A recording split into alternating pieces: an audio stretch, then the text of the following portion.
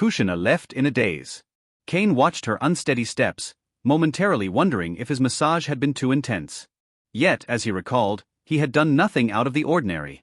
For the next 2 days, Kushina did not return to the dessert shop looking for him.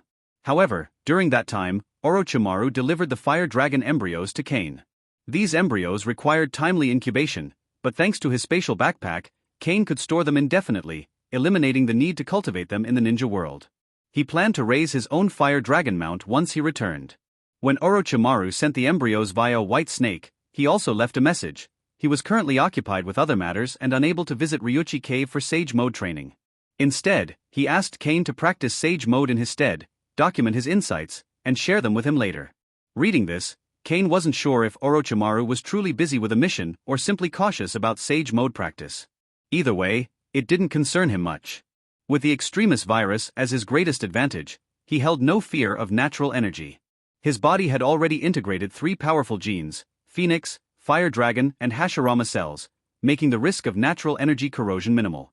And if it did become a problem, the Extremis virus would repair any damage. Shortly after receiving the Fire Dragon embryos, Kain received another message. Aya had successfully stored the medicine from the Land of Tea in the warehouse. He could retrieve it at any time. With this, his business in Konoha was nearly complete. Only one matter remained unresolved. Yakushi Nono had summoned him once again, confirming that Mitokado Hamura, Udatane Koharu, and Kato Dan had been the ones who manipulated the situation between him and Tsunade. They were the only individuals who had approached her at that time, and their interference had led to her breakdown. While they were prime suspects, too much time had passed for concrete evidence. Nono would continue investigating, but for now, she would focus on them. Kain was satisfied with her progress and simply warned her to be cautious. These were not ordinary ninjas. If she wasn't careful, they might notice her. While he had faith in Nono's abilities, she had yet to reach her peak. With everything in place, Kain left Konoha and set off for the town. Upon arrival, he found Aya already waiting. Ever since stepping down from part of her previous authority, she had been busy expanding their business. Despite handling only the casino and dessert ventures, her workload never seemed to lighten. Aya, is there something you need to tell me? Kain asked, sensing something unusual in her demeanor. You've worked under me for a long time, you should know by now that you can speak freely. Aya nodded, then handed him a document. Boss, should we expand the orphan recruitment program? She asked. It seems the ninja world is heading toward another war, and some trade routes are becoming unsafe. Things could get risky.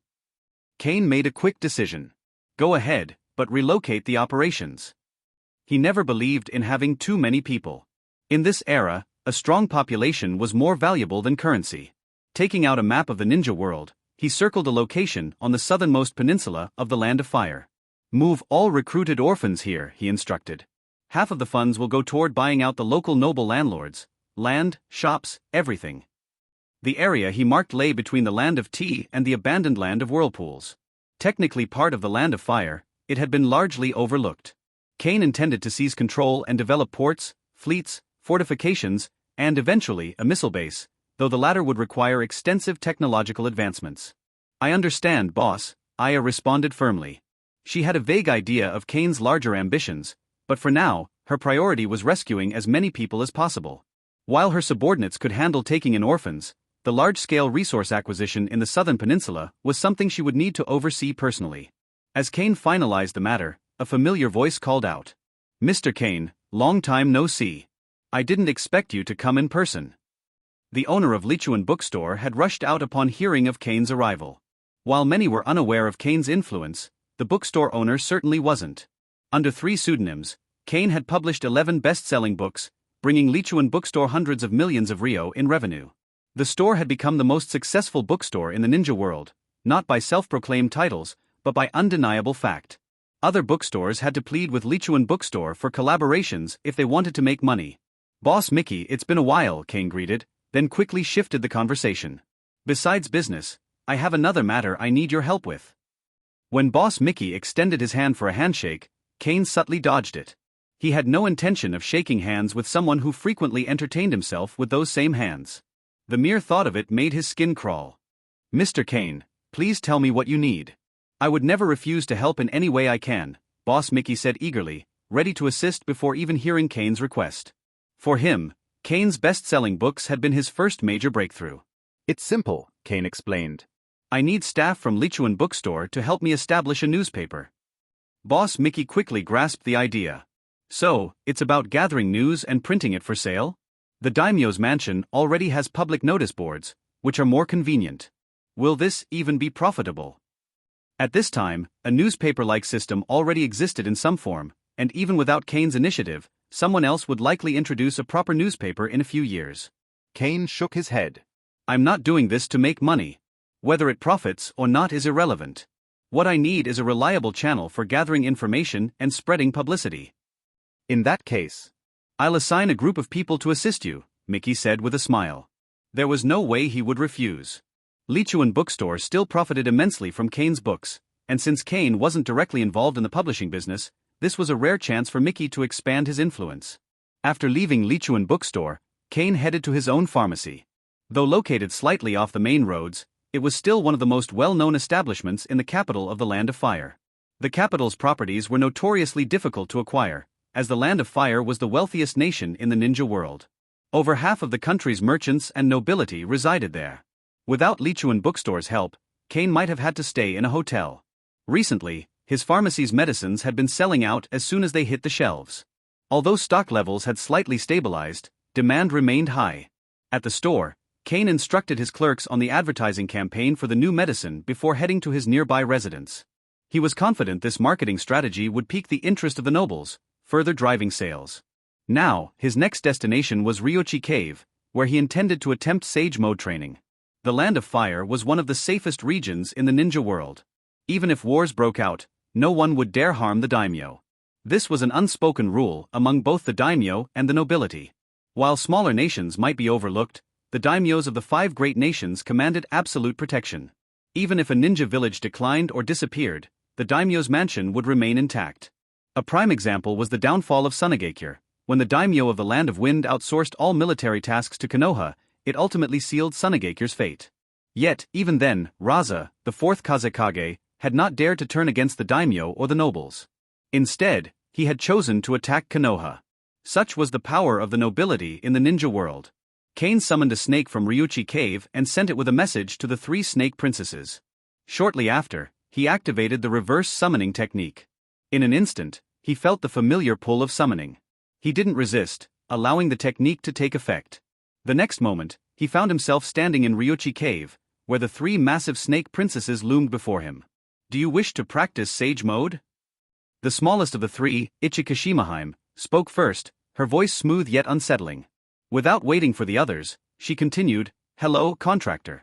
I'm Ichikishimaheim. Among the 3 of us, I used to enjoy eating the dead the most. But after tasting fire dragon meat, I've abandoned that habit. Kain nodded. Just call me Kain. I'll leave it to you then. Please explain Sage Mode and the sage arts of Ryuchi Cave to me. As he spoke, the other 2 snake princesses silently drifted away, some returning to their dwellings, others likely going to inform the white snake sage.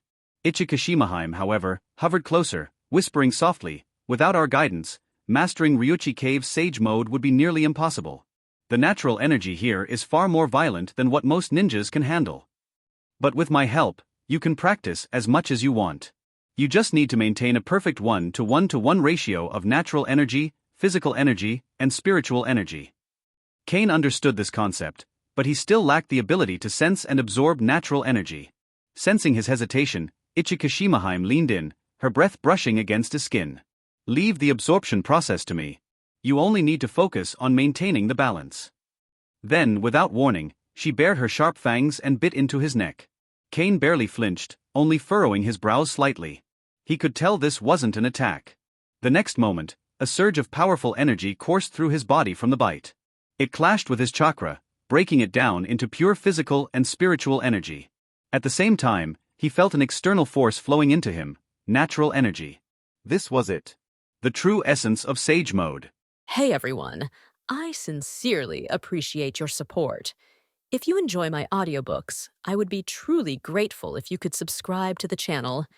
And if you'd like to support even further, you're welcome to become a Patreon member, where you can access audiobooks of novels as long as they are freely available on the internet. Your kindness and support mean so much.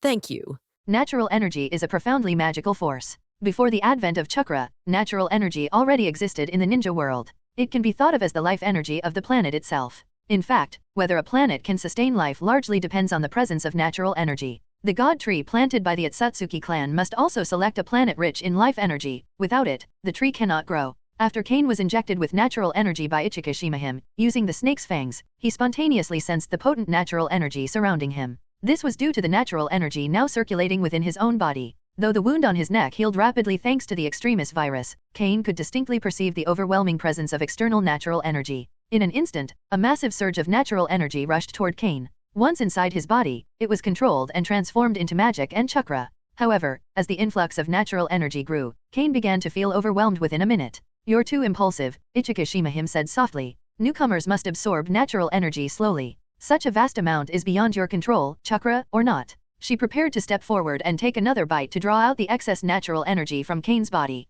This was the method taught in Ryokai Cave. The Snake Princess could expertly regulate the intake and extraction of natural energy to help practitioners master it perfectly. Even if a person had little chakra, Ryokai Cave could assist in their successful training. However, they rarely did so, as none of the three snake princesses wanted any ninja to successfully practice sage mode. Kain was an exception. He and Orochimaru were uniquely valuable to Ryokai Cave. Hiss! Just as Ichikishimahime was about to help Kain, his body suddenly erupted in bright yellow flames. The flames consumed his clothes almost instantly but left his body unscathed. What is this? Ichikishimahime's large eyes instantly narrowed into vertical pupils. If she hadn't dodged in time, she might have been burned by the flames herself. To her surprise, she noticed a seductive fragrance emanating from Kain's body. The scent was so alluring that she felt an almost uncontrollable urge to devour him whole. As the flames burned, the scent grew even stronger, surpassing even the fire dragon's appeal to her. Only her rationality and the dangerous aura of the flames stopped her from acting on her primal instincts. The flames filled her with instinctive fear, as if they were uniquely designed to suppress snakes like her. The flames burned for nearly an hour before gradually extinguishing. When the flames finally disappeared, Ichikishimahime couldn't resist any longer. She moved closer to Kain. However, before she could act, Kain's eyes snapped open. Petrificus totalis. Kain cast the spell directly at Ichikishimahime, sending her flying dozens of meters away and slamming her into a stone wall. Despite the impact, Ichikishimahime felt no pain. Over her thousands of years of life, her body had been strengthened many times by natural chakra, making it nearly impervious to such injuries. No matter what Ichikishimahime did, she couldn't move. It was as if an invisible force restrained her body, turning her into stone. "You snakes really are troublesome. Were you planning to eat me?" Kain asked, his tone sharp but calm. While speaking, he retrieved a suit of clothes from his space backpack and began putting them on. Once dressed, he conjured a small spring of clear water into a pothole and examined his reflection in the surface. The faintest hint of blue lingered at the corner of his eyes, so subtle it was almost imperceptible. Kain realized he had successfully entered sage mode and retained a significant amount of magic-infused chakra in his body. More importantly, he felt transformed, almost as though he'd been reborn. His entire being brimmed with comfort, and his magic power had increased substantially. Before this transformation, Kain might have been able to knock Ichikishimahime away, but not so far and certainly not restrain her for this long. He could only attribute this new strength to the phoenix gene within him, which had digested the excess natural energy and converted it into his own magic power. Kain recalled the phoenixes of the Harry Potter world. Their origin remained a mystery, but he speculated they might be magical creatures born directly from nature. After finishing his preparations, Kain turned to Ichikishimahime, who was still frozen in place. He waved her over. "Snake Princess, come here." Ichikishimahime tried to use Sage Chakra to break free of the petrification curse, but before she succeeded, her body floated toward Kain under his magic. "Snake Princess," Kain said, his voice cold, "were you really planning to attack a contractor of Ryokai Cave? Especially while I was in the middle of practicing Sage Mode?" Ichikishimahime hurriedly protested, "No. Although the smell of your body is incredibly tempting, I didn't plan anything like that at the time." Kain studied her carefully for a moment, then pulled a bottle of Veritaserum from his space backpack. It was the only one he had, purchased from Borgin and Burks. "If you lie, not even the White Snake Sage will be able to protect you," he warned. Without waiting for a response, Kain poured the entire bottle of Veritaserum into Ichikishimahime. Once the potion took effect, he repeated his question. "Snake Princess, what were you planning to do just now?" "I intended to use the excuse of inspecting your sage mode to take a little blood from you," Ichikishimahime admitted without hesitation. "The scent of your body is irresistible. It's even more alluring to me than a fire dragon." Kain raised an eyebrow, then followed up, "And? Were you planning to eat me?" "No," she answered. "If I ate you, the White Snake Sage would definitely punish me. I only wanted a taste." Satisfied for now, Kain conjured a magical barrier to seal off the cave, ensuring no one outside could overhear their conversation. Once the barriers were set, he returned to Ichikishimahime. With the Veritaserum still in effect, he pressed her for more answers about Ryokai Cave. "How old are you?" When was Ryokai Cave founded? Are the only sage arts in Ryokai Cave inorganic reincarnation and the white shock technique? What does the white snake sage usually do? What's her weakness? Kain bombarded her with questions, one after another. But just 10 minutes later, before he could get through even half of the questions he had in mind, the effects of the Verita serum began to wear off. Seeing this, Kain lifted the petrification curse on Ichikishima. What did you do to me? She began angrily. Before she could finish, stone tendrils suddenly erupted from the ground. Like slithering snakes, they wrapped tightly around her petite body in an instant. Ichikishima gasped in shock. The inorganic reincarnation technique? You learned this sage art just by hearing me mention it once.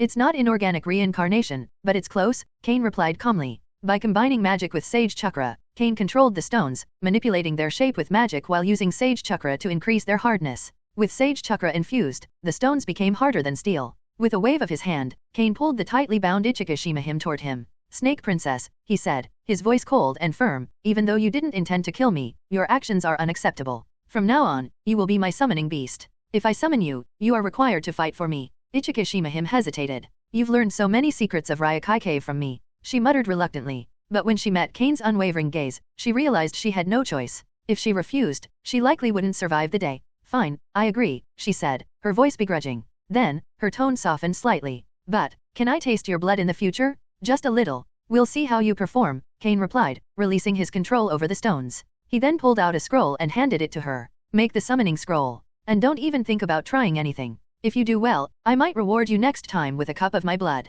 A cup. Ichikishima exclaimed, her eyes lighting up. She vividly recalled the alluring scent of his blood from earlier. The idea of drinking an entire cup seemed almost too good to be true. I hope you will keep your word, she said quickly, eager at the prospect. Without wasting any more time, Ichikishima began creating the summoning scroll. Watching her work seriously, Kain smirked inwardly. He decided that once he returned, he would craft a few miniature wine glasses, each capable of holding no more than 10 milliliters. Any future cup of blood for Ichikishima would be served in those. The summoning scroll itself was simple to make. Both Ichikishima and the White Snake Sage were capable of crafting them. While the White Snake Sage could create summoning scrolls for all of Ryokai Cave, Ichikishima only needed to make one for herself and Kain. Once the scroll was complete, Kain signed his name. From that moment on, he could summon Ichikishima whenever he needed her in battle. However, Ichikishima's true value lay elsewhere. Her expertise in helping others master Sage Mode would allow Kain to train more subordinates who could wield this powerful technique. Kain wasn't worried about Ichikishima breaking her promise. Between his strength and the irresistible temptation of his blood, the ancient Snake Princess would remain loyal to him as his exclusive summoning beast.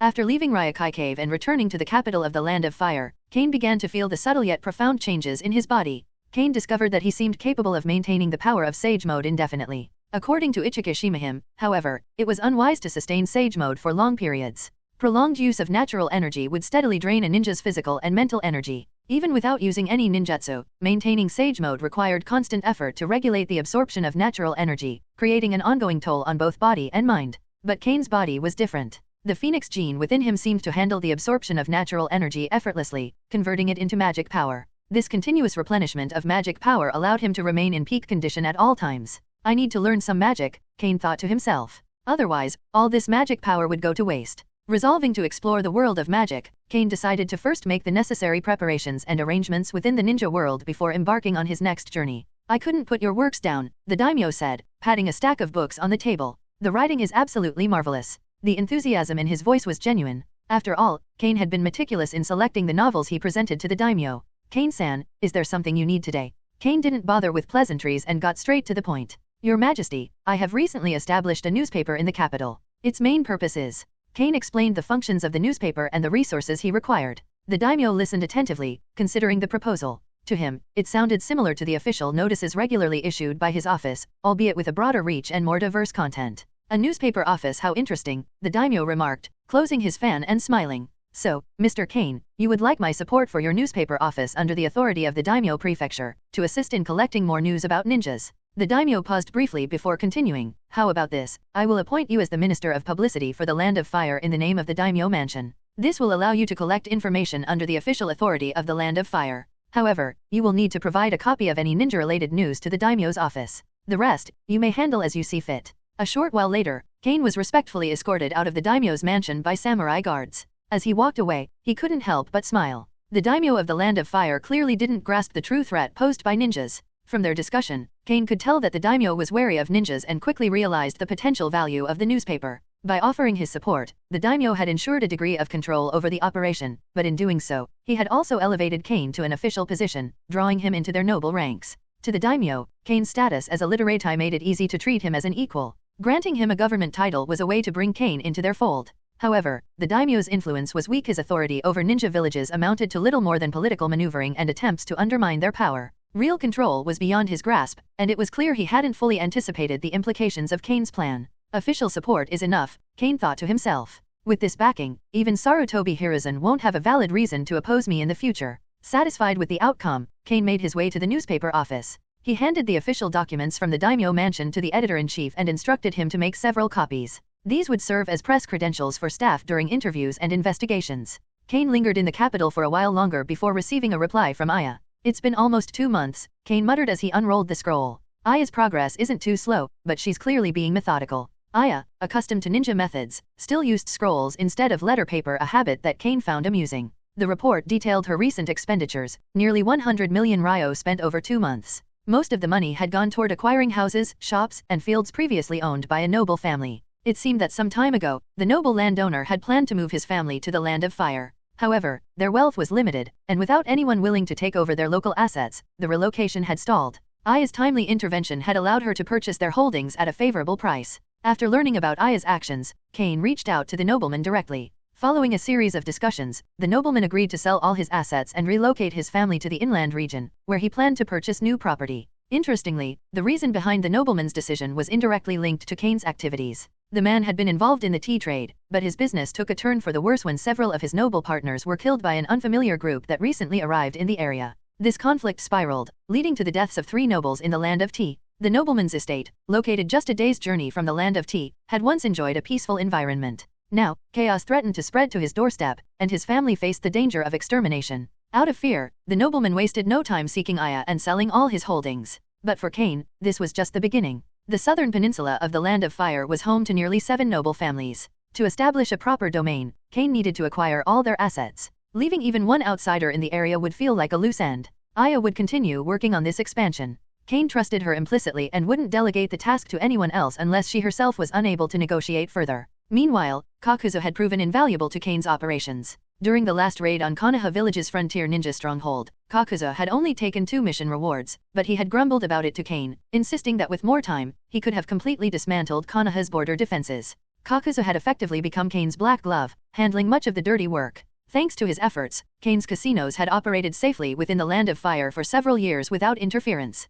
However, Kakuzu's ruthlessness had recently drawn the ire of Konoha. After killing too many people in the Land of Fire, he was hunted by Konoha's ninjas and forced to retreat to other countries to take on bounty missions for a time. Kain knew Kakuzu's actions were excessive. If he didn't lay low, Konoha would continue sending stronger ninja after him. At this time, the legendary Sunin were still active in Konoha. If Kakuzu became too reckless, he risked facing an opponent capable of killing even someone as skilled as him. Kain-san, I have already disclosed the suggestion you made last time to some friends, but most people think it is unrealistic. It is difficult for the 3rd Mizukage to take the initiative to start a war against other ninja villages. Terumi-shin quietly came to meet Kain again. Last time, he felt that Kain's suggestion was very good, but considering the 3rd Mizukage, it seemed difficult to implement. How could he give up his current situation and choose to start a war against other ninja villages when he was already implementing the Blood Mist policy, targeting the bloodline clans, and gathering power? Kain smiled, took out the map he had prepared in advance, and said to Shin, "This is easy. If someone entrusts you with a task with a high reward, will you still accept it?"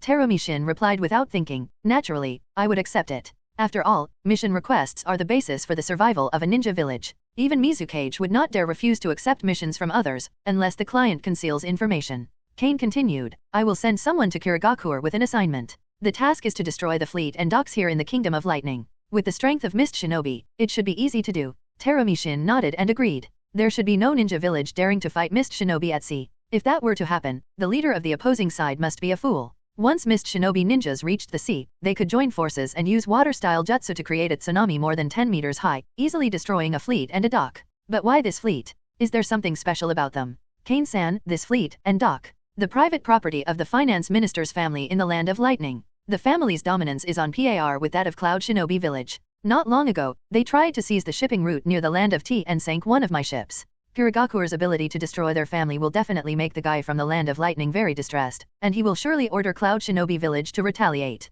No, even if the Minister of Finance does not order it, Raikage's domineering nature will force Mist Shinobi to make amends to them. After hearing this, Terumi Shin said angrily, these guys are really shameless. Thinking of Cloud Shinobi Village's consistent style, Terumi Shin found it very reasonable. Cloud Shinobi Village's dominance is well known in the ninja world. If they want secret techniques, they take them. If they lack resources, they seize them. Sometimes, Raikage leads the team and has taken the bandit approach to its extreme. It might be because the ethos in that place is very uniform, with everyone being part of the martial arts faction. It is said that the second Raikage was a bit dovish, but in the end, he was killed by the Gold and Silver brothers, who were from the martial arts faction. There is only Cloud Shinobi Village in the ninja world that dares to openly suck the blood of small countries. The other ninja villages use alliances to cover up their actions, while Cloud Shinobi Village is difficult to compete with. If there are no problems, someone will go to the ninja village to issue a commission soon. As for the next steps, Shin, you should know how to handle it. After hearing this, Terumi Shin immediately agreed, of course, I understand. This is one of the few opportunities for our bloodline successor clan, and I would like to thank Kain-san for your help. It's nothing. This matter is also beneficial to me, at least there will be one less opponent in the future. Kain then shook his head and spoke to Shin, however, the chances of your bloodline clans taking power are still very slim, unless the third Mizukage makes a mistake, and then a new Mizukage is elected. If the struggle becomes too fierce and eventually leads to failure, Shin, I will always welcome you. This was a hint. Kain believed that the chances for the bloodline successor clans to win were low, unless the Kagaya clan took the lead and used the third Mizukage's lack of full control over the village to stage a coup. There was still a chance, but it would be difficult. It is now the 42nd year of Konoha, and local frictions in the ninja world are already happening. This time, Kirigakuru's attack on the property of the finance minister of the Land of Lightning would directly accelerate the war. After sending Shin away, Kain thought about the plan a little more. Once the war broke out, he would earn resources step by step. He would sell medicines and medical supplies, gather the population to form a guard, and build up the Land of Tea and the southern peninsula of the Land of Fire by establishing industries and military factories. Eventually, the ninja world would become his backyard. There would be many obstacles, the daimyo of the 5 major countries, the ninja villages, Uchiha Madara, Black Zetsu, and the future Satsuki. Almost everyone would be on the opposite side. However, there were also some potential allies, Konoha village with the 4th Hokage and Orochimaru. As long as Kain didn't harm the village and provided Orochimaru with knowledge from another world, there was no reason they couldn't cooperate. Mist Shinobi's fleeing bloodline ninjas, the Baron Sand Shinobi, and others could also be potential allies. With that in mind, Kain realized that the plan to make the ninja world his backyard wasn't impossible, but it would take at least 20 years. It only takes 20 years to become the master of a planet, and this planet was still in a feudal state with extraordinary power. If he could fully control it, it would be a great asset to Kain. But the challenge would be significant. As Kain thought about this, his ambition grew infinitely. He saw himself as a colonialist businessman across time and space, but his methods were relatively mild. In the ninja world, he had to be gentle, as there would always be overpowered descendants. Compared to the world of Harry Potter, the ninja world was still in an uncivilized state. If Kain could handle Uchiha Madara and Black Zetsu, he would have the chance to rule the entire planet. Konoha Village Hokage Office. Today, apart from Sarutobi Hiruzen, there are only 3 other people in the room. In order to discuss this matter, Sarutobi Hiruzen had also asked Dumbu to guard the door to prevent anyone from interrupting, like Tsunade, who never knocked. I called you here today because I want to tell you something confidential. Sarutobi Hiruzen looked at Namikaze Minato and Kato Dan. In case space isolation jutsu wasn't enough, Namikaze Minato's flying thunder god technique and Kato Dan's spiritualization technique were the last possible defenses for Konoha village. The last explosion wasn't caused by a spy from the Land of Thunder, but by someone you all know. Master Third Hokage, are you talking about the merchant Kain? Kato Dan frowned slightly and guessed, as Danzo, the Hokage's assistant, had also revealed some related information to him recently. Now, hearing it confirmed by the Third Hokage, he immediately thought of another person. It's him. Jiraiya looked surprised, then quickly asked, Old man, how could it be that guy? Isn't he from common background, and didn't he sell so many medicines to Konoha? Jiraiya, the reason I didn't want you involved is that you're too impulsive. This matter concerns Konoha's secrets. Moreover, no matter what you hear here today, you must not reveal any of it after you leave to anyone. Sarutobi Hiruzen tapped his pipe angrily, then glanced at Namikaze Minato, indicating that Jiraiya wasn't as composed as his apprentice. He was originally from common background, but after Noeke was injured, Kain took out a serum that could cure any injury, though it wasn't perfect. He approached Tsunade for help to perfect the serum, and Tsunade, hoping to save Noeke, agreed. Sarutobi Hiruzen continued. After that, Hashirama cells were added to the Extremis virus serum, allowing Noeke to control the wood-style bloodline. Kain also injected himself with the serum, and now he possesses the same abilities as Noeke. We know this clearly. At that time, Tsunade still wanted to convince Kain to join Konoha, but she never expected the relationship between Konoha's senior management and Kain to turn out like this. Not long ago, Danzo discovered that the medicines Kain sold had appeared in Kirigakure, violating our original agreement. Along with the risk of wood-style leakage, Danzo decided to take action against Kain. Kain had previously shown space ninjutsu, so Danzo prepared a barrier to isolate space, based on the research of the second Hokage. Even the summoning technique wouldn't work inside it. But it failed unexpectedly, and Umbu and Root forces lost 5 squads. 5 squads. Upon hearing Sarutobi Hiruzen's words, both Kaito-dan and Jiraiya showed anger on their faces. Those were 20 comrades who had just died. At first, they thought it was a spy from Cloud Shinobi Village, but they didn't expect it to be Kain, a businessman. Jiraiya then asked, "Old man, you told Minato to learn the Flying Thunder God technique. Perhaps only the Flying Thunder God technique, being a space ninjutsu, can target the opponent's space ninjutsu. Otherwise, Konoha Village has almost no way to deal with him." Sarutobi Hiruzen shook his head and shared with Namikaze Minato and Kaito-dan the information he had gathered from Noeki about the new extremis virus. The resilience is amazing. Even if his hands and feet are cut off, they can recover within seconds. At the same time, he is almost immune to poisons. Orochimaru tried 4 different types of snake venom on Noeki, but none had any effect. He also has an extraordinary resistance to illusions.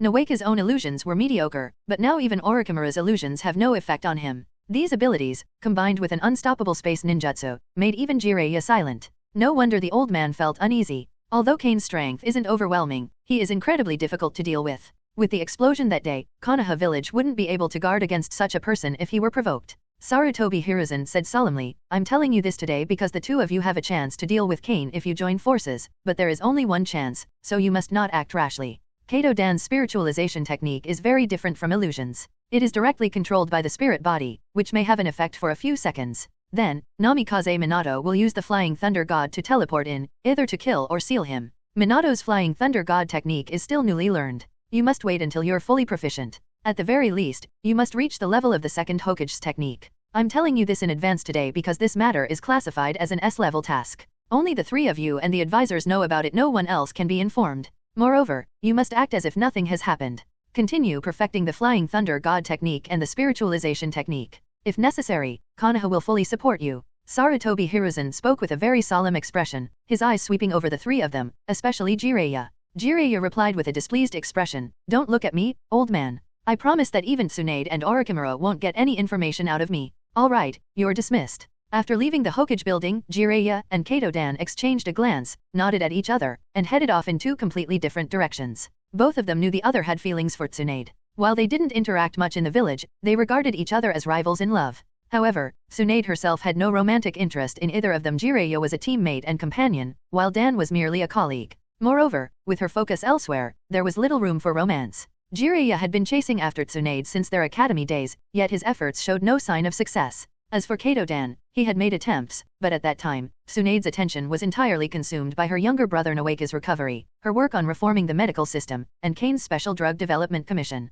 Romance was the last thing on her mind. After walking for a while, Jiraiya suddenly turned to Namikaze Minato and said, "Minato, have you given any thought to the Flying Thunder God technique? You should pay Sakumo Jonin a visit." Jiraiya's remark wasn't random. Heitake Sakumo's swordsmanship was renowned, even more so than the fame of the Sennin. While the Sennin had earned their title after a battle with Hanzo the Salamander, Sakumo had gained his prestige solely through the mastery of his blade. Even the daimyo of the Land of Fire admired him greatly. Jiraiya added, "Heitake Sakumo's son recently started school. Who knows, maybe you'll pick something up from him too." But Minato smiled politely and shook his head. "No, thank you, Jiraiya-sensei. I appreciate your guidance, but swordsmanship isn't a good fit for me." Jiraiya nodded, curious. "Why not? Sakumo's skills could complement yours." Minato replied, "I want to develop a powerful jutsu that doesn't rely on hand seals. For me, swordsmanship offers no real advantage over a kunao. Besides, I've already mastered the nature transformation of wind-style chakra." To demonstrate, Minato pulled out a kunao. In an instant, a thin layer of wind-style chakra enveloped the blade, emitting a sharp, buzzing sound. Jiraiya observed the display, impressed but unsurprised. "I see. Well, if that's the case, I'll support you." He patted Minato on the shoulder and added, "I've spoken to Sensei about you. If you have any questions about ninjutsu or need guidance, you're free to consult him anytime." Jiraiya continued, "Starting today, you'll be part of a formal Chunin squad with 2 others. When you become a Jonin, a 4th member will join the team." Minato blinked in surprise. "Jiraiya-sensei, are you leaving the village?" "Yes," Jiraiya replied with a nod. "The old man has assigned me to another mission. I'll be gone for a while." In truth, Jiraiya had been looking for an excuse to leave the village. Sarutobi Hiruzen, wary of Jiraiya's tendency to act independently, had assigned him a long-term intelligence mission. This was partly to keep Jiraiya out of trouble and to avoid a repeat of the Rain Village incident. If something similar happened again, Sarutobi might have no choice but to mark Jiraiya as a traitor. Minato's expression fell briefly, but he quickly replaced it with a determined smile. When you return, Jiraiya-sensei, I'll have completed the development of my new technique. Jiraiya grinned, resting a hand on Minato's head.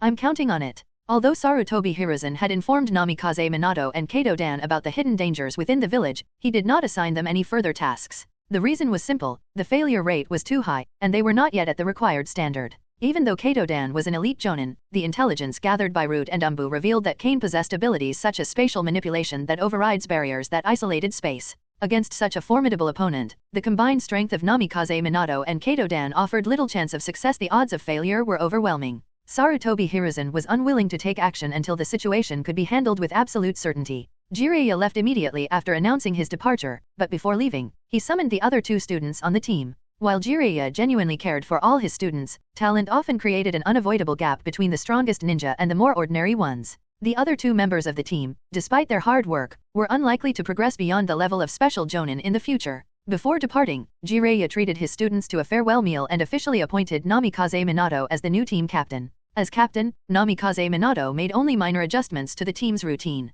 After discussing it with his 2 teammates, they decided to increase the number of missions they accepted slightly. As independent ninjas, completing missions was their only means of earning money. In recent months, much of their time had been spent learning ninjutsu under Jiraiya's guidance, leaving little opportunity to take on missions. As a result, their funds were running low. Namikaze Minato suggested a balanced approach, completing 6 missions per month, 3 B rank and 3 C rank. This way, they could earn sufficient money while still having time for rest and training. His teammates readily agreed. Namikaze Minato's superior strength and leadership made him a natural choice, and they trusted his judgment without hesitation. After the team disbanded for the day, however, Namikaze Minato found himself at a loss for what to do next. Should I work on my ninjutsu? He thought. But with missions starting tomorrow, he didn't have the time or the focus to dive into serious training. The words of the 3rd Hokage lingered heavily in his mind. In addition to developing a new jutsu, he wanted to improve the Flying Thunder God technique, particularly its limitations against space isolation barriers. Meeting Lord Hokage's expectations weighed on him. He then recalled something else the Hokage had mentioned. Kushina doesn't know the truth about that guy yet.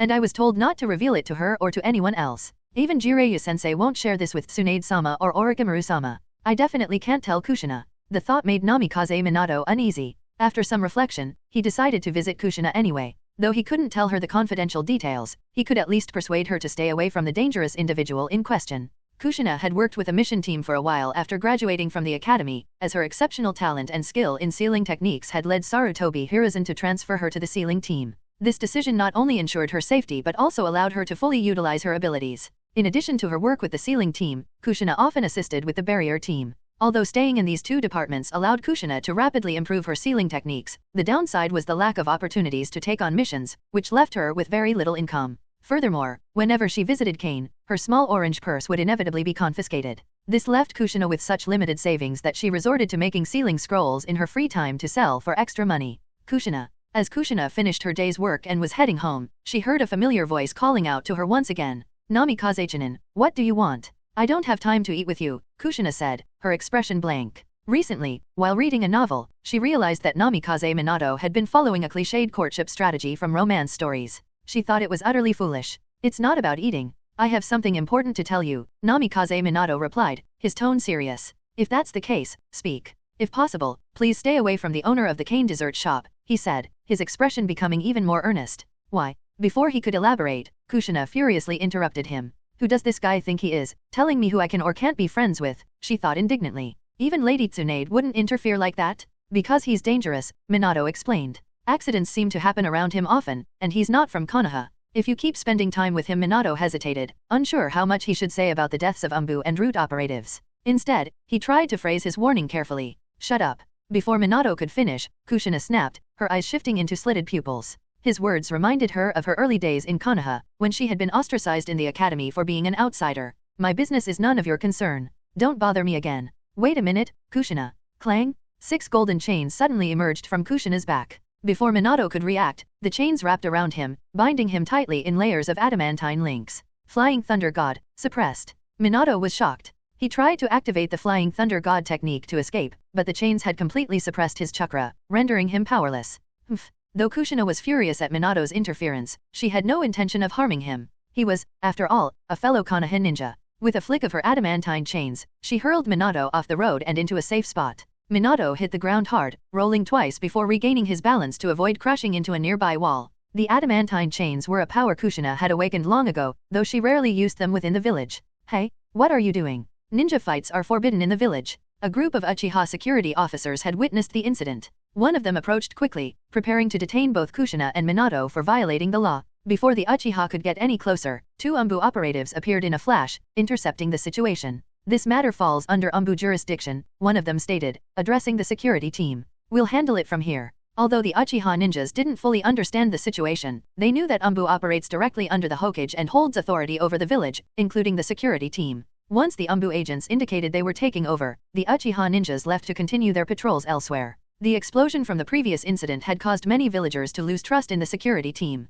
To address this, the team had extended their patrol hours to restore public confidence. Never mind, one of the Umbu ninjas said curtly. The two Umbu operatives addressed Kushina and Namikaze Minato separately, motioning for them to leave the scene. Once both complied, one Umbu agent followed Kushina at a distance, while the other temporarily left to report the incident to Lord Hokage. These Umbu had been assigned by Sarutobi Hiruzen to protect the Ninetales Jinchuriki. However, their duties went beyond mere protection. They were also tasked with monitoring Kushina's daily activities. Sarutobi Hiruzen had grown increasingly cautious due to her strengthening relationship with Kain, a development that demanded his attention. Sarutobi Hiruzen felt conflicted about this arrangement. He had intentionally kept Kushina out of Danzo's root program, unwilling to subject her to the harsh and dehumanizing ninja training that Danzo employed. Instead, he wanted Kushina to form strong bonds with the inheritors of Konoha's Will of Fire, believing such connections would aid in maintaining control over the Ninetales. But things didn't go as planned. A single mistake had created a cascade of misunderstandings, leading to an increasingly complicated situation. After returning to the Marvel world, Kain took stock of everything he had gained from his time in the Hokage world.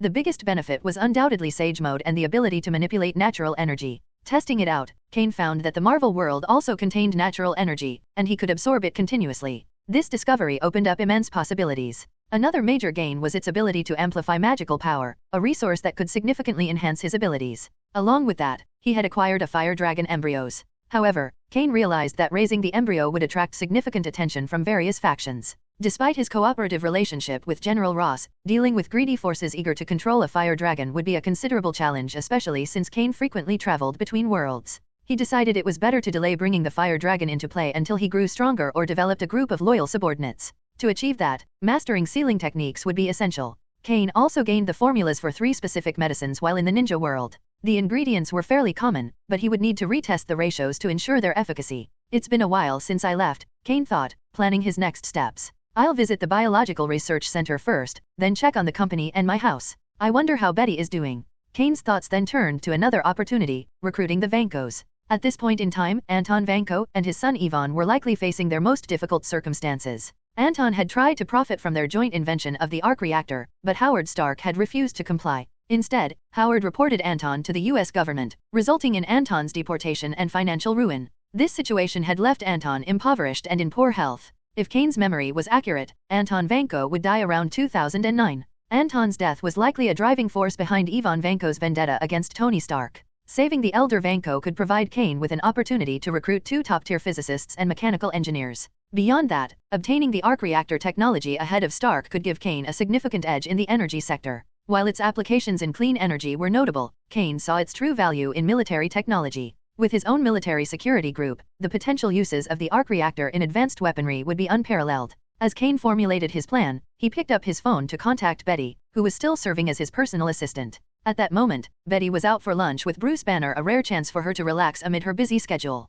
Betty had often accepted Kain's dinner invitations in the past, but now, as she thought about it, she felt a twinge of guilt toward Bruce. Resolving to make a change, she decided to end the improper relationship with Kain and limit their interactions to a strictly professional, colleague-like dynamic in the future. Bruce, sorry about this lately, Betty began, but her words were cut off as her phone suddenly rang from inside her bag. Pulling it out, she glanced at the caller ID. Her heart skipped a beat. After a brief apology to Bruce, she hesitated but ultimately answered the call. Now, today's my day off, she said, trying to sound firm. Do you know how busy I've been this month? I don't. She paused, listening to the voice on the other end, then sighed. Fine. Okay, I'll come. Bruce had been watching her expression during the call, and a sinking feeling crept over him. He already knew what was coming. As soon as Betty hung up, she tucked the phone back into her bag and turned to Bruce with an apologetic look. Bruce, I'm really sorry. something unexpected came up. I have to go. Bruce's face fell, and he tried to persuade her, albeit reluctantly. Betty, we haven't had a real conversation in almost 3 months. We didn't even see each other last month. I know, Betty said, her tone filled with regret. It's all my fault, Bruce. I'm sorry. But my bastard boss hasn't contacted me for over a month, and this issue needs to be dealt with right away. She grabbed her purse, stood up, and added, I'm sorry, Bruce. Let's reschedule. Before leaving, Betty paid the bill, then rushed to her car and drove off to meet Kain. Meanwhile, Bruce sat alone in the upscale restaurant, staring at his untouched meal. He downed his glass of red wine in one gulp, pushed the plate aside, and left. When Betty arrived at the location Kain had given her, he seemed surprised to see her behind the wheel. Betty, why are you driving? Where's Paul? Kain asked, raising an eyebrow. The sleek sports car pulling up was certainly unexpected. Betty shot him an annoyed glance as Kain got into the passenger seat. I gave Paul some time off to spend with his daughter. And do you have any idea how hard it is for me to take a single day off? The office building, recruitment, production expansion, your biopharmaceutical company, new home, all of it is being handled by me, alone. And for the record, my college major is cell biology, not corporate management. Kain sat back and listened to Betty's string of complaints, his expression unchanging. As she continued her tirade, he suddenly leaned over and stuffed a piece of chocolate into her mouth. The unexpected gesture caught Betty off guard, and she stopped mid-sentence. Despite her initial frustration, she didn't feel entirely annoyed by the move. After all, they had been more than professional in the past. Though she had resolved to end things between them, seeing Kain in person made that decision much harder.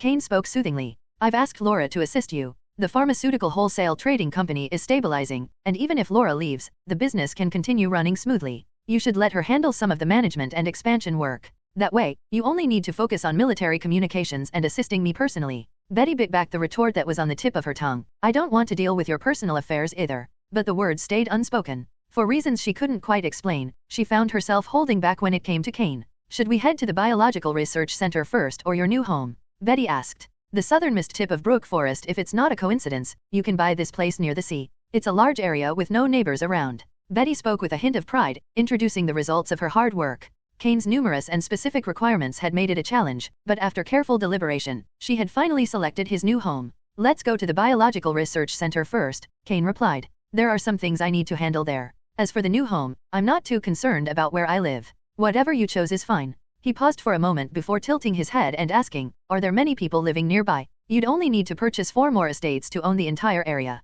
Even if you had a neighbor, they'd be several kilometers away. However, the additional properties would cost at least $100 million. Fine. Please handle the negotiations later, Kain said casually. Money was hardly a concern for him now. He possessed far too many valuable assets and knew his future income would be significant. Enhancing his privacy and quality of life was well worth the expense. Betty, your tone earlier sounded irritated. Did I disturb your rest? Kain asked, glancing at her. You can take a few more days off if you need to. Forget it. It's nothing, Betty replied, brushing it off. Lunch was just interrupted, that's all. All right, I'll make it up to you tonight. When they arrived at the Biological Research Center, the heightened security was immediately noticeable. The area's security level had been raised 2 tiers since the establishment of Kain's umbrella military security company, which had made the facility its top priority. The progress on the extremis virus was going smoothly, and the recovery medicine for treating severed limbs had reached the final stage of human trials. During Kain's absence, Betty had monitored the progress daily to ensure the project remained on schedule. The delivery date to the military was non-negotiable. Any delay would jeopardize future deals. While Maya and the other researchers assured her that the recovery medicine was flawless, the military required comprehensive testing data before committing to purchases. To meet this demand, the factory and production lines for the medicine were already being set up. Based on the timeline, the pharmaceutical plant would be fully operational by the time the final experimental data was ready. Kain's visit to the research center was mostly a formality, but today brought an unexpected development. Killian had submitted his resignation. Technically, the terms of Killian's contract made it nearly impossible for him to leave at this stage. No research facility would allow such a departure, and even if he were to leave, various restrictions would still apply. However, Killian seemed adamant about resigning. Kain decided to compromise, agreeing to let him go but only after staying for at least 1 more year. Killian, realizing this was the best outcome he could hope for, reluctantly agreed. As Killian left the office, Kain seized the opportunity to discreetly plant a chakra seal on him, ensuring that his departure wouldn't compromise Kain's interests. Unless someone noticed the curse seal on Killian's back and pointed it out to him, Killian would remain unaware of its purpose. Even if the pattern of the seal were discovered, he wouldn't understand its function. Over the next year, his desire to leave would gradually fade, and in time, Killian would become Kain's most loyal subordinate. After dealing with Killian, Kain gathered Rick's research team to announce the groundbreaking news of the 3 new specific medicines. When Kain explained what these medicines could do, the room fell silent. Not only were Rick and his team stunned, but even Betty Ross was visibly shocked. Cancer, AIDS, and uremia were universally classified as terminal illnesses, diseases without definitive cures. Yet Kain had come forward with 3 formulas claiming to eradicate these conditions. It sounded impossible, almost miraculous. Gentlemen, Kain began, his tone authoritative, this is our next research direction. We're skipping the R&D stage and going straight to clinical trials and regulatory approval. Your task is to prepare the finished products based on the formulas I've provided. Despite the skepticism on their faces, Kain dismissed their doubts and laid out the tasks like a true leader. It took several hours to organize the manpower, assign responsibilities, confirm processes, and most importantly secretly plant chakra seals on everyone in the Biological Research Center. By the time he was done, Kain felt he had barely managed to get everything under control. He knew he would need to visit the center frequently in the coming weeks. The team's manpower had to be expanded significantly, otherwise, Rick's group would be overwhelmed by the workload. Typically, it takes at least 10 years or even longer for a drug to progress from concept to market. However, Kain planned to eliminate the research and development phase and leverage connections to expedite regulatory approvals. He intended to have these 3 medicines on the market within 2 to 3 years. For someone with access to magic, this was achievable, and Kain justified it as a moral endeavor. The sooner these life-saving drugs were available, the more lives they could save. After leaving the research center, Betty couldn't contain her curiosity. Where did you get the formulas for those medicines? It's unbelievable, she said, her tone equal parts incredulous and intrigued. You seemed so confident back there, like you knew they would succeed. Kain opened the car door and, with a faint smile, interrupted her. The inspiration came from the extremis virus. That's all I'll say for now. Before Betty could ask more, Kain added, Dear Miss Betty, after a long day, I'd rather not discuss work unless it's during dinner or after dinner. Betty paused, uncertain of Kain's intentions, but as she looked at his face, her irritation from earlier had completely dissipated. With a resigned sigh, she opened the driver's door and slid into the seat. Heading to your new home? She asked. Of course, Kain replied with a smirk, assuming it's ready for me to move in. In the morning, Kain was woken up by sunlight streaming through the window. After opening his eyes, he looked at Betty Ross lying beside him. Her arm had been draped over him all night. Carefully removing it, Kain got up, dressed, and glanced at the curse pattern on the back of Betty's neck. The curse seal's pattern would gradually fade as the chakra within it weakened. If Kain didn't replenish it, the seal would become fainter and lose its effectiveness, even as it influenced Betty. Unlike others, the seal was made to uniquely suited to host's body. Rather than harming her, it enhanced her physical abilities, boosting her overall fitness. The bedroom floor was a mess, with scattered clothes and other signs hinting at the intensity of last night's battle. Noticing that Betty was still asleep, Kain used magic to tidy up the room. Instantly, clothes were neatly hung on hangers, and the stains on the carpet vanished without a trace. Thanks to his vast magical power, Kain didn't need a housekeeper. Even in a villa as large as this one, cleaning was a trivial task for him. For the most part, a caregiver was enough for occasional help.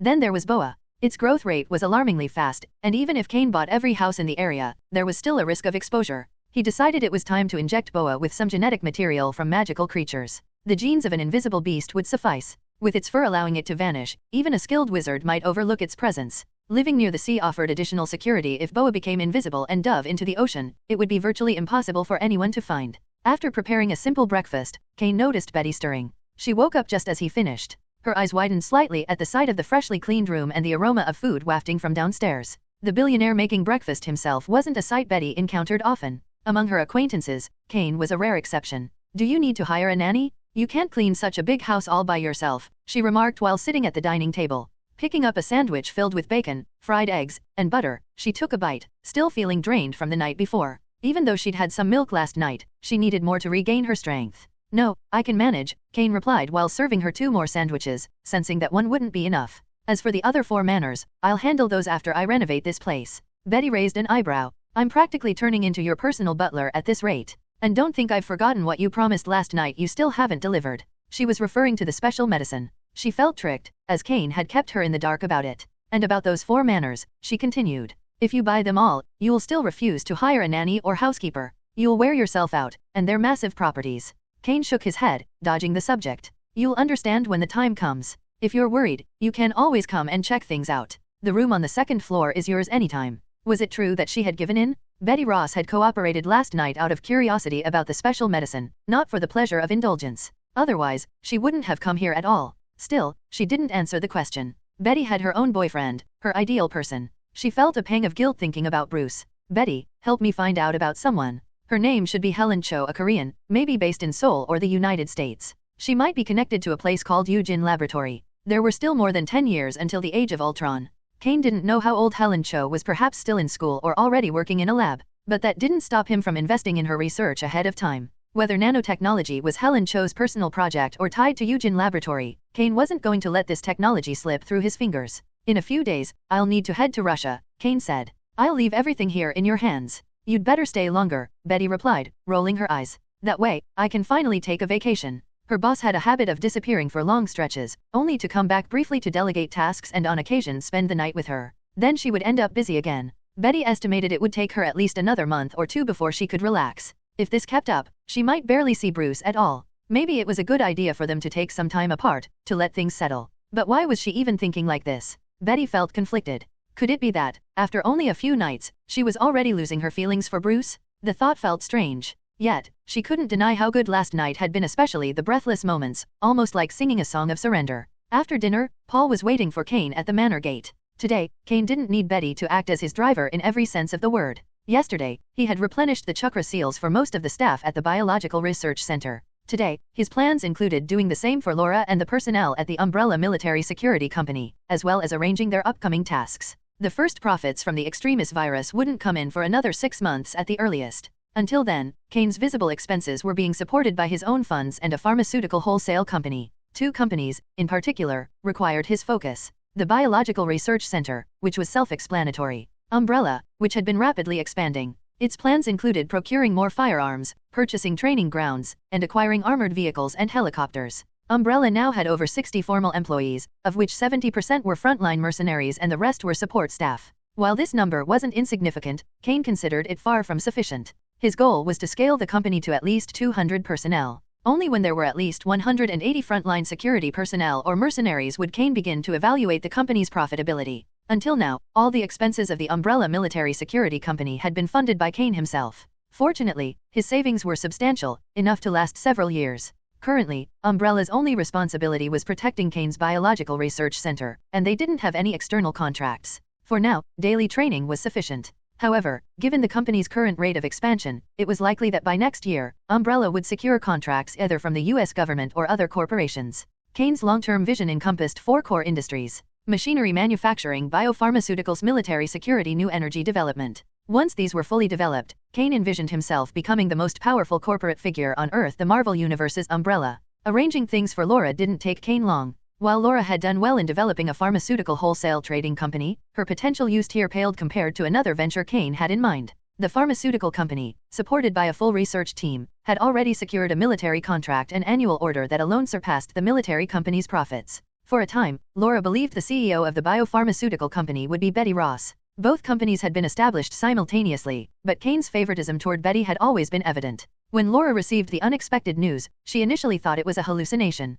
Once she confirmed it wasn't, she agreed without hesitation. This decision was especially appealing to Laura, as the new position granted her access to project details from the Biological Research Center. She saw no reason to turn it down. Following this, Kain asked Laura to handle the transition formalities with Betty. Moving forward, Betty would no longer personally manage operations, leaving the responsibility entirely to Laura. Moscow. The city was blanketed in snow and ice, but the cold didn't bother Kain. His body, enhanced by Phoenix and Fire Dragon genes, radiated heat like a living furnace. Betty Ross once joked that drinking his milk felt like drinking a glass of hot water. Before arriving, Kain had tasked others with gathering information on Anton Vanko. To his surprise, the investigation went smoothly. The information on Vanko was handed over to him shortly thereafter. It seemed Anton Vanko was still somewhat infamous. Upon returning to Moscow, Vanko was known to vent his frustrations, frequently claiming that Howard Stark had stolen his technology. These accusations persisted until Vanko's health deteriorated in old age. The apartment where Vanko and his son, Ivan, lived was in a state of extreme disrepair, equivalent to a slum in Moscow.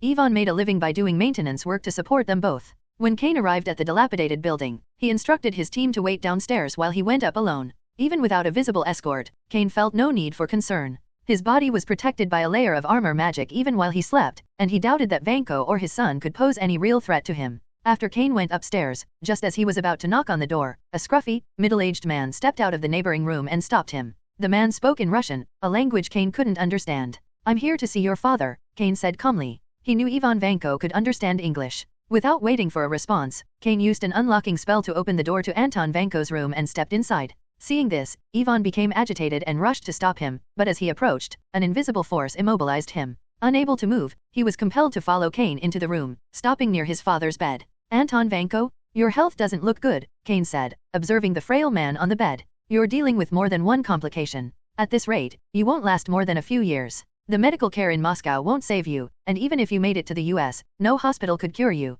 But you're lucky you've met me. Kain pulled a stool and sat by Anton's bedside. Ivan, realizing that Kain meant no harm, became less aggressive after regaining control of his body. He started speaking to Kain in Russian, but Kain held up a hand to stop him. I don't understand Russian, but I know you can understand English, Ivan Vanko, Kain said. With a wave of his hand, Kain cast a minor healing spell on Ivan. It wasn't a miracle cure, but it improved Ivan's physical condition, restoring some of his strength and energy. I know that you and Howard Stark co-developed the arc reactor, and that you still possess the knowledge to replicate it. I want you to join my company. I'll support all of your research, provide you with money, fame, and even restore your health. What do you say? At that moment, Anton suddenly sat up, his movements steadier than before. Ivan, startled by his father's sudden vigor, rushed to help him but soon noticed that Anton's expression had improved significantly. Anton stared at Kain, his hand touching his chest as if to confirm the newfound energy coursing through his body. What's the catch? Anton asked. Money, fame. Are you just after the arc reactor technology? Kain smiled. Not just the technology. You and your son are rare talents in this field. I want your expertise to help improve the arc reactor. Why waste your potential here? Come back to the US with me. Work for my company. Together, we'll build something greater, and you'll reclaim everything you lost. Anton considered Kain's words. The offer was tempting. The mysterious man had already proven his capabilities by healing him. Anton's sudden recovery wasn't due to vodka, it was the work of this stranger. Beyond his own health, Anton thought of his son. Ivan was a genius and deserved better than wasting his life in a decrepit apartment, struggling to survive. I agree, Anton said finally. Ivan and I will accept your offer. The arc reactor technology will be yours. Kain stood, smiling. Excellent. Let's leave this place. It's no environment for either of you. Your travel arrangements are already made, and I promise you will be well cared for in America. You'll have your health, and the arc reactor will reach its full potential. Father and son exchanged a glance. For the first time in years, there was hope in their eyes as they prepared to leave the dilapidated apartment and their hardships behind. Oh, my master? Phil has been worrying every day for such a long time. The master will definitely be fine, but Phil is not.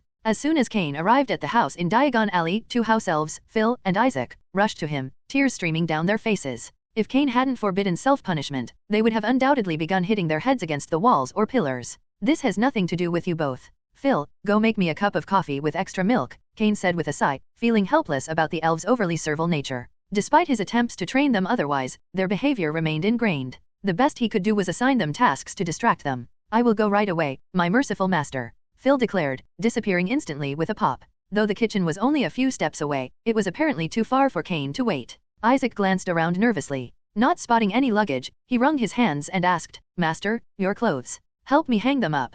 Of course. Isaac will clean them thoroughly as well. Kain left them to their tasks and headed to his study. It had been almost a year since he was last here, and he needed to catch up on any major events that had occurred in the wizarding world during his absence. However, Kain hadn't neglected the non-magical world either. He created 3 shadow clones to handle his affairs there, primarily finances and various industries. Before his departure, he had appointed a manager, and Phil had taken Polyjuice Potion several times over the year to impersonate Kain and collect the quarterly financial reports. Hopefully, this arrangement had been sufficient to keep the managers in line. If not, Kain had no shortage of magical experiments he was eager to try on particularly greedy individuals. At this stage, Kain recognized that the wizarding world could bring him more value. His primary goal for this visit was to obtain more materials from magical creatures, particularly dragon flesh, blood, and, if possible, a dragon egg. Orochimaru, in particular, had expressed a strong interest in acquiring a dragon egg. The last time Kain returned, he had only brought back a small selection of magical creatures. Most were classified as 1 or 2 stars in terms of danger.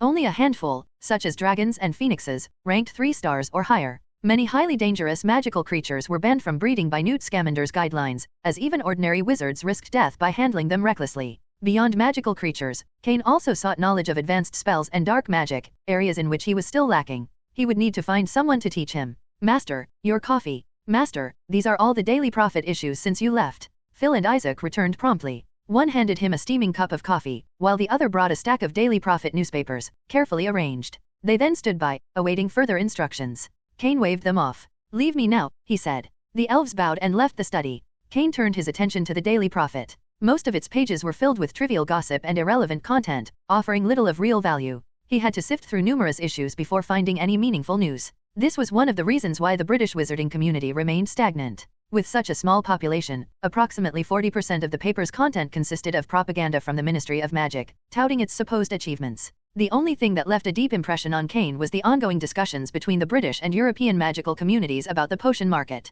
It seemed that specific policies might soon be introduced, allowing European potions to enter the British market. Behind this news, in the debate section, Kain noticed that many wizards supported the idea. The British magical world had far too few skilled potion masters. On the surface, the most notable were Horace Slughorn and Severus Snape. There was also the chief pharmacist at St. Mungo's Hospital for Magical Maladies and Injuries, who was particularly famous for expertise in wound-healing potions and remedies for dark magic injuries. However, their skills were limited to those specific fields. The rest of the potion makers were mostly wizards who had passed their N.E.W.T.S in potions. While they could be called magical pharmacists, they were far from being true potion masters. I should have Guy keep an eye on this. If we can secure the exclusive rights to import potions from 1 or 2 European countries, we'll make a fortune, Kain mused, making a note to follow up on the matter. He turned to the latest issue of the Daily Prophet but found no concrete announcements yet. By the time he finished reading, it was well past lunchtime. He had only snacked on a few pieces of chocolate cake, much to Phil's despair. The elf had prepared a large table of delicious food, but his master barely touched it.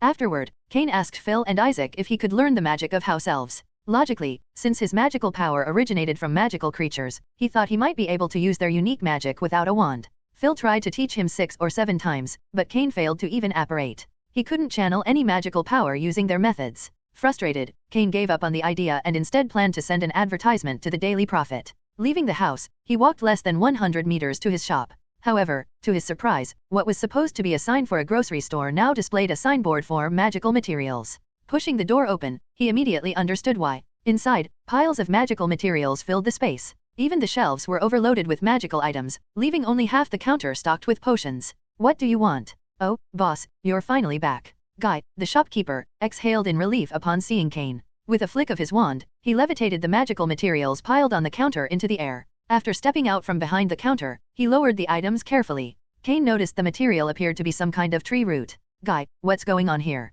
Kain asked curiously, trying to figure out how the shop had changed so drastically in the past year. All of this was an accident. I didn't expect the store to develop into a magic material shop, Guy explained as he poured 2 cups of black tea. He cleared out the chairs meant for guests, allowing Kain to find a place to sit. Boss, since you needed magical creature materials, I initially bought a large supply, but some of them are hard to preserve, and when you didn't come back for a while, the materials started losing their magical properties. To avoid wasting them, I decided to sell them off. After that, wizards started coming here, introduced by their friends. Many of them began selling their own magic materials to us. As Kain listened, he understood how the shop had unintentionally evolved. It was all due to a misunderstanding. Guy had followed his orders, but other wizards assumed this was a shop specializing in potion materials. What had started as a grocery store had now become a magic material trading shop. The potions still occupying half of a cabinet seemed to be Guy's last attempt to stick to the original business. Unfortunately, the Slug and Jiggers apothecary in Diagon Alley wouldn't buy in bulk, and Hogwarts was already abundant in potion ingredients.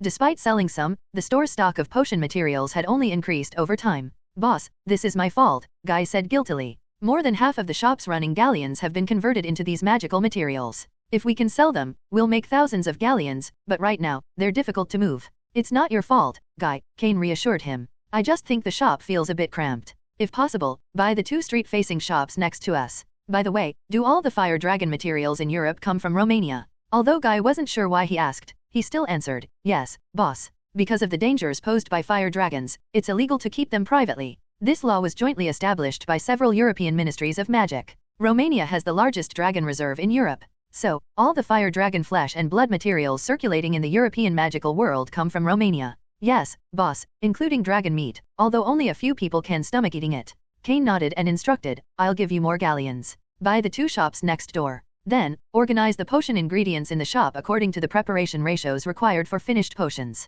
After that, go to the Daily Prophet and post a job advertisement inviting a wizard to teach magic someone strong. Is that all, boss? Yes, that's enough. I'm not sure if it will work, but I need to consult an expert. Kain was about to leave, as he wasn't needed at the shop for now. Before he left, Guy handed him some of the rarer potion ingredients as a parting gift. After Kain returned home, he found the letter Newt Scamander had sent him previously, which included Newt's current address. Kain didn't know anyone at the Romanian Dragon Reserve, but the only person he was acquainted with who had a connection to the place was Newt. Although they had only exchanged 1 letter, Kain could tell that Newt was a friendly and approachable wizard. Soon, Kain received a reply. Newt lived not far from London, and at an owl's speed, it would take just half a day for letters to go back and forth. In the letter, Newt invited Kain for afternoon tea and thanked him for his previous donation. Newt explained that he had given all the galleons to some of his friends who shared his passion for magical creatures. He noted that they were still busy with their work. Upon receiving Newt's reply, Kain felt a glimmer of hope. If Newt could help, his plan might go smoothly. And if everything went according to plan, Kain could become a leading magic material tycoon in Europe in the near future. After settling the matter with Newt, Kain found another letter, this one from Hermione. Since she didn't know where Kain had gone, she had sent it to Phil at Diagon Alley. Although Kain had prepared Christmas presents for her before leaving, according to Phil, Hermione had come to Diagon Alley during the Christmas holidays. Disappointed that her godfather wasn't there, she left after staying for a while. Kain wrote her a reply, including some knowledge he had gained during his time in the United States, and sent it to Hogwarts via owl. Mr. Scamander, first time meeting, I'm Kain Pent. Thank you for helping me speak to Professor Dumbledore last time. Halfway through Kain's words, he suddenly felt that Newt Scamander's eyes were a little strange. Newt didn't reply, just kept looking at him. Mr. Scamander. After hearing Kain's shout, Newt came back to his senses, looked at the cat lying on the ground beside him, smiled, and said to Kain, "Sorry, Mr. Pent, I'm getting old, often a little dazed." "That's all right, but Mr. Scamander, you seem to be in very good spirits." After a few polite exchanges between Kain and Newt, he led Kain to the fireplace in the living room, where black tea and snacks had been prepared in advance. Newt Scamander's wife wasn't home, and they were the only ones in the house now. Not long after sitting down, Newt asked, "Mr. Pent, I gather you must have other matters to discuss with me. Is it related to Dumbledore?" "This time, it has nothing to do with Professor Dumbledore. It's a personal matter." Kain smiled and continued, "Among the people I know, only Mr. Scamander knows the Romanian Dragon Training Farm, so I would like to ask you to recommend it to me." "Romanian Dragon Farm?" Newt asked. Kain nodded and said, "Yes, I want to contract all the dragon materials produced by the Romanian Dragon Training Farm, so I hope you can introduce me to the people there." It turns out that the Romanian Dragon Training Farm does sell a lot of fire dragon materials every year. Taming a fire dragon is not an easy task, and it consumes a lot every year. The support provided by the Ministry of Magic in various countries is not enough for the Dragon Training Farm. That's why Bill decided to sell some fire dragon materials as supplies for the dragon training ground. Scamander slowly introduced the situation of the Dragon Training Farm. He mentioned that Bill was probably the manager of the Dragon Training Farm. The managers of the Romanian Dragon Training Farm are not easily chosen. They have to not only prevent the dragons from running wild but also face dark wizards poaching the dragons. Insufficient funds have always been a headache for the dragon training facilities in Romania. After hearing about the Romanian Dragon Training Farm, Kain nodded thoughtfully and said, "If that's the case, Mr. Scamander, maybe I can help them solve some of their problems. If Bill hears the news, he will definitely be happy. I'll accompany you there. I can find someone I know and apply for the International FLU network," Scamander said with a smile. "Thank you then, Mr. Scamander." Hearing that he agreed, Kain should have been happy, but he always felt something strange in Scamander's eyes. After taking a sip of black tea, Kain couldn't help but ask, "Mr. Scamander, is there anything strange about me?" Scamander's cloudy eyes lit up for a moment, and he immediately replied, "Yes, did you find out too?" Kain almost choked when he heard this. He had been polite, but didn't expect Scamander to take it seriously. "My cat has a special intuition. It doesn't display special behaviors toward powerful wizards, it only acts like this after facing those powerful magical creatures." Scamander pointed to the cat that was still lying on the ground with its head sunken, as if it were about to bury its entire furry head in the carpet. Could it be asleep? After Kain finished speaking, Scamander took out his wand and lightly tapped the cat on the head with a magic spell. After being tapped, the cat just poked its head slightly and then sank back down. "It's amazing, Mr. Pent. Even if Dumbledore wanted to touch it, he could only get a paw, but it showed submission to you?" "Yes, it should be submission." Scamander withdrew his wand and continued to look at Kain with great interest. "Well, Mr. Scamander, I think I know the reason, and I can tell you about it." After Kain finished speaking, he snapped his fingers, and the snacks on the table floated toward him before falling into his hands. "I'm not a squib anymore. I used the blood of the phoenix and the fire dragon, which allows me to use magic and gain more powerful magical abilities. Hehe, I can only say that your cat has very keen senses, others can't see the magic in me at all." After finishing his explanation, Kain used another levitation spell to lift the cat from the ground to his lap, then slowly stroked its long hair. Casting spells without a wand, and silent spells. Even the most powerful aurors rarely do both. "Mr. Pent, your spellcasting talent is comparable to that of some powerful goblins." Scamander shook his head and said, "If I hadn't seen it with my own eyes, I wouldn't have believed this." "And the blood of fire dragons and phoenixes, you say? My feeling just now wasn't wrong. The young man in front of me really gives off the feeling of fantastic beasts." Using the cat was just an excuse for Scamander. He wanted to confirm his feelings. After decades of working with magical animals, his knowledge of them was likely the most extensive in the British magical world. The moment he saw Kain, Scamander had this feeling. Then he got the answer he wanted through step-by-step inquiries during their conversation. Scamander became even more interested. With a wave of his wand, he closed the doors and windows, citing the excuse that the house was in disrepair and might leak. Although Kain didn't believe Scamander's flimsy reasons, he stayed and explained many of his doubts to him.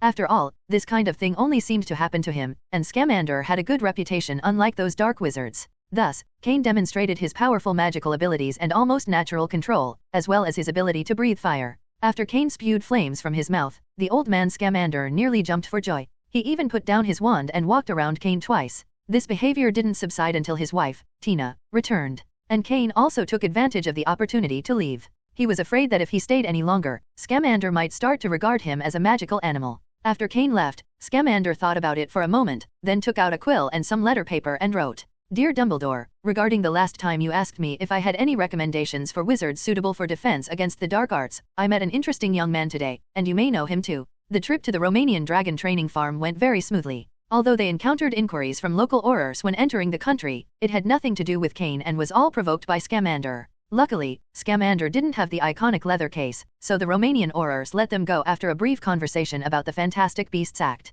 With Scamander's recommendation, Kain met Bill, the manager of the dragon training farm, without any issues. After the meeting, Kain didn't beat around the bush but directly stated his purpose. He wanted to contract all the fire dragon materials produced in Romania, including the fire dragons that might go berserk and hurt people, which are killed every year. He wanted to buy them all himself. Upon hearing this, Bill instinctively didn't want to agree because it seemed absurd, but Kain knew he would have this reaction, so he quickly outlined the benefits of doing so for him. There would be a unified and fixed sales channel, eliminating the need to deal with numerous buyers each year, thus saving a lot of trouble. Kain also offered to donate 7,000 galleons to the Romanian dragon farm annually. Furthermore, the price of dragon materials would be doubled. Bill was particularly moved by the last two conditions. With the increased income from galleons, they could recruit more dragon tamers and purchase many more protective magical items. This would give them greater confidence in dealing with dark wizards who poached fire dragons. It would also improve the treatment of fire dragons and dragon trainers, benefiting both dragon reproduction and overall farm management. All Bill had to do was sell all the fire dragon materials produced by the Romanian dragon training farm to Kain. The only thing holding Bill back was that there were other wizards in the European magical community who also wanted to buy fire dragon materials, some of whom had a good relationship with him. Kain had anticipated this concern and addressed it by offering Bill some membership cards to his magical material store. Bill's friends could use these cards to purchase dragon materials from him first. This arrangement not only resolved Bill's concerns but also promised greater income and a better future for the Romanian dragon training farm. Kain, in turn, could monopolize the fire dragon materials in the European magical world. These materials would eventually be bundled with other magical supplies in his store. This is why he had asked Guy to buy 2 shops. Bill thought about it for a while and finally agreed to Kain's conditions. Kain knew exactly how many galleons he could earn next, so he signed a very powerful magic contract with the Romanian dragon training farm, increasing the damages for breach of contract to 800,000 galleons. When Kain stated this amount, he said it to Bill in a very awe-inspiring manner, warning that if he defaulted on the contract and failed to purchase the fire dragon materials, Bill could use the magic contract to make him pay a heavy price. Bill was a little moved and finally signed the magic contract decisively. With the establishment of this magic contract, Kain's road to monopolizing magical materials in the European magical world had already begun. After returning, Kain had to purchase a large amount of magical materials, first monopolizing the British magical world, and then expanding into other countries. When fire dragon materials could no longer be found elsewhere, they would have no choice but to go to Kain in Diagon Alley to buy them. The materials from the fire dragon were among the most versatile magical materials. Even dragon blood, discovered by Dumbledore, had 12 different uses, not to mention dragon meat, dragon hearts, and so on. After dealing with the Romanian dragon farm, Kain and Scamander returned to the UK via the international FLA network.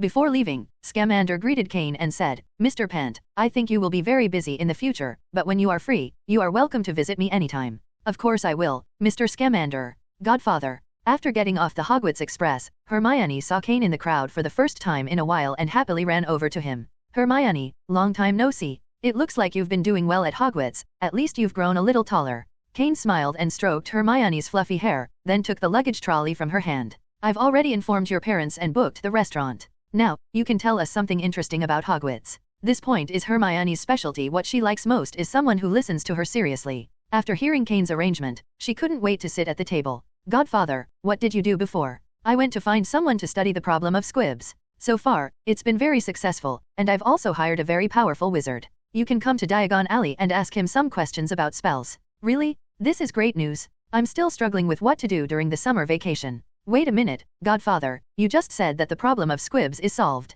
Kain had booked a restaurant next to the Thames River. The night view here was beautiful, and the dishes were exquisite. After eating here, he even wanted Phil and Isaac to come to learn cooking skills. The cooking skills of the house elves seemed to be passed down through the family. They cooked a lot each time, but there weren't many delicacies, and the food was mostly traditional British fare. After Hermione sat down at the table, she began to tell stories about her school trips.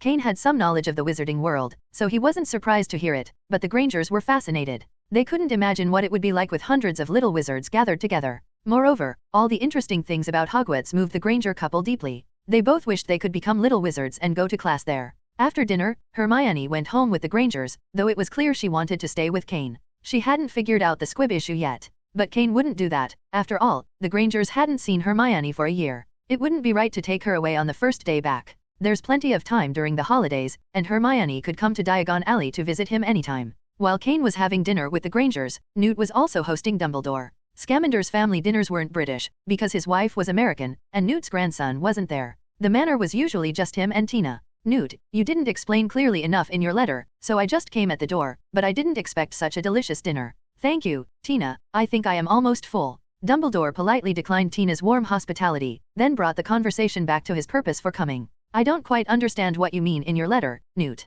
Can you explain it to me in detail? Of course, Dumbledore, you should remember the letter I sent you when school started. Newt swallowed the food in his mouth, wiped his mouth, and then said to Dumbledore. Of course I remember. Thanks to Mr. Pent and Fox, this year Hogwarts has a new look, and the potions classroom that Severus had requested for so long has finally been renovated.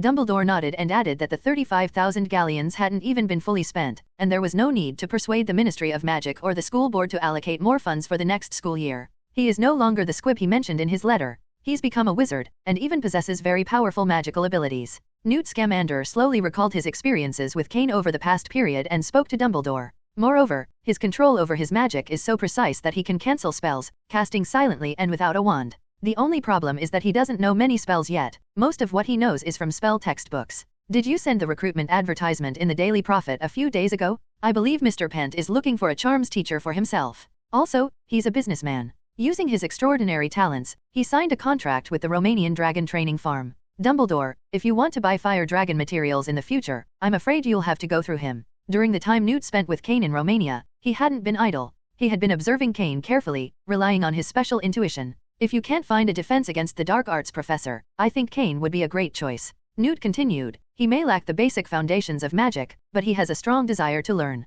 When I used a spell he didn't understand, I noticed he would secretly try to learn it. After I cast the spell 3 times, Kain had completely memorized and mastered it, which amazed me. Dumbledore listened intently as Newt spoke about Kain, and after thinking for a while, he asked, if that's the case, his strength would be enough to teach the second-year defense against the dark arts class. But Newt, do you think Mr. Pent would be willing to come to Hogwarts as a professor? Newt waved his hand dismissively and replied, of course, Dumbledore. The professors at Hogwarts have access to the library and even the forbidden section. With Mr. Pent's financial resources, I believe you could even invite him as a Hogwarts trustee. Mr. Pent also seems to have a Muggle-born goddaughter. Yes, she's in the first year. Hermione Granger. I heard she excels in every class. Dumbledore paused thoughtfully. Since Quirrell's incident, he had been pondering who to invite as the new professor. He already had one candidate in mind and had been considering extending an invitation. But after reading Newt's letter and hearing his suggestion, Dumbledore now hesitated. Newt's proposal also moved him a little. One was a genius with the potential to grow into the most powerful wizard and may even become the school trustee at Hogwarts. The other could expose the liar's deceit at Hogwarts, returning the truth to the wizards who had been misled.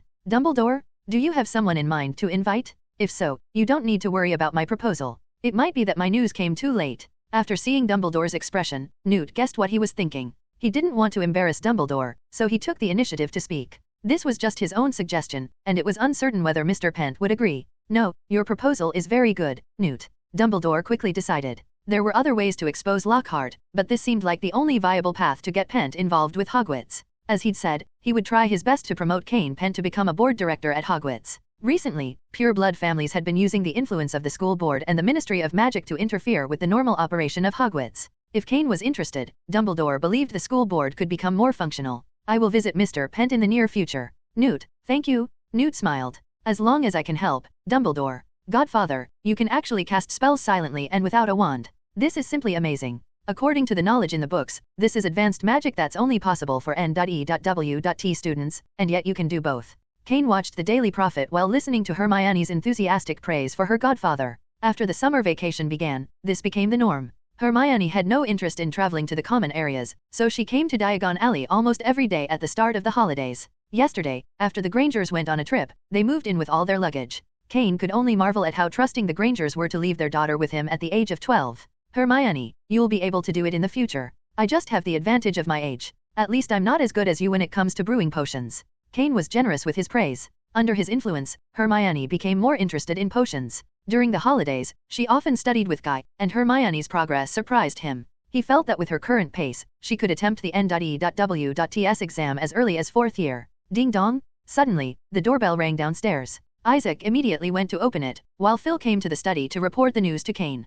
Kain and Hermione often liked to stay in the study during the week, as he had many books there. It should be the hired wizard who's arrived. Hermione, come and take a look with me. Yes, Godfather. Hermione jumped up like a bunny, then slipped her little feet, wrapped in silk stockings, into the slippers, and followed. She liked to sit on the ground and read, so it would be uncomfortable to wear shoes at that time. Not to mention, Phil and Isaac cleaned the house very thoroughly every day, and there was almost no dust to be found. Even without shoes, the soles of her feet wouldn't get dirty. When they reached the door, Hermione immediately saw a familiar wizard and exclaimed in surprise, Professor Dumbledore. Why are you here? Did you come to find the Godfather? Hermione had originally wanted to ask if Dumbledore had come to see her, but since she had helped deliver a letter to him at the start of the school year, she asked that instead. Yes, Miss Granger. Mr. Pent, I hope I didn't disturb you by showing up unannounced, Dumbledore said apologetically, realizing he hadn't asked in advance and had just followed Lupin directly to visit.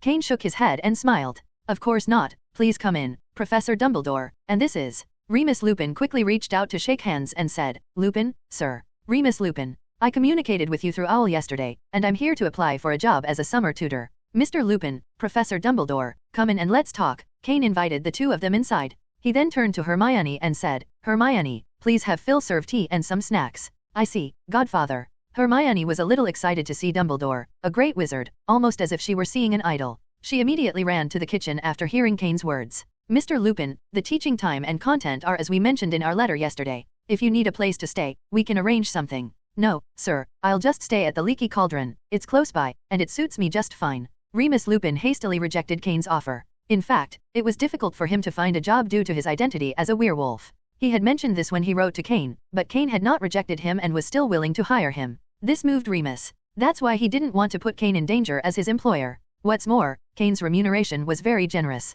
As long as he taught for the vacation, he would have enough money to live until the end of the year. During this period, he would have plenty of time to find another job. Headmaster Dumbledore, I haven't had a chance to thank you for your gift last time. Thank you for your willingness to give me the items from the Phoenix. After Kain and Lupin finished discussing the matter, Kain smiled at Dumbledore. Although he had bought the flesh and blood of the Phoenix for 35,000 galleons, no one would say something so crude. It was like saying you couldn't just pray to a god, you had to buy candles with money to show sincerity. Dumbledore smiled and said, Fawkes is very happy as well. But compared to those things, Mr. Pent has helped Hogwarts much more. Kain was polite for a moment, then went straight to the point. Then, Headmaster Dumbledore, why did you come to see me today? In fact, it has something to do with Scamander. But I hope you can forgive him before we go further. Scamander mentioned something about you, and of course, it has something to do with me. Dumbledore first explained for Newt. Without this explanation, Kain might wonder how Dumbledore knew about him. If you're interested in Hogwarts, Mr. Pent, I would like to invite you to become a trustee of Hogwarts and also the Defense Against the Dark Arts professor.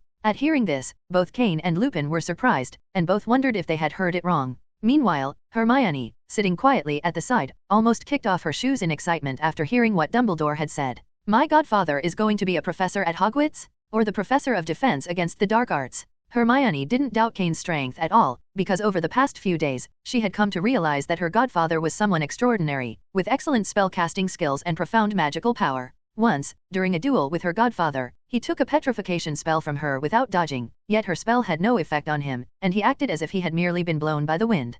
Kain asked, puzzled, Headmaster Dumbledore, why did you invite me? I don't seem to know much about defense against the dark arts. Even Mr. Lupin. I can't, Mr. Pent, because you know that Hogwarts isn't suitable for me, Lupin quickly interrupted, shaking his head. He explained that he had turned into a werewolf every year while attending Hogwarts. Back then, Sirius and James Potter had accompanied him. If he were to go to Hogwarts now, it would pose a great threat to the students unless Dumbledore agreed to accompany him every time the moon was full. But my magic level. Dumbledore slightly interrupted and gestured for Kain to continue. I'm sorry, Mr. Pent, but can I talk to you alone? Hermione, if you have any questions about spells, you can ask Mr. Lupin. After he finished speaking, Kain led Dumbledore to the study. Once inside, Dumbledore first praised the collection of books in the room before explaining the reason for his invitation. The purebloods were trying to use their influence on the school board to sway Hogwarts education. It seemed they had lobbied the Ministry of Magic to cut funding for Hogwarts, with the board increasing its influence in the school as a result. Although Dumbledore had no solid evidence, Cornelius Fudge still felt a bit wary of him. Dumbledore's refusal to become Minister of Magic made Fudge uneasy, as he believed Dumbledore could reclaim the position at any time. If it hadn't been for the 35,000 galleons Kain had donated to Hogwarts last year, which gave Dumbledore more confidence in resisting the school board, he might have had to compromise a lot more this year. Hogwarts had many expenses, especially with the new students enrolling every year. Many Muggle-born students had secret subsidies from Hogwarts, making it easier for them to buy their wizarding supplies. As for inviting Kain, that idea had also come from Scamander. Scamander had a magical intuition. After spending a few days with Kain, he could sense that Kain's approach was very different from that of the Death Eaters. Moreover, recruiting a defense against the dark arts professor was no easy task. Dumbledore had many friends, but almost none of them were willing to take on the defense against the dark arts position. Even Lockhart had been reluctant. Dumbledore had to rely on Harry's reputation to invite potential candidates. Mr. Pent, Scamander told me that you are very proficient in spells from the 1st to the 7th years at Hogwarts, and you are also very experienced in defense. I also heard that you love reading books. The Hogwarts library is, in fact, the finest in England, Dumbledore continued, expressing his sincerity. No other institution or bookstore has a collection of books that can compare with Hogwarts. This library contains rare texts, including spellbooks from centuries ago. Kain didn't immediately agree to Dumbledore's offer. Instead, he thought it over for a while. He knew that Dumbledore wanted to win him over to fight against the school board and even the Ministry of Magic. The only thing Dumbledore truly cared about was Hogwarts and the students within it. The issue Hogwarts was currently facing was a lack of funding for education. Kain wasn't short of money, and he would soon be able to monopolize magical materials in Britain and even Europe. Unless the other party didn't require fire dragon materials, anyone who needed them would have to buy a batch of other materials from him. This kind of bundling would be the first of its kind in the wizarding world and would annoy them for years to come. Kain would also make a substantial amount of profit from it. Donating an annual education fund to Hogwarts was no issue for Kain, but what he cared about was the return on his investment. Headmaster Dumbledore, would the defense against the dark arts professor be able to access the restricted section of the library? Dumbledore paused for 2 seconds before replying, of course, no problem. Any professor is eligible to go to the restricted section, but be warned some of the curses there are dark magic and invisible. Don't worry, Headmaster Dumbledore. I may be immune to curses, much like Fawkes, Kain said, standing up and extending his hand to Dumbledore. I can come to Hogwarts at any time. As for the invitation from the school board, I accept. The Kain Magic Materials Store will also donate 20,000 galleons to Hogwarts every year. Dumbledore, being a wise man, considered Kain's words for a moment and then guessed what he was thinking. If there are interviews, I have most of the time, Professor Pent, Dumbledore replied. With their hands clasped together, Kain and Dumbledore reached a consensus. Kain would donate 20,000 galleons a year, which would cover nearly half of Hogwarts' expenses. In return, Dumbledore would help promote Kain's Magic Materials Store when the Daily Prophet came to interview him, possibly mentioning the store as part of the publicity. As the greatest wizard in Europe and the head of the most famous magic school in the UK, the association between Kain's store and these two would provide extensive exposure. Kain's donation to Hogwarts would soon pay dividends. Professor Pent, I will help you tidy up the office. There may be a meeting with the school board soon, and I will send you a letter by Al, Dumbledore said. Of course, I look forward to hearing from you at any time, Headmaster Dumbledore, Kain replied with a smile as he opened the door to leave with Dumbledore. However, the moment he opened the door, Hermione, who had been eavesdropping, fell inside. Kain waved his hand and used the levitation charm to prevent her from falling. Hermione, slightly embarrassed by being caught, quickly combed through her messy hair and, with a flushed face, said, Godfather, Professor Dumbledore, I just wanted to ask would you like some tea? No, Miss Granger, I think I should take my leave, Dumbledore said with a smile, and then walked out the door. After Kain released the spell on Hermione, he also followed Dumbledore out. After going downstairs, Dumbledore exchanged a few words with Lupin. After being sent out by Kain, both left directly with apparition. Convenient magic, Kain praised, then turned and went back inside the house. Godfather, are you really going to teach at Hogwarts? And you're still going to be the professor of defense against the dark arts? That's so powerful. But, Godfather, will this be dangerous? There's a rumor at Hogwarts that it's the Dark Lord who cursed the position of defense against the dark arts professor. At first, Hermione was a little excited about Kain becoming a professor at Hogwarts, since he was her godfather. But soon, she became worried. She had heard that none of the recent defense against the dark arts professors had lasted more than a year. Hermione, don't be so afraid of Voldemort. He's not that strong, Kain said, his voice calm. He didn't fear Voldemort because he knew there were many stronger beings out there, such as Uchiha Madara and Kaguya in the ninja world, or Thanos in the Marvel world. Any one of them was stronger than Voldemort. After hearing Kain's words, Hermione looked at him with concern. But Godfather, Voldemort is really powerful. Is he strong? Hermione, who do you think is stronger, Voldemort or Dumbledore? Hermione replied decisively, of course, Dumbledore. If there's a wizard as strong as Dumbledore in the British wizarding world, then Voldemort can only go to Nocturne Alley and work as a broker, Kain said with a smile. He stroked Hermione's messy hair, wondering if he should buy her a detangler, though the curly hair felt soft enough. You have to remember, Hermione, Kain continued, all fear comes from insufficient firepower. When you're strong enough, Voldemort will be nothing. During the holidays at Hogwarts, Kain was learning magic from Lupin in addition to managing the magic material shop. His mastery of magic power also opened Lupin's eyes. This was the first time Lupin realized that there are wizards who can perform magic far better than those using wands. If it weren't for Kain's appearance, Lupin would have thought he was teaching a magical creature.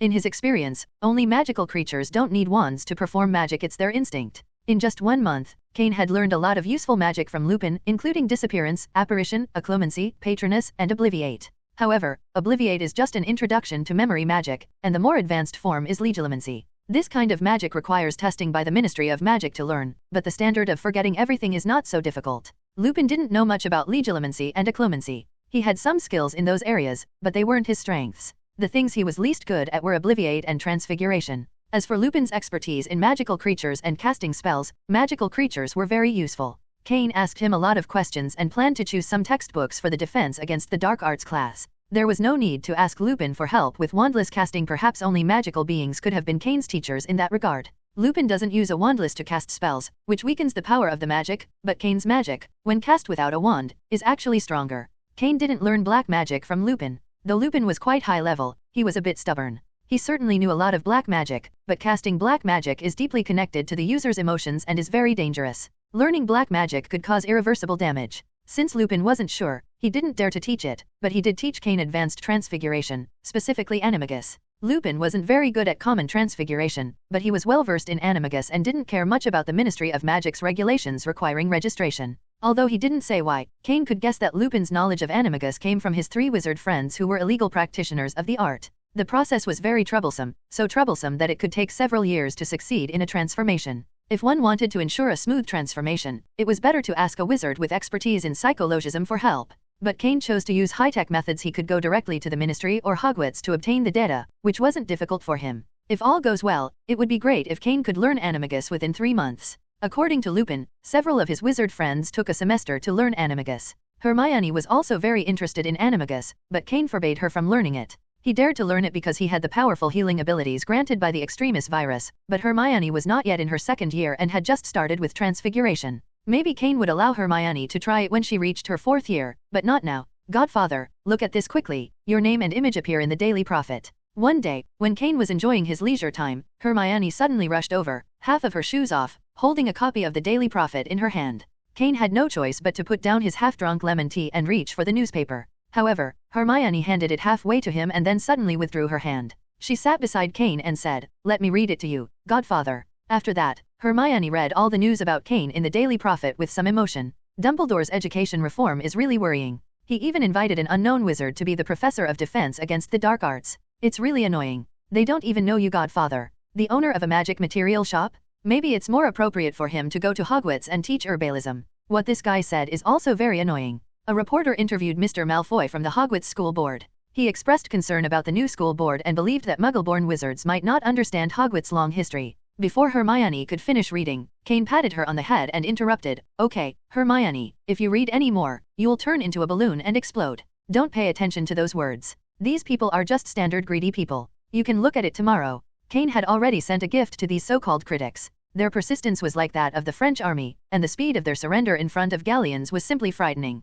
These people are not only discriminatory, but also jealous, Kain said with a smile. When he returned from the Romanian dragon training ground, Kain had asked Guy to buy a large number of fire dragon materials on the market. Half a month ago, fire dragon materials in the British magical world were scarce. Moreover, with Kain's involvement, the prices of various fire dragon parts had risen significantly, and the price of dragon blood had even tripled. Some people had already noticed the abnormal price increase of fire dragon materials. They sent people to Romania, but the news they received was unpleasant. The fire dragon materials had been contracted by Kain, and if they wanted to buy fire dragon materials in the future, they could only purchase them from the black market wizard who poached the dragons unless they bought from Kain. However, Kain had provided galleons to the Romanian dragon training farm, which had strengthened the trainer's ability to fight against poachers. As a result, dragon materials would become increasingly rare on the black market in the future. During this more than a month, Kain had received 2 potion stores from Europe. Because they couldn't buy dragon materials, they had to sign a transaction contract with Kain's magic material store. The inventory that Guy bought was directly reduced by more than half, so he and 3 other employees had to purchase a large amount of magic materials and carry out annexation expansion.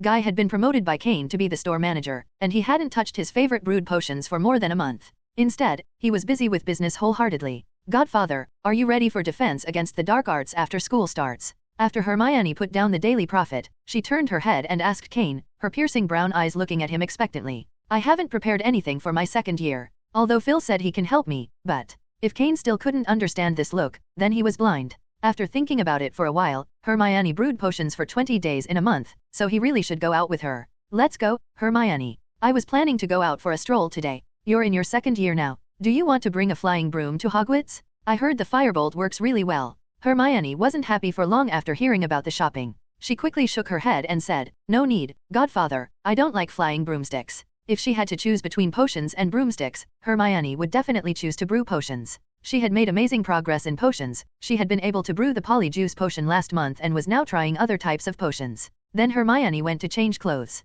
She often wore white tights at Kain's house, and although the reason given was that they were more comfortable, Hermione would change into other clothes when she went out. Now that school was approaching, Diagon Alley was full of wizarding families who had come to buy items. The Grangers didn't come today. Maybe Hermione had gone back to tell them yesterday. Godfather, we can go to the bookstore first. Today is Mr. Lockhart's new book launch. I want to buy a set of his travel notes. Hermione was wearing a wizard robe, full of active and youthful energy. She now resembled a little white rabbit leading the way. Lockhart? He writes well, but he seems like a liar himself. Kain thought of this person and whispered in Hermione's ear. This guy had a lot of fans. If Kain had said this in public, he might have been in trouble. Hermione opened her small mouth in disbelief and said, how is that possible? Kain replied, this is what Dumbledore told me. He originally chose Lockhart for the defense against the dark arts class because Hogwarts could expose him, but now it's replaced by me. Dumbledore should have other plans though. The greatest wizard of this century, and one of her favorite wizard writers, Hermione was a little embarrassed when she heard these words. After a moment, she still decided to trust Kain and Dumbledore, but she still seemed to find the idea as unpleasant as the taste of earwax-flavored jelly beans. Kain smiled when he saw Hermione's puffy cheeks and persuaded her. His stories are all plagiarized from other wizards, using Obliviate. The ones in the book should be true, and you can replace them with others when you read them. Stories are true. Absolutely not. It's plagiarism. It's a crime. Hermione said angrily. I hope Professor Dumbledore exposes this shameless guy soon. Next, Hermione deliberately avoided the bookstore, taking Kain to other places to buy what she needed. What she could change were the wizard clothes and textbooks. After visiting some dessert shops, Hermione finally went to the bookstore. However, when Kain and Hermione arrived at the bookstore, they saw a commotion in front of it, as if someone was fighting. Godfather, those are my friends, Harry and Ron. Hermione spotted her friends from the academy in the fight and tugged on Kain's clothes. Can I help them, Godfather? That guy Malfoy is very annoying at school. People around you will notice you. The Ministry of Magic does not allow wizards to use magic duels in Diagon Alley. Put away your wands, Hermione. Kain told Hermione to put her wand back and cast a silent binding spell, remembering that Lucius Malfoy had vilified him in the Daily Prophet. The next second, Lucius Malfoy, who was fighting, was imprisoned by a magical force. His eyes widened, and he was punched several times by Arthur Weasley. However, Arthur also noticed that Lucius was imprisoned by magic, so he wouldn't fight back. After he stopped, Lucius suddenly regained his freedom. You have a good helper, Arthur. Lucius said to Arthur Weasley with resentful eyes. It was the first time he'd been so humiliated. Under the watchful eyes of dozens of people, he was punched several times by Arthur, his deadly enemy, and couldn't fight back. And most importantly, he hadn't figured out who had cast the spell, otherwise, he could have reported it to the Ministry of Magic to have Arthur fined. Isn't this Mr. Malfoy? Someone next to them suddenly spoke. After hearing this, Lucius and Arthur turned their heads to look in the direction of the voice. They saw a handsome wizard with a noble air. After the young wizard greeted them, he walked towards them, followed by a little wizard with fluffy hair. It was just that Arthur felt this person looked familiar, as if he had seen him somewhere a few days ago. Mr. Kain Pent. Lucius gritted his teeth and called out Kain's name. He probably guessed who had cast the imprisonment curse on him.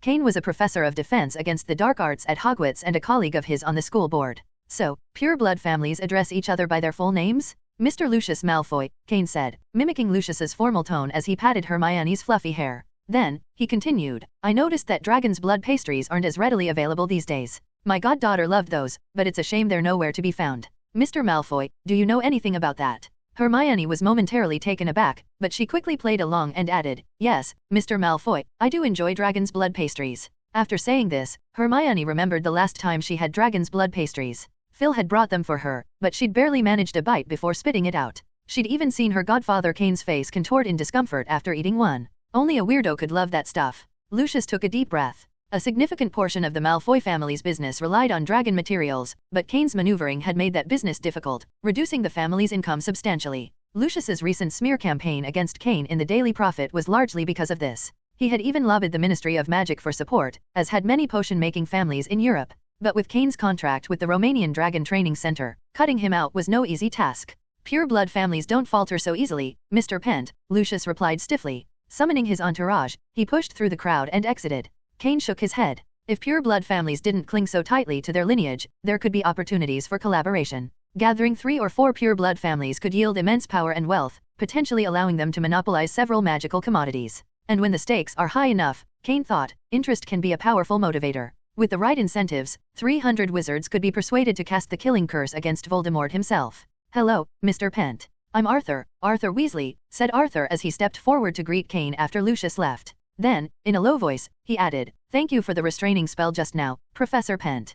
Kain chuckled. Think nothing of it, I don't like that guy either. While Kain was speaking with Arthur, Hermione moved over to her friends. Harry, Ron, are you two all right? She asked. Harry looked thoughtful. Hermione, is that your godfather? Is he the new defense against the dark arts professor? I read about him in the Daily Prophet. At the Weasleys' house, Harry had read previous issues of the Daily Prophet out of curiosity about the wizarding world. Of course, my godfather is really powerful, Hermione said excitedly. Harry, you'll have a chance to learn a lot from him once school starts. Other than Dumbledore, I've never seen a wizard as skilled as my godfather. Hermione's face glowed with a mix of pride and admiration. Before Kain learned magic, she had respected and relied on him, but now, after witnessing his spellcasting skills and ease with magic, her respect had deepened into reverence. And he treated her incredibly well. When Hermione shared stories of her life with her godfather with her friends from wizarding families, they thought she was exaggerating. Such a lifestyle was rare even among pure-blood families, let alone for someone from a muggle background like Hermione. Ron looked unconvinced, his expression skeptical. Is he really that powerful? He seems pretty young to me. Ron, you just haven't seen Godfather Kain in action yet. At Hogwarts, you'll get plenty of chances, Hermione replied, raising her chin slightly. Though she disliked it when people doubted her godfather, just like the critics in the Daily Prophet, she figured Ron's opinion was likely influenced by them. She was confident that once he spent time around Kain, he'd see his brilliance. Hermione, are you ready to go? Kain called over, having wrapped up his conversation with Arthur. There wasn't much left to discuss, as Arthur's fascination with Muggle objects didn't overlap with anything Kain found interesting. Yes, Godfather, we can talk more about it once we're back at Hogwarts, Hermione replied, trotting over to his side, eager to do a bit of shopping. As Kain noticed Arthur's enthusiasm for Muggle inventions, he thought about something important in the magical world, enchanted objects. Arthur's modified car was a basic example of wizarding alchemy, but Kain was more intrigued by goblin-crafted magical items, which often remained impenetrable to wizard understanding even after centuries. It also reminded him that the basilisk at Hogwarts was valuable, and that he'd forgotten to retrieve the notebook from Ginny. Once he was back at Hogwarts, Kain planned to get the Vanishing Cabinet from the Room of Requirement so he could travel easily between Hogwarts and Diagon Alley. His business was just beginning, and in the European wizarding world, there was always high demand for dragon materials and enchanted items. With exclusive access to dragon materials, Kain could dominate the entire European market. In fact, he had already started. By marking up the price of his magical materials 1.5 times, he was making more galleons by reselling than others earned by laboriously cultivating herbs. After they finished shopping, Kain asked Hermione if she wanted to go anywhere else, happy to spend time out with his goddaughter. When the term began, Kain didn't take the Hogwarts Express with Hermione. Instead, he arrived at the school early to familiarize himself with the environment. After all, getting lost in the castle on his first day of class would be rather embarrassing. Professor Pent, Hogwarts welcomes you, greeted Dumbledore, who had come in person to meet him. Alongside Dumbledore were Professor McGonagall, the stern professor he'd met twice before, and Snape, the rather greasy-looking potions master. Professor Dumbledore, I'm very pleased to be teaching at Hogwarts. I've done a lot of preparation to be a good teacher for the defense against the dark arts class, Kain replied with a smile. Under Dumbledore's introduction, he met the rest of the Hogwarts staff.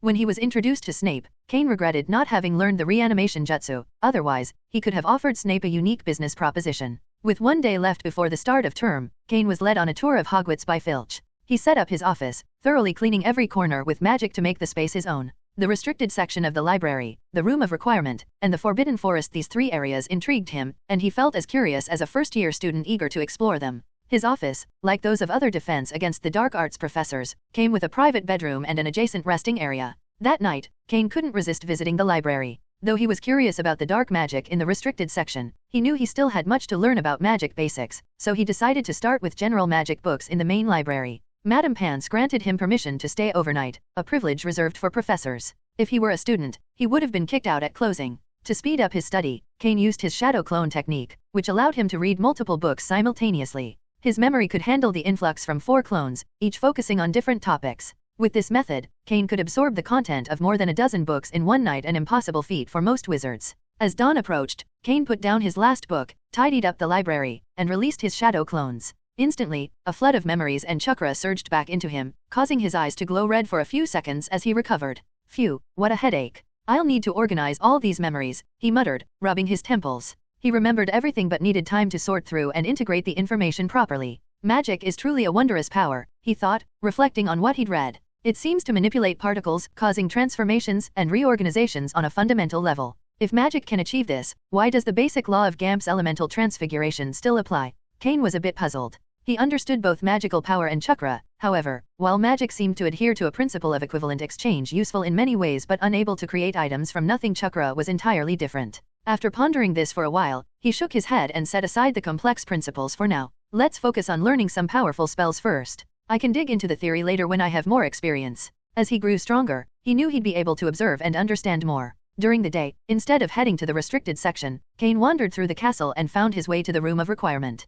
There, he discovered the vanishing cabinet. As a school professor of defense against the dark arts and trustee of school, he figured it wouldn't be unreasonable to set up a convenient back door for himself. As evening fell, signaling the arrival of the new students, Kain made his way to the Great Hall. Dumbledore and the other professors were already seated. Spotting Kain, Dumbledore gestured to the seat next to him, indicating that it was reserved for him. Not long after Kain sat down, students began filing into the hall. He spotted Hermione, who smiled and waved at him before sitting with Ron and Harry. He was a little surprised to see Ron and Harry. He recalled that the Malfoy family's house elf, Dobby, had tried to prevent them from attending Hogwarts, forcing them to arrive in Arthur's modified car. But somehow, things had changed. The sorting ceremony soon concluded, and once all the new students were seated, Dumbledore rose to make his announcements before the feast.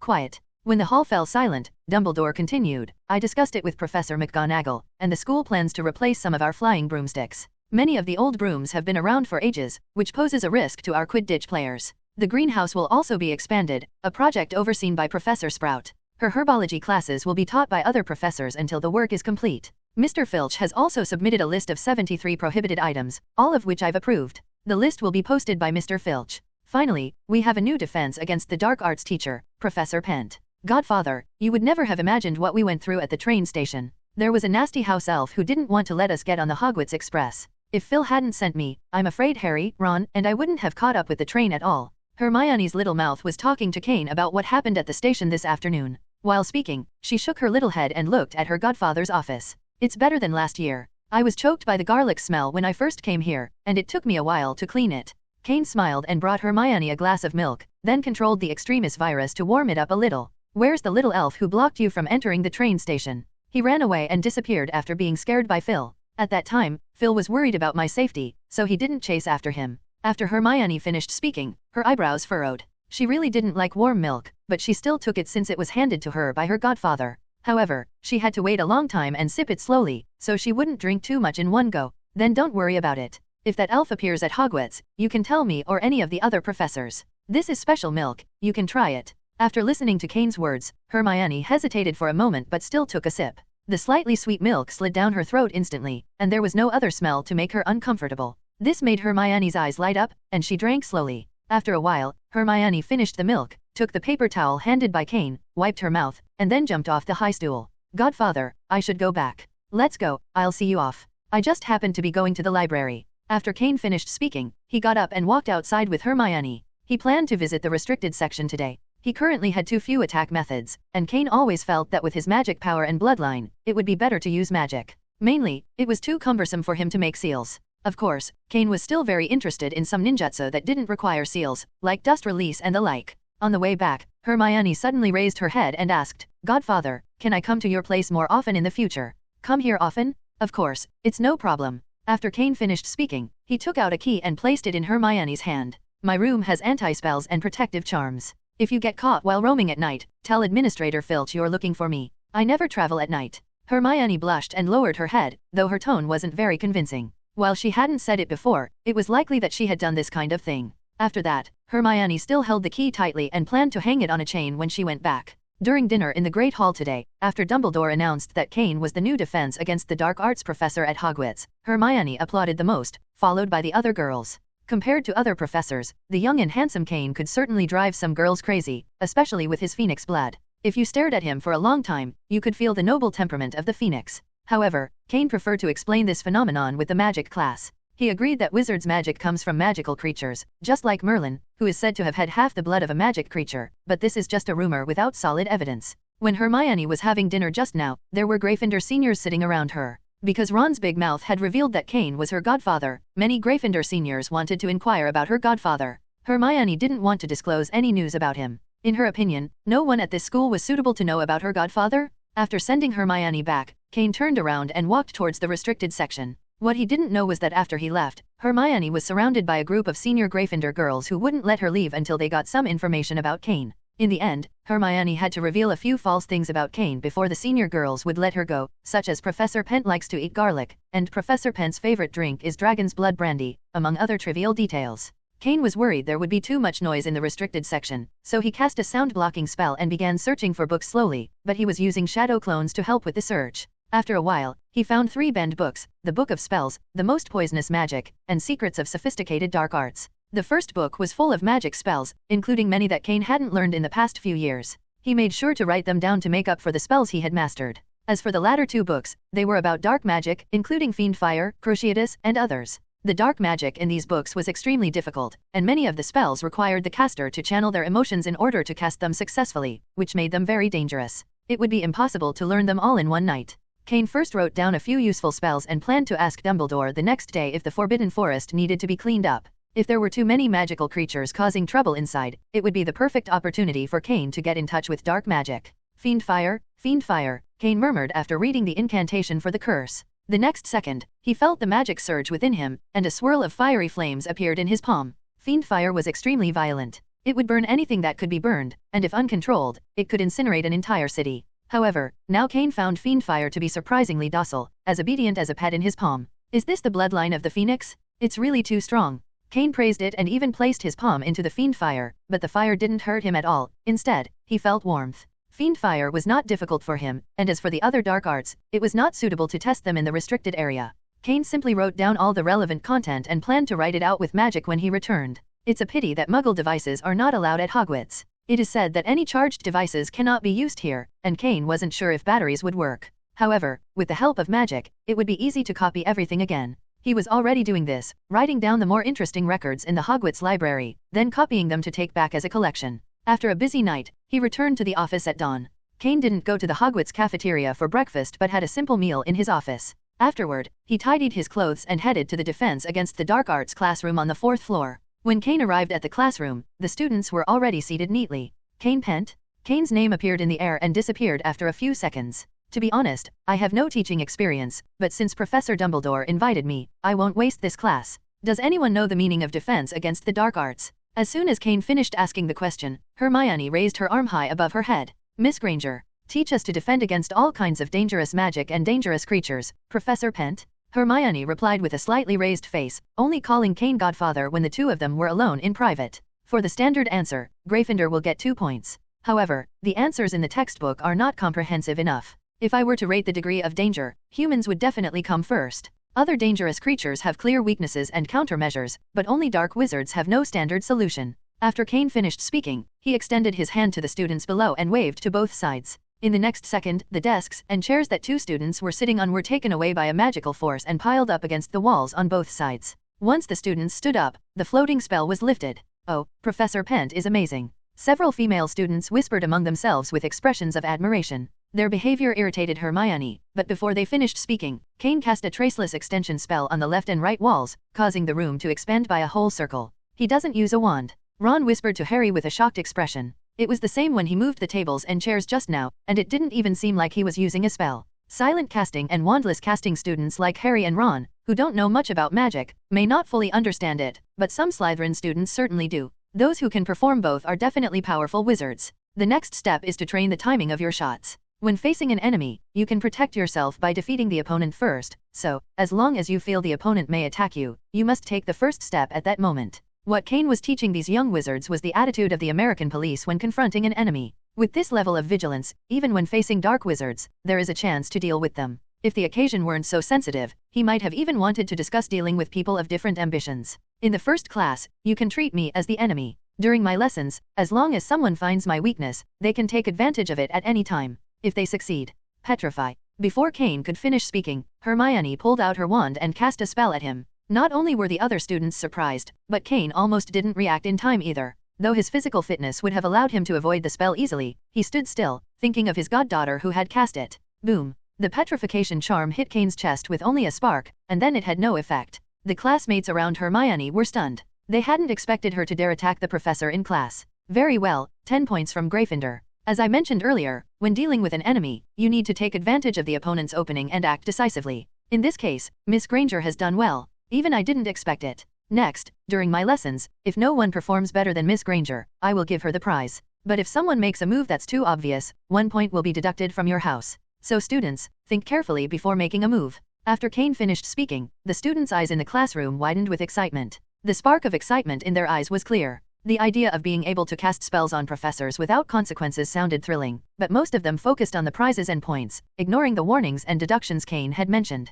Professor Pent's class is really interesting, but it's a pity I wasn't the one who won the prize in the end. Don't you think Professor Pent is very graceful when he speaks? That gentle tone. If we were ranking professors at Hogwarts, I'd definitely choose Professor Pent. Me too. Do you know how old Professor Pent is? If the difference is less than 15 years, I might tell my parents. In the corridor after class, a group of female students were discussing the class, but most of their conversation revolved around Kain himself. Hermione, standing a little further down the corridor, squinted at the girl's end, with a groan in her heart, almost moved forward, but she didn't go far before being caught by Harry and Ron. Hermione, your performance in class was great. You added 17 points to Gryffindor. Yeah, Hermione, the whole Slytherin team only got 12 points, and you alone surpassed all of them. Hermione took a deep breath when she heard their flattery, and the corners of her mouth couldn't help but rise. But she still tried to say solemnly, but because of your impulsive actions, 4 points were deducted, which means Gryffindor is only 1 point ahead of Slytherin. We'll make it up in the next class. Yeah, trust me, Hermione. Hermione couldn't help laughing.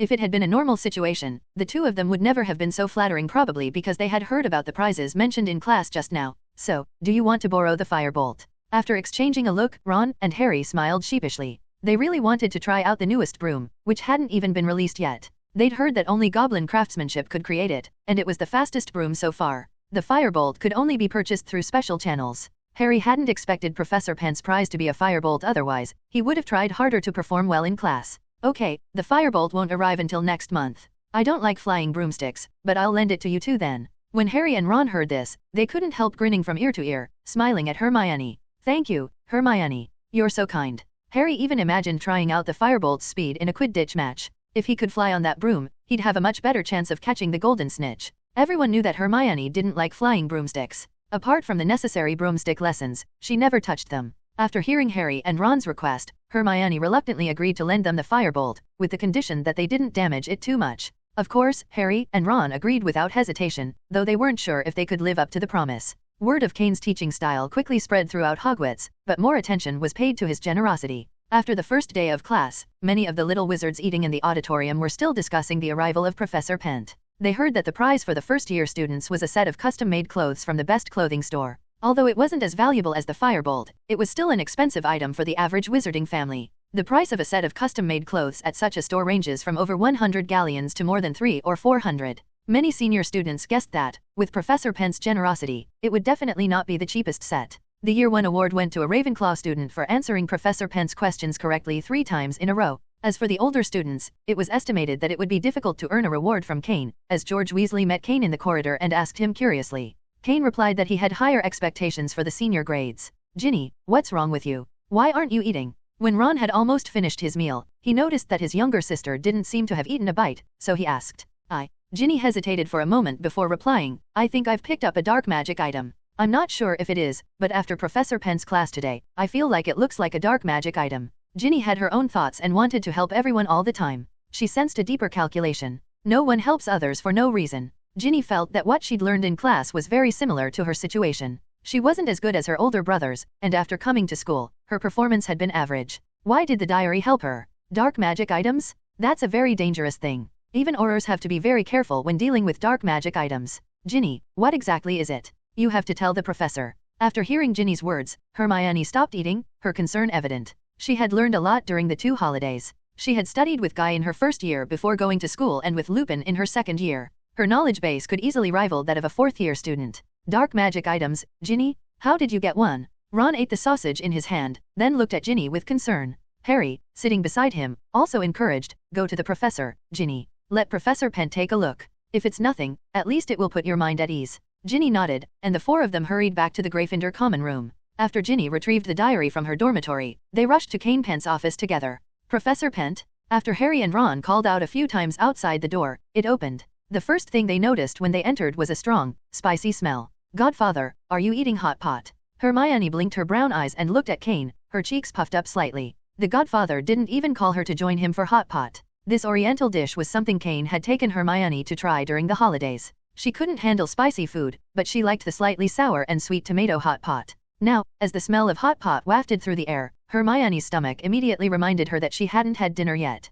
Kain smiled, then used magic to clear the atmosphere in the room and said, I'm not used to the food at Hogwarts. What brings you here to see me? Ron spoke urgently, Professor Pent, it's my sister. She seems to have accidentally found a dark magic item. He then nudged Ginny with his arm, signaling her to take out the diary. When Kain saw this, he knew that his remarks in class had made an impact, even if his hints had been subtle. After taking the diary from Ginny, Kain examined it closely, then used the secret revealing charm, but it had no effect. After thinking for a moment, Kain conjured a small cluster of fiend fire at his fingertips. The flame danced like a lively, fiery sprite. As fiend fire appeared, Harry, Ron, and the others suddenly felt the temperature in the room rise. They found the flame at Kain's fingertips blinding. Ordinary wizards wouldn't dare use fiend fire like this, but Kain, with the blood of both a phoenix and a fire dragon, had unparalleled control over flames. Kain carefully placed the small flame on the bottom of the diary, and it began to burn. After a moment, the diary's surface scorched black, and a line of words appeared on the pages.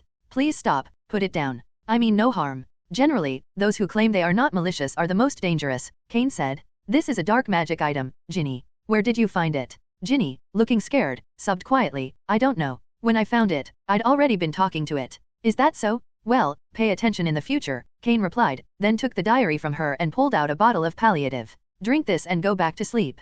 Kain would have a word with the bully Tom later. Hopefully, by then, Tom had mastered more black magic, or else the diary would be as useless to Kain as toilet paper. This potion was brewed by Hermione, and it works very well, Kain added. Hermione straightened up immediately upon hearing this, but since there were so few people in the room, Harry and Ron didn't realize how difficult it had been for Hermione to brew the potion. Thank you, Professor Pent. After Ginny thanked him, she took the potion and prepared to head back to the dormitory for a good sleep. Ron and Harry stood up to leave as well. Ron was still worried about Ginny, while Harry wasn't sure what to do, so he stayed behind. After walking outside, Hermione said to Harry and the others, Harry, you guys go back first. I still have something to do. The 3 of them didn't mind. After saying goodbye, Hermione took the key, opened the door to Kain's office, and ran to his side.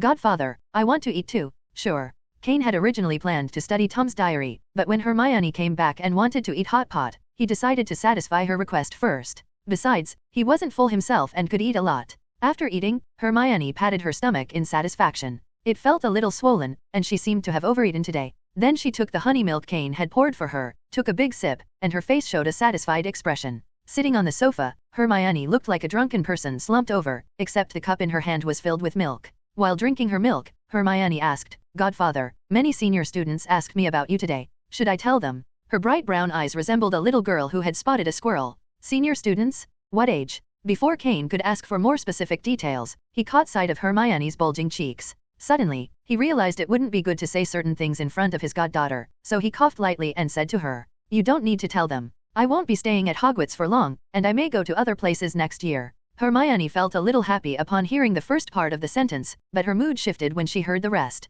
However, she soon thought that she could still communicate with her godfather anytime, unlike others, and her mood improved dramatically like a roller coaster ride. After resting for a while, Hermione went back. Kain cast a protective spell in the room, then took out the diary. Dear Tom, I hope you can offer me something different, or you may end up spending the rest of your life with mermaid feces. Tom, the person you are talking to has changed. I am not like Ginny Weasley. If you don't give me anything useful, I will destroy you outright.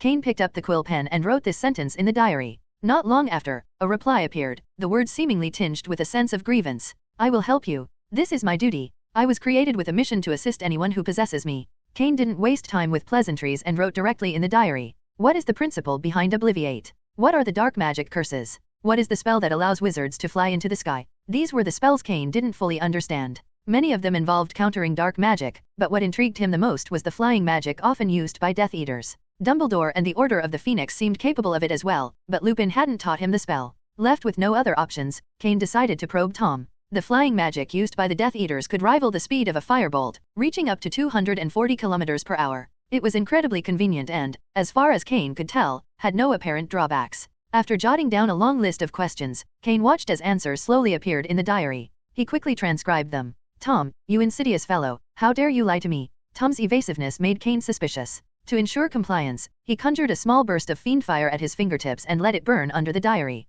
No, I didn't lie to you. These answers are all true. Please stop. Don't burn me again. Stop.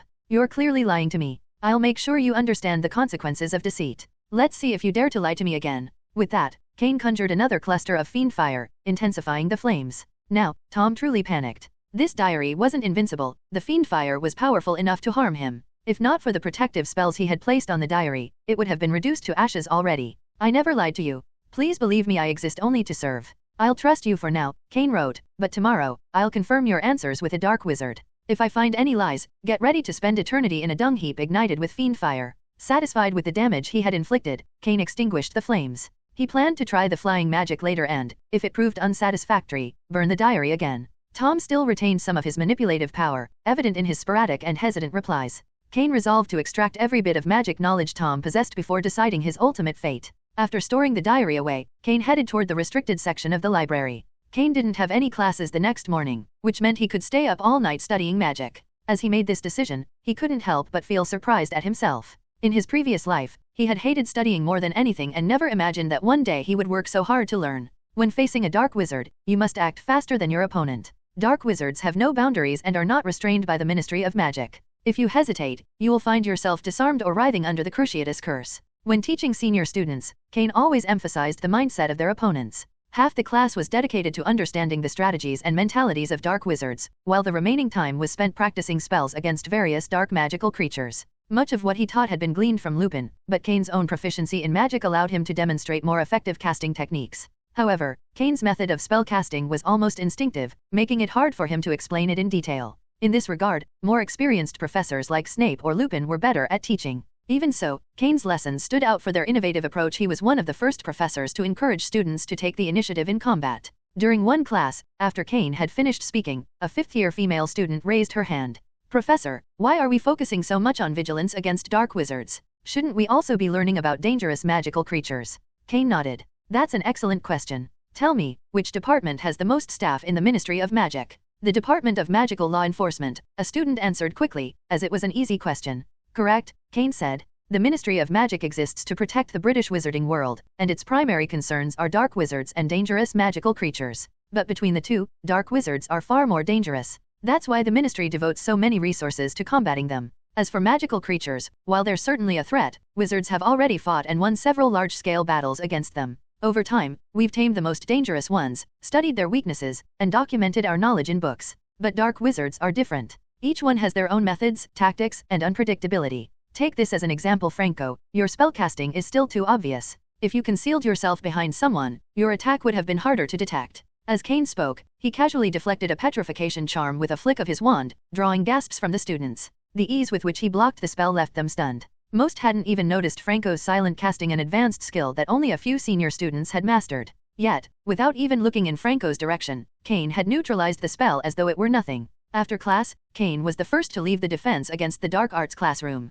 He headed straight to the Forbidden Forest to practice magic. If he lingered, there was a high chance that some of the female students would stay behind and waste his time. Unfortunately, the magical creatures in the Forbidden Forest were unusually docile and showed no inclination toward chaos, leaving Kain to focus on practicing the flying curse and fiend fire instead. The Astronomy Tower. From the top floor of the Astronomy Tower, Dumbledore gazed into the distance, his eyes fixed on the Forbidden Forest. High above, a red streak of fire danced through the clouds like a firework. The flying curse, Dumbledore mused. I don't recall seeing any book on that subject in the restricted section. It seems our Professor Pent learned this magic from other sources. What do you think, Severus? Doesn't it remind you of Fawkes? Dumbledore pointed in the direction of the glowing fire and turned to Snape, who had just stepped onto the tower. This magic is only known to Death Eaters and the Order of the Phoenix, Snape replied flatly. If you didn't teach him, it's likely the Death Eaters did. And now, our dear Professor Pent has been practically living in the restricted section. Dumbledore, don't you have any concerns about this? Dumbledore gave an enigmatic smile. It seems that Professor Pent isn't just gifted in common magic, he shows considerable talent with darker magic as well. Dumbledore's tone was calm, but his twinkling eyes betrayed a sense of curiosity. He had visited the Forbidden Forest and observed Kain practicing fiend fire. The precision and control with which Kain wielded the destructive flames had surprised him. Considering Kain's unusual abilities, which might have been influenced by a phoenix, Dumbledore had no cause for alarm, only intrigue. And animagus, Snape added curtly. Though he's been discreet, the scent of mandrake root is hard to hide. Indeed, Dumbledore said, his voice light with reminiscence. Much like in the old days. Apologies, Severus. I had only heard about his skills in transfiguration. I hadn't realized he had already mastered animagus transformation. Snape's lips tightened. Dumbledore's explanation did little to placate him. If you already know everything, there's no need for me to say more, Snape snapped before turning and leaving the astronomy tower. Last school year, Quirrell had been possessed by Voldemort. This year, the school had gained a defense against the dark arts professor who could perform the flying curse and control fiend fire. Snape's wariness was justified. Yet Dumbledore remained unbothered. He trusted Newt Scamander's recommendation of Kain, and from his own interactions with the young professor, he was convinced Kain's motivations were purely academic. Kain showed no interest in the ideology of pure-blood supremacy. Even his goddaughter was a muggle-born witch. Such a person, Dumbledore reasoned, was unlikely to have ties to the Death Eaters. While Kain's nightly excursions to the restricted section had initially been concerning, Dumbledore had come to admire his ability to control fiend fire with remarkable precision. Snape, however, was overthinking the matter, and Dumbledore hoped he would come to a similar understanding in time. Kain's office. Godfather, these are from the senior students. They asked me to pass them on to you, Hermione said as she entered Kain's office, placing a stack of gift boxes on his desk. Also, she added, Ron wanted me to ask, do you have any messages for Ginny? Or are you planning to check in on her yourself? It's fine. Her mental state hasn't been great lately, she's been overthinking things. You can suggest she read a collection of jokes. By the way, who sent this gift? Why is it full of garlic and onions? Kain opened the gift box and was immediately hit by the sharp smell of raw garlic and freshly cut onions. The pungent odor made him choke. Was this meant to be a gift, or was someone playing a trick on him? I'm not sure, Hermione said, her large brown eyes darting nervously. A lot of seniors were giving gifts at the time. Fortunately, Kain was too preoccupied with glaring at the offending contents to notice Hermione's guilty expression. By the way, Hermione, Kain said, turning his attention back to her, I might leave Hogwarts for a while during periods when I have fewer classes. I'll be using the vanishing cabinet over there. He gestured toward the cabinet hidden behind a curtain in the corner of his office. The other end connects to my home in Diagon Alley. Only you and I are allowed to use it, but remember, no skipping classes. Hermione's eyes lit up slightly at the mention of the vanishing cabinet. She hadn't expected such a convenient tool to be at her disposal. I understand, Godfather. I'll make sure to inform you before I use it. Kain nodded. Once the expansion of the greenhouse was complete, Professor Sprout's herbology class would resume. At that point, his own teaching schedule would be lighter, giving him more time to return to Diagon Alley and handle business matters through the cabinet. Recently, Kain had worked with Guy to secure exclusive contracts with many herbal-producing regions. The agreements, which included high liquidated damages, gave Kain's magical materials store a dominant position in the market. As a result, several prominent European wizarding families, including the Delacour family, had approached Guy with letters requesting supply contracts for rare magical materials, such as those sourced from dragons. Kain's business was flourishing, but he preferred to keep his work life and school responsibilities separate. One more thing, Hermione, he added decisively. If any more senior students try to give me gifts, tell them this behavior is strictly prohibited. Students should focus on their studies, not on sending presents.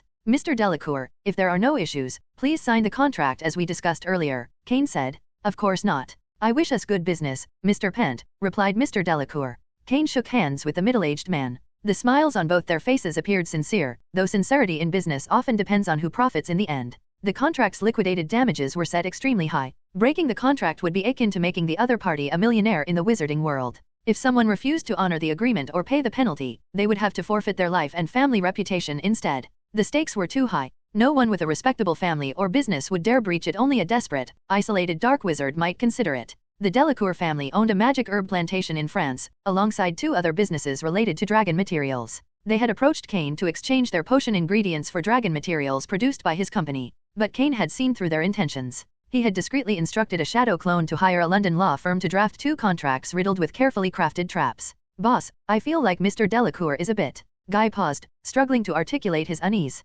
Something about Mr. Delacour felt off, but he couldn't pinpoint it. Kain replied indifferently, who cares what they're up to? As long as there's money to be made. Guy, let someone else manage the store for now. Your task is to negotiate with other families dealing in magical materials and secure their business before word of any breaches spreads. If the Delacour family conducted their business honestly, they could earn some decent money. But if they had ulterior motives, they were likely to lose their entire family fortune to Kain. I understand, boss, Guy said with a grin. He felt joining Kain had been the right decision. Thanks to their exclusive Fire Dragon material contracts, anyone in need of those resources had no choice but to visit Kain's magic material store. However, the store's policies required wizards buying Fire Dragon materials to also purchase 1 or 2 sets of potion ingredients. While potion material prices hadn't increased yet, once their stock ran out, other potion merchants would find themselves unable to compete. The British wizarding market had its limits. Many wizards didn't need potion ingredients immediately, but those overseeing such operations were understandably nervous. For instance, the Slug and Zig's apothecary, located next to Kain's store, had already handed over their potion material business to Kain and decided to focus exclusively on selling potions.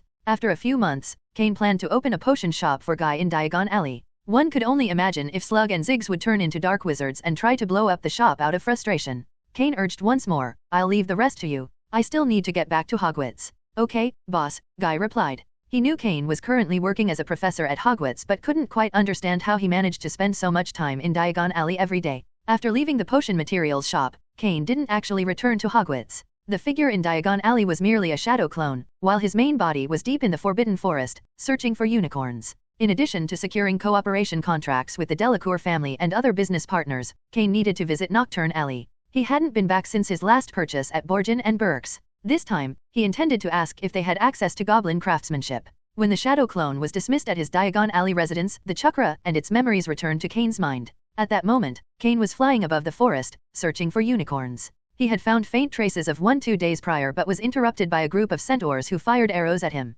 Angered, Kain had taught the centaurs a lesson. Though he didn't kill any of them, they all retreated with bruises and injuries. If not for Hogwarts rules, Kain wouldn't have let his attackers off so easily. The goblin's craftsmanship is truly well guarded. Even dark wizards don't dare dabble in such business, Kain muttered to himself. He carefully reviewed his findings and concluded that Borgin and Burks hadn't lied to him. To protect their trade secrets, goblins would rather destroy their craftsmanship than allow it to fall into human hands. In light of this, Kain resigned himself to using wizard-crafted items for his current projects. While there wasn't much difference between the two for the ninja world, Kain had a preference for goblin quality. There's no sign of unicorns in this area either. Could the centaurs have tipped them off? He wondered, marking the searched zones on his map. Suspicion crept into his mind that the centaurs, bitter from their earlier encounter, might have warned the unicorns about him. If he caught them conspiring, he wouldn't hesitate to deal with them again. After finishing his search, Kain used the flying charm to head directly back to Hogwarts. Recently, Professor Sprout had been busy expanding the greenhouse, causing her herbology classes to be rescheduled. She spent most of her time carefully relocating her beloved potion plants.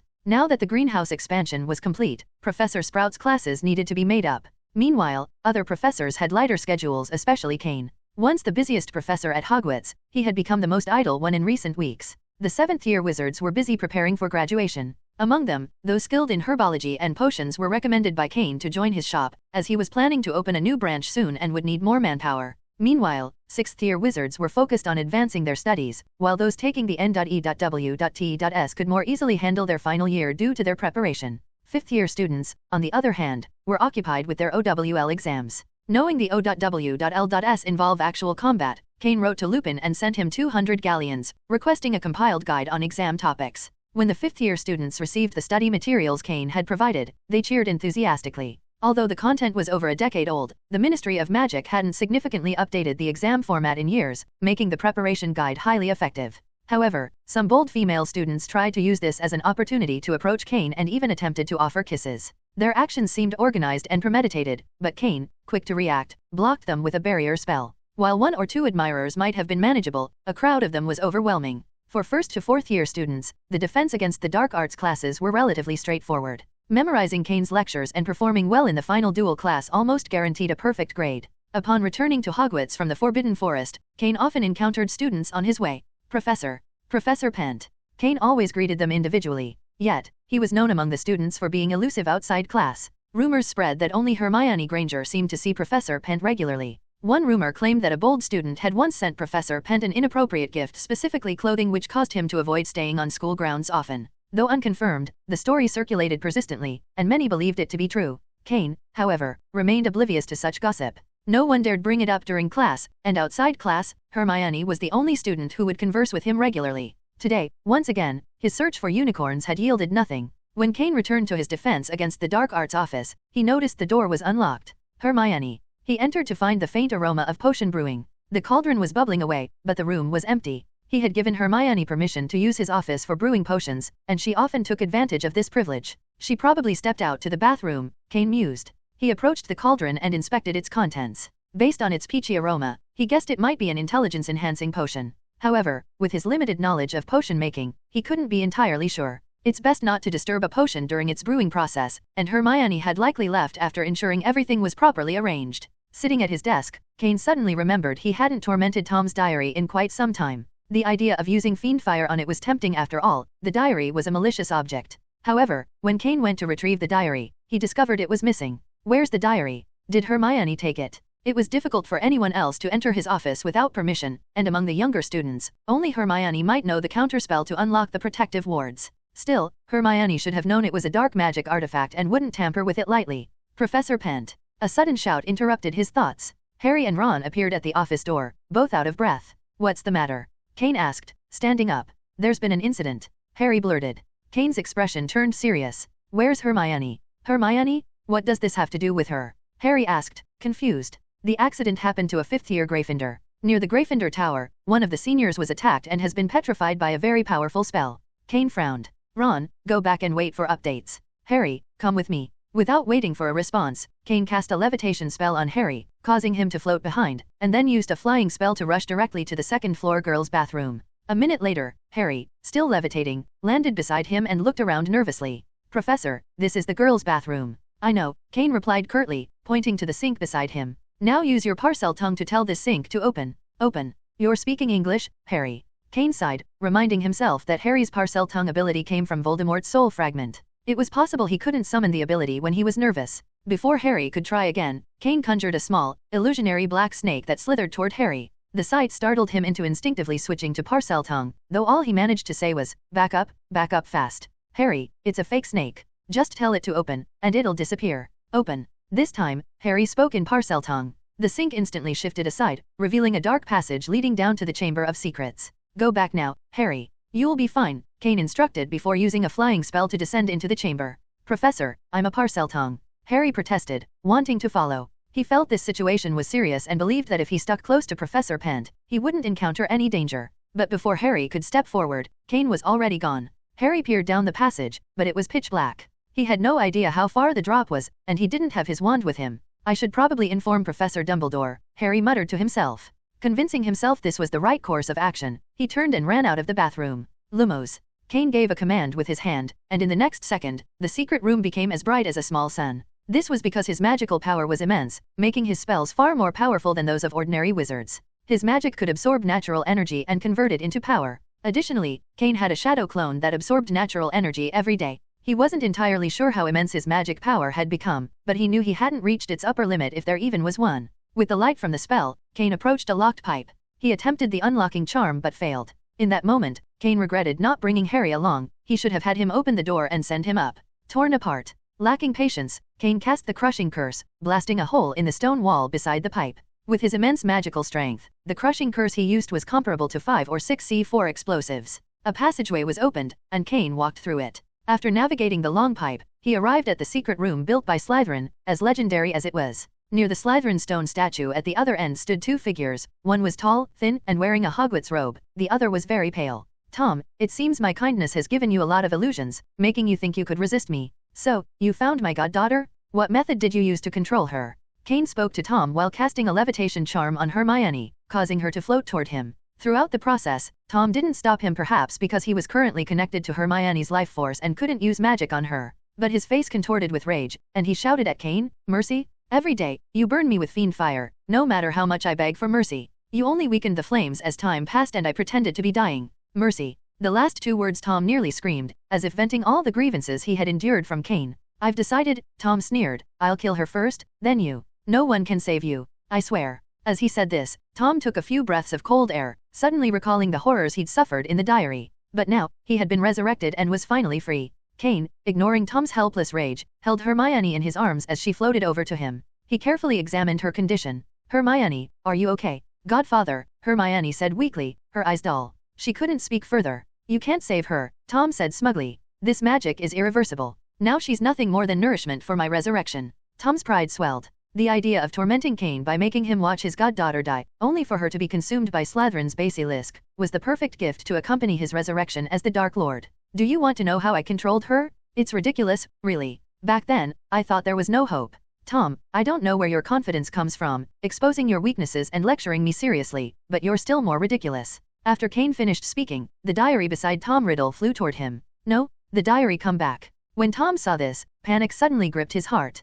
The magic was not yet complete, and he hadn't been fully resurrected. But his recall spell didn't work, and his current magic power still relied on a second-year Gryffindor. How could it possibly compare to Kain's strength? The diary? Come out and kill that person. The previous sentence was Tom attempting to use the flying charm again. After failing, he started summoning the basilisk. After 2 failed attempts with the flying charm, he finally remembered that the one tormenting him in front of him was a defense against the dark arts professor who liked to study dark magic. As Tom summoned the basilisk in Parseltongue, the stone statue of Slytherin made a tremendous movement, and a hole opened in its mouth. The sound of the basilisk slithering echoed through the room. But by this time, the diary had already flown into Kain's hands. Kain shook his head and said to Tom, Tom, if you'd been honest, you might have lasted a while longer. But now, you have no value left. Boom! As soon as the words left his mouth, Kain's hand holding the diary suddenly ignited with violent fiend fire. The bright yellow flames that first appeared gradually turned to a dark, blood-red hue, emitting a strange, ominous light. Ugh, ahh. The power of fiend fire was already terrifying, especially for a fire master like Kain, who possessed the genes of both a phoenix and a fire dragon. The diary Horcrux was destroyed in an instant. At the same moment, Tom's nearly revived body was also destroyed, breaking apart with the diary. No matter how loudly Tom shouted, it couldn't prevent the diary's destruction. When Tom vanished completely, Kain stopped the fiend fire in his hand. Hermione, who had been in his arms, regained her strength and immediately recalled everything she had experienced over the past few days. Like a nightmare slideshow, her memories played back frame by frame before her eyes. Godfather, sorry. Kain patted her shaggy hair, then cast a cleaning charm on her. Apologize once we're out of here. This has nothing to do with you. It's all Tom's fault, he's the evil one. By the way, there's also the basilisk, Godfather. Let's go, he just summoned it. I know. I happen to be interested in basilisks, and it's out. Seeing Hermione want to turn back, Kain couldn't help but reach out and hold her head down. Looking at the basilisk would be like colliding with the Avada Kedavra. Even he needed to look at his feet and listen to the sounds to direct himself. As the noise grew louder, Kain raised his head and exhaled a large ball of fiend fire from his mouth. The flame immediately took the shape of a phoenix. As Kain continued to manipulate the fiend fire, the surrounding water pool was vaporized by the intense heat. Hiss hiss. The roar of the basilisk was filled with panic. It had lived for thousands of years, growing from a small creature to 1/10 of meters in length, yet it now felt fear and terror in the face of the phoenix-shaped fiend fire, which was twice its size. But before the basilisk could turn around, a fiend fire dragon appeared in the passageway of the Slytherin statue, and the surrounding fiend fire quickly formed a fence, tightly encircling it. This time, the basilisk truly dared not move. It could only curl up its enormous body and roar weakly. The fiend fire fence suddenly parted, creating a passage. Kain's shadow clone emerged and addressed the basilisk. I know you can hear human speech. Turn over and surrender to me now, or you will be burned to death by fiend fire. Having lived for thousands of years and possessing its own thoughts, the basilisk could likely understand human language. If not, or if it was too stubborn to express itself, Kain would simply claim its dead body. Fortunately, not long after Kain finished speaking, the basilisk uncoiled and flipped onto its back, exposing its belly. Assuming you're sensible, shrink quickly, Kain said with a smile. He cast the shrinking charm on the basilisk and extinguished the surrounding fiend fire. The basilisk, now shrunken to only about 10 centimeters long, coiled up in Kain's hand. He cast a petrification charm and a cleansing charm on it before placing the creature around his wrist like a bracelet. Now, let's talk about you, Miss Granger, Kain said, turning to Hermione. Why did you take a diary that you knew was cursed with dark magic? Kain gently lowered Hermione from his arms. Upon hearing his question, she immediately lowered her head. After a pause, she spoke. I heard a voice at the time. It felt like a dream. The voice said things I often thought about, and it was intermittent. At that moment, I only had one thought. I wanted to chat with him for a while. After we get back, start practicing occlumency and memory magic, Kain instructed. Don't say anything when we go outside, and leave everything to me. Kain patted Hermione's head. He had initially planned to sneak into the secret room to take the basilisk, but luckily, there were no major losses, and this crisis could now be turned into a benefit. After subduing the basilisk, the only remaining function of the Chamber of Secrets was the pipes leading to each floor, but that was something for Dumbledore to handle. Kain took Hermione and made their way outside. Using the levitation charm, they floated up through the sink of the girls' bathroom. Just as they exited, Harry arrived with Dumbledore and several other professors. Professor Pent, the matter has been resolved, Headmaster. Hermione was controlled by someone, but I rescued her. The dark wizard who controlled Granger and the basilisk in the Chamber of Secrets has been eliminated. As Kain spoke, he noticed Snape staring at his wrist. Looking down, he realized that the basilisk bracelet had slipped off. He quickly pulled it back up. What happened to the classmate who was attacked? He asked. Dumbledore pretended not to notice the basilisk bracelet and replied, Fortunately, Percy was only petrified. He didn't look directly at the basilisk, but to recover, we'll have to wait for Professor Sprout's mandrake to ripen. Kain nodded. I'll send someone over. There should be plenty of mandrake available, that's all. I believe Professor Snape will make a perfect anti-petrification potion, Professor Pent. Hermione trembled slightly at the mention of Percy's name. Percy was the senior with whom she had a bit of a disagreement, especially because she had refused to introduce her godfather. She subconsciously disliked Percy, which led her to manipulate the basilisk to take revenge.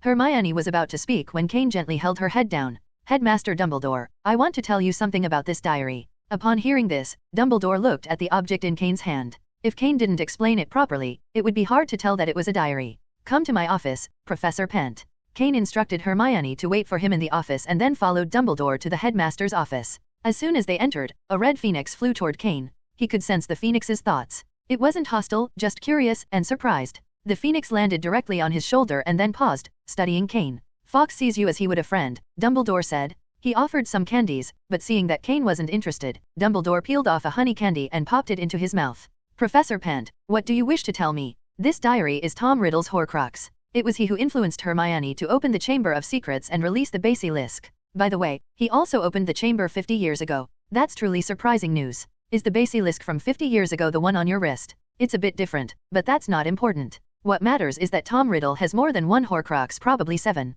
Upon hearing this, Dumbledore's face grew serious. Tom Riddle had been his student and was now the Dark Lord. I see, Professor Pent. Thank you very much for this information. As for the basilisk, I subdued it, Headmaster Dumbledore. The basilisk has already expressed its surrender to me. Kain made it clear that although this was Slytherin's pet, it had abandoned Slytherin and now belonged to its new master, Kain. Dumbledore waved his hand. Of course, I have no objection to the ownership of the basilisk, but Hagrid will need some proof, Professor Pent.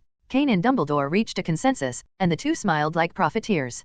Kain provided the basilisk to help Hagrid prove his innocence, while Dumbledore used magic to ensure the creature was hidden from the Ministry of Magic. Meanwhile, Hagrid's future harvests from the Forbidden Forest could now be sold to Kain's potion materials store. The Forbidden Forest contained many valuable resources. Hagrid occasionally traded with the centaurs, exchanging items they didn't need, often things highly prized and expensive among humans. The Chamber of Secrets incident was resolved satisfactorily, though poor Tom Riddle didn't fare as well. Kain, ever opportunistic, planned to take some of the spoils to the ninja world to strike a deal with Aurachimera. The person who suffered the most, however, was Percy. As a fifth-year student, he'd lost an entire afternoon of study time for his exams. Thankfully, he wasn't too shaken by the ordeal. News of the incident never made it beyond Hogwarts. Dumbledore and the other professors worked to suppress it. When Kain returned to his office, the door creaked open, startling Hermione. She jumped down from the high chair like a frightened rabbit. Why didn't you brew yourself a calming draft? I remember you know how to make it, Kain remarked as he entered. Hermione looked despondent, likely consumed by guilt ever since leaving the girls' bathroom. So preoccupied, she'd forgotten even the basics of magic. Luckily, I turned to Professor Snape and got a vial from him. Of course, the man's a master extortionist. He demanded at least 5 potion ingredients as payment. Hearing Kain's disgruntled tone, Hermione couldn't help but laugh softly, imagining his expression as Snape exploited the situation. She sipped the potion in her hand, and after a moment, her mood noticeably improved. Godfather, this incident. Forget it. It's over, Kain interrupted gently. Just be more careful next time. However, you do need to learn occlumency and memory magic. I'll write to Lupin later to find a suitable teacher for you. Oh, and one more thing, the honey for the milk is gone. Let this incident serve as a lesson. Hermione's brown eyes widened slightly in response. Was this punishment? Would she really have to drink unsweetened milk in the future? To others, this might seem trivial, but to Hermione, it felt like a significant consequence. She was grateful Percy hadn't been harmed, but guilt still gnawed at her. She'd relied on dark magic to mislead others and even bypassed the anti-lock spell on Kain's drawer. Kain, on the other hand, felt a twinge of regret. If Tom hadn't met his end so prematurely, Kain could have extracted a wealth of dark arts knowledge from him. 17-year-old Tom had scoured the entire restricted section and was, in some respects, more knowledgeable than Kain in that field. After spending some time with Kain, Hermione eventually got up to return to the Gryffindor common room. The moment she stepped out of his office, she let out a relieved sigh, patting her chest as if to calm her nerves. Fortunately, her godfather hadn't asked about her conversation with the diary. If he had, she wasn't sure how she would have answered. The incident in the Chamber of Secrets didn't cause any public disturbance, but Lucius Malfoy still learned about Percy's involvement through Draco. However, Lucius found himself unable to rally the school board against Dumbledore. With Kain's influence, Dumbledore's reliance on the board had significantly decreased. Besides, the Malfoy family was preoccupied with their own problems. Although Lucius considered attacking Dumbledore, the presence of Kain at Hogwarts made him abandon the idea in frustration. The Malfoy family's business in dragon-related products had taken a hit, leaving Lucius unable to meddle in Hogwarts affairs effectively. Kain continued his usual activities at Hogwarts, practicing magic, exploring the restricted section, and teaching. However, his enthusiasm for teaching had waned. He had covered most of the material he wanted to share, and his knowledge reserves were not endless. In fact, Kain harbored an unusual idea, teaching Hogwarts students to use the levitation charm to control 10 Gatling guns simultaneously. He believed it would be an effective way to combat dark wizards and dangerous creatures. In the current wizarding world, only magical creatures rated 4 stars or higher could withstand such modern firepower. But this was, of course, something he couldn't teach at Hogwarts. Instead, he planned to invite Lupin to assist as the defense against the dark arts professor's assistant. Hermione could help by brewing the Wolfsbane potion. With her current skill level in potions, even Snape would struggle to deduct points, though he might resort to criticizing her attitude instead. One thing that amused Kain was the resolution of the rumor about his supposed love of garlic and onions. The price Hermione paid to clear his name? A glass of fresh milk every morning. Towards the end of the school year, Kain finally completed all the steps required to master Animagus transformation. He had spent months working with Mandrake and now needed to thoroughly cleanse himself to rid the lingering smell. "Godfather, can I come and watch?" Hermione asked, her eyes brimming with curiosity and excitement. Before Kain could refuse, she quickly added, "I'll need to learn Animagus transformation in the future. Watching you now would give me valuable experience and help reduce the risk of failure later." Kain sighed, seeing through her reasoning but relenting nonetheless. "Fine. Midnight, on the lawn near the Forbidden Forest by the south side of the Great Lake. That's where I usually practice spells. But you'll have to avoid Filch on your own." Of course, Kain planned to deal with Filch for the evening. He had a feeling there might be a little wizard night tour happening anyway. Sure enough, at midnight, Kain stood on the lawn, staring with a mix of amusement and disbelief at the 3 young wizards in front of him. "The 3 of you actually made it. Does the invisibility cloak even fit 3 people? We used the cloak to cause a distraction in the library," Ron explained. "After Filch went to check it out, we slipped out. It was Hermione's idea," Harry quickly added, throwing Hermione under the bus. Hermione shot them both a sharp glare before straightening up and pretending to be indifferent. She waited patiently for Kain to begin his Animagus transformation. Kain shook his head, signaling for the 3 of them to stay back.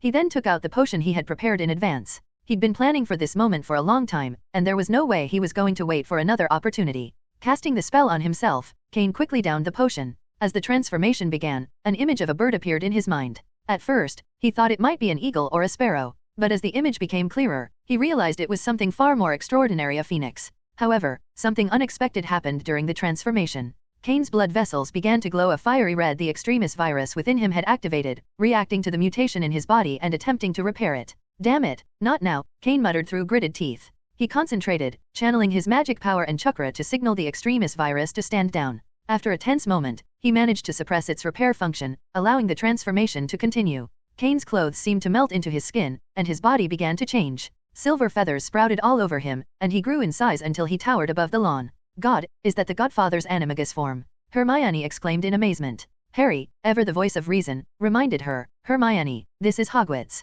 You're supposed to say Merlin." "I know it's supposed to be Merlin," Hermione snapped, barely able to contain her excitement. "But do you even know what kind of creature the Godfather just became? I've never seen a bird like this before. Silvery white feathers, a body over 2 meters tall. It kind of looks like Professor Dumbledore's fox," Harry interrupted. "Fox? Yeah, that's a phoenix. I saw Fox the last time I went to the headmaster's office. But Fox has red feathers, and the professor's transformed into one with silver feathers," Harry said, adjusting his glasses as he studied the massive bird. "It's impossible. A phoenix is a magical creature. An animagus can't transform into a magical creature," Hermione protested, though her tone was more curious than skeptical. As Kain's transformation stabilized, Hermione's curiosity overcame her caution. She darted forward, her small frame looking even smaller next to the 2-meter-long silver phoenix. "Godfather," she called hesitantly, craning her neck to look up at the majestic bird. In response, the phoenix dipped its head, gently grabbing Hermione by the collar with its beak. Before she could react, it tossed her onto its back. Hermione yelped in surprise, nearly losing her balance, but she quickly grabbed onto the feathers to steady herself.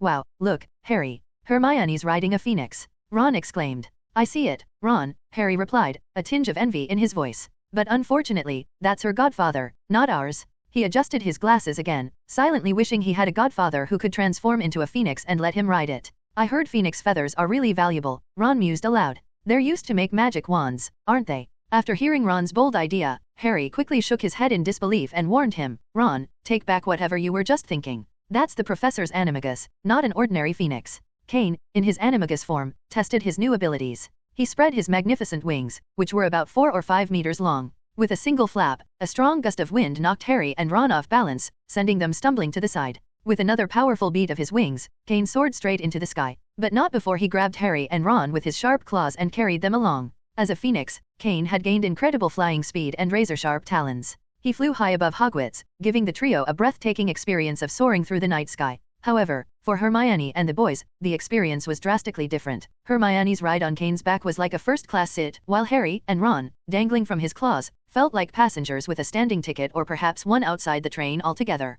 After the flight, Kain gently placed the 3 of them back at the Gryffindor Tower. Returning to his human form, he found Hermione still bubbling with excitement. Godfather, that was amazing. Don't you think so, Ron, Harry? She asked, her eyes sparkling. Yeah, amazing. Harry replied reluctantly, still pale. He had barely managed to keep himself from throwing up mid-flight. All right, enough excitement for tonight, Kain said. You've got class tomorrow. Off to bed, all of you? Learning animagus had greatly improved Kain's mood, so taking the trio for a ride felt like a fitting celebration. After seeing them safely back to the Gryffindor Tower, he cast a flying spell on himself and headed back to his office. While the flying spell was undoubtedly more practical than Phoenix flight, it lacked the same flair and grandeur. Hermione, inspired by what she'd seen, was now determined to learn animagus herself. Yet she remained curious. Why does your phoenix form look so much like Fox, Godfather? She had asked. Kain, however, brushed off her questions, vaguely remarking that his form was just a bird similar to a phoenix. Still unconvinced, Hermione resolved to do more research. After all, Fox and Kain's phoenix form bore similarities, but there were clear differences.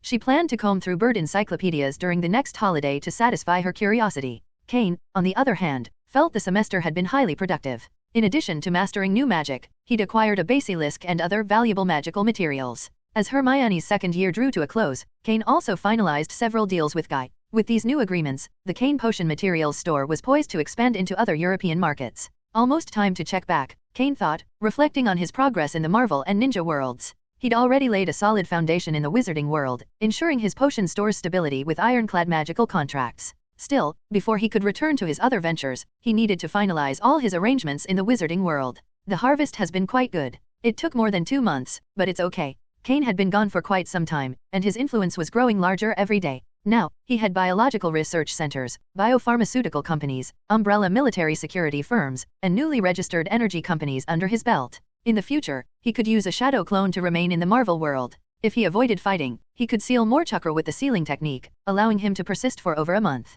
Then there was the basilisk. After unsealing the frozen creature, Kain addressed it. You'll live in the senior here from now on. I will provide food regularly. Remember, keep your existence hidden from others. During the second half of his time at Hogwarts, Kain also used the sage chakra on the basilisk. After half a year of gestation, the bond between them grew stronger, allowing Kain to perceive the basilisk's thoughts. Now, he essentially controlled its life and death. After adapting to the chakra, the basilisk grew back into its tens of meters long form.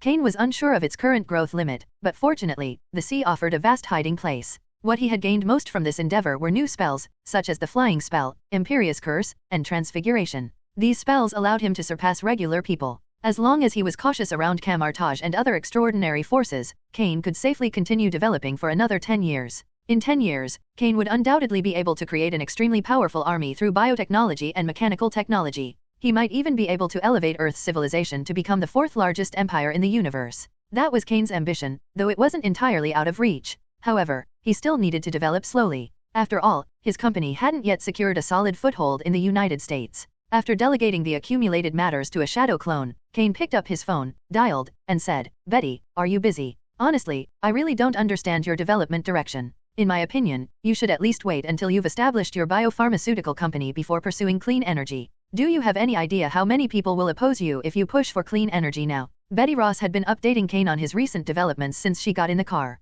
There was a hint of resentment in her voice. After all, Kain had disappeared for so long, and Betty had been left to manage a quarter of his industry and capital. If she made even a small mistake, Kain's business could be in serious danger. The most important thing for Kain right now was the Extremis virus project he was collaborating on with the military, which Betty also controlled. Despite all this, Betty found it hard to feel upset. She didn't need money, she didn't hate Kain that much, and she certainly didn't want to see others bring him down. But Betty often found herself feeling as though she were losing her mind. Even if she didn't want to develop clean energy, it was because she was worried that Kain would be targeted by traditional resource tycoons. After all, even her father couldn't do anything to those people, and they would truly dare to start a local war over energy issues. When Kain was away for 2 months, Betty didn't forget him. In fact, she missed him more and more. Even now, in the car, Betty Ross began to nervously rub her legs, though she tried to distract herself by looking through documents. Fortunately, she had switched to a Lincoln with a sealed compartment. Don't worry, Betty. It will take at least 2 years for Vanko and the others to really develop. By then, even if someone has malicious intentions, I can handle it.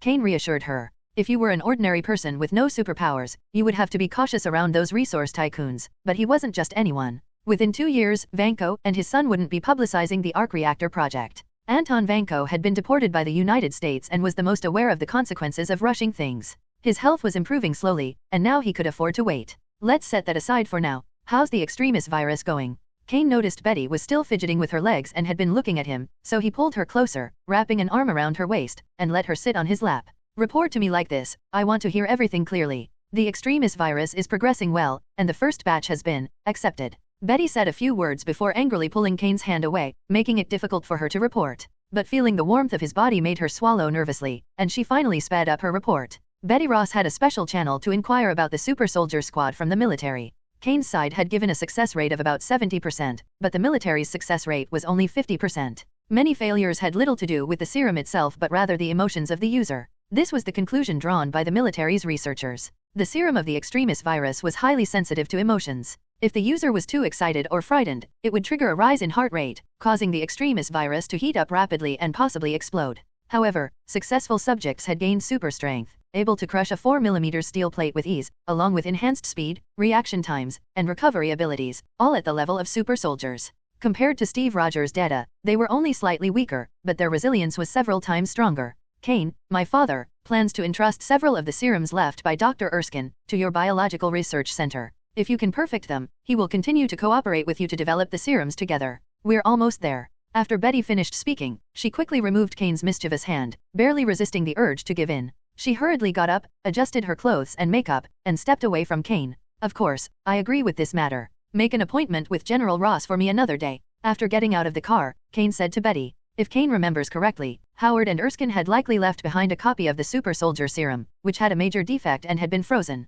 It seems that the success of the extremist virus serum gave Ross hope, and he wanted to restart the project. I heard that your father was promoted to a higher position. Betty Ross, unlike Kain who is blind to the military world, shook her head and replied, it's not that easy, but his power has grown, and he now have more political leverage for the future. Unless a world war breaks out, it will be difficult for her father to advance further. The super soldier program is just his political bargaining chip, but it will give him more influence in the military moving forward. Betty had now started her advanced studies in management, though she kept it a secret, which made her even busier. Since Kain interrupted her meeting with Bruce last time, she had only been able to contact Bruce by phone, and the calls were cut short after just a few minutes. When they arrived at the Biological Research Center, Betty informed Laura before they left. As the CEO of a biopharmaceutical company, Laura needed to be updated on the progress of the recovery serum. The restoration serum was nearly complete and would be an early moneymaker for Kain's biopharmaceutical company. This drug had broken through the boundaries of traditional treatments, so the approval process had been slightly altered.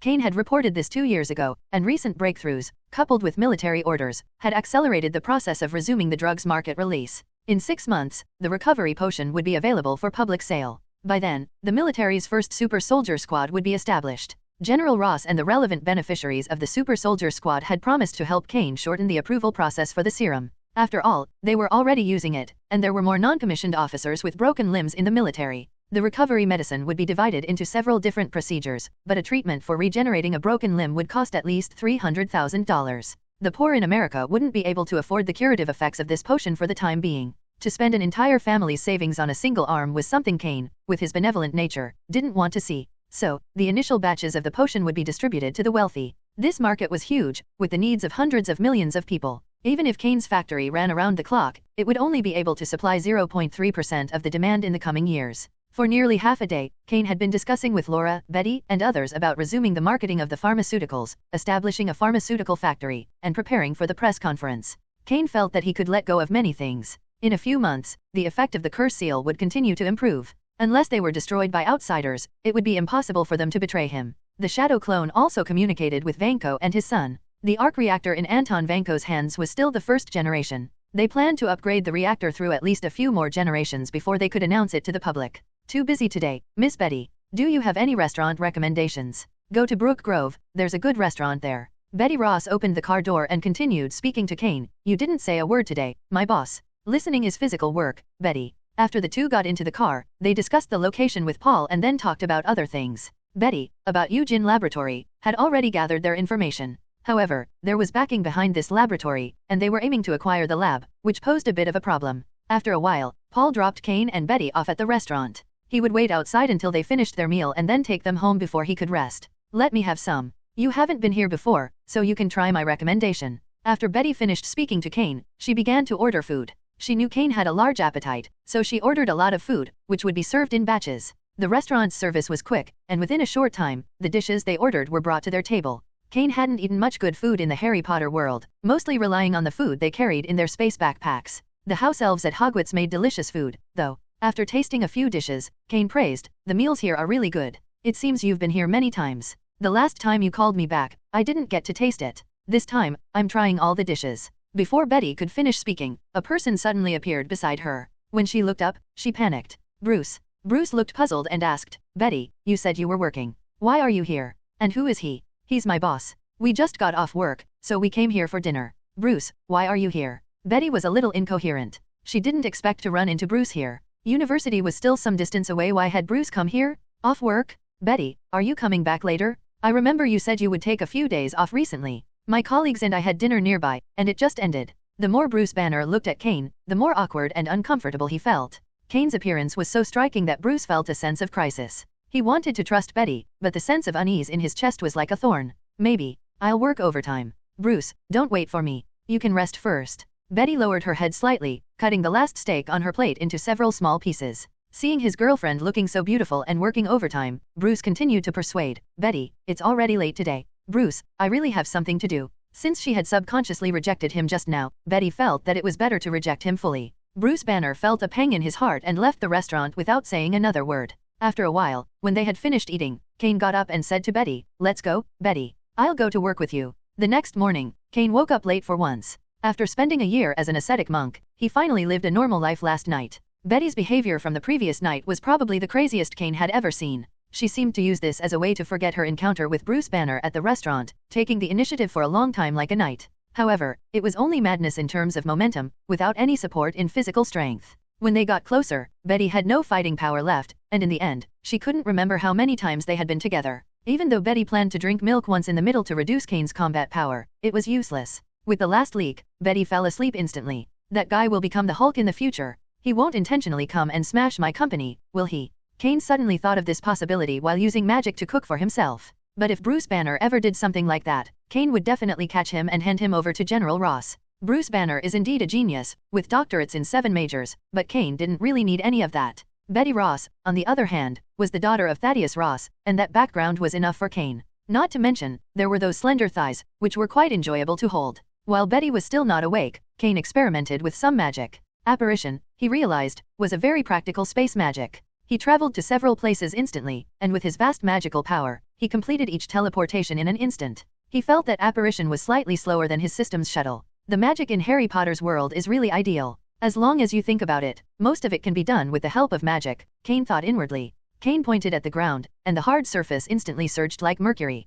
Within 2 seconds, it transformed into an armored guard holding a spear, standing 4 or 5 meters tall. Then Kain struck another blow, shattering the guard into pieces. Finally, he used a spell to restore it, returning the damaged ground to its original state. However, Betty Ross had been awakened by Kain's magic and called out from the window on the 3rd floor. Kain quickly found an excuse to dismiss her concerns. After Betty woke up, she had no intention of going back to sleep. She ate something and then prepared to take a shower and go to work. She had a lot of things to do. After Laura took over the biopharmaceutical company, Umbrella was handed over to Betty Ross. Since it's easier to accept some veterans, Kain wasn't worried about General Ross's placement of personnel. Umbrella's top management had Kain's chakra seal, and those very important to military security company. Soon, he would plant some spell seals to ensure the loyalty of the armed forces. While eating, Betty asked, do you still want to go to the company with me today? If so, I can arrange an itinerary for you. No, the company doesn't need me to go often. After a while, I'll ask Umbrella to arrange 2 bodyguards for you. After all, you're also the personal assistant of a billionaire, so security is still necessary.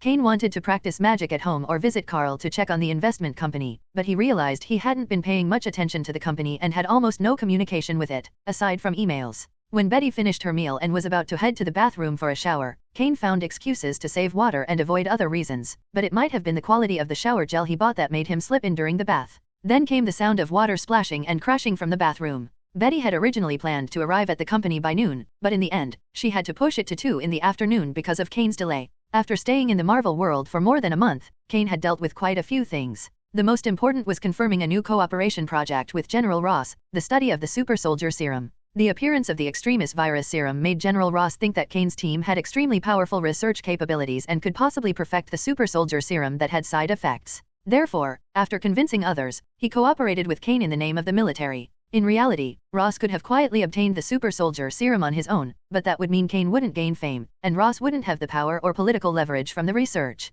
Kain had intercepted 2 small vials of serum privately and made a copy of the experimental data from that year. Although the serum formula was missing, Kain believed that Orochimaru could potentially replicate it. Unless there was absolutely no hope, Kain wouldn't invite Tsunade to join, as her current position was too delicate. This was unlike Orochimaru, whose interests and cooperation with Kain were inseparable. Back to the ninja world. I'm near Konoha now, so I'll need to use shadow clones to cover many other areas. After thinking it over, Kain made a decision. The Land of Waves, the Land of Tea, and the Land of Fire all had things to deal with, but they weren't very important, and shadow clones would be sufficient. If anything unexpected happens, Kain could apparate at any time. With his current magic power and abilities, ordinary Jonin would be no match for him. It's difficult for ninjas who rely on intelligence to deal effective damage to Kain without knowing the weaknesses of magic. Especially with flying magic combined with Avada Kedavra, Kain could easily kill ninjas with slower reactions in midair. However, these are just his speculations. He had never fought before, so everything was still unknown. Summoning technique. Kain summoned the little white snake that communicated with Orochimaru, wrote some information and intentions about the super soldier serum on a scroll, and then roughly stuffed the scroll into the little white snake's mouth.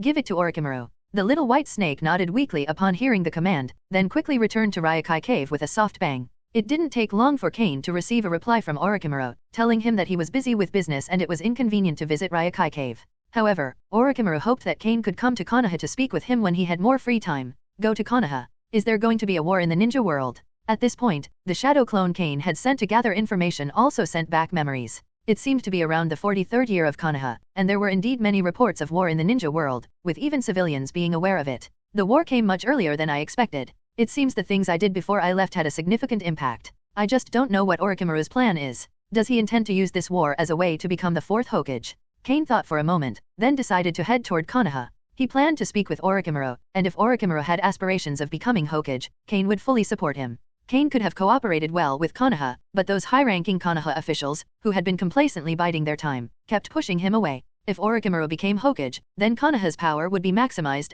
and Kain could reap even more benefits. When Kain arrived in Konoha, he could feel the atmosphere of war even more acutely. Like last time, Konoha's gates were heavily guarded, with patrolling ninjas visible on the high walls and eaves. Even though Kain had a pass issued by Konoha, he still had to go through some inspections before being allowed entry. Kain could clearly tell that the Konoha shinobi at the gate recognized him, as if they had received special instructions regarding him. As he walked through the commercial street, aside from the drugstore and dessert shop, most of the other businesses were empty. Boss. When Nanami saw Kain, she immediately handed over the cashier duties to another shop assistant and followed Kain to the back room. The room was well maintained, often cleaned by staff, so it was relatively tidy. After Kain waited for Nanami to sit down, he asked about the recent situation. Nanami, who wasn't a ninja, could only report the income and expenditures of the shops to Kain. The businesses had been doing well over the past few months, with substantial balances, but the recent tension in the village had directly affected consumer spending and entertainment. There were far fewer people around, and while the business of medicine and desserts had doubled, most of the customers were ninjas.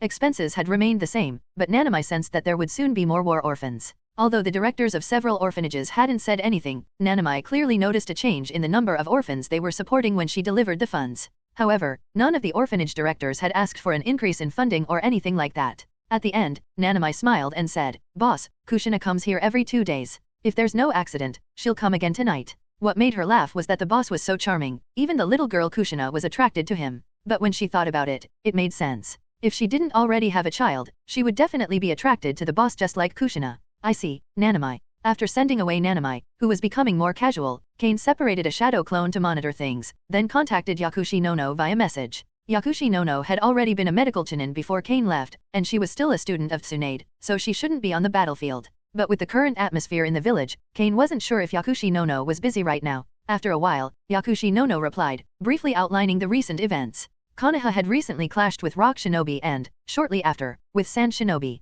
The causes of both conflicts were linked to Konoha's White Fang. Although this information hadn't spread within the village yet, Yakushi Nono, as Tsunade's student, had already heard some news from Tsunade. White Fang was in trouble this time. It was said that the envoys of the two daimyos had set off for the daimyo mansion in the Land of Fire. Konoha was now in a very passive position. Moreover, it was expected that this news wouldn't be kept secret for long. Once the envoy of the Fire Country's daimyo arrived in Konoha, the villagers and ninjas would all know. Orochimaru was not in the village right now. A while ago, he had been sent to the border of the Land of Grass to deal with Rock Shinobi. However, with the arrival of the envoys from the two countries, the situation at the border had temporarily eased. It was expected that Orochimaru would return soon. It turns out that Orochimaru isn't in Konoha, and Konoha's White Fang is involved in some minor issues. Just based on his strength, how could he have made such a big mistake? Kain was puzzled. Now, the Sannin were around 30 years old, which was the peak period for a ninja. Although they didn't have the forbidden techniques from over 10 years later, they were still far superior to the average Jonin. And Sakumo was stronger than the Sannin. Even the Fire Country's daimyo had heard of White Fang's reputation. For him to make mistakes twice in a row seemed undeserved. Maybe I should ask Orochimaru. Just as Kain finished speaking, he heard the familiar sound of footsteps in the corridor. The sound immediately brought a mental image to Kain's mind, a red-haired girl, wearing black stockings, walking quickly down the corridor. When the footsteps stopped, a questioning voice came from outside the door. "Boss, can I come in?" Before Kain could answer, the door was pulled open, and a red-haired girl poked her head in. When she saw Kain, she broke into a long-lost, happy smile. There must be something wrong? Kushina looked at Kain, who was resting on her lap. Her cheeks were slightly flushed from embarrassment, and her hands were still massaging his head. In just 5 minutes, things had escalated to this point. Thinking back carefully, Kushina realized that she had followed the boss's instructions step by step since he mentioned having a headache. Unknowingly, she had let him rest on her thighs while wearing stockings. Now, Kushina could clearly feel the friction between his hair and her skin, and she slowly endured the slight itching. "Boss, I'm here to buy desserts, like the moving chocolate from last time," Kushina murmured stubbornly. She didn't want to admit that she had come for a massage. She should be a customer, after all. The massage was just a way of taking care of her friend. She had agreed to help because she didn't want to see the boss suffering from a headache. "Buying dessert? Kushina, did you bring money?" "Of course. I've completed a lot of advanced tasks recently, and I was the one who repaired Konoha's barrier."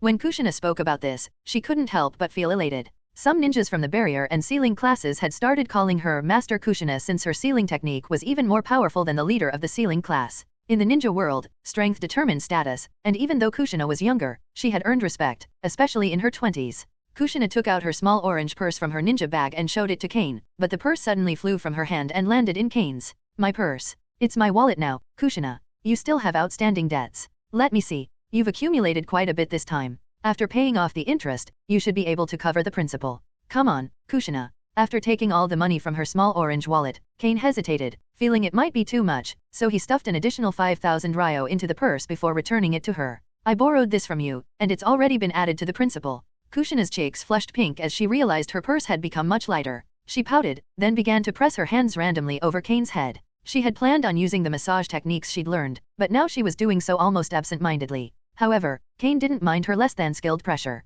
He actually found it more comfortable with a little force, and as Kushina pressed, his head swayed slightly. After a while, Kushina's face turned even redder, especially since her stockings didn't fully cover her thighs, leaving half of them exposed as snow-white skin. The room fell silent. Kushina glanced at Kain, who was still resting, and began to think. How could a bad guy lie so defenselessly on her lap? All she needed to do was use her tailed beast chakra to press, and she could easily end his life. If he were truly a bad guy, would he expose his weaknesses so carelessly under her gaze? Kushina felt that Namikaze Minato was trying to drive a wedge between her and Boss, the same guy who had bullied her. After figuring this out, Kushina decided to stop thinking about the things that bothered her and instead started talking about happier things. "Boss, I've been able to use the tailed beast chakra recently. After using it, my strength increases a lot, but it also affects my temper. The chakra makes me very irritable." Tailed beast chakra. It's a very strong power. If I can leave the village in the future, I'll protect you then. "Of course, that's good. Here, this is for you," Kain said, handing her a bottle. "It's a palliative potion. After drinking it, it should calm your emotions. It should help." In the evening, Kushina left the dessert shop with a box of magic desserts and a few bottles of potions, her cheeks flushed. However, her legs were a little numb again. "Next time, I can't kneel down to give the boss a knee pillow. Maybe I can find a sofa," she thought. But is this palliative potion really useful? Is the boss just comforting me? She wondered. She decided to take a leave of absence from the sealing class the next day and practice controlling the tailed beast chakra. Although there was an atmosphere of war in the village recently, the impact on the sealing class was minimal. If she could control more power, the village would presumably not restrict her from leaving. Last time, when she listened to the boss, she began to see the Ninetales as something that could communicate on an equal footing, rather than just a symbol of disaster. But that guy, the Ninetales, actually tried to trap her. Though she had finally escaped the sealed space, Kushina had managed to snatch a portion of the tailed beast chakra from the Ninetales with the help of her adamantine sealing chains. The tailed beast coat with almost 3 tails had already made a significant impact on her. If she accumulated more, her sanity might be affected. Kushina, it hasn't been long since your last attempt to control the Ninetales chakra. Are you really so confident now? Tsunade asked, looking at Kushina. Tsunade was wearing her ninja armor, which looked both feminine and heroic, and 2 members of the sealing class were behind her. If Kushina lost control of the tailed beast chakra, Tsunade could subdue her, and the sealing class could strengthen the seal on her. I wanted to try it out because of this, Kushina replied, pulling out a bottle of the palliative potion. What is that? Tsunade frowned slightly. It seemed reckless to try to control the tailed beast chakra again with just a bottle of unknown liquid, and she had no idea what Kushina was holding. Kushina deliberately kept it a secret from everyone. If they knew, the palliative potion would be subjected to various tests, but she trusted Kain. That was why she had kept it a secret until now. I'm going to start, Tsunade-san. Kushina didn't answer Tsunade's question. She entered the sealed space and saw the Ninetales bound within her body by the sealing technique. In addition to the 4-symbol seal, there was also a layer of adamantine sealing chains, allowing her to freely extract the tailed beast chakra. However, drawing too much chakra would affect Kushina with the violent emotions contained within the Ninetales chakra. Once inside the sealed space, Kushina spoke to the Ninetales. Ninetales, this time, I will try to control your chakra. Damn stinky brat, the Ninetales roared, and the airwaves from the roar spread throughout the sealed space. But the 2 layers of seals were too strong for it to break free. Upon hearing Kushina's intent to try controlling its chakra, the Ninetales reluctantly offered her some of its power chakra filled with tyrannical negativity. Last time, she nearly reached 4 tails, but Kushina couldn't handle it. This time, however, she was pulling nearly 6 tails worth. After drawing a large portion of the tailed beast chakra, Kushina instantly reached the level of 3 tails. At that point, she could already feel the overwhelming negative emotions affecting her, much stronger than before. Quickly, she drank a bottle of the palliative potion. The cool liquid slid down her throat, and it didn't take long for the potion to take effect. Kushina felt the restlessness in her heart ease significantly. Although some negative emotions still lingered, they weren't nearly as intense. Boom! A powerful chakra wave sent trees within a tens of meters radius flying. Even with Tsunade and the sealing class using chakra to stabilize their feet, they were blown back 20 to 30 meters by the force of the wave. At that moment, 2 teams of Umbu and the barrier team suddenly appeared. These were the second reinforcements sent by Sarutobi Hiruzen. Though Kushina was controlling the tailed beast chakra, Tsunade feared the sealing team might face accidents. The second reinforcements were necessary, a precaution Tsunade had reported to Sarutobi Hiruzen. Wait a minute, let's observe first, Tsunade ordered loudly. She instructed the Umbu and barrier team not to take action yet. While Kushina had begun to manifest her 5-tailed form, she hadn't lost control. After hearing Tsunade's command, the Umbu and barrier teams hesitated but ultimately chose to obey. They maintained their vigilance around Kushina, but after a while, seeing no signs of her losing control, they relaxed a little. This time it should work, Tsunade murmured. Just as Tsunade finished speaking, Kushina suddenly opened her eyes. Her pupils had become the vertical ones of the Ninetales, though her face lacked the beast's usual whisker marks. Her chakra coat was now much more compact. Kushina stood and instantly appeared before Tsunade. With a bright smile, she said, Miss Tsunade, I succeeded. In addition to the common chakra coat, I can now use the more tails. After finishing her sentence, the chakra around Kushina's body suddenly became blood red and condensed. The chakra took on a fox-like appearance, obscuring her entirely. This chakra. Tsunade's face showed surprise. The chakra was as dense as flesh and blood. She felt that her strange power would have difficulty damaging it, and the speed with which Kushina displayed it was extraordinary. Kushina, having just demonstrated her power, quickly pulled the Ninetales chakra back into her body. She then panted slightly and said, I still need to get used to it. Once I do, I'll be able to control the power of 6 or 7 tails. You've done well, Kushina, Tsunade exclaimed. Using medical ninjutsu, she helped Kushina heal the skin burned by the high-density chakra. Then she asked, what did you drink just now? It's palliative medicine. The boss gave it to me. He heard I wasn't in a good mood, so he gave me this. Kushina was clever enough not to mention anything about the Ninetales, knowing it could lead to trouble for the boss. She felt this explanation was sufficient. Tsunade nodded, her expression thoughtful. Really? That's amazing. Kushina, do you have more? Can I study it? Only 1 bottle left, Kushina replied. She thought for a moment before deciding to talk to the boss. Nearby, an Umbu member overheard the conversation between Kushina and Tsunade. He wrote down everything and exchanged a glance with his colleague before using the body flicker technique to leave. Inside Hokage's office. I see. Go down and continue to follow Kushina to protect her, Sarutobi Hiruzen instructed the Umbu member who had come to report. He had witnessed the entire event through the telescope technique. Unfortunately, he didn't have Kain's chakra, and once Kushina entered Kain's house, she would use a barrier to block sound and any surveillance from the telescope technique. As a result, he only learned about the palliative medicine. Difficult, Sarutobi Hiruzen muttered as he slowly took a puff from his dry tobacco pipe. He had been caught off guard by the recent developments in Konoha. A newspaper office had been established in the capital, backed by a document issued by the daimyo's office itself. It could cover some non-sensitive information. Konoha shinobi were required to cooperate when needed. The owner of this newspaper office was Kain, who had now become the Land of Fire's propaganda secretary. With this status, Sarutobi Hiruzen could no longer treat him as just someone from another country. Some sanctions were also out of the question. If he used clever tactics against propaganda minister of the Land of Fire, daimyo might reverse his position and cut funding. There was also an issue with a mission involving White Fang. It seemed that Rock Shinobi and Sand Shinobi were aware of White Fang's plans. Sarutobi Hiruzen found this very strange. He had a vague suspicion about what might be going on, but he didn't want Umbu to investigate further. For now, he had to calm the situation and attempt to negotiate the matter involving White Fang. Otherwise, it would be difficult to explain to the daimyo, as this situation had already attracted the attention of the daimyo of the Three Kingdoms. Also, the relationship between Kain and Kushina was becoming too close, and Sarutobi Hiruzen knew he had to find a way to put a stop to it. The situation in Konoha was gradually escalating. Rumors spread that the envoy from the Fire Nation daimyo was about to interrogate someone. Not only the ninjas but even the villagers were aware of it. Meanwhile, at the Konoha news office, the unusual developments hadn't gone unnoticed. When Kain arrived in the village, the person in charge of the newspaper sought him out and asked for instructions. Minister, should we report on the White Fang incident? Kain waved off the title with an awkward expression. Wait another day or two until the daimyo's envoy arrives. And stop calling me minister. You can just call me boss.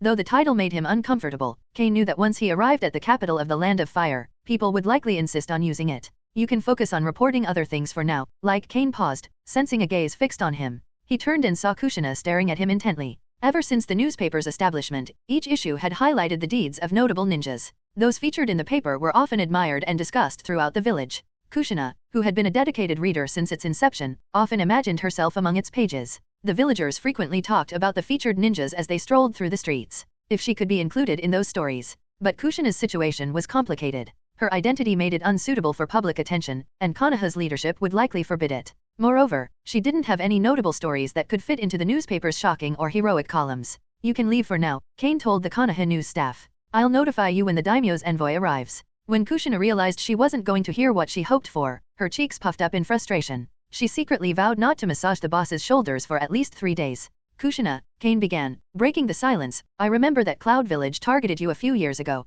Writing about you in the newspaper would only increase your danger. Kain tapped his fingers on the table and then gently patted her on the head, speaking in a calm, sincere tone. If Cloud Village targets you again, things could get very dangerous. Especially now, with tensions in the ninja world being what they are. Do you understand? Hearing his reasoning, Kushina realized her request had been impulsive.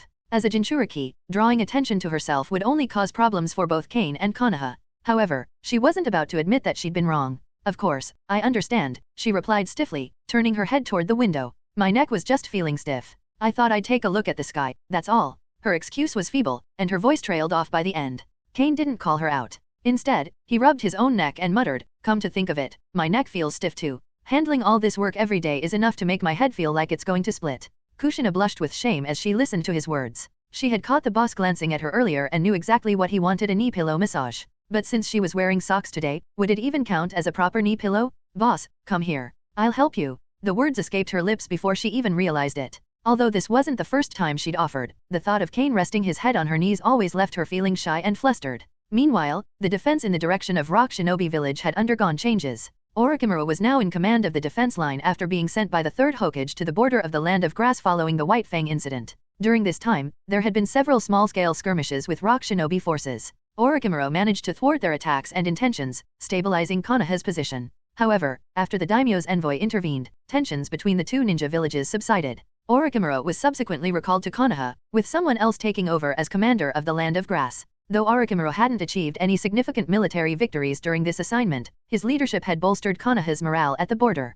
As a result, he was welcomed back as a hero. When Orochimaru returned to Konoha, Kain happened to be observing from the side of the road. Their eyes briefly met before Orochimaru turned and headed toward the Hokage building, undoubtedly to report to the 3rd Hokage and handle the transition of his responsibilities. Kain didn't linger long after their exchange. Even Tsunade was unaware of his covert collaboration with Orochimaru, and there was no way he could collect information without drawing suspicion. Later that evening, Kain suddenly sensed the chakra of Orochimaru's white snake summoning him. Without hesitation, he used the summoning technique to call forth the white snake from Ryokai Cave. "Bring Orochimaru here," Kain instructed. He then cast protective spells and sealing barriers around the room, ensuring that no outsiders could spy on their meeting. Once everything was in place, the white snake returned with Orochimaru. "Long time no see, Kain," Orochimaru greeted with a sly smile. "I didn't expect you to become the propaganda minister for the Land of Fire." Orochimaru glanced around the room, noting the layers of protection and sealing barriers. He felt relieved. Initially, he had considered holding their discussion in Ryokai Cave, but being summoned to Kain's room under such precautions was acceptable.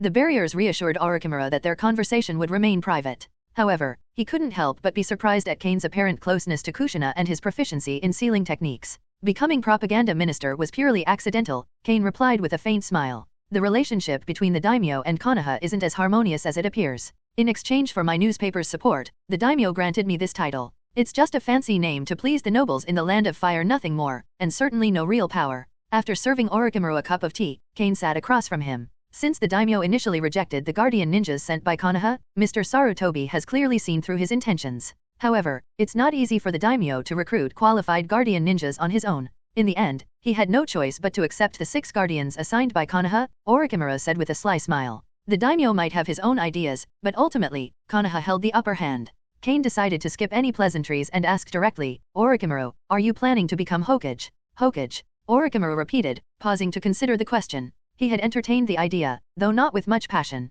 For Orochimaru, Hokage wasn't an ultimate goal, it was merely a stepping stone, a position he could use to achieve his true ambitions. Unlike Noeki and others who aspired to the title with idealistic fervor, Orochimaru saw it as a means to an end. Kain leaned forward and spoke frankly. "Orochimaru, the 3rd Hokage is an obstacle for me, as are the other senior advisors. Without them, my cooperation with Konoha would be much smoother. We wouldn't have to operate so covertly like with this super soldier serum." As he spoke, Kain retrieved a set of documents detailing Dr. Erskine's super soldier serum and handed them to Orochimaru. The data described a serum that could significantly enhance a person's physical abilities, doubling or even tripling their potential. It also claimed to increase brain function dramatically. If this serum were applied to a ninja, Kain explained, the results could be even more extraordinary. For an average person, it can create a body comparable to that of a chunin. Imagine what it could do for someone already trained as a ninja. Orochimaru scanned the data, his mind racing with possibilities. "An incredible serum," he murmured. "If produced on a large scale, Konoha's number of chunin and jonin could double. For ninjas stuck at chunin level, it could provide the breakthrough they've been seeking, perhaps even elevating them to jonin or special jonin status." Kain nodded and continued. "That's not all. I also have this comprehensive research on biological cells." He placed another document on the table, this one a detailed compendium of cellular biology. "This is a gift for you, Orochimaru. Your research into the human body is impressive, but your methods are, let's say, unrefined. Your medical knowledge lacks the precision of someone like Tsunade.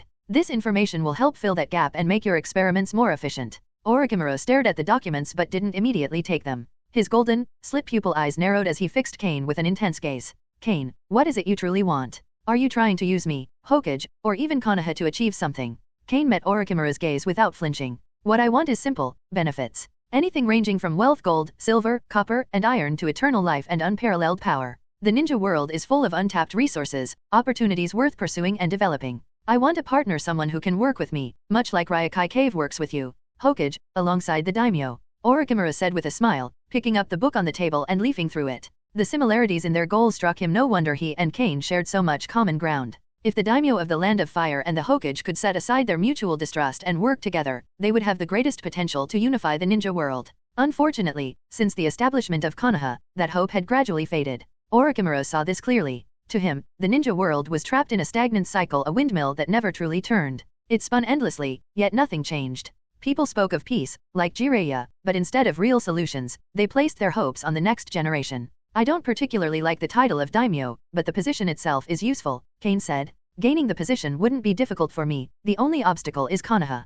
That's why I need your help. But first, you must become the 4th Hokage, Orochimaru." Kain had numerous tools at his disposal to deal with ordinary people, but handling ninjas required far greater caution. Ninja techniques, secrets, and abilities such as mind-reading jutsu or even the impure world reincarnation were as dangerous and formidable as his magic. While taking the daimyo's position might be straightforward, the real challenge was preventing the Konoha shinobi from rebelling due to such a drastic change. Without Konoha's military might and the loyalty of the ninja guarding the daimyo, someone like Kakuzu could easily hire a few bounty hunters to assassinate the daimyo. Without support or allies within the ninja ranks, Kain's plans would become precarious, leaving him vulnerable and exposed. After their last conversation, Orochimaru and Kain rarely saw each other. However, their intentions were almost aligned, paving the way for deeper cooperation. If Orochimaru became the fourth Hokage, the relationship between Kain and Konoha would improve significantly. Orochimaru would also help Kain avoid further embarrassment from Konoha, enabling him to seize the position of daimyo. Both had their own needs, and Orochimaru's conditions were simple. As long as his bottom line wasn't crossed, he was open to collaboration. At this point in time, Orochimaru was vastly different from the figure he would become over a decade later, a disillusioned rogue ninja who had lost his disciples, failed to secure the Hokage position, and chosen a path of developing forbidden techniques while betraying the village. The current Orochimaru had everything to fight for. He was one of the revered Sannin, had a bright future, and was a highly respected ninja in the shinobi world. He had recently commanded a battlefield on the border of the Land of Grass, solidifying his reputation and ensuring limitless prospects. At this stage, he had no intention of betraying Konoha. His idealistic goal of mastering all the techniques in the ninja world had merely shifted slightly under Kain's influence to mastering all knowledge. However, the title of Sannin combined with his identity as a Konoha Jonin did little to advance his grand ambitions. Recognizing this, Kain subtly magnified Orochimaru's desire to become Hokage, planting the seed that this path would better align with his ultimate dream. Kain, in turn, offered Orochimaru access to resources that Konoha could not provide, fostering a partnership that outweighed any alliance Orochimaru might have with the daimyo. This convergence of goals brought Orochimaru and Kain closer together. Orochimaru also shared with Kain intelligence about White Fang's recent activities. From the information Orochimaru had extracted from some IWA nin on the front lines, it became clear that IWA had long been aware of an impending attack on the border station and had made preparations. However, Sakumo Heitake, known as White Fang, was too formidable. With only 2 teams, he managed to escape pursuit by 8 IWA nin squads without losing a single comrade. Despite the victory, Sakumo's distinct identity couldn't remain hidden. His chakra short sword, silver-white hair, and the brilliant white light that accompanied his attacks made him instantly recognizable. Since Sakumo hadn't completely wiped out the pursuing forces, the survivors reported back to IWA, confirming his identity. While Orochimaru wasn't as familiar with Sand Shinobi's involvement, he speculated the situation might be similar if not worse. The growing tension must have been serious, as even the Fire Country's daimyo sent envoys to hold Konoha accountable. Combined with the charged atmosphere in the village, it was inevitable that someone would eventually bear responsibility, whether deserved or not. The daimyo's envoy arrived in Konoha soon after, likely acting under specific instructions from the daimyo himself. Upon arrival, the envoy sought out Kain for a private meeting. Although his position holds no real power, Kain is at least a public minister. Strictly speaking, his status is higher than that of an envoy. Combined with his growing reputation and his influential chamber of commerce, Kain is considered an apex upstart in the Land of Fire. The daimyo's envoy conveyed the daimyo's orders to Kain, discussed the content to be published in the newspaper, and then left. The next day, the envoy from the daimyo prefecture, Kain, and reporters from Konoha News arrived directly at the Hokage building. Upon seeing Kain, everyone's reactions were subdued except for Tsunade, who seemed slightly surprised. It was as if they had long expected Kain's arrival. After all, Kain was the Minister of Publicity for the Land of Fire. While newly appointed, his position still carried ministerial weight. Regardless of how displeased Danzo might be with Kain, even he wouldn't risk the embarrassment of driving Kain away under such circumstances. On Konoha's side, the attendees included not only the Hokage and the 3 other high-ranking officials but also some of the village's most important figures. These included elite ninjas like Orochimaru, who had just returned from the battlefield, Tsunade, the director of Konoha Hospital, the Nara clan leader, the leader of the Jonin Corps, and Kato Dan, who was a potential candidate to lead the Jonin Corps in the future.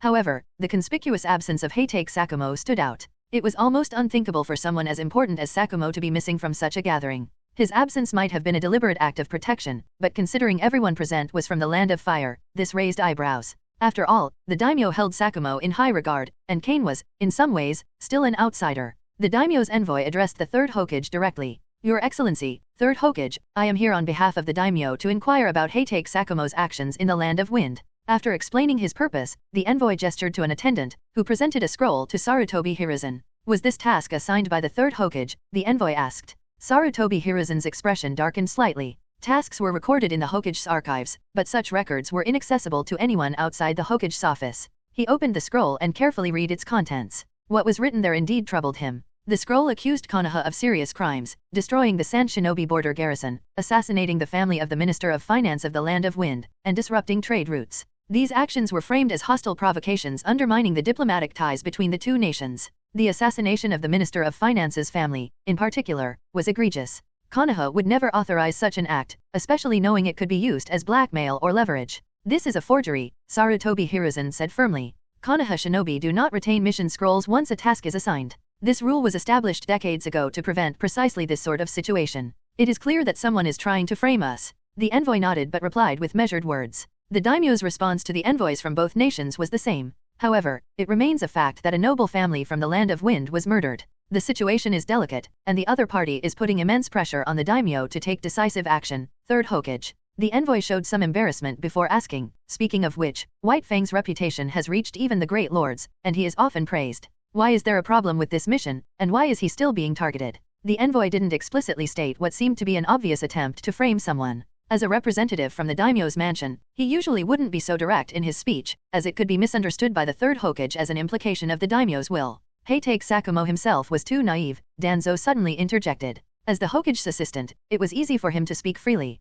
Heitake Sakumo knew that the rescue was hopeless, yet he chose to expose Konoha and allowed the enemy to frame him successfully. If he had returned to the Land of Fire in time, the enemy could never have implicated us in this incident. We would only have a captured ninja, who could later be redeemed through diplomatic means. Danzo's last sentence was overly simplistic. How could a captured ninja be easily redeemed? 10 years later, when Marino Ibiki was captured by the enemy, even after his return to Konoha, he was tortured horribly. And now, with tensions rising between the two major ninja villages, once a ninja was captured, they would be subjected to inhumane torture, unless they were a medical ninja, whose value might warrant more humane treatment. However, the envoy from the daimyo's mansion was unaware of these realities. After hearing Danzo's explanation, he found it reasonable and nodded in agreement. So, it seems this time it was indeed White Fang's mistake. Mr. Minister, what do you think of this situation? I have no objections. Everything should proceed according to Daimyo-sama's wishes. Kain shook his head. He had no intention of helping Heitake Sakumo at the moment. Speculation couldn't be used as evidence, and unless there was ironclad proof of a setup, he couldn't offer any assistance. Since that is the case, I hope Third Hokage will allow me to bring back a detailed report to the daimyo. Also, the daimyo of the Land of Wind has requested compensation from the Land of Fire. The daimyo has already agreed, so the next funds for Konoha village will also be reduced accordingly. What? Sarutobi Hiruzen, Danzo, and the other two consultants were taken aback. Cutting funding? Why now? But the daimyo's envoy said helplessly, there's nothing we can do. The daimyo of the Land of Wind is very angry. He has to make some difficult decisions, otherwise, it will be troublesome if the two countries completely sever communication. This is what Daimyo-sama wants. If Third Hokage has any objections, please go to the capital and speak directly with Daimyo-sama. It should be the nobles who do business that will be the most troubled. The Land of Wind is home to the richest mines in the ninja world, and if trade routes are cut off, the loss for the nobles of the Land of Fire will be deeply painful. But cutting the budget made things even more troublesome for Konoha. Except for Orochimaru, all the Konoha shinobi present frowned slightly after hearing about the budget cut. Tensions were rising, and war seemed imminent. However, it was obviously unrealistic to voice these concerns to the envoy. Sarutobi Hiruzen shot Danzo a dark look, his mind troubled. He could only go to the daimyo in the capital now, otherwise, Konoha wouldn't even be able to buy military supplies. In order to suppress Sakumo, who was aligned with the daimyo, Konoha now had to face the situation of reduced funding. If Sarutobi Hiruzen had known this would be the outcome, he would have stopped it earlier. However, the daimyo should know that Heitake Sakumo was framed. Why else would he have cut Konoha's funding? Sarutobi Hiruzen paused, puffing on his tobacco pipe, and suddenly had a thought. But he wasn't sure. If his suspicions were correct, it would require Danzo's roots to uncover the truth. The meeting ended quickly. Kain only spoke a few words and then spent the rest of the time observing the reactions of those in the room. With Heitake Sakumo's incident, Orochimaru's chances of competing for Hokage had already been reduced significantly. Among the remaining candidates, only Tsunade and Kaito-dan posed any real threat to Orochimaru's position. However, if Orochimaru expressed his intent to run for Hokage, Tsunade would likely not oppose him. After all, there was a high probability that Orochimaru would support Noeke after himself, and Tsunade had no interest in the Hokage position.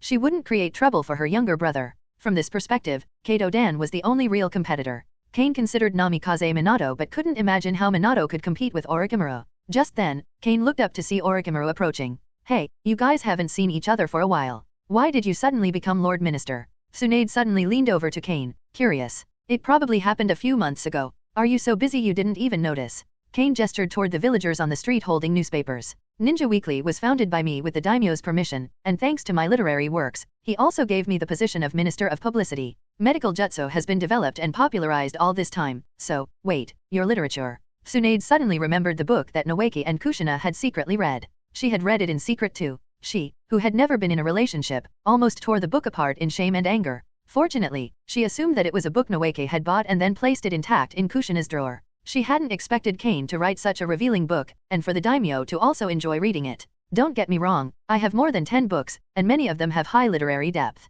Kain had originally intended to mention a few of these books to show Tsunade the range of his works, but then he realized that Tsunade didn't have the temperament of a literary type. Even if he mentioned them, she wouldn't understand, so he abandoned the idea and changed the subject. Is that the only reason you're looking for me? In the izakaya, only one table of guests was received that morning, Kain and Tsunade. Tsunade had something to discuss with Kain, so she came to the izakaya. However, after arriving, she immediately ordered a lot of good wine and drank slowly, but refused to talk about business as she looked around. Kain thought that Tsunade had noticed the relationship between him and Orochimaru, but as she continued to drink, he slowly realized, Tsunade, are you just here to drink with me? Idiot! I'm Konoha's son-in? How could I do such a thing? Tsunade slammed the empty wine glass on the table and said to Kain righteously. If he hadn't seen her drink several sips and her face turn red, Kain might have believed Tsunade's words. Kain tapped the table and said, I received a report from the casino a few days ago that you've been losing a lot recently. When Tsunade heard this, she almost choked on the wine in her throat. Ahem. I came to ask you about the palliative potion.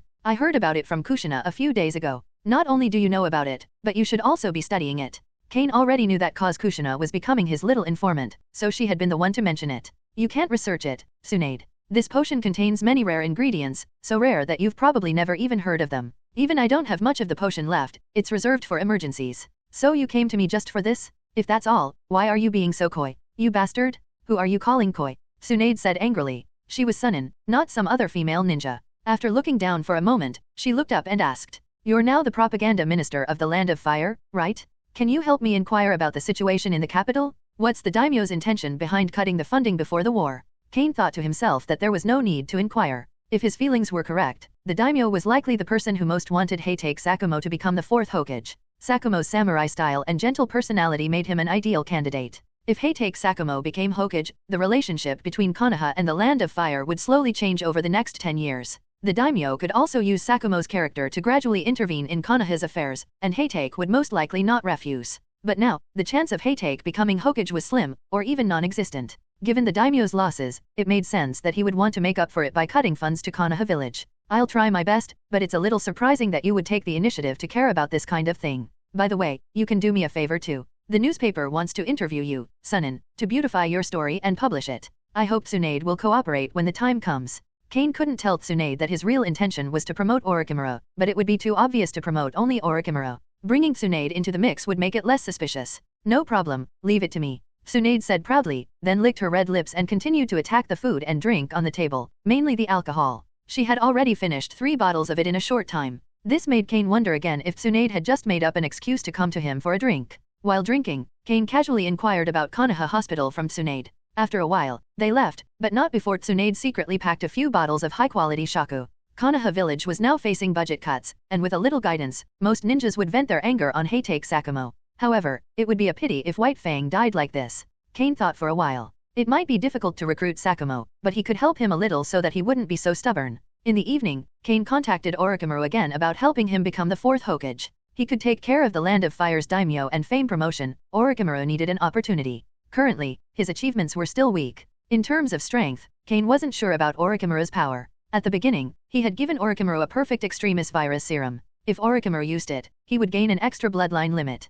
Combined with Ryokai Cave's Snake Sage mode, Orochimaru would be the strongest of the Sunin by now. Eventually, Orochimaru proposed that he wanted experimental bodies and new research equipment. This wasn't difficult for Kain, but he also asked Orochimaru to help him continue developing the jutsu, mainly to use Sage Chakra to enhance the body and study the manipulation of Super Soldier Serum. That would be a challenge for Orochimaru, but one that intrigued him. Kain, having mastered Sage mode, could train a group of subordinates who were imprinted with the Cursed Seal Jutsu. With the addition of the Super Soldier Serum, they could surpass most Chunin with just physical fitness. If combined with the microreactor personal battle armor Kain conceived, mass production of Jonin could become a reality. Their reaction speed would match that of Jonin, no seals would be required, and they could wield a variety of weapons, making them effective in group combat. However, that goal was still far off. Vanko and his son would continue to study the arc reactor, and Orochimaru had yet to begin his research. Boss, there are currently 46 ninjas supported by us, but only 7 are Chunin, and the rest are all Genin, Yakushi Nono said, taking out a list and handing it to Kain.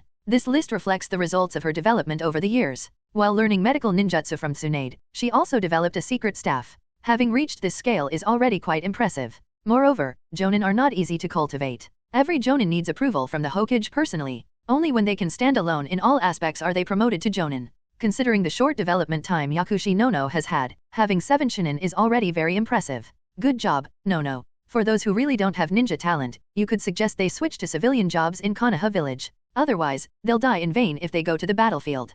Kain looked at the list, noting how detailed it was, recording hobbies, habits, and when they received funding. To have done this well, Nono already had the demeanor of a wandering nun from a few years later. Nono, your strength can be properly strengthened. You only have medical ninjutsu, and if you encounter an accident, you'll be very vulnerable. Sign this. Kain took out a summoning scroll, the solo summoning scroll of Ichikishima-hime. He intended to have Ichikishima-hime help Yakushi Nono practice sage mode. Without hesitation, Yakushi Nono signed her name on the summoning scroll. After she did, Kain immediately used the summoning technique. Boom! A puff of smoke rose in the room, and once it dissipated, a petite girl appeared. Yakushi Nono was slightly taken aback. Is the summoning beast she just signed this girl? Ah, it took me so long to summon me? Is there no enemy this time? Ichikishima-hime complained, then looked around the room. When she saw the summoning scroll with an additional name on it, she added, a new contractor. You summoned me for just this. Ichikishima-hime hadn't finished her complaints when her petite nose twitched. She sniffed the air and noticed Kain cutting his finger. Blood flowed from the wound into a small cup. Without the cover of the skin, the powerful and attractive life energy in the blood made Ichikishima-hime long for it, and her stomach growled. Hashirama cells, phoenix, and dragon blood formed by 3 genes was simply too wonderful for Ichikishima-hime. Kain said to Ichikishima-hime, help Yakushi Nono learn sage mode and sage arts, and I'll give you some blood in the future. That's all? Don't waste it, don't treat it. Seeing Yakushi Nono about to wipe the blood on Kain's hands with a tissue, Ichikishima-hime flew over anxiously, snatched the cup with one hand, and shoved Kain's finger into her mouth with the other. She then took a deep breath. Kain quickly pulled his hand away, no longer suppressing the extremis virus with chakra or magic, allowing the wound to heal instantly. This person looks like a petite girl, but is actually a snake. Kain then said to Ichikishima-hime with a serious expression, you are one of the 3 princesses of Ryokai Cave, can you stop acting like a hungry ghost? Ichikishima-hime didn't listen at all. After Kain pulled his finger out of her mouth, she went to enjoy the blood in the cup, licking it clean after drinking. Only then did Ichikishima-hime say nonchalantly, we're also snakes. When I become a real sage, you can talk about this again. Is she the one who wants to learn sage mode?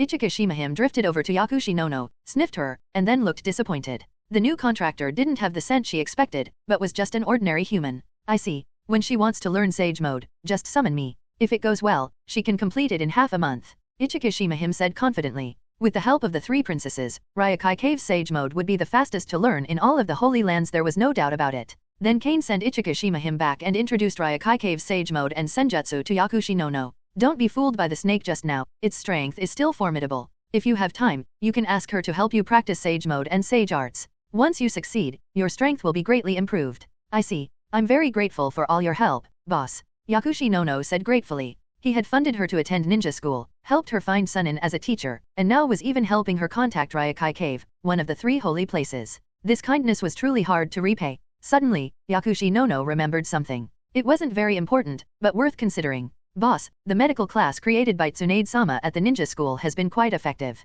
There are many students who are suitable to become medical ninjas. Should we recruit them? Medical ninjas, how's their talent? Compared to you, there are 2 people in the medical class who are very talented. One is Kato Shizune, but she's a relative of Kato Danjonin, so there's no possibility of her joining us. The other is No Hararin, though she can be absorbed. She comes from a civilian family, and her parents died in the war. No Hararin is very talented in medical ninjutsu. If she's trained well, she should be no worse than me. Kain looked over No Hararin's information, nodded to Yakushi Nono, and said, if that's the case, let's give it a try. I trust your judgment. If she can be absorbed by us and has this talent, then we'll focus on training her. A powerful medical ninja in the ninja world can always be transformed into a biological researcher. A powerful medical ninja must have a deep understanding of various organs, tissues, cells, and blood in the human body, which is valuable for cultivation. The study of the curse seal to strengthen the body? It's indeed a good choice for training subordinates, but not right now. The affairs of the village are too busy. Even if I separate chakra and use shadow clones, I can't do it. If you can bring Tsunade here. Fortunately, with her ability, it should be very fast. Orochimaru didn't think much of it when he heard Kain's words. He didn't do it on purpose. Many jonin in the village had already cancelled their missions, and ninjas like him might soon be sent to the front lines again. Even if he were interested now, he couldn't spare the time for research. Kain shook his head and said to Orochimaru on the tablet, Tsunade is not like you. She can't tolerate many things. Since you don't have time, let's talk about it later. But don't push the interview about the newspaper, or I will let the newspaper print their minds. After speaking, he ended the call. Though he was a little regretful, while war could be a good time to make a fortune, it also delayed many other things. He definitely didn't want to seek Tsunade's help, unless she was personally aligned with him. Otherwise, the news would leak out soon. Besides Tsunade, there was Yakushi Nono. Her medical ninjutsu was excellent. Even without the status of Tsunade's student, Yakushi Nono's medical skills were among the best in Konoha Hospital. But she wasn't involved in human experiments, and her medical ninjutsu was still a work in progress. At present, she didn't meet Kain's required standards, and she might not be qualified until a few years later.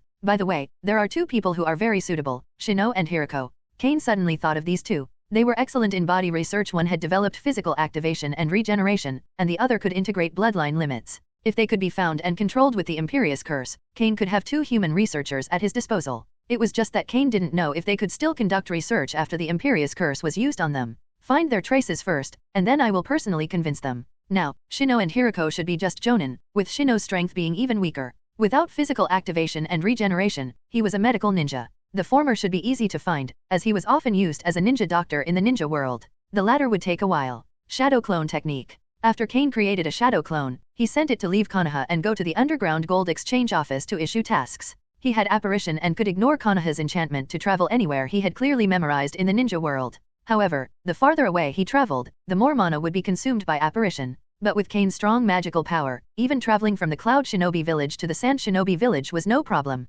As long as there was news, Kain could immediately invite Shino and Hiroko back. Under Tsunade's medical reform, the new medical course has been established as a regular subject in the ninja school curriculum. Starting from the 2nd grade, all students must participate, but only in the 4th grade will an assessment be made to determine who is suitable to become a medical ninja. Sarutobi Hiruzen and the other Konoha executives had no objections to Tsunade's proposal. They didn't need to spend more money and could train more medical ninjas for Konoha, so they had no reason to object. It was simply one more class for the students of the ninja school, but playing less meant a better chance of surviving on the battlefield. This was also for the benefit of the students. Before the selection and examination of medical ninjas, the students at ninja school learn a series of first aid techniques, such as bandaging, suturing, diagnosing internal injuries, as well as identifying herbs and learning basic healing techniques. If they can learn the healing technique, it means the student is very talented in medical ninjutsu. Under normal circumstances, second-year students at the ninja school can learn the healing technique within a year and potentially become medical ninjas in the future. However, before they can learn the healing technique, they must first improve their chakra control ability to an extremely high level. As a result, very few students learn the healing technique in the first year. It's usually only in the 2nd or 3rd year that someone can successfully perform it. Students like Shizun and Nohara Rin were able to perform the healing technique after only half a year of learning, which means they will definitely become medical ninjas in the future. Before class ends, I want to remind all students not to take the medical class lightly. The grades in this class will be linked to your graduation scores. If you do poorly in the exam, it will significantly impact your placement after the exam, Yakushi Nono said to the students with a flat expression. They did not realize the importance of medical ninjutsu and first aid on the battlefield, particularly in terms of squad configuration. If they don't perform well, they will be assigned to what's called a cannon fodder squad. It's a bit of an exaggeration to call it cannon fodder, but it's certain that they won't be taken seriously by the upper echelon or even the frontline command. When the time comes, depending on the team's composition, they might be sent on decoy missions. Teacher Nono. After Yakushi Nono left the classroom, Nohara Rin hurriedly chased after her. Uchiha Obito stretched out his hand to stop her, but before he could speak, Nohara Rin had already run out of the classroom.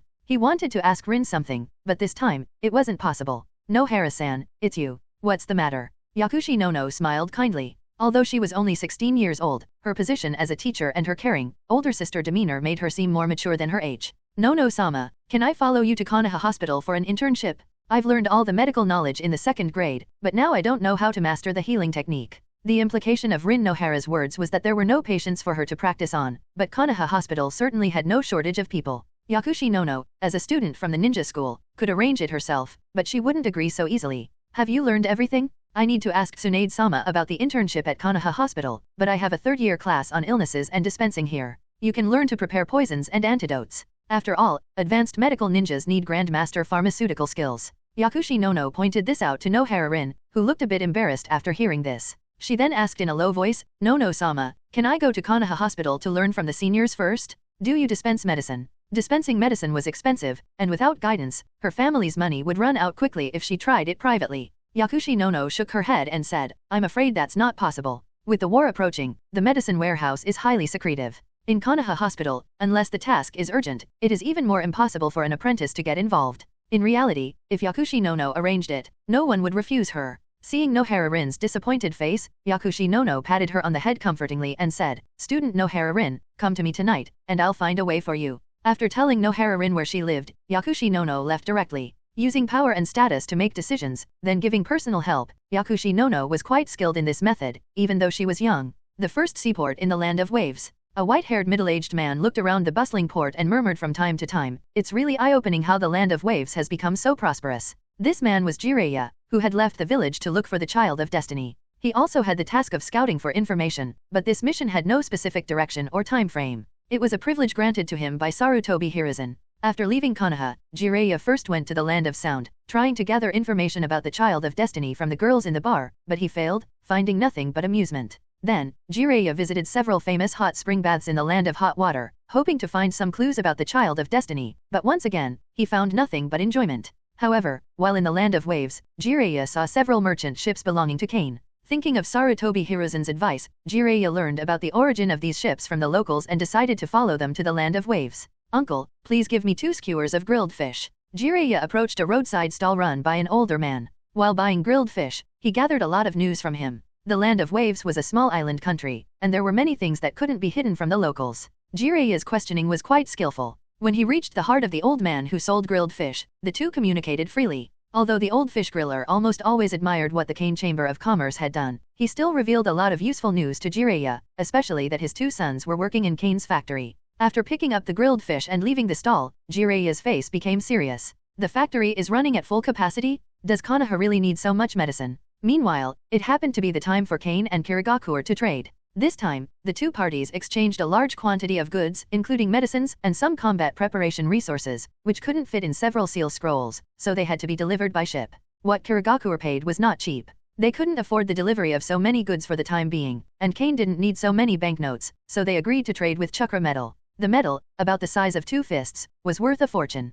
Kirigakure had spent all its money, but the medicines and medical supplies they traded for would be enough to sustain them in a protracted war. "Harry-sama, we've checked, and the quantity of goods is correct." Terumi Shin spoke to Kain's shadow clone. Since Kain had taken the post of Minister of Fire, he had changed his appearance. Terumi Shin knew the truth, but only he was aware of it, the others accompanying him did not. This is what was agreed upon in advance. Terumi Shin handed Kain a box, which contained chakra metal worth nearly 100 million ryo, difficult to purchase with money alone. "There's no problem with the goods. The transaction is complete. Shin can return to the ship now," Kain said. Kain experimented with the metal in the box by feeding it a bit of chakra. He could feel the smooth flow of chakra through the metal almost immediately. Terumi Shin smiled and said, "If everything is in order, then we'll head back first." "Wait a minute, is he one of yours?" Kain pointed to a person who had just gotten off the cargo ship and asked. This person's behavior was unusual. He had been looking around after disembarking and had glanced at Kain several times. The person Kain pointed out was under Jiraiya's control. Jiraiya had used the Toad Shadow control technique to manipulate a member of the Mist Shinobi team, but he didn't expect to be noticed.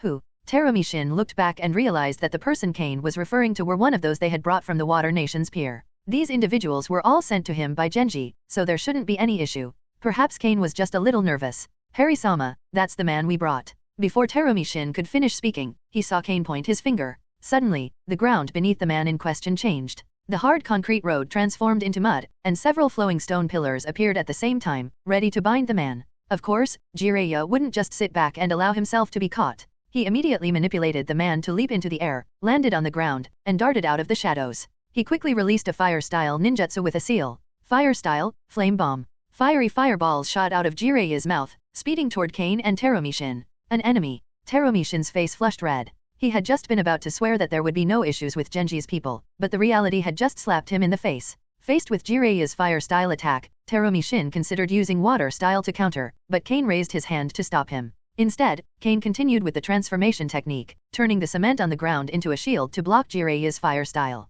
In the next second, Kain suddenly vanished. He had used apparition to move more than 20 meters behind Jiraiya. Since there was almost no sound, and Jiraiya was still in a stiff state due to the Toad Shadow control technique, he didn't notice Kain behind him. When Jiraiya had jumped and landed, he had already taken note of the surrounding area. In his mind, there was no one behind him. However, Kain was a special case. Apparition was originally a transportation magic, but Kain had mastered its use in battle. After landing, Kain immediately cast another spell at Jiraiya. The crushing curse was the most convenient for him, but after using it, Kain regretted it a bit. He should have used the instant death curse or the imperious curse. At the critical moment, Jiraiya instinctively sensed the danger behind him. Subconsciously, he infused chakra into his hair, but before he could activate the needle hairs technique, he felt a huge force knock him backward. Behind, how can there be an enemy? Jiraiya was sent flying more than 10 meters, and the hair on his back was completely shattered. Even though it wasn't fully needle hair, the chakra-infused hair was still quite tough. But now, it had been destroyed in a single blow. Jiraiya felt as if his waist, which he had worked so hard to strengthen, was about to snap.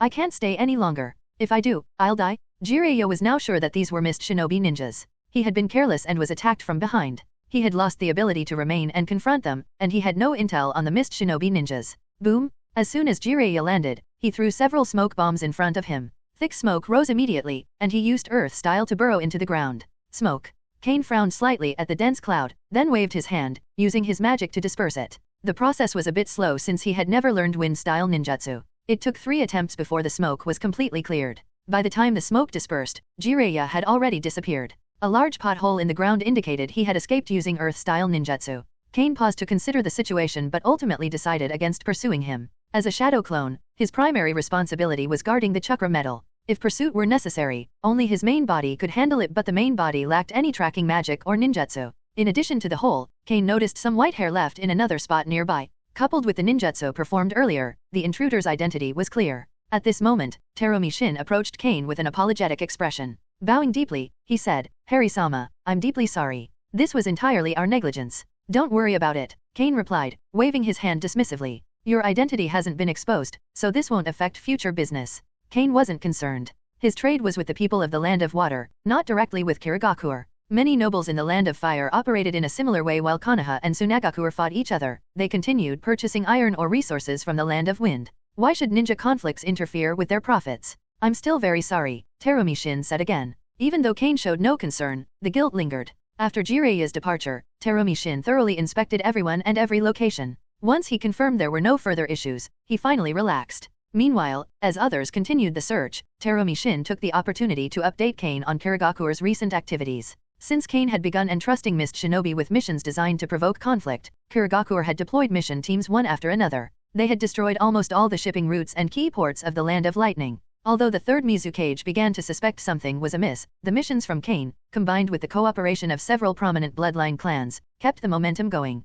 By the time the third Mizukage realized what was happening, Kirigakure and Cloud Shinobi Village were already on the brink of war. In this volatile situation, even the daimyos of the two nations were powerless to intervene. What's more, the daimyo of the Land of Lightning seemed to welcome the idea of Cloud Shinobi Village wiping out Mist Shinobi. Kirigakure's reckless actions had caused the Land of Lightning to lose tens of millions of ryo. Kain couldn't estimate their total losses, but his Chamber of Commerce had flourished over the past 6 months. His shipping business had doubled, prompting him to buy 4 old ships and commission 5 new ones, which were soon to be launched. This batch of medicine is likely part of the supplies prepared for the war. Once the fighting begins, it will be sent directly to the front lines. Shin-san, be cautious in everything. If you're ever targeted by the third Mizukage, come and join me, Kain said during a private conversation. When they spoke, Kain reverted to his original appearance. Terumi Shin nodded and replied, "Please rest assured, Kain-san. I will act carefully. If anything happens, I'll send my people to the Land of Fire to seek your help." This transaction with Kirigakure had proven highly profitable for Kain, and the added acquisition of chakra metal was yet another advantage. It was a clear demonstration of the opportunities that arise during wartime. Kain planned to keep half of the chakra metal for himself and send the other half to Vanko and his son to study its properties and determine whether it could be used in weapons. When the shadow clone transmitted its memories back, Kain was momentarily stunned. The unexpected interference during the transaction, Jiraiya's sudden appearance in the Land of Waves, left him uncertain whether it was a coincidence or deliberate. After replaying the events in his mind, he concluded that Jiraiya hadn't uncovered anything significant. Slowly, Kain relaxed. "Boss, what's wrong?" Kushina asked curiously. Just a moment earlier, Kain had shifted his head slightly, brushing his face against her legs a few times. The warmth of his breath combined with the skin-to-skin contact made it nearly impossible for her to focus on the massage she was giving him. After a brief pause, Kain said casually, "I feel like having some grapes, Kushina." Kushina's cheeks puffed up slightly in annoyance. She realized that the plate of grapes on the table beside the sofa wasn't for her but for her to feed Kain. She liked grapes too. Today, Kushina wasn't kneeling on the floor to offer a lap pillow but was instead seated on the sofa. This brought her physically closer to Kain, and the heat of his breath on her thighs stirred strange feelings she struggled to suppress. It's inconvenient to feed grapes right now, she thought to herself. Yet, despite her internal protests, her actions betrayed her thoughts. Unconsciously, she reached for the grapes, feeding one with care. The blood-red pepper had now turned into a blood-red tomato. While Kain relaxed at home, enjoying the peeled grapes Kushina fed him, rumors were beginning to circulate throughout Konoha village. White Fang violated the ninja rules out of personal feelings, causing Konoha and the Land of Fire to suffer heavy losses. No one could say when or how the rumor started, but it had quickly become a favorite topic of street chatter. Some people doubted its validity, while others didn't care about the consequences. Even if the Land of Fire or Konoha suffers heavy losses, what does that have to do with us, they would say. Won't the compensation for those losses still come to us anyway? However, under the deliberate manipulation of certain individuals, White Fang's failure to complete the mission was eventually linked to the potential destruction of the country. This gradually shifted public sentiment, leading many people to complain about White Fang. Even students at the Ninja Academy were aware of the rumors. After all, White Fang was Kakashi's father, and Kakashi was a prodigy who had graduated from the academy last year. It was said he had recently become a chunin. When Nohara Rin heard the gossip about White Fang, she immediately sensed that something was amiss. She didn't understand the full picture, but she knew that if this talk continued, it would negatively affect Kakashi. Obito, let's go see Kakashi after school, Rin said decisively. Uchiha Obito frowned in protest. Why should we? That guy became a chunin and hasn't even come back to see us. Despite his grumbling, he relented under Rin's firm gaze. Fine, I get it, Rin. Rin smiled in satisfaction at Obito's agreement. After school, Rin and Obito headed to the Heitake household. The Heitake residence was in a remote area of the village. Despite White Fang's status, which would have allowed him to purchase a home in a more central location, Heitake Sakumo preferred the tranquility of the village outskirts. As they approached the house, Rin and Obito noticed two other figures on the same path. The strangers also came to a stop nearby. Hey, are you guys going to see Kakashi too? Wait, are you headed to Heitake's house? Obito asked, waving a hand. That's right, one of the men replied. We're the president and a reporter for Ninja Weekly. We hope you will support the publication. The president of Konoha's newspaper smiled warmly at Rin and Obito before offering a business card to Obito. Noticing the Uchiha clan fan symbol on Obito's back, he greeted him in a friendly manner. I read every issue, Obito said excitedly, taking the card. It's always so interesting, Mr. President. Encouraged by the interaction, Rin and Obito learned that the two men were planning to interview Heitake Sakumo, hoping to gather some information for the paper. Their curiosity grew immediately. Rin turned to the president and asked eagerly, so you're here to interview Kakashi's father? Do you know what's going on? We're Kakashi's classmates, and we're really worried about him. The president shook his head. We don't know much yet, he admitted. That's why we're here to find out. He added with a grin, if you want to know more, you're welcome to follow us. But I can't guarantee Mr. Heitake will let you in. Heitake-san, if you don't want to say anything, we will be very embarrassed. This interview is also at the request of the daimyo's envoy. If you have any grievances or inside information, you can share it with the public through Ninja Weekly. The president of the Konoha newspaper tried to persuade him, but Heitake Sakumo still refused to speak. Rin Nohara, standing to the side, was growing anxious. She had just overheard the newspaper president mention that Kakashi might be affected if the rumors continued to spread. Heitake Sakumo appeared slightly moved but remained steadfast in his silence. No matter how many questions the president asked, Sakumo either shook his head or refused to respond. While he may have been an idealistic man at heart, Sakumo was not naive when it came to politics. He could clearly see the stance that Konoha's higher UPS had taken against him. The daimyo favored him as a potential Hokage, but Konoha's leadership wasn't interested in a Hokage aligned too closely with the Land of Fire's government.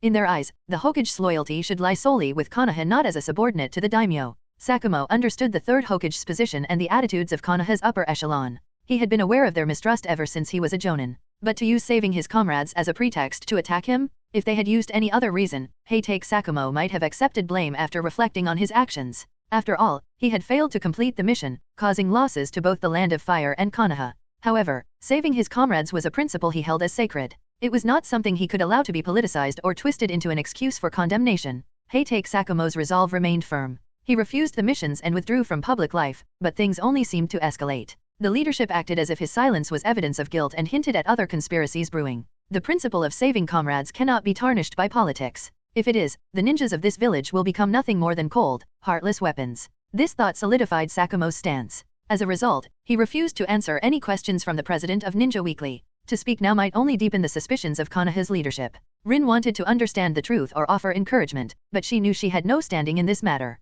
The fact that she and Obito were even allowed into the house was already a privilege, so she could only sit quietly and worry. When Kakashi returned home from a mission, he learned about the visitor's intentions. After hearing what had transpired, he immediately asked the newspaper president, Rin Nohara, and Uchiha Obito to leave. Kakashi had heard the rumors circulating in the village, but he trusted his father completely. If Sakumo didn't want to explain himself, Kakashi believed he had good reasons. The young ninja refused to let others push his father into a corner. As they walked away from the Heitake home, Rin couldn't help but ask, Mr. President, since Kakashi's father won't speak, what should we do next? What should we do? Students, you should head home. I understand your desire to help your friend, but as you just saw, Heitake-san's son doesn't seem to need your concern. The president of the Konoha newspaper's words made Nohara Rin and Uchiha Obito blush slightly. Kakashi's attitude toward them earlier had been distant, far removed from the close friendship they claimed to share. Rin Nohara clasped her hands behind her back and fidgeted with her fingers. I want to help Kakashi, she said softly. Uchiha Obito, on the other hand, said angrily, that guy doesn't even bother being polite when his classmates come over.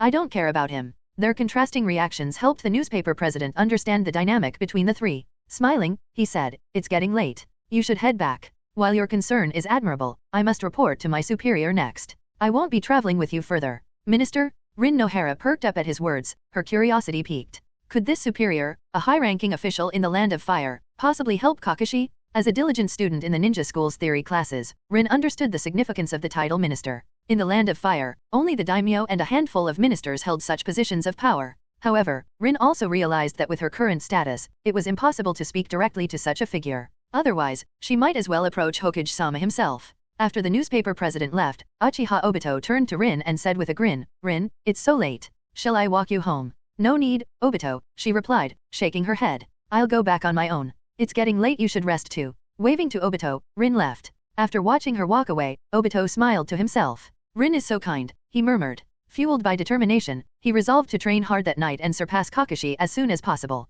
Rin, however, didn't head home right away. After parting ways with Obito, she quietly followed the president of the Konoha newspaper. She watched him enter a house located behind Kain's dessert shop before nodding to herself and leaving. So, this is where that gentleman lives, Rin thought. It wasn't appropriate to approach him directly just yet, but perhaps Kakashi would have an idea. The thought of knowing where to seek help but being unable to act immediately left her feeling restless. Instead of going home, Rin decided to visit Yakushi no. Nohara-san, I thought you might need a few more days to think about it. I didn't expect you to come so soon. Did something happen? Yakushi no greeted her warmly, pouring her a cup of tea. Rin accepted the cup but hesitated to speak. She felt awkward bringing up her intention to help Kakashi and sat quietly, looking around the room instead. Since that's the case, I won't ask further. Nohara Rin, are you certain you want my help? You know, as your teacher, I won't assist you for no reason. Yakushi no spoke calmly, then explained, among us civilian ninjas, there are some good friends who help each other, but I believe that kind of help is too limited. That's why I established a mutual aid club. Those who join will receive the club's support, and once you become stronger in the future, you will be expected to give back to the club. We uphold the principle of mutual benefit. After listening, Nohara Rin's eyes widened slightly. That sounds great, Nono-san. Are there many members in the mutual aid club right now? Yakushi no shook her head and smiled. Not many. Including myself, there are only about a dozen members. For now, it's mostly about sharing genin-level techniques and training tips to help everyone survive better on the battlefield. The club was real, but most of its members were genin, with a handful of ninjas not from the orphanage included as a cover. The ninjutsu resources available for exchange were limited, mostly just a few C-rank techniques. However, talented individuals were personally recruited by Yakushi no and could access B-rank or even A-rank techniques if they showed promise. For those who excelled, there was even a chance that Kain might involve them in his Super Soldier Serum project once it became operational. In that case, I'd like to join the mutual aid club, Nono-san, Nohara Rin said with a smile after some thought. At the moment, her only real chance to improve was through Nono. The opportunities at the Ninja Academy were far too limited. Seeing Rin agree, Yakushi no began to explain that every member needed to receive a special curse mark, which would serve as a future means of identification. Nohara Rin, while clever, lacked the experience to see through the implications. Moreover, she trusted her teacher and couldn't think of a reason why Yakushi no might deceive her, so she agreed. Before applying the curse mark, however, Yakushi no used a mild sedative to make Nohara Rin drowsy and eventually fall asleep. Once Rin was unconscious, no stood up and contacted Kain. This little girl is worth your effort, no, Kain said as he appeared in Yakushi no's house through apparition. His eyes fell on Nohara Rin, who lay asleep on the sofa. The faint scent of burning herbs lingered in the room, though his extremis virus immediately detected it and began neutralizing any potential effects. Boss, Rin Nohara is definitely worth investing in, Yakushi no replied confidently. Among the students in her class, she shows the greatest talent for medical ninjutsu and has a sharp mind. Without the curse mark's influence, she might not have aligned with us in the future. The most important thing was that Yakushi no felt something unusual about Nohara Rin's chakra. It was just a suspicion, without solid evidence, but it caught her attention. Kain nodded after hearing Nono's observation. He trusted Nono's judgment, so he stepped forward and left a curse mark on Nohara Rin's chest. The neck would have been too obvious, and he had modified the curse mark to create an irregular pattern. Anyone who saw it would assume it was a birthmark or scar. The seal Kain placed in Rin's body contained sage chakra, though it had been tamed by him. This altered sage chakra could only deplete itself and lacked the ability to absorb natural energy from the environment, making it undetectable. However, the infused natural energy was potent and carried an enhanced mind-altering effect. After completing the seal, Kain left immediately. A while later, Yakushi no woke Nohara Rin. She handed over a welcome package from the Mutual Aid Club, including resources for practicing medical ninjutsu and tips on mixing medicines. Nono also shared her experience in dispensing medicine, leaving Rin overjoyed with the unexpected help. Still slightly dazed, Nohara Rin quickly thanked Yakushi Nono, unable to contain her happiness. Before Rin left, Nono promised to inquire about an internship opportunity for her at Konoha Hospital, then sent her on her way. As Nohara Rin walked home, she had completely forgotten about the curse mark. It would only come to mind if she noticed it, but for now, the seal began its slow work. Kain's chakra within the mark was subtly influencing her spiritual energy, gently affecting her thoughts and perceptions. Hokage's office. Sarutobi Hiruzen sat at his desk, reading Jiraiya's latest report. As he finished, his brows furrowed slightly. Taking a deep puff of his pipe, he exhaled a cloud of smoke with a hint of frustration. Jiraiya's report contained only suspicions and no concrete evidence. While Hiruzen trusted Jiraiya implicitly, he couldn't expect others to accept mere conjecture as fact. Summon Namikaze Minato, Sarutobi ordered the Umbu stationed outside the office. It had been a while since he last checked in on Minato, and now seemed like the right time. Minato, have you encountered any difficulties while practicing the Flying Thunder God technique recently? After summoning Namikaze Minato, Sarutobi Hiruzen inquired about his progress with the Flying Thunder God technique. The third Hokage had been keeping track of Minato's missions, which were completed with remarkable success, but he wasn't sure how the technique itself was developing. If Minato could master it in combat, Konoha could once again claim the title of having the fastest ninja in the world. With the Flying Thunder God technique, the second Hokage, Tobirama, had been almost untouchable. For ordinary ninjas, there was no counter to the spacetime ninjutsu, making it virtually unbeatable. I have encountered some issues, third Hokage-sama, Minato began, scratching the back of his head. I feel like the Flying Thunder God technique's imprint, as designed by the second Hokage, doesn't quite suit me. After 2 consecutive transfers, the imprint begins to fade, and by the 4th transfer, there's a noticeable lag. I've been trying to improve the Flying Thunder God imprint, but I'm missing a clear reference point for my adjustments. Minato explained that he had only recently discovered this problem during a mission. The imprint created by the second Hokage began to dissipate after a few transfers, which was not ideal for prolonged combat. If he constantly had to use new Flying Thunder God Kunao in battle, it would leave him vulnerable particularly against powerful opponents. The Flying Thunder God imprint might involve a combination of sealing and summoning techniques, Sarutobi Hiruzen said, nodding thoughtfully. You should consult the sealing class for more insight.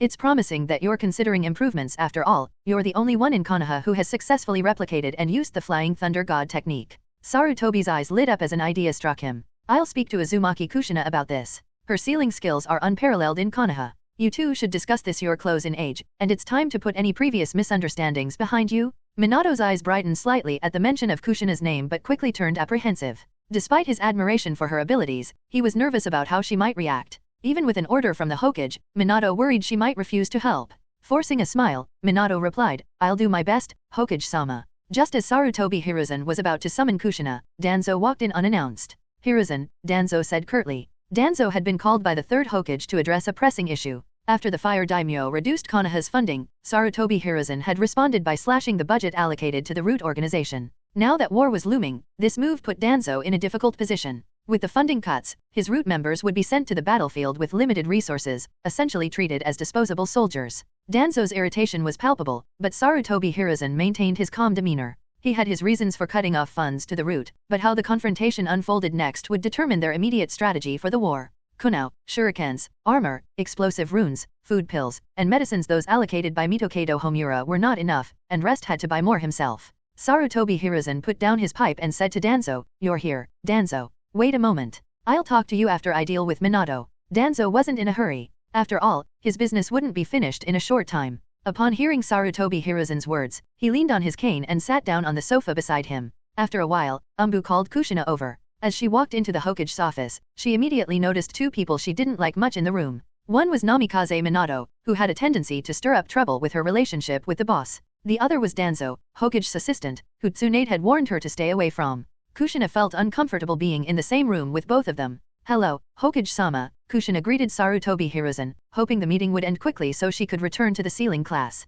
Kushina, there's something I need your help with, Sarutobi Hiruzen began. Minato encountered some problems with the sealing technique while practicing the Flying Thunder God technique. I hope you can help him solve it during this time. This is also a task for you. Before Sarutobi Hiruzen could finish speaking, Kushina shook her head decisively and refused. I don't want to take on this task. Hokage-sama, you should find someone else. The sealing technique of the sealing class leader, Sakura, is better than mine. Sarutobi Hiruzen's face darkened, but he continued to persuade her. Kushina, Sakura may have more experience than you, but she's lacking in other aspects. Soon, you'll be fully qualified to become the new leader of the sealing class. Minato is also a village companion, he needs your help. Let him seek help from someone else. There are plenty of people in the sealing class, Kushina replied stubbornly. No matter how much Sarutobi Hiruzen tried to convince her, Kushina refused to budge. Minato, standing to the side, looked embarrassed. He wanted to tell the third Hokage to forget it, but didn't know what to say. Danzo, stepping forward, spoke coldly, Uzumaki Kushina, you are now a ninja of Konoha village.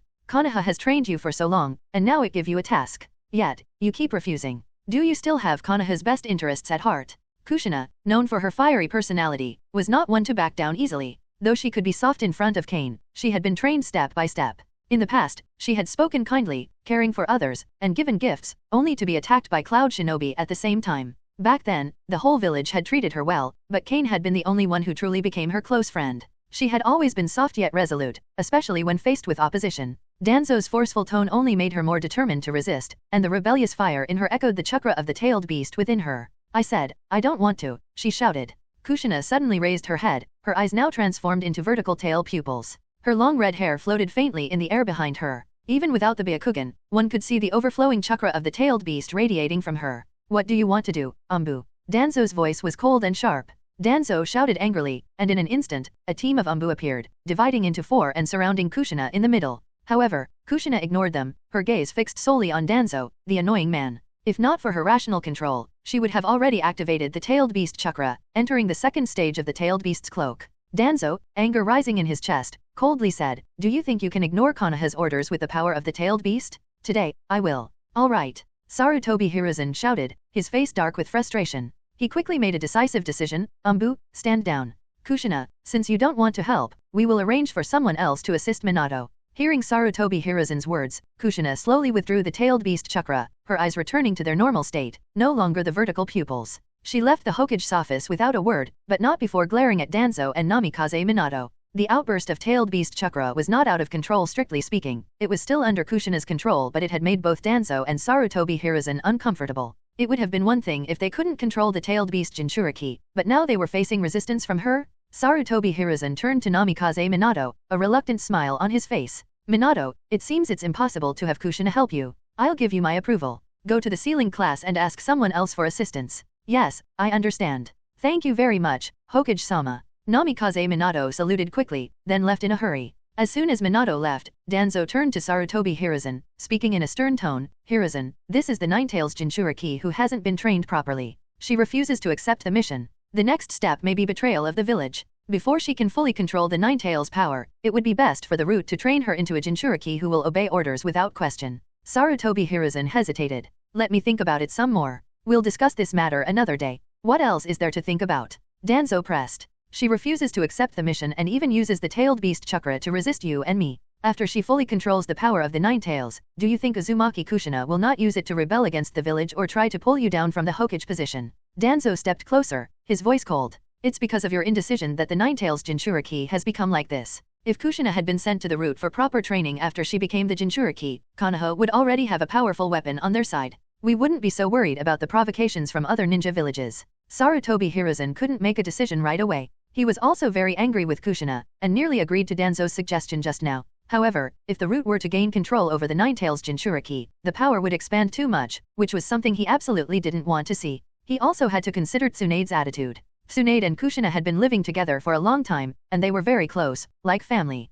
There was also Tsunade's younger brother, Noeki, and Noeka's teacher, Orochimaru. It was a complicated situation. Seeing that Sarutobi Hiruzen couldn't make a decision quickly, Danzo shifted the conversation to root funding. Before the war, it was vital that the anti-root funding cuts be reversed. But Sarutobi Hiruzen couldn't do anything about it. Not only was root's funding cut, but all departments except for Umbu had their budgets slashed, with the guards taking the largest cut. The Uchiha clan leader had come to him 3 times, but Uchiha Fugaku, who had recently taken office, had been fooled by Sarutobi Hiruzen's excuses each time. Danzo didn't get what he wanted, but he settled for asking Sarutobi Hiruzen for a batch of ninja school graduates to supplement Umbu. With the funding cuts, Danzo no longer had the money to train his own staff. Graduates with a ninja foundation from the academy were the best candidates to fill the gaps in root. Danzo was able to get Sarutobi Hiruzen's approval to recruit from the ninja school to join root. This also required Sarutobi Hiruzen's approval. When root was first established, Sarutobi Hiruzen had placed many restrictions on it. Not long after Danzo left, another problem arose in Hokage's office. Tsunade suddenly kicked the door open and stormed in.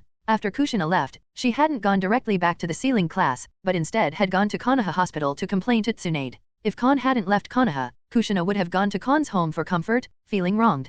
Uzumaki Mito had trained Kushina the most. She had also learned the sealing techniques of the Uzumaki clan, and after completing her studies, she worked hard to use those techniques to repay Konoha. She had perfected and strengthened the village's barriers, completing most of the work herself. After hearing Kushina's words, Tsunade rushed straight from Konoha Hospital to Hokage's office and had a big argument with Sarutobi Hiruzen in front of the other ninjas. Due to Tsunade's status, regardless of whether Sarutobi Hiruzen won or lost the quarrel, he would ultimately lose face. So, he quickly calmed Tsunade down, and the matter was eventually settled. However, Sarutobi Hiruzen, as Hokage, could tolerate Tsunade's rudeness to him, but he could not tolerate the power of the village being uncontrollable. Kain left Konoha after hearing the news that a bounty hunter in the underground gold exchange had found Shino. This man was also quite high profile. Perhaps he didn't expect someone like Kain to be watching him, so he didn't bother hiding his identity. Dr. Shino had already spread through several small countries, and he had even visited some villages and towns in the 5 great countries. Tempted by the 10 million Ryo bounty, the news of Shino was quickly tracked down. Those who followed him had specifically inquired about his whereabouts through the underground bounty office, but Shino didn't notice at all. When Kain arrived at the location, Shino was still treating injuries in a village in a small country. After dismissing the bounty hunters, Kain entered alone. Shino's heart was filled with a desire for power and hatred. He had been healing others all over the ninja world, and Kain didn't believe that Shino had such a kind heart. There was a high chance he was accomplishing some other goal while treating these people. For instance, researching forbidden techniques required a large number of experimental subjects, but Shino couldn't expose his identity to attract Konoha's pursuit. Without immense power, he could only conduct his research slowly this way. Kain was convinced that Shino's intentions were more sinister than merely healing the sick. Upon entering the village, Kain saw Shino using medical ninjutsu to treat villagers. He seemed so focused that he didn't notice Kain approaching from behind. Imperio. After Shino finished treating the villager in front of him, Kain suddenly cast the Imperious Curse. Shino initially resisted, but under Kain's overwhelming magical power, his resistance quickly crumbled. Dr. Shino. The next villager, seeing Shino standing still and not treating him after approaching, couldn't help but ask in confusion. But after the villager spoke, Shino smiled and said, "I'm fine. Let's continue the treatment." The pace of treatment quickened, and Shino even told the villagers to note down diseases that required medicine. For those who had been waiting to see him at night, he advised them not to come. After some time, Shino finished treating the villagers and packed up his things to leave. The villagers tried to convince him to stay, but he refused. Once outside the village, Kain walked up to Shino from a distance and muttered to himself, "Let me see where you and the remaining ninjas of the Land of Sky are hiding." Legilimency. Kain used his memory reading magic on Shino. Under the Imperious Curse, Shino was unable to resist. Soon, Kain saw the memories in his mind. After a while, Kain stopped using Legilimency, shook his head slightly, and said, "I see, it's too early." At this point, only a few years had passed since the Land of Sky was destroyed and torn apart. Shino was still searching for the relics of the sky, and even the existence of the Zero Tails was unclear to him. For now, he was treating villagers and looking to develop a forbidden technique. Kain thought for a moment. The resurrection technique of Zero Tail should have been obtained by Shino in Konoha in the 53rd year, and the relics of the Land of Sky should have been discovered in recent years. He planned to use the relics to summon and control the hidden forces of the Land of Sky. Zero Tail, Dark Chakra. It's too unstable. It's better to use the arc reactor as the core energy source for the castle in the sky. Kain thought about it for a while before rejecting Zero Tail. It requires people's inner darkness as an energy source. What is this? What if castle suddenly crashes while flying? Master Kain is a benevolent boss who wants to bring happiness to the common people of the ninja world. The flaws of Zero Tail and Dark Chakra are too glaring, and Shino's plan to conquer the world seems more like a joke. However, his medical ninjutsu and research into the human body are still worth considering. How much medical ninjutsu do you know now? Healing jutsu, healing technique, fine extraction technique. Under the control of the Imperious Curse, Shino answered all of Kain's questions. Kain could continue his research. The Imperious Curse doesn't turn people into fools, but it makes them completely obey the caster. The Imperious Curse, however, has a time limit. After some thought, Kain decided to cast the Cursed Chakra Seal on Shino, allowing him to control him for 2 years. After 2 years, the Chakra Seal should have deeply influenced Shino, making it impossible for him to betray Kain by then. Forget this place. Let's build a research base in the Land of Tea. There are many surrounding countries here. Kain had initially planned to develop his influence in this country, but to get to it, he had to pass through many other countries. Surrounded by 2 large nations, it wasn't as convenient as the Land of Tea. Kain then took Shino with him and apparat directly to the base in the Land of Tea. He said to Shino, "From now on, you will stay in the Land of Tea and help me with some research." Upon hearing Kain's words, Shino obediently replied, "Yes." Now, Kain's influence in the Land of Tea was immense. Even the most famous figures in the country couldn't compare to him. When it came to treating civilians, the daimyo of the Land of Tea and the local nobles were nowhere near as willing to spend money as Kain. In addition, Kain had established 3 factories and recruited many local civilians into the factories and as guards, hundreds of people in total. There were no ninja villages in the Land of Tea, and Kain was the propaganda minister of the Land of Fire. He also had trade relations with Sand Shinobi Village and Kirigakuer. Aside from some desperate wanderers, no one would dare accept the invitation of the daimyo or nobles of the Land of Tea. Kain's power was too overwhelming. Afterwards, Kain called Dummo over.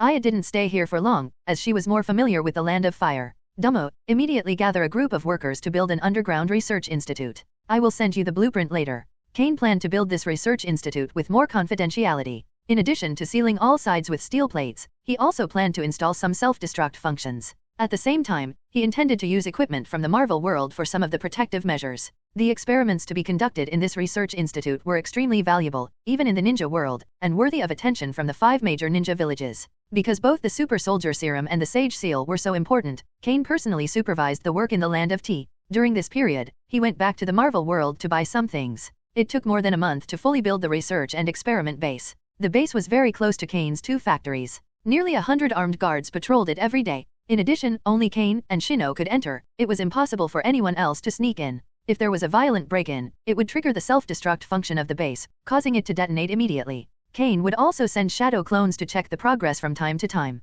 At the same time, he allowed Aya to get involved in the radio and media industries as soon as possible. There were already signs of this in the ninja world, but it had not fully developed yet. By the time of Konoha's 56th year, Konoha and even the Fire Nation had already established TV stations. Technology in the ninja world was developing rapidly, so Kain had to intervene early to monopolize all related industries. He had already sent Aya to negotiate with the factory that manufactures radio equipment. They had ready-made venues and workers. Even if it was a bit more expensive, Kain could accept it. Even the largest casino in the country was his, and the cost would be covered by just 1 or 2 months of casino revenue. Nanami, has anything happened in the village recently? As soon as Kain returned to Konoha, he sensed that something was wrong. Yakushi Nono usually contacted him at night, so he asked Nanami first. Boss, I heard that Sand Shinobi has declared war on us, and the village has sent the first batch of ninja troops to the Land of Rain. Nanami said to Kain with a slightly solemn expression. When faced with the prospect of war, most people subconsciously feel nervous, and when the 3rd Hokage announced the mobilization 2 days ago, he stated that the situation was very dangerous.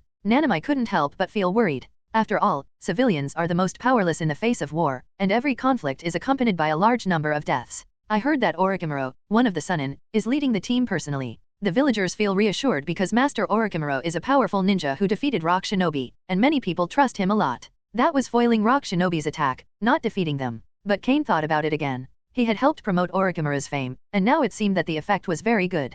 As long as he won a few more wars, the position of 4th Hokage would be stable. In addition to this incident, Kushina often comes to you, but she seems to have been wronged last month. Kushina was wronged.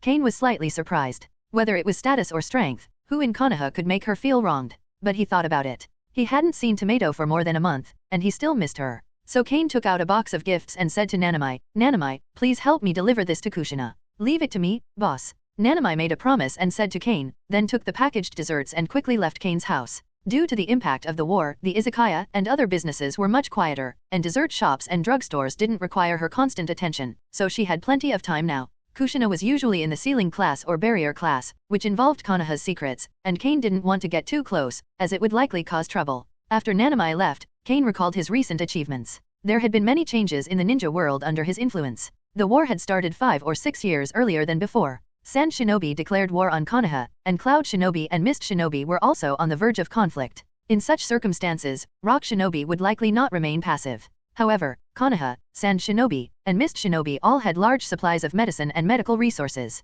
If they fought Rock Shinobi and Cloud Shinobi, they would likely gain the upper hand. At least casualties could be effectively reduced. However, the war would become even more brutal because of this, and there was a high possibility of situations that couldn't be defended, such as placing Tailed Beast Jinchuriki on the battlefield. If more than 2 ninja villages used their Jinchuriki against Konoha, Kushina would inevitably be involved in the war. While Kain was thinking about this, there was a sound at the door, followed by the sound of little feet stepping on the floor. Within 2 seconds, the door of the living room was pulled open. Kushina, you. Kain just wanted to greet her, but Kushina rushed over the next second, hugging him emotionally. Kushina, who was almost 17, had developed very well, especially when she hugged him excitedly. Kain instantly felt the sensation of being squeezed by a young pigeon. But at this point, the scale of it could no longer be called pigeon. Kain didn't say anything unnecessary but slowly stroked Kushina's red hair to calm her emotions. After a few minutes, Kushina felt her face gradually getting hot, and her body had a strange feeling. Although she wanted to continue hugging him from the bottom of her heart, out of embarrassment, Kushina blushed and let go of Kain. Boss, I fell down just now. Thank you for helping me. Kushina turned her face away and made up a lame excuse for her impulsiveness. But under Kain's gaze, Kushina felt uncomfortable, not knowing where to rest her body. A pair of slender, white legs wrapped in black stockings shifted nervously under his gaze. She didn't know how to stand, even curling her toes slightly, as if trying to hide. After being stared at for a while, Kushina quickly looked away and asked with a flushed face, Boss, what are you looking at me for? Of course, this is too soon. Kushina may accept kisses and hugs now, but she definitely wouldn't accept anything further. Small tomatoes need time to ripen fully, and experienced farmers never pick an immature fruit. Kain patted the cushion beside the table, motioning for Kushina to sit down and talk. Kushina, I think you need to focus on increasing your strength. In this world, only power can truly protect you. If you're too weak, you'll only be manipulated by others. Kushina nodded, lowering her head in some distress. I know, but right now, I'm only talented in sealing techniques. Although I've learned jutsu from Sister Tsunade, I want to grow stronger more quickly. Kain interrupted gently. There's a way. You know Noeke, Tsunade's younger brother, right? Yes, Kushina replied, her tone tinged with frustration. Noeke's strength used to be no match for mine, but ever since he awakened wood style, his power has grown by leaps and bounds. When Kushina mentioned Noeke, she looked dejected. He used to struggle against her in training, but everything changed after he gained control of the wood-style bloodline limit. Under Orochimaru's training, his strength skyrocketed. The last time they sparred, Kushina had used the Nine Tails three-tailed chakra, but she still wasn't able to defeat Noeke. Wood-style was too effective at countering tailed beast chakra.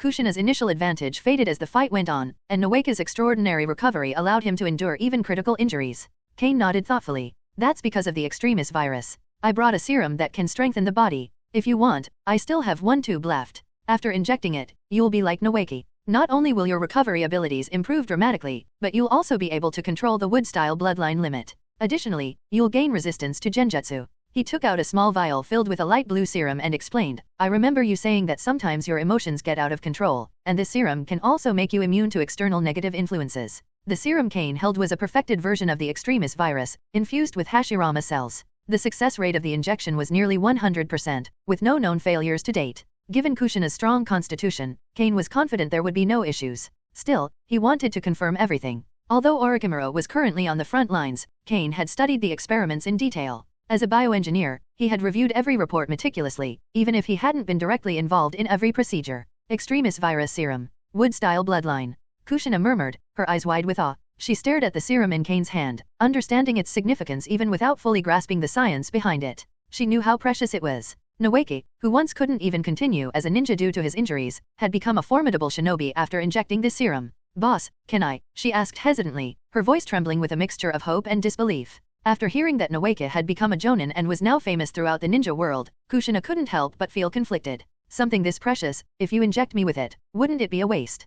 Kushina spoke hesitantly. While she deeply desired to grow stronger, she also worried about whether her body was worthy of such a valuable serum. However, if Kain chose not to use it on her, she knew she'd be disappointed despite understanding his reasoning. The thoughts of this simple-minded girl were all too easy to read, especially for someone like Kushina, whose emotions were written plainly on her face. Kain smiled warmly. Compared to the extremis serum, you are far more precious, Kushina. The words hit her like a direct strike. Kushina froze, her face flushed, and a silly giggle escaped her lips. Realizing she was outside and not in the privacy of her room, she quickly coughed to cover up her embarrassment. Then, please take care of me, boss, she said, her cheeks still red as she agreed. I'll need to take a small sample of your flesh and blood for testing, Kain explained. Once the results are ready, I'll let you know. It won't take long. With that, Kain retrieved a petri dish and carefully took a small tissue sample from Kushina. Then, in an effort to both impress her and subtly build their connection, he used apparition to vanish before her eyes, reappearing moments later at his experimental base in the land of tea. Kushina watched him disappear with wide eyes, her expression a mix of awe and surprise.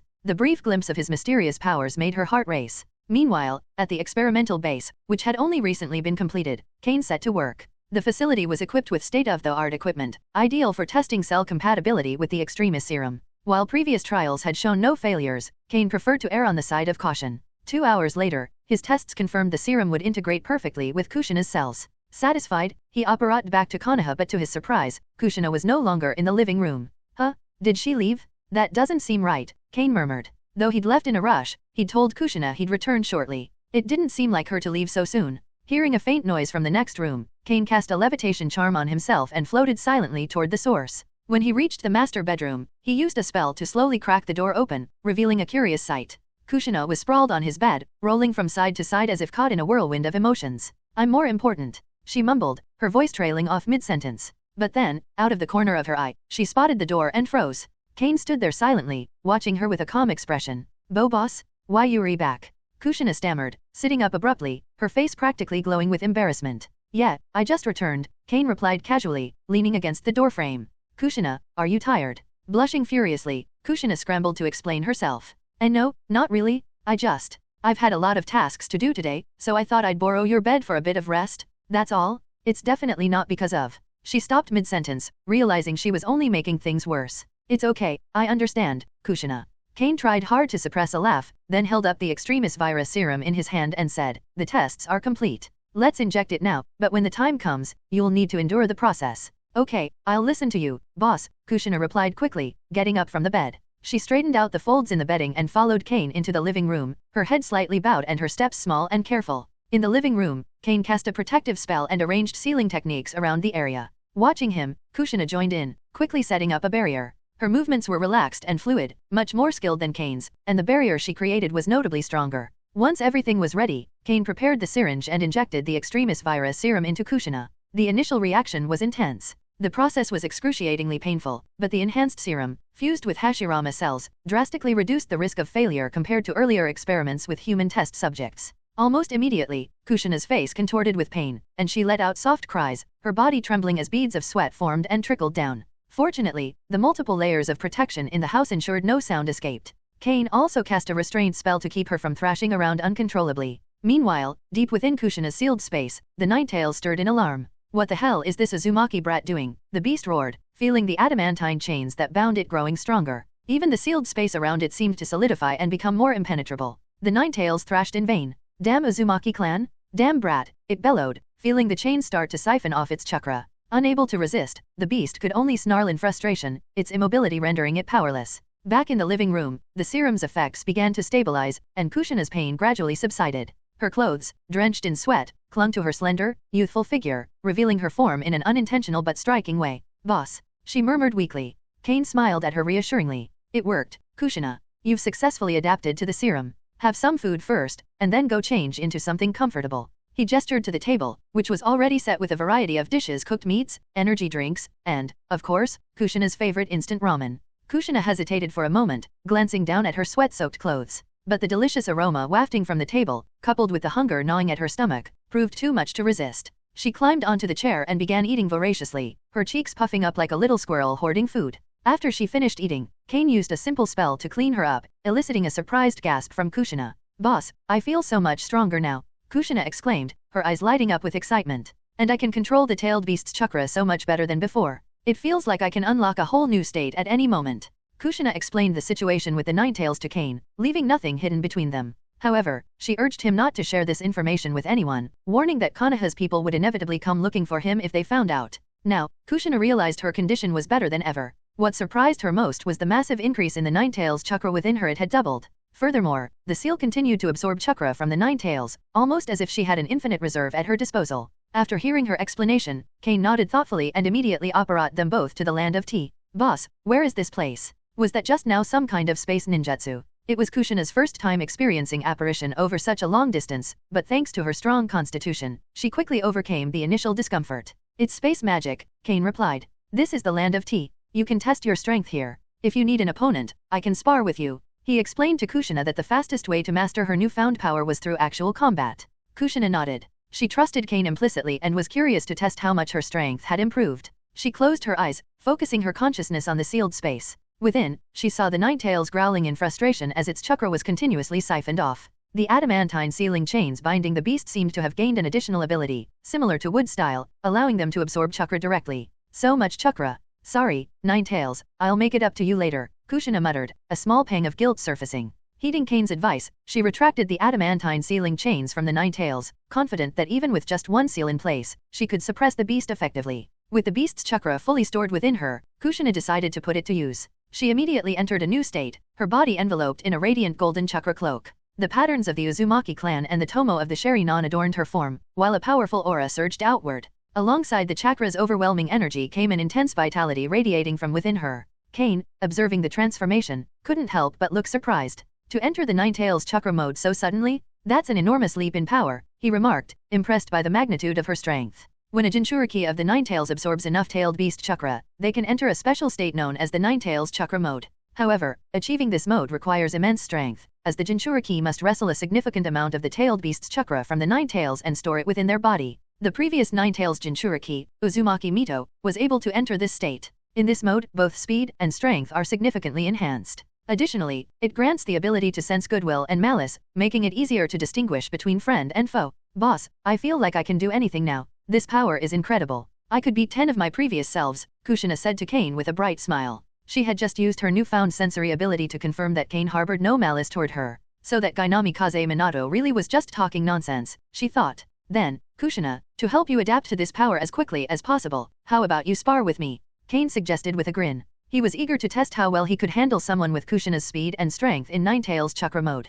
Okay, but let's make it interesting. Let's bet on the match. Whoever loses has to do one thing the winner says, Kushina said confidently. Despite the boss's magical abilities, she felt certain she had the upper hand. Deal? Let's get started. Stupefy, Kain exclaimed, casting a stunning spell at Kushina mid-sentence. However, in Ninetales chakra mode, Kushina's speed and perception had increased exponentially. Before the spell could reach her, she vanished from her spot. The next moment, Kain instinctively tried to use a levitation spell to retreat into the air, but before he could finish casting, Kushina landed a heavy punch, sending him flying. Boom! If not for the protective iron armor curse Kain had cast earlier, the blow would have knocked him unconscious. Thankfully, Kushina had held back, opting to punch him rather than use her adamantine sealing chains right away. While being hurled through the air, Kain quickly activated his levitation spell, turning into a black mist that darted through the sky. From above, he launched a barrage of spells at Kushina. Stupefy, Diffindo, Petrificus Totalis. Kain made sure to adjust the power of his spells to avoid causing serious harm. For high lethality spells like Diffindo, the Severing Charm, he toned down the magical energy to a safer level.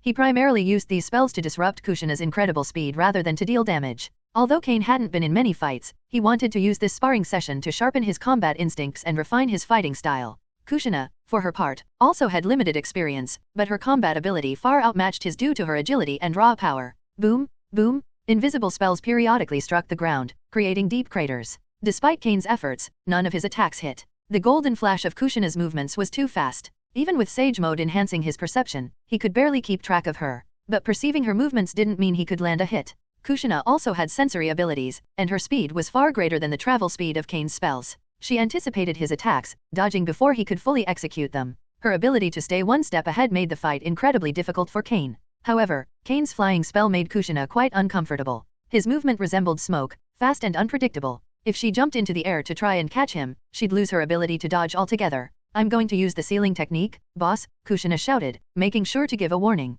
Golden chains burst from her back, 8 adamantine sealing chains that shot toward Kain in the air at incredible speed. For Kain, the chains were troublesome. Each could extend tens of meters, and even in Sage Mode, he could feel the danger they posed. Getting hit by one would not end well for him. Kushina used the chains not only for offense but also for defense and mobility. She could leap into the air with their support, closing the distance between herself and Kain. And with 2 chains positioned in front of her for protection, Kain's shattering curse was ineffective. As the battle continued, Kushina gradually adapted to Kain's tactics. She began to understand the timing of his flying movements and the casting of his spells. With her speed, she felt confident she could exploit the brief gaps in his attacks. To pieces. Boom! Another shattering curse struck her chains. Kain was gradually increasing the spell's power, and this time, the chain he hit quivered under the impact. But Kushina's sharp eyes noticed her chance. As soon as the chain absorbed the spell's force, she used it as a springboard, launching herself toward Kain with incredible speed. Crack! A sharp, sickening sound rang out in the air. Kushina's elated expression froze. She realized both her ankles had snapped under the sheer force of her movement.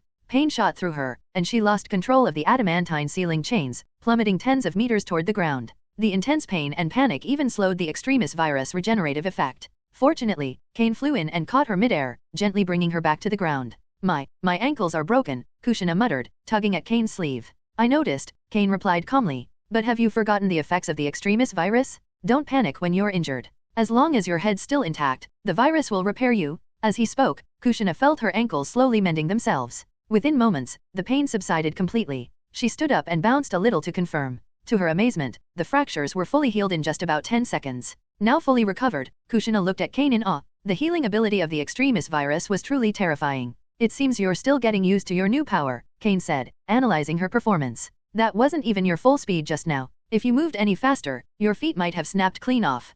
He smiled at her teasingly. So, who won the match just now? Kushina's face turned crimson. She hesitated, unable to find the words. She briefly considered cheating her way out of this, but she couldn't bring herself to do it. Admitting defeat also made her nervous. If the boss made an excessive demand, something even more embarrassing than a massage, she didn't know how she'd handle it. Just the thought made her feel shy. After returning home, Kushina happily bid farewell to Kain. Despite the late hour, the long-standing frustration she had felt was completely swept away. Now, Kushina possessed powers comparable to those of Uzumaki Mito. In Ninetales chakra mode, her speed rivaled spacetime ninjutsu, and she had also mastered the power technique from Tsunade. This combination of immense speed and strength made her a terrifying opponent. If someone survived her attacks, it would only prove their exceptional resilience. As Kain watched Kushina leave, he kept Sage Mode active and sensed a significant number of Ambu stationed outside his house. Still, the day's harvest had been fruitful. If progress could be visualized as a bar, Kain estimated that Kushina's attack speed had reached 90%. A complete Ninetales Jinchuriki, an Extremis Injector, the potential for Wood-style Kekkei Genkai, and the possibility of mastering Sage Mode and sealing techniques in the future, this investment promised substantial returns.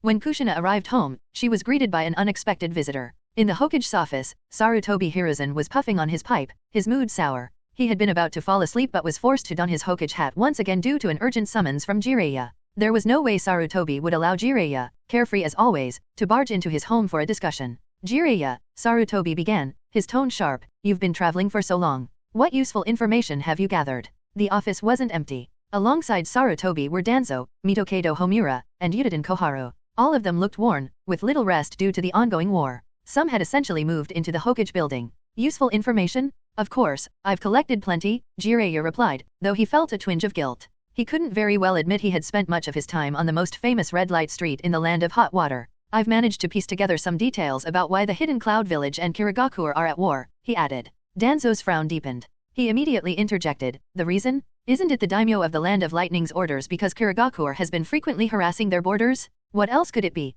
That's certainly the primary cause, Jiraiya acknowledged. But why has Kirigakure been so aggressive toward the Land of Lightning? The two villages didn't have any friction during the last Great Ninja War. Jiraiya had picked up information not only from ninja contacts but also by talking to ordinary citizens. The ninjas of Kirigakure are clearly acting with purpose. Their targets are shipping ports, fleets, and merchant ships belonging to the Land of Lightning. Under their constant harassment, merchants from the Land of Lightning can no longer operate normally at sea. Mitokado Homura, experienced in dealing with merchants, immediately recognized the significance of Jiraiya's findings. Jiraiya, he said, are you suggesting that Mist Shinobi's aggression is part of a maritime strategy against the Land of Lightning? Jiraiya spoke with a serious expression. It doesn't seem like this is being driven by the nobles or the daimyo of the Land of Water. At least in the Land of Sound, the shipping ports are dominated by the Kain Chamber of Commerce from the Land of Waves. Very few ships actually belong to the Land of Water. The mention of the Kain Chamber of Commerce made Danzo and the others' expressions darken. Danzo tapped his cane on the floor, his voice sharp with disapproval. It's him again. First, he violated the agreement by selling medicine to other ninja villages, and now he's stirring up conflict between the Cloud and Mist villages. Hiruzen, if you can't deal with him, then leave it to us. Danzo, I already have arrangements in place, so don't meddle, Sarutobi Hiruzen replied, rejecting the suggestion without hesitation. The two had been teammates for many years, and Sarutobi knew exactly what Danzo would say next without needing to hear it. Danzo would likely propose handing over the Ninetales Jinchuriki to Root for training. Truthfully, when Kushina began acting rebelliously, Hiruzen had momentarily considered it. But after careful thought, he dismissed the idea. A disobedient Jinchuriki might weaken the village's strength, but handing her over to Danzo would risk upsetting the balance of power and potentially undermine his own position as Hokage. Hiruzen resolved that this was one issue he would never relinquish control over. The group continued discussing the implications of Jiraiya's information, arranging a series of countermeasures. Once everything was settled, Danzo and the others left the Hokage's office. Jiraiya, stay behind, Sarutobi said, halting him as he was about to leave with the others. After the room cleared, Hiruzen continued, the war has already begun, and the Land of Earth is also becoming restless. I'm planning to organize a small team comprising Namikaze Minato and the Ino, Shuka, Cho trio. When the time comes, I'll need you, as his master, to guide Minato. The Ino, Shuka, Cho clan had a long-standing sworn alliance with the Sarutobi clan. Hiruzen's decision to group them with Namikaze Minato demonstrated just how highly he regarded Minato. It was a level of favor that Hiruzen had never shown to his own 3 apprentices. Tsunade didn't require it, but Jiraiya and Orochimaru had never received such a privilege despite Orochimaru's rising prestige within the village. I see, old man. Although Jiraiya was somewhat reluctant, he understood the importance of the matter. The old man was clearly paving the way for his disciple. Even though Jiraiya often stayed far from Konoha, he still kept up with its news and events from time to time. Currently, Konoha had 2 standout geniuses. The most renowned was Noeki of the Senju clan, who had inherited the power of wood style. With vast chakra reserves and remarkable recovery abilities, Noeki was practically at the top of the must-kill list for every other ninja village. No village wanted to see another Senju Hashirama emerge and dominate the ninja world. As a result, spies from rival villages frequently infiltrated Konoha to gather intelligence on Noeki. Despite losing numerous ninja teams in the process, they considered it a worthwhile sacrifice if they could eliminate Noeki. Fortunately, Noeki had been rigorously trained by Orochimaru. Having once witnessed Noeki's near-death and subsequently saving him, Orochimaru showed no leniency in his teachings afterward. The second famous figure was Namikaze Minato, known for his exceptional mission record. In just over 6 months, Minato had completed more than 30 A-rank missions without a single failure. His efficiency and skill had drawn considerable attention, especially as rumors of him mastering the Flying Thunder God technique began to spread. One ninja inherited the first Hokage's legendary wood style, while the other wielded the second Hokage's iconic Flying Thunder God technique. Both were marked as must-kill targets by the leaders of other villages. Currently, Noeki's bounty at the underground gold exchange stood at 70 million ryo, while Namikaze Minato's bounty was 40 million ryo. After sending Jiraiya away, Sarutobi Hiruzen silently puffed on his pipe, his mind too troubled for rest. The times were turbulent.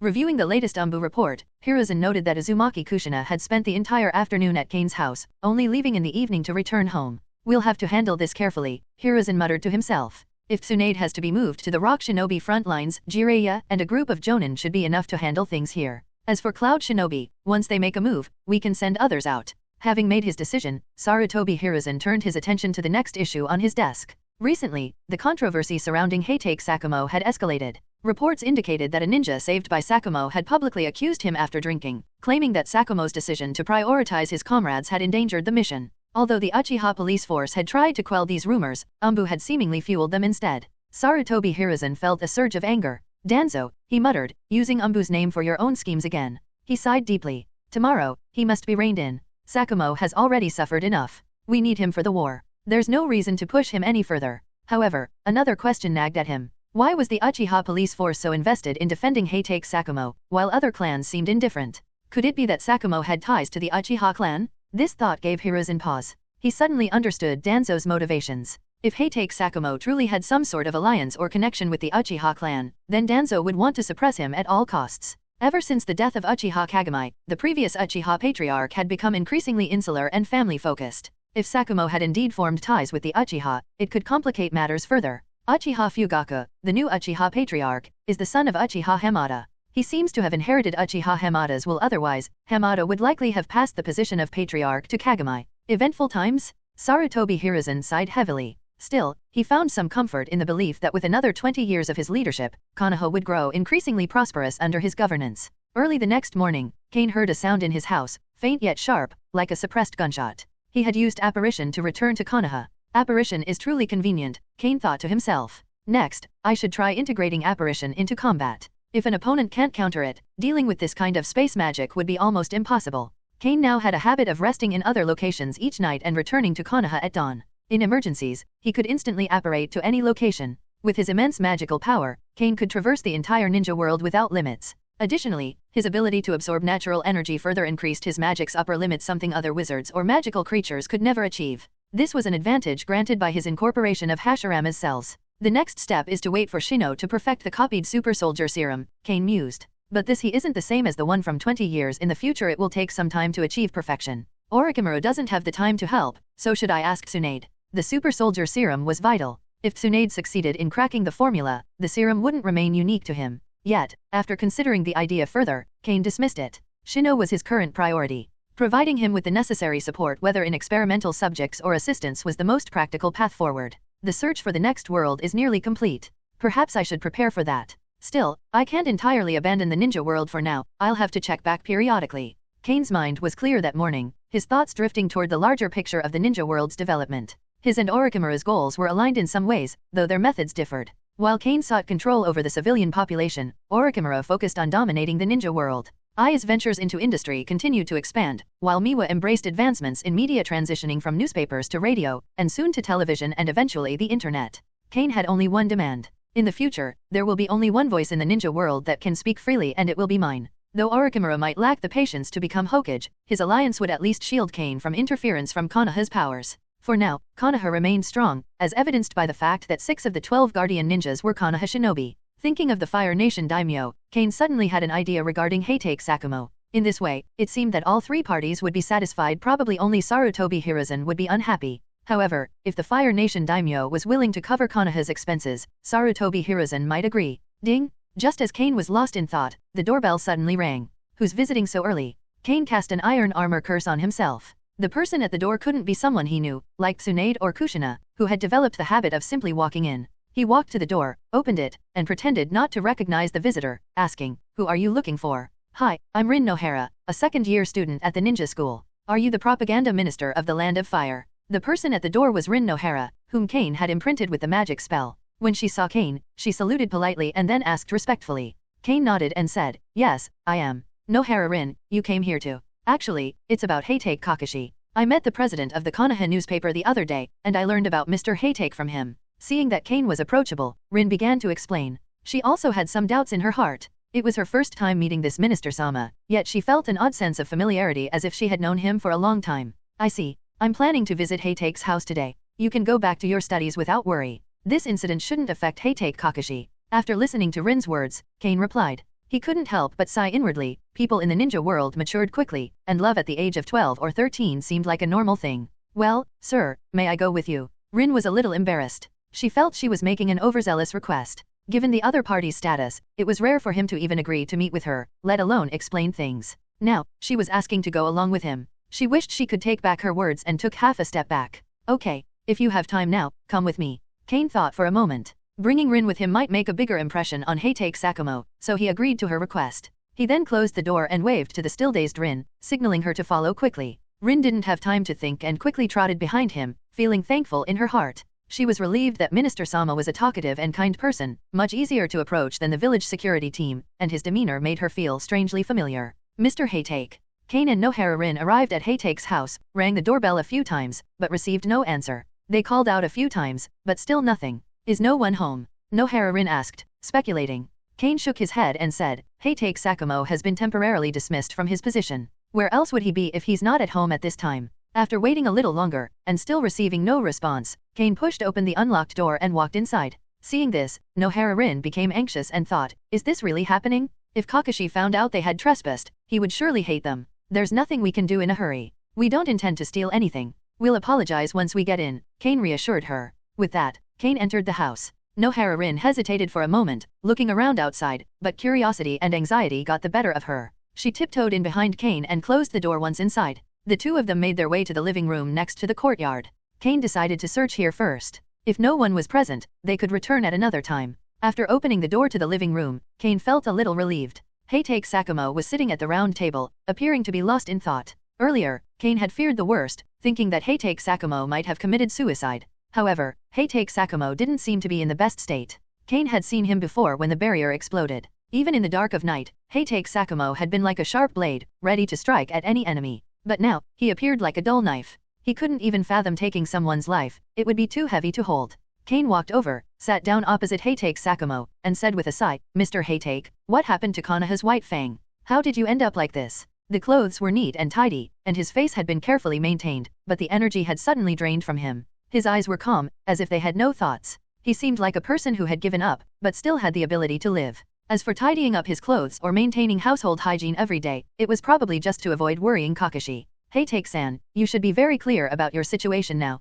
You have a strong samurai spirit, but you are still a ninja. There is a difference in both. Your outstanding strength and lack of a clear position are probably the reasons for your current situation. I have a suggestion, though. I wonder if you'd be willing to consider it." Kain directly addressed Heitake Sakumo. This kind of person isn't an idiot, he just insists too much on his own principles. If Heitake Sakumo were to relax his stance a little, Sarutobi Hiruzen and Danzo would have no hold over him. To some, Kain might be seen as a standard politician. After listening to Kain's words, Heitake Sakumo turned his head to look at Nohara Rin and said slowly, "I didn't treat you well last time. Please forgive me. Are you Kakashi's classmate?" "Yes, I'm Nohara Rin. I'm really sorry for interrupting you so suddenly," Rin replied nervously. When she had come to Heitake's house with the president of the Konoha newspaper last time, Heitake Sakumo had barely spoken, so she had thought he hated her. Kain added, "Student Rin Nohara came to me early this morning, hoping to find a solution to Mr. Heitake's predicament. But if you refuse, then perhaps no one can help you. Maybe Kakashi will also fall into despair because of you.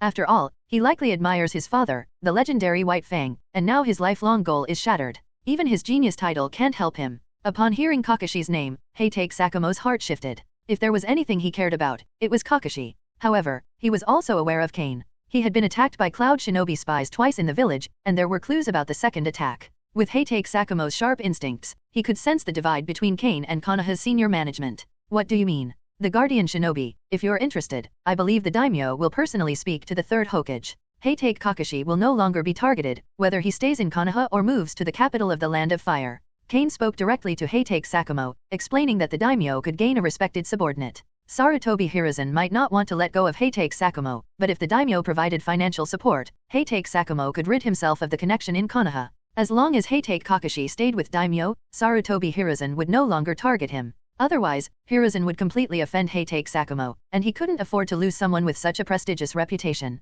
It's better to be a guardian ninja than commit suicide, isn't it, Heitake-san? At least you can watch Heitake Kakashi grow up and serve the Fire Nation. Kain said to Heitake Sakamo with a smile. Nohara Rin, standing by, was shocked when she heard this sentence. She never imagined that Kakashi's father would commit suicide. The room suddenly fell silent. Heitake Sakamo didn't respond immediately after hearing the suggestion. He was deep in thought, which was much better than the state of despair where he hadn't wanted to do anything just moments before. After a few minutes, the two of them entered a phase of competing patience. Only Nohara Rin hadn't practiced patience well. She sat quietly, nervously pinching her fingers. I see. Thank you for reminding me. I will think about it, Kain-san. Heitake Sakamo said suddenly, his eyes changing. Compared to doing nothing in Konoha, going to the capital of Land of Fire was indeed an option. The guardian ninja sent by Konoha were still Konoha ninjas just in name. The Hokage must protect his reputation. In that case, I will take my leave, Heitake-san. Kain smiled and nodded to Heitake Sakamo, then stood up to leave. Seeing this, Nohara Rin, though still unsure of what had transpired, also stood and bid Heitake Sakamo farewell.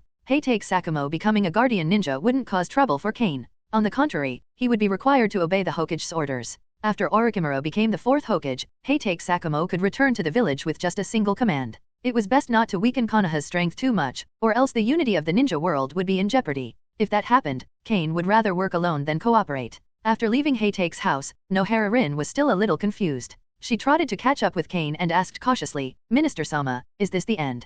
Kain nodded and said, yes, it's over. If nothing goes wrong, Heitake Sakamo will leave Konoha to become a guardian ninja. Be honest and focus on being a student. Yes, I understand, Minister Sama. Although she readily agreed, Rin still had doubts in her heart. Since Minister Sama had always been kind and never got angry, she boldly asked again, Minister Sama, what if there is an accident? An accident? Then Heitake Sakamo will probably commit suicide, and Heitake Kakashi will become decadent as well. But there's nothing you can do about it because you're too weak, and you're only a student at the ninja school. Kain suddenly turned around, lowered his head slightly, and said to Nohara Rin, if you inquire too much, you might be captured by the security team or Umbu. Afterward, Kain separated from Nohara Rin. In addition to Shino, he also planned to send someone to inquire about the whereabouts of Castle of Sky ruins and summon all shinobi of Land of Sky. As long as the energy problem is solved, the castle left by Sky shinobis can ascend to the heavens. Energy is not something Kain is worried about. He has Vanko and his son in the Marvel world. In order to develop clean energy, Vanko and his son are studying the large arc reactor of the third generation reactor.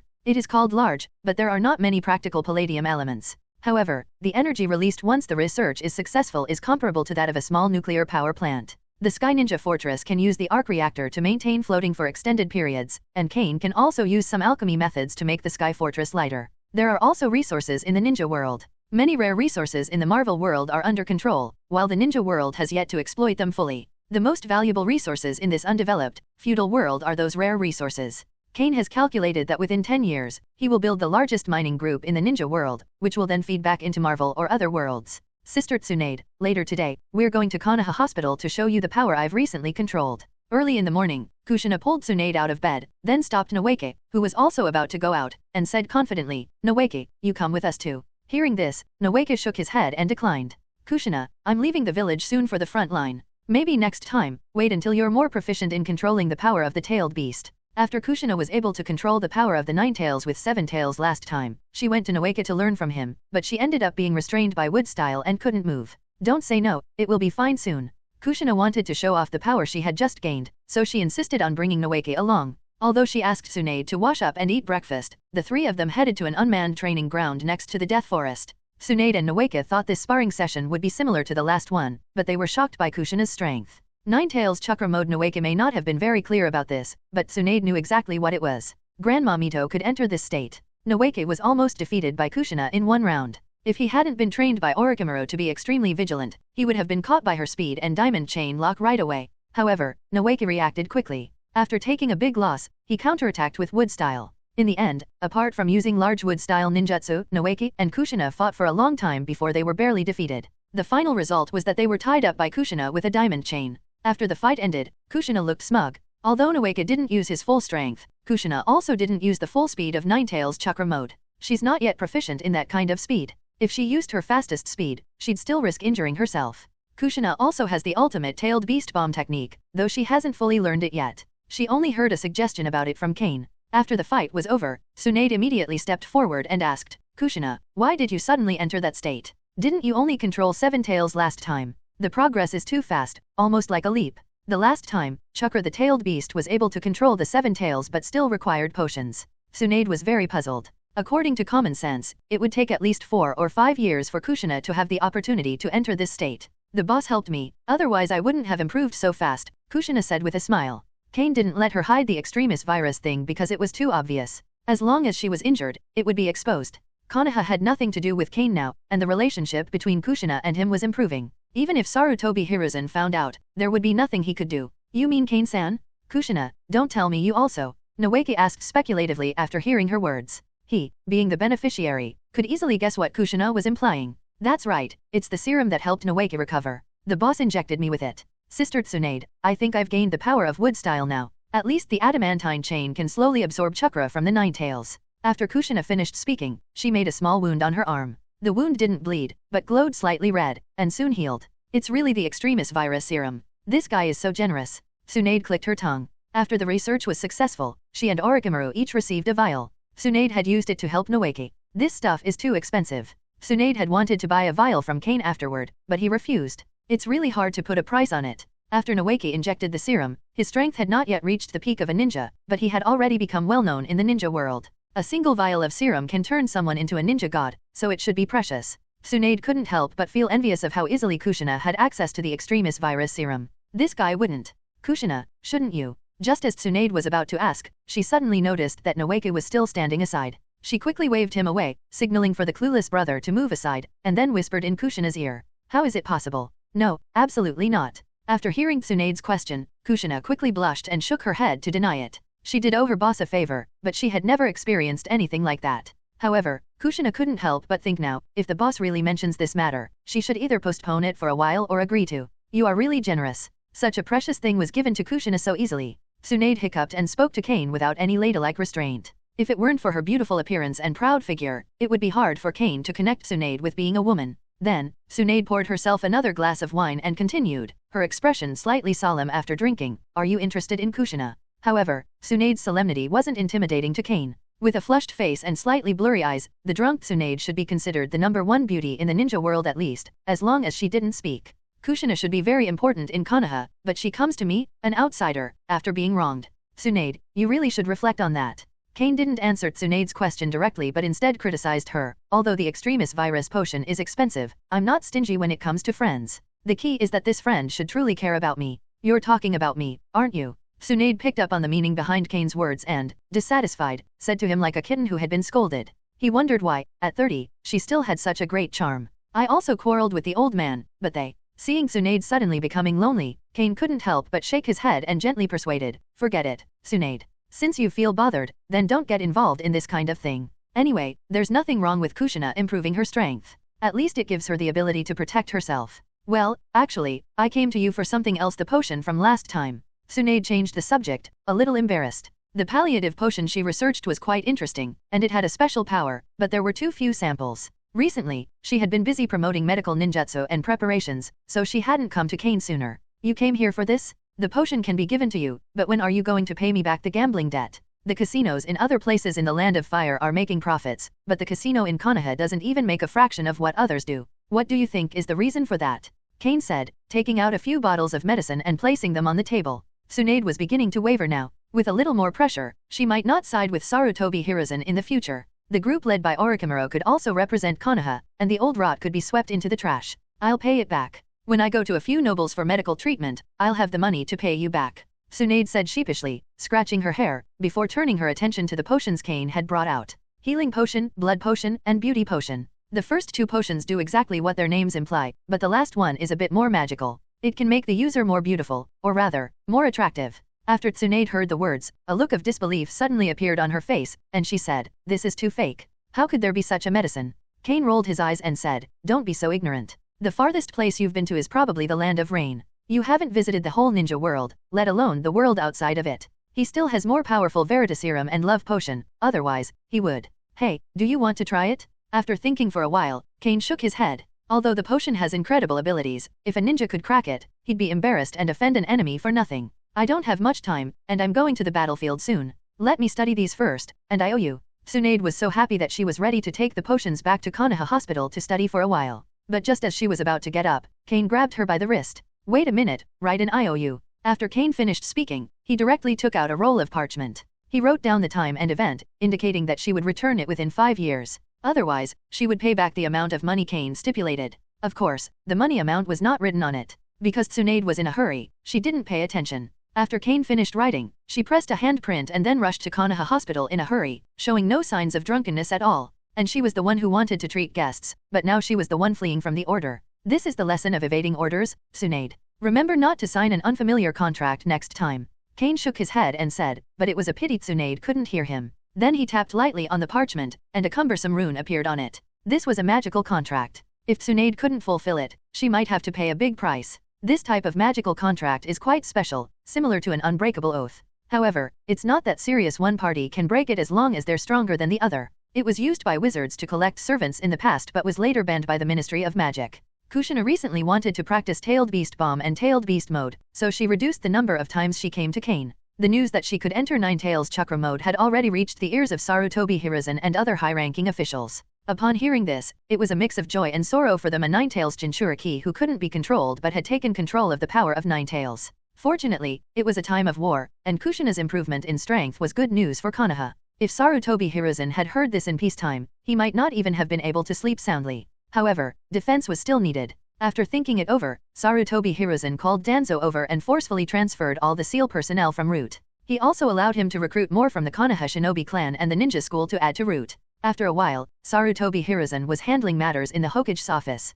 Many rock shinobi had already appeared in the Land of Grass. Without an increase in manpower, the border defense line between the Land of Fire and the Land of Grass was likely to be raided by the rock shinobi. It is necessary to send troops to deal with this. Let Jiraiya take command. The deputy commander should be from the Nara family to assist Jiraiya, and the Uchiha family also needs to send some ninjas. Sarutobi Hiruzen quickly devised a reinforcement plan, but a Jonin meeting was required to inform them. Jonin meetings might not happen once a month or two in peacetime, but in wartime, they could happen every day. There's also Sakumo. Oh, let's go together. I hope you can make a contribution to the battlefield in the Land of Grass. But before Sarutobi Hiruzen could add Heitake Sakumo's name to the battle list, Umbu came to report. Heitake Sakumo and the propaganda minister, Kain, were together and had come to see him. Sarutobi Hiruzen's expression changed slightly, and he felt some unease in his heart, but he still allowed them to enter. After seeing Heitake Sakumo, Sarutobi Hiruzen put down his pipe and said with a kind smile, "Sakumo and Kain-san, what brings you here?" "Hokage-sama, I have something to ask of you," Heitake Sakumo said, having thought long and hard at home and consulted with Kakashi before finally making this decision. "Because in the last mission, my personal mistakes caused great losses to Konoha and even the Land of Fire. Even if Hokage-sama forgives my mistakes, I am deeply ashamed. So, I want to apply to become one of the Guardian Ninjas to make up for the loss to Konoha." Sarutobi Hiruzen was quite shocked by what Heitake said, and it took him a few seconds to react. "Sakumo, there is a time limit for the rotation of the Guardian Ninjas, and there is no substitute right now. If you truly want to make up for Konoha's loss, now." Before Sarutobi Hiruzen could finish speaking, Kain interrupted with a smile, saying, "Third Hokage, this is a letter from the daimyo of the Fire Nation. I think you should read the contents first. Coincidentally, I've been in touch with the daimyo for a while, and I happened to discuss this matter with him last time." After he finished speaking, an Umbu stepped forward, took the scroll from Kain's hand, and placed it on Sarutobi Hiruzen's desk. When Sarutobi Hiruzen opened the scroll and read the contents, his face became tense. The letter promised the greatest support during the war and doubled the funding, which made Sarutobi Hiruzen excited. Due to insufficient funds, Mitokedo Homura and Yutaten Kohara had been irritable every day. Currently, they were only supporting the logistics materials for the two battlefields, and the money from the Ministry of Finance in Konoha was nearly depleted. Is it worth it to use Heitake Sakumo as a guardian ninja in exchange for the support of the daimyo's funds? If Heitake Sakumo stays in Konoha, he would be the sharpest blade piercing the enemy's rear, capable of disrupting the direction of the battlefield. But if Heitake Sakumo is made a guardian ninja, he would still be a Konoha shinobi, and Konoha would receive sufficient financial support and supplies. Even if Cloud Shinobi plots against Konoha, Konoha would still be capable of dealing with it. Sarutobi Hiruzen quickly made his decision. On this point, he didn't even need to discuss it with Danzo, Mitokado Homura, or Yuditen Koharo, it was just a little uncomfortable. As Hokage, he was forced by outsiders to exchange his subordinates for financial support from the daimyo. Although it was Danzo's doing, the fact that Heitake Sakumo wanted to become a guardian shinobi was definitely related to Kain, which Sarutobi Hiruzen was sure of. After pretending to think for a while, Sarutobi Hiruzen forced a smile and said to Heitake Sakumo and Kain, "I see. If it is Sakumo's wish, then I agree to this matter. You will be notified. Thank you, Hokage-sama, for your permission." After Heitake Sakumo finished speaking, he left the Hokage building with Kain. Once outside, he suddenly felt much lighter, as if he had been freed from a burden. He no longer had to face the difficult decisions that plagued him every day. "Thank you for your help, Kain-san." While walking, Heitake Sakumo suddenly spoke solemnly to Kain. If it hadn't been for him, Sakumo would have seriously considered committing suicide to prove that his choice wasn't wrong. It's just a small matter. The Guardian Ninja's schedule should be decided in the next few days. If Heitake-san has time, why not give some advice to Kushina? She needs experience fighting against strong opponents. With your strength, you should be able to teach her a lot. Kain smiled and said to Heitake Sakumo. Last time, Kushina mentioned it to him, and fortunately, Sakumo was about to leave Konoha. This timing worked out perfectly for her training. Kushina? Uzumaki Kushina. For this girl, who is protected by Umbu, Heitake Sakumo could vaguely guess her identity. Ordinary members of the ceiling class wouldn't receive such treatment. In Konoha, only the highest-ranking individuals or those with an extremely confidential status, like the Ninetales Jinchuriki, could enjoy Umbu's secret protection. Though the higher UPS had kept this news secret, Heitake Sakumo, who had met the first Hokage, had naturally heard of the previous Ninetales Jinchuriki. "I understand. While I'm away in the next few days, I will teach Uzumaki Kushina some of my experience in dealing with the enemy." Heitake Sakumo nodded and agreed. He had been invited to teach a ninja from the common ceiling class. Unless Umbu intervened, he wouldn't know anything about Kushina being the Ninetales Jinchuriki. Seeing that Heitake Sakumo agreed, Kain immediately said, "She should be at the training ground behind the Senju clan now. Let's go there now." Heitake Sakumo's strength is more than enough to teach Kushina a lot. Every move he makes is almost aimed at killing, and White Fang's sword technique is also incredibly fast. Lightning-style chakra stimulates the body's cells, improving reaction time, while wind-style chakra helps White Fang's blades vary in length, making his fighting style unpredictable. Kushina's Ninetales chakra mode is very fast, but Heitake Sakumo's sword is faster. He has been focusing on his swordsmanship for over 10 years, making him a top-tier swordsman. During the fight, Kushina was always at a disadvantage. At first, due to her carelessness, many wounds were inflicted on her by the imperceptible wind-style chakra blades of White Fang's technique. But gradually, she got used to it, especially since Heitake Sakumo would point out the mistakes she made, helping her grow a lot. When Sarutobi Hiruzen heard about the training, he wanted to intervene, but Heitake Sakumo was about to leave, and Kushina was beyond his control. Although Sarutobi Hiruzen didn't want to admit it, Kushina, now in Ninetales chakra mode, was no longer something he could easily manage. After pondering for a while, he decided not to send anyone after all. However, he did accelerate the deployment of Guardian Ninjas and arranged the personnel exchange within 4 days. Even though Kushina only trained with Heitake Sakumo for 4 days, she gained a great deal of combat experience. Heitake Sakumo, like her, is a speed-focused ninja, and there was a lot of mutual knowledge they could share. After Heitake Sakumo left, Kushina slowed down her training schedule and gradually increased the number of times she visited Kain. "Boss, I've made some progress with the Tailed Beast bomb, but Tailed Beast mode is still difficult. That guy, Ninetales, is like a twister. He scolds me every time and refuses to help." Uzumaki Kushina, or Uzumaki Tomato, was massaging Kain while lying on her slender white legs, complaining about Ninetales' behavior. Kushina had gotten used to giving massages by now. Kain sat on the sofa, patting the seat next to him, and Kushina obediently came over. The pure cotton black stockings had been replaced with silk ones. After all, they're intelligent life forms. Ninetales has lived for thousands of years and was captured by Konoha village for no reason. If it were you, you'd be angry too. As he spoke, Kain moved his head slightly and rubbed his face against the black silk of her stockings and her long white legs a few times. This made Kushina flush and curl her toes slightly, realizing that the boss was teasing her again. You could try a different sealed environment. Even a dog would be hard to communicate with when it's tied up. Once you change the sealed environment, call it by name and tell it that the person it's waiting for has arrived and that person is you. He might listen to you. Kushina looked at him with some confusion and asked, "Who is that person?" "The one who leads the tailed beasts down the right path and brings peace. That's you, Uzumaki Tomato." "It's Uzumaki Kushina." After Kain said something that seemed wrong, Kushina puffed up her cheeks and applied some force with her hand, but she still obediently wrote down Kain's words, including the names of the tailed beasts and the tone she should use when speaking to Ninetales. After listening to everything, Kushina said, puzzled, "Boss, can this really work? It feels like a lie." "This is not a lie, Kushina. You are this person in the first place, but few people know it. However, after you changed the seal for Ninetales, the real question is, can you suppress it? If not, forget it, and focus on your own safety." Hearing Kain's words, Kushina patted her chest proudly and said, "Don't worry, even with just the 4-element seal, Ninetales won't be able to break free. There's no need to worry." Although she doubted whether it would work, Kushina was willing to try because Kain said so. Kain emphasized again, "Kushina, believe me, I will not lie to you. You are the child of destiny. The names of the tailed beasts are rarely known." Adding the names of the 9 tails and the scene of the Sage of 6 Paths' death, along with the kindness shown by Kushina, even if Karema doesn't believe it, he won't make things harder for her. This is the seed buried in 9 tails' heart. As long as Kushina gradually reveals details from 1,000 years ago, like the story of the 10 tails, Karema will eventually believe her. The perfect 9 tails Jinchuriki is basically the strongest person in the ninja world. Even if Uchiha Madara isn't dead, his old body can't do much, unless the dirt reincarnation of the former Uchiha Madara and Senjo Hashirama comes into play. After some time, good news came from Shino. He had used medical ninjutsu to slowly separate and analyze some components of the serum, but with his current strength, this was the limit of what he could do. This was mixed news for Kain, but after thinking it over, he decided to go to Tsunade with some of the super soldier serum, hoping she could help analyze it. In return, he would offer her a few other potions and a set of research equipment. Tsunade should be the third batch of preparation personnel for war. Jiraiya had already led the troops to the border of the Land of Grass. Tsunade not only had to arrange medical supplies but also decipher the sand shinobi poison from the front line from time to time, so she had very little time to spare. However, Tsunade needed Kain's next assignment. She was very interested in those potions. With her chakra reserves, it wouldn't be difficult for her to separate a shadow clone to study the super soldier serum. Kain didn't need to worry, as this was just one of the serum's components. "Boss, I've received a message here, but I don't know if it's true or not." Yakushi Nono suddenly contacted Kain in the middle of the night and told him about something she had unintentionally inquired about. There was a ninja who graduated from the orphanage 2 years after her and was selected to join the route team.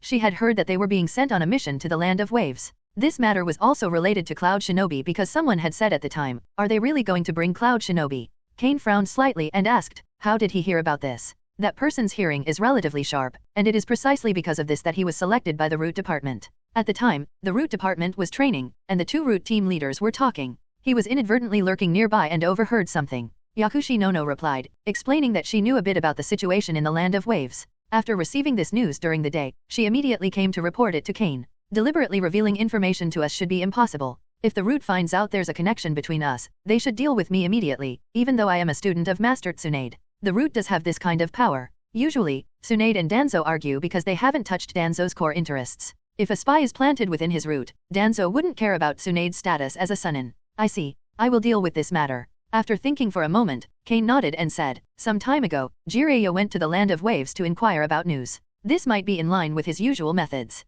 The most valuable thing in the Land of Waves is its pharmaceutical factory. If the route has revealed this information to Cloud Shinobi, their greedy nature could lead them to act on it. After all, Cloud Shinobi spies had previously planned to attack Kain but failed. The Land of Waves is relatively close to the Land of Fire. If Cloud Shinobi makes a move, Danzo could either follow behind like a vulture or directly cooperate with them. Both possibilities are likely. Let me see, 300 pounds of TNT and 200 rounds of RPG. Then, I will give them all to you." Once Kain had a plan in mind, he immediately apparat to the Land of Waves, preparing to send a big gift to the guests in advance. On a plain near the sea frontier of the Land of Fire, a few ninja guards suddenly appeared in an empty area. A group of people then appeared from 2 directions, moving toward the center where the guards were stationed. "The darkness of the ninja world, Danzo. I didn't expect you to take the initiative to contact us for cooperation," said the third Raikage. Though he appeared rough and irritable on the outside, he was quite thoughtful on the inside. Before agreeing to cooperate with Danzo, he had made the decision after many investigations by Umbu. Danzo said coldly, "There was also an alliance between the second Hokage and the second Raikage.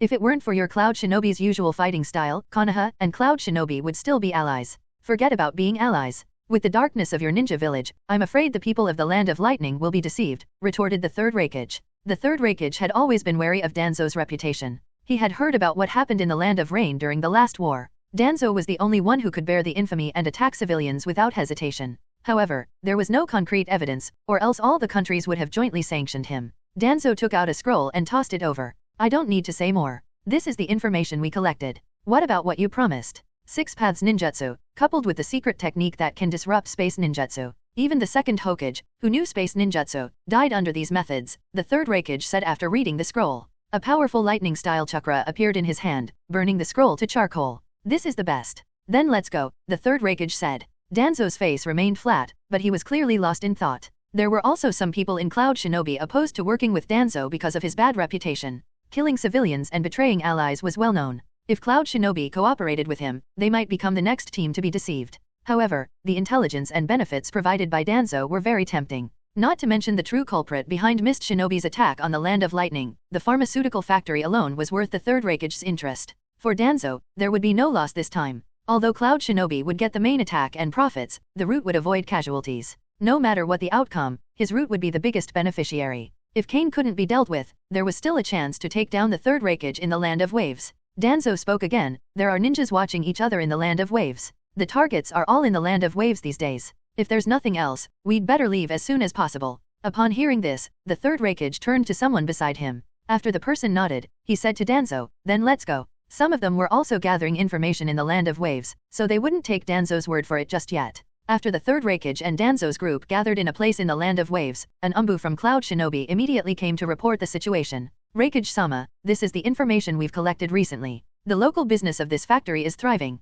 Recently, it has been busy even at night, but since 3 days ago, the night shift has stopped. It seems that some people couldn't handle the workload. The Umbu recorded all the detected entrances and exits, the number of people in the factory, its opening and closing times, and more. He wrote all the details on a scroll and handed it to the third Raikage. Danzo, who stood nearby, thought with some jealousy, their medicines are even used by Kirigakuer, making money every moment. If the money was given to me, it would definitely double the size of the route, and the dream of unifying the ninja world would be achieved within 20 years. The third Raikage clenched his fists and said decisively, in that case, we'll sneak in at 2 o'clock in the morning. Adam, I'll leave this matter to you. Leave it to me, Lord Raikage. Adam, who had answered, knew exactly what the third Raikage meant. He was wearing the Six Paths ninja tool Amber. In addition to sealing enemies, this ninja tool was the most powerful sealed treasure in the ninja world. It was said to be able to hold 2 mountains. During the last war, Cloud Shinobi had relied on Amber's clean bottles to store military supplies and then sent them to the front lines with the Skysen technique. This unique ability gave Cloud Shinobi an edge in the war, as other villages could only slowly transport supplies.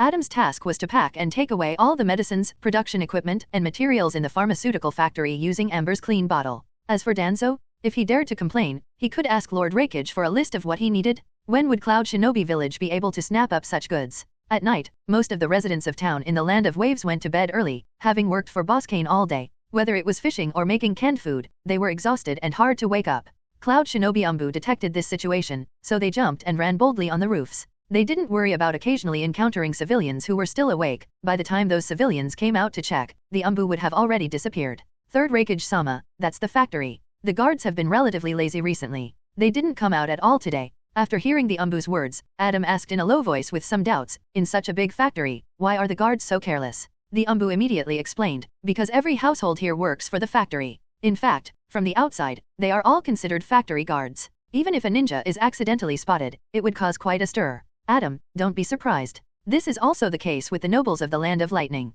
After the third Raikage finished speaking, he gave his orders, you go and eliminate the guards, and the others will follow me and Adam to the factory. We'll act separately. Adam's team used Six Paths ninja tools to pack everything away, while the third Raikage rushed to Kain's location with a seal. In his hand was the Heaven Transfer Technique mark. Once it was applied, it would plant the Heaven Transfer Technique's imprint on the target, ensuring that no matter where they escaped, they would be teleported back. With the third Raikage's speed, it would be easy to place the seal on the opponent before they could use space ninjutsu. Of course, it would be ideal to capture Kain in one fell swoop. He held many secrets worth exploring, and the pharmaceutical factory was just one of them. Meanwhile, Danzo addressed the men of the 2 teams, Fox, you all come with me and lurk immediately after entering. Your family's secret arts can exert the strongest power in the dark. Make sure to control them. The they Danzo referred to were the third Raikage and Kain. Although he was envious of the profits from the drug factory, he was even more interested in the extremis virus. That's why he hadn't disclosed this information to the third Raikage during their cooperation. He wanted to capture Kain himself. Shin, it's up to you this time. As long as you can control the opponent for even a moment, we can capture him. And, really, use your Byakugan to help confirm the opponent's position. This time, to obtain the extremis virus, Danzo made an exception and even recruited from the Hyaga branch house, specifically to lock on to Kain's position. In the past, the Root organization would never recruit ninjas from the Hyaga branch or the Uchiha clan, but Danzo made an exception now for the sake of the extremis virus serum. Yes, Master Danzo. After Hyaga finished speaking, he activated his Byakugan and quickly locked onto Kain's location in the pharmaceutical factory. I've found him, Danzo-sama. Once Hyaga confirmed Kain's location, a ninja from the Yamanaka clan used the telepathy technique to transmit what Hyaga saw to the minds of Kato Dan and the other team members. The opponent's position has been locked, Danzo-sama. The root members all received the image seen through Hyaga's Byakugan, then rushed into the factory under Danzo's orders. Cloud Shinobi's group didn't have the same convenient perception abilities as the Byakugan and the Yamanaka clan's secret arts, and Danzo had deliberately exaggerated the profits of the pharmaceutical factory to distract Cloud Shinobi's attention. With Hyaga-shin, Kato Dan, the Yamanaka clan for perception and transfer techniques, and the other two root teams staying outside, Danzo did not enter. He played the role of the second player. If things went wrong, he would intercept the third Raikage at a critical moment. Almost. Tonight will be a big moment for me to make Konoha great again. After Danzo finished speaking, Kato Dan immediately activated the spiritualization technique, which he had now mastered. Once activated, his spirit body left his physical body in an instant and rushed toward Kain's location. In the next second, Hyaga-shin hastily said, Jonin's spiritualization technique hit the target, and now the target has exploded? Its smoke. Jonin's spiritualization technique hit a shadow clone. Shadow clone? The target's intelligence indicated they might learn ninjutsu, but it was clearly a sneak attack, and they were fooled by a shadow clone. Danzo's face turned cold as he quickly realized a possibility. He immediately ordered, withdraw, hurry up. Boom! A loud bang erupted, and a fiery wave burst through the roof of the pharmaceutical factory. Along with the deafening roar, billowing smoke and flames swept through the area like a sandstorm. The explosion's scale was immense. Houses collapsed, and reinforced concrete rained down like hail. The shockwave from the blast threw Kato Dan, Hyaga-shin, and the others tens of meters away. As they were sent flying, they collided with rubble and steel bars, losing limbs in the process. That's art, but not strong enough. Kain, from a distance, felt a great sense of relief when he saw the soaring flames. A factory full of nothing and a shadow clone could create such a big result. Fortunately, the residents of the pharmaceutical factory lived far away. Otherwise, under the impact of this explosion, half the people in the entire town would have been lucky if they survive. The guards quickly emerged after hearing the explosion, rushing to comfort the terrified civilians. They had received prior warning a few days ago, so they were better prepared than the civilians. Even so, they were still shaken by the thunderous explosion they had just experienced. As the explosion's flames began to subside, Kain considered going to investigate. Should be alive. Let's go check. Before heading over, Kain used the transformation technique and the iron armor curse, then activated the flying curse to quickly fly to the pharmaceutical factory. If there were no survivors, he would call for someone to clean up the mess. Ahem, Danzo-sama, how are you? After recovering from the explosion's impact, the less injured root members immediately approached Danzo to check on his condition. Danzo coughed up a few mouthfuls of blood, then supported himself on a root ninja and asked, where are the others? It's not looking good, Danzo-sama. Both of Jonin's legs were blown off, and one of his arms was lost. As for the person who entered the factory, Hyaga weakly responded, his own arm broken. The explosion had been too powerful, there had been no time to dodge, and many people were seriously injured. Retreat immediately. Danzo was extremely angry, but he knew this was not the time to vent his frustration. Once again, he had been ambushed just like last time. Now, he feared that the enemy might have another trick up their sleeve if he didn't retreat. It seems some interesting guests arrived today. This is Konoha's assistant Hokage, Mr. Danzo. A voice sounded nearby. The root ninjas quickly surrounded Danzo, on high alert, and then saw a cloud of black mist descending from the sky. A strange figure emerged. How could Mr. Danzo be in such a mess? And why did my factory explode? Could it be Mr. Danzo's fault? Kain said to Danzo with a hint of mockery, although the pharmaceutical factory is gone, I still have some wound medicine here. If Mr. Danzo is willing to kneel and beg me, I might consider giving it to you. Boom! Suddenly, a figure shot out from the ruined, flame-engulfed factory and charged toward Kain like a desperado. There are still survivors? Obstacles? Rise. While Kain was momentarily surprised, he quickly used his magic. One spell hindered the opponent's advance, and another used the transformation technique to create walls on the ground. However, dazzling lightning erupted from the opponent, breaking through the transformed wall and crashing into Kain. It was blocked by the iron armor curse, but the immense force still sent him flying. It was third Raikage. He was not dead, but his body was covered in wounds, and one of his eyes was blind. You all, buy us some time. Danzo ordered, then turned to third Raikage. The plan failed. After speaking, Danzo was the first to use ninjutsu to retreat. Some of his subordinates also quickly evacuated, and two of them grabbed Kato Dan and fled together. The two he called to stop Kain were both injured but still capable of fighting. After hearing Danzo's order, hesitation flashed across their faces, but after being trained by Umbu, they carried out the order without question.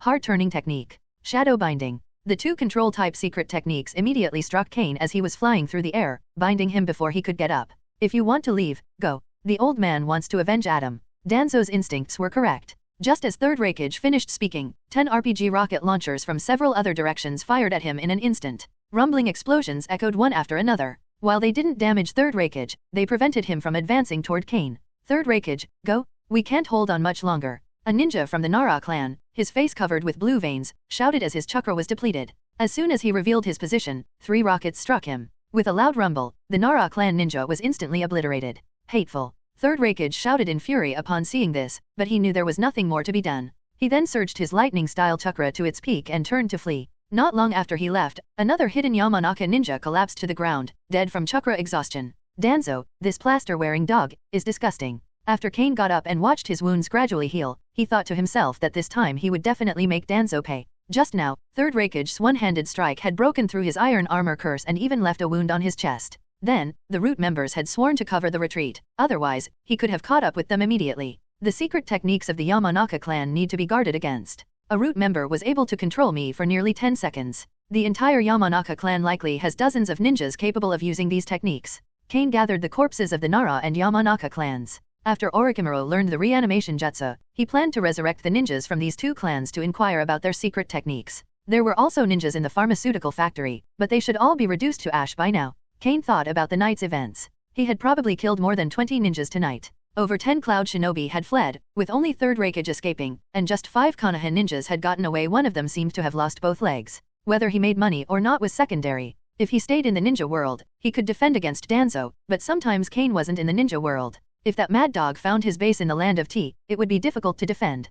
Kain had originally planned to relocate the pharmaceutical factory to the more secluded Land of Tea. The Land of Waves had too many comings and goings. In the future, he would turn it into a food factory or some other type of business with fewer secrets. Clear water, like a spring? Kain waved his hand and used a spell. Several jets of water suddenly erupted from the ground, flowing like a torrent toward the burning pharmaceutical factory. It might be a bit tiring to create a large lake with his magic, but producing a stream of water was no problem at all. In less than a moment, the fire in the pharmaceutical factory was extinguished. He then went to speak with the guards and instructed them to contact the construction team the following morning to rebuild the factory. There were still people in the ninja world who could cause him fatal harm. This time, Danzo and his group had failed because of faulty intelligence. They had chosen individuals sponsored by Kain, and he had fed them the information they needed. The planned ambush had caused Danzo to suffer heavy losses. As for the 2 root ninjas who saved Third Raikage, they probably wanted to signal that the root had not intentionally ambushed Cloud Shinobi. They didn't expect Third Raikage to die, so they used their lives to express the root's stance. Thinking about this possibility, Kain shook his head.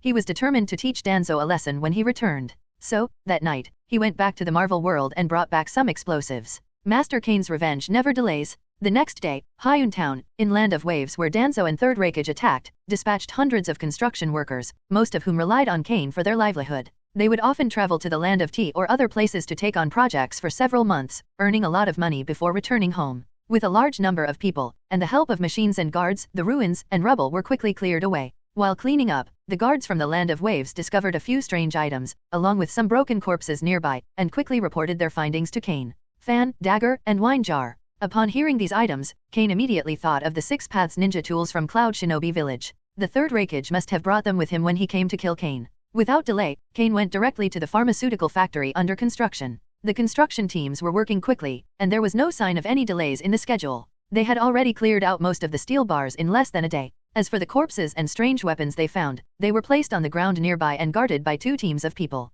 It's really a 6 Paths ninja tool. Kain was genuinely surprised when he saw these ninja tools. There were 5 in total, and it seemed they were all property of Cloud Shinobi village, now in his possession. The golden rope, 7-star sword, and red gourd, when used together, could greatly limit the enemy's combat power and focus. Even Cloud Shinobi, familiar with these tools, could easily be subdued if they weren't careful. The Plantain Fan could ignore chakra attributes, and by wielding it, the user could release 5 different chakra-based attacks, making it very useful. As for the last item, the amber bottle, it could summon the target, and as long as they responded, the person would be sealed inside. Many things could be sealed in it, essentially making it a large storage ring. These are all great items. Unfortunately, except for the Plantain Fan, the others are too complicated to use, and my chakra reserves probably aren't on the level of a tailed beast. A magic spell would be more useful for me. Kain thought about it for a moment, realizing that these tools weren't suitable for him. If he had wanted to use the 6 Paths treasures to seal someone recently, he could have just used the stun spell to capture them instead. They could be useful for his subordinates. After the super soldier serum is developed, a batch of ninja soldiers could be quickly produced, or he could give them to Kushina for her use. Kain then put away the 6 Paths ninja tools. Cloud Shinobi had lost them, and they would no doubt be furious and seek a chance to recover them. But that wasn't his problem. Kain, as the boss, never cared much for such ninjas. Kain stared at the construction team again as they finished cleaning up all the ruins of the pharmaceutical factory. After confirming that there was nothing left to gain, he used apparition to return to the Hidden Leaf village. By this time, Danzo should have returned long ago. That night, Kain immediately contacted Yakushi Nono. After the video call connected, Kain saw Nono in light gauze pajamas. He coughed slightly and said, "Nono, I have something important to tell you. Would you like to change? Change clothes? Isn't this fine?" Yakushi Nono looked down, then pretended not to notice and asked about something else. "Boss, what happened in the Land of Waves?" Kain adopted a slightly serious tone. "I want to talk about that situation. I need the location of the root base, so I need you to take some time and bring something over." He needed to know the root's exact location and the layout around it. To achieve this, Yakushi Nono would have to send someone who was recently recruited into the root organization, equipped with a miniature camera to take detailed pictures of the environment around the root base. This way, Kain could apparate directly to the location. "I understand, boss. I'll go right away." After Yakushi Nono finished speaking, she ended the video call. "Wait, Nono." Seeing this, Kain was a little helpless, so he directly apparat next to Yakushi Nono. "Nono, you hung up too quickly. It's actually more convenient for me to come to you." Yakushi Nono was surprised, but quickly calmed down and asked, "Boss, what do you need me to do?" "Give this to him," Kain said, handing over the miniature camera. "Let him record the environment at the root base in detail, then find a safe place to hide. After that, he has nothing else to do with this." Yakushi Nono nodded, taking the camera. She then looked up slightly and asked, "Boss, did you injure in the Land of Waves?" "Fortunately, I've recovered, but Danzo is a hassle. I'll need to deal with him," Kain replied, covering his chest. He would have to be more cautious in the future. There were still many threats in the ninja world. Maybe he could find some alchemical items to help, something that could defend against both the soul and physical attacks. Yakushi Nono nodded, then suddenly said, "If you've learned medical ninjutsu, you have a strong understanding of human muscles. You can clearly know which muscles need to be massaged, which is better than those who have never learned it." Kain found something odd in her words, so he asked tentatively, "Huh? No, you mean, lie down here, boss. Let me check for you." Yakushi Nono's tone was gentle, but there was a firm edge to her words. After speaking, she pulled Kain to lie down, then decisively sat on him and began massaging him using medical ninjutsu. Kain immediately felt the difference between medical ninjutsu massage and Kushina's massage. It was the difference between general comfort and overall comfort. When Nono used medical ninjutsu, it felt as though countless small hands were gently squeezing and pressing on his muscles, especially since Nono was only wearing silk pajamas at the time. However, the comfort was so overwhelming that Kain didn't think about anything else. He soon fell asleep due to the sheer relaxation. Root base. Danzo's face had been grim ever since he returned from the Land of Waves. He had just been scolded by Sarutobi Hiruzen in the Hokage's office for his actions, which led to Konoha losing a powerful ninja during the war. Kato-dan had been Sarutobi Hiruzen's necessary means of dealing with Kain, but due to Danzo's false orders and rash decisions, the only spiritual master in the village, a jonin, had been crippled. Both of his legs were amputated, and his lungs were severely damaged. The roots couldn't treat Kato-dan at all. After bringing him back, he was sent to Konoha Hospital. However, Tsunade had no solution for such severe injuries. After some attempts at rescue, he was left a useless shell, unable to even talk without shortness of breath. Using ninjutsu, let alone refining chakra, would likely kill him. The roots also suffered heavy losses. Danzo had led 4 teams, but only 3 of his subordinates returned. On top of that, he had been severely reprimanded by Sarutobi Hiruzen. Hokage. "Sooner or later it will be Mishimura Danzo," he muttered, his eyes darkened. If he were Hokage, he could mobilize more resources and devise better plans, without needing to cooperate with the Third Raikage at all. "I will definitely become Hokage." Just as Danzo swore to himself, a huge explosion erupted from the root base. The terrifying blast instantly swept across the entire underground space. Many people in Konoha heard a muffled sound, like a detonating talisman being set off in a sealed room. Guards quickly jumped onto the roofs to locate the source of the explosion. A short time later, an UMBU member suddenly appeared in Hokage's office and knelt before Sarutobi Hiruzen, reporting, "Hokage-sama, the Shimura family's compound has collapsed, which is suspected to be related to the muffled explosion just now. Rescue efforts are underway, but no casualties are confirmed yet." Sarutobi Hiruzen's expression changed drastically upon hearing the news. Under the Shimura family? Isn't that where the roots are? The successive attacks in the village made all ninjas in the surroundings feel that something was wrong, and this time, it even affected the entire Shimura clan. An explosion in the underground space rocked the entire Shimura Tower, which was tens of meters below ground.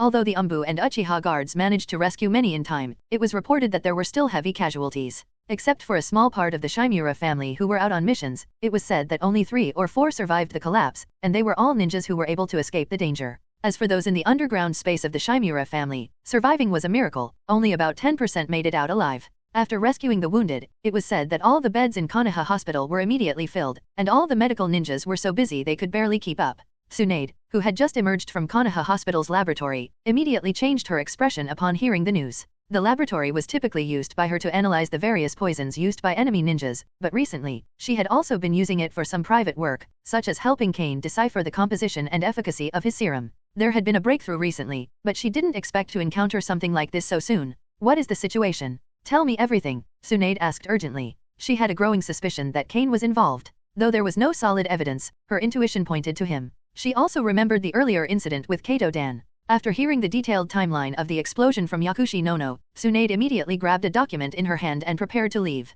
Seeing this, Yakushi Nono couldn't help but ask, Lady Tsunade, where are you going? I'll be back soon. No, go ahead and perform the operation on me first, Tsunade said as she walked out. She was going to find out the truth. The old man wouldn't tell her the full story, so Tsunade decided to go to Kain for answers. With the war ongoing and such disturbances happening within the village, if the Hokage claimed that spies were responsible again, it could severely undermine the villagers' trust in Konoha. It was getting to the point where it would be like defecating on Konoha's head. Kain naturally knew that the explosives had been delivered by his shadow clone. Moreover, Kain had not harmed the spy developed by Nono. He temporarily erased the memory of what he'd done using memory magic, and the spy would slowly recall everything after a month. Even if the Yamanaka family checked during this period, they wouldn't find anything unusual. After this incident, whether the root organization is disbanded or rebuilt, a large number of personnel will need to be replaced. The person Nono developed might even be put to use again. When Tsunade arrived at Kain's house, she found him lying on Kushina's lap, enjoying the girl feeding him. Miss Tsunade? Why are you here? Seeing Tsunade open the door and walk in, Kushina couldn't help feeling a bit shy. She quickly put the peach in her hand into Kain's mouth and then helped him sit up. She patted the red mark on her leg before pulling her skirt down again. After doing all of this, Kushina stood up with a flushed face. She had done such a bold thing when no one was around. The boss had told her, quite seriously, that the pillow skirt was uncomfortable and that the fabric was a bit too stiff, so she had lifted her skirt slightly to let Kain pillow on her lap. Unexpectedly, Miss Tsunade had arrived suddenly, and Kushina now had the feeling of being caught. If I hadn't come in just now, I'm afraid you would have lost your whole body. Come out with me for a bit. I need to ask you something, Tsunade said, looking at Kushina's flushed face while glancing suspiciously between the two. Kain's face was serious, and he seemed quite righteous. Tsunade then called out to Kushina, ready to ask her a few questions. Once they were outside, Tsunade warned, Kushina, you're still too young. If you rashly decide to have a baby, I won't be able to operate on you. You. What are you talking about, Miss Tsunade? When Kushina heard this, she blushed and stammered, I wouldn't do that. But the more she spoke, the quieter her voice became, sounding rather unconvincing. Tsunade waved her hand, her face turning suddenly serious. Forget it, I'm just warning you. But did you hear the explosion today? Kushina nodded and complained, I heard a muffled sound. I don't know where it came from, but it startled both me and the boss. You were by his side at the time. What were you doing? Tsunade asked, surprised, wondering if it wasn't Kain who did it. Hearing this, Kushina immediately shook her head. It's nothing, just a normal chat. Did he leave for even a second? No, I've been with him all morning. Kushina then realized what Tsunade was implying. She became suspicious and asked, Miss Tsunade, do you think the boss did it? That's absolutely impossible. Tsunade snorted in disbelief. Kushina, how can you be so sure? Because I've been with him all morning. How could it be the boss who did it? Kushina said, a little annoyed. Sister Tsunade, you have too many prejudices against the boss. I just want to know, where's the prejudice in that? You're turning your arm to the other side. Do you want to move in early? Tsunade teased. After Kushina defended Kain, Tsunade, slightly irritated, pulled her into an embrace and helped her wash her face with facial cleanser. Then she went inside to speak with Kain. The thing you asked me to do last time is settled. Here are the ingredients and most of their functions. Everything has been classified. It's a very strange thing, could it be poison? Tsunade handed Kain a document and a scroll, which sealed the classification of the ingredients in this part of the serum. However, there were still some things she hadn't figured out yet, and testing with chakra alone wasn't enough. More human trials would be needed to get specific results.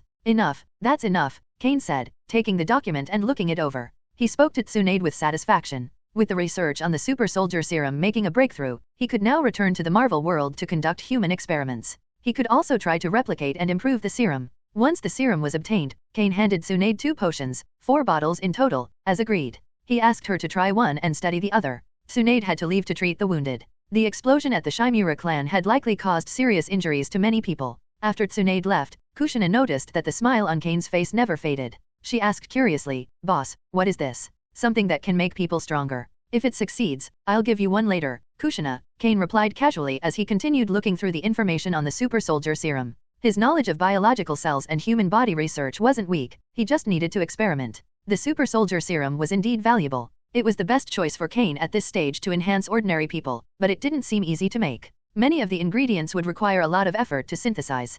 Kushina waited by his side for a while. Seeing that Kain was still concentrating on the document, she couldn't help but ask quietly, "Boss, should I also learn medical ninjutsu?" "Huh? Why would you want to learn that?" Kain raised his head and asked, instantly understanding what the little girl was thinking when he saw her eager expression. The good things had been coming together in the past few days, making Kain feel a little happy. Cloud Shinobi had sent some Six Paths ninja gear, Danzo's roots had been crippled, and Tsunade's super soldier serum research had progressed. With so many good things happening at once, Kain felt like he should enshrine a goddess of luck at home and offer 3 incense sticks every day. "Kushina, your sealing technique is also very powerful. By the way, this ninja tool is for you. It's the fan left by the Sage of Six Paths. It's perfect for someone like you who has a huge amount of chakra."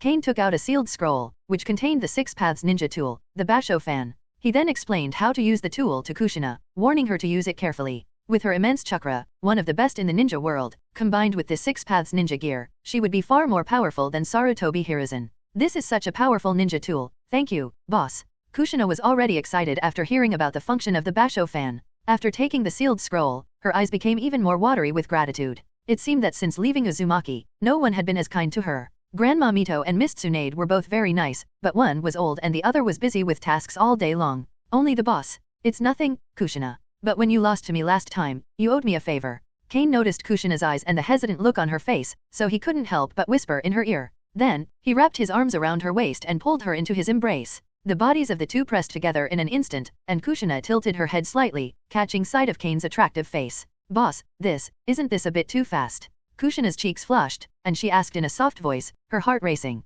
She knew that if she struggled, she could easily break free, but that would mean breaking her promise, and possibly tarnishing the reputation of the Uzumaki family. Kushina thought about it, resolving that she could never break her promise, but if the boss... "Kushina, come and taste the peach. You've been busy all morning and haven't eaten anything." "Peach?" Kushina was stunned for a moment, still processing his words. "Kushina." Hearing her name, Kushina snapped back to reality. She quickly jumped up from Kain's lap and said, I still have a task, so I'll go first. See you tomorrow." Seeing Kushina's shy and flustered expression, Kain didn't rush her. He smiled and reminded her not to forget the seal scroll. Kushina hurriedly returned to grab the scroll from the ground before leaving in a rush. However, after stepping outside, she poked her head back through the door, shyly said goodbye to Kain, and then ran off completely. "How's it going?" Sarutobi Hiruzen asked with an ugly expression. The rescue operation had lasted for a day, consuming a lot of manpower and resources. The entire Konoha hospital was filled with the wounded. The death toll of the Shimura family is 73. The rest have all been sent to Konoha Hospital.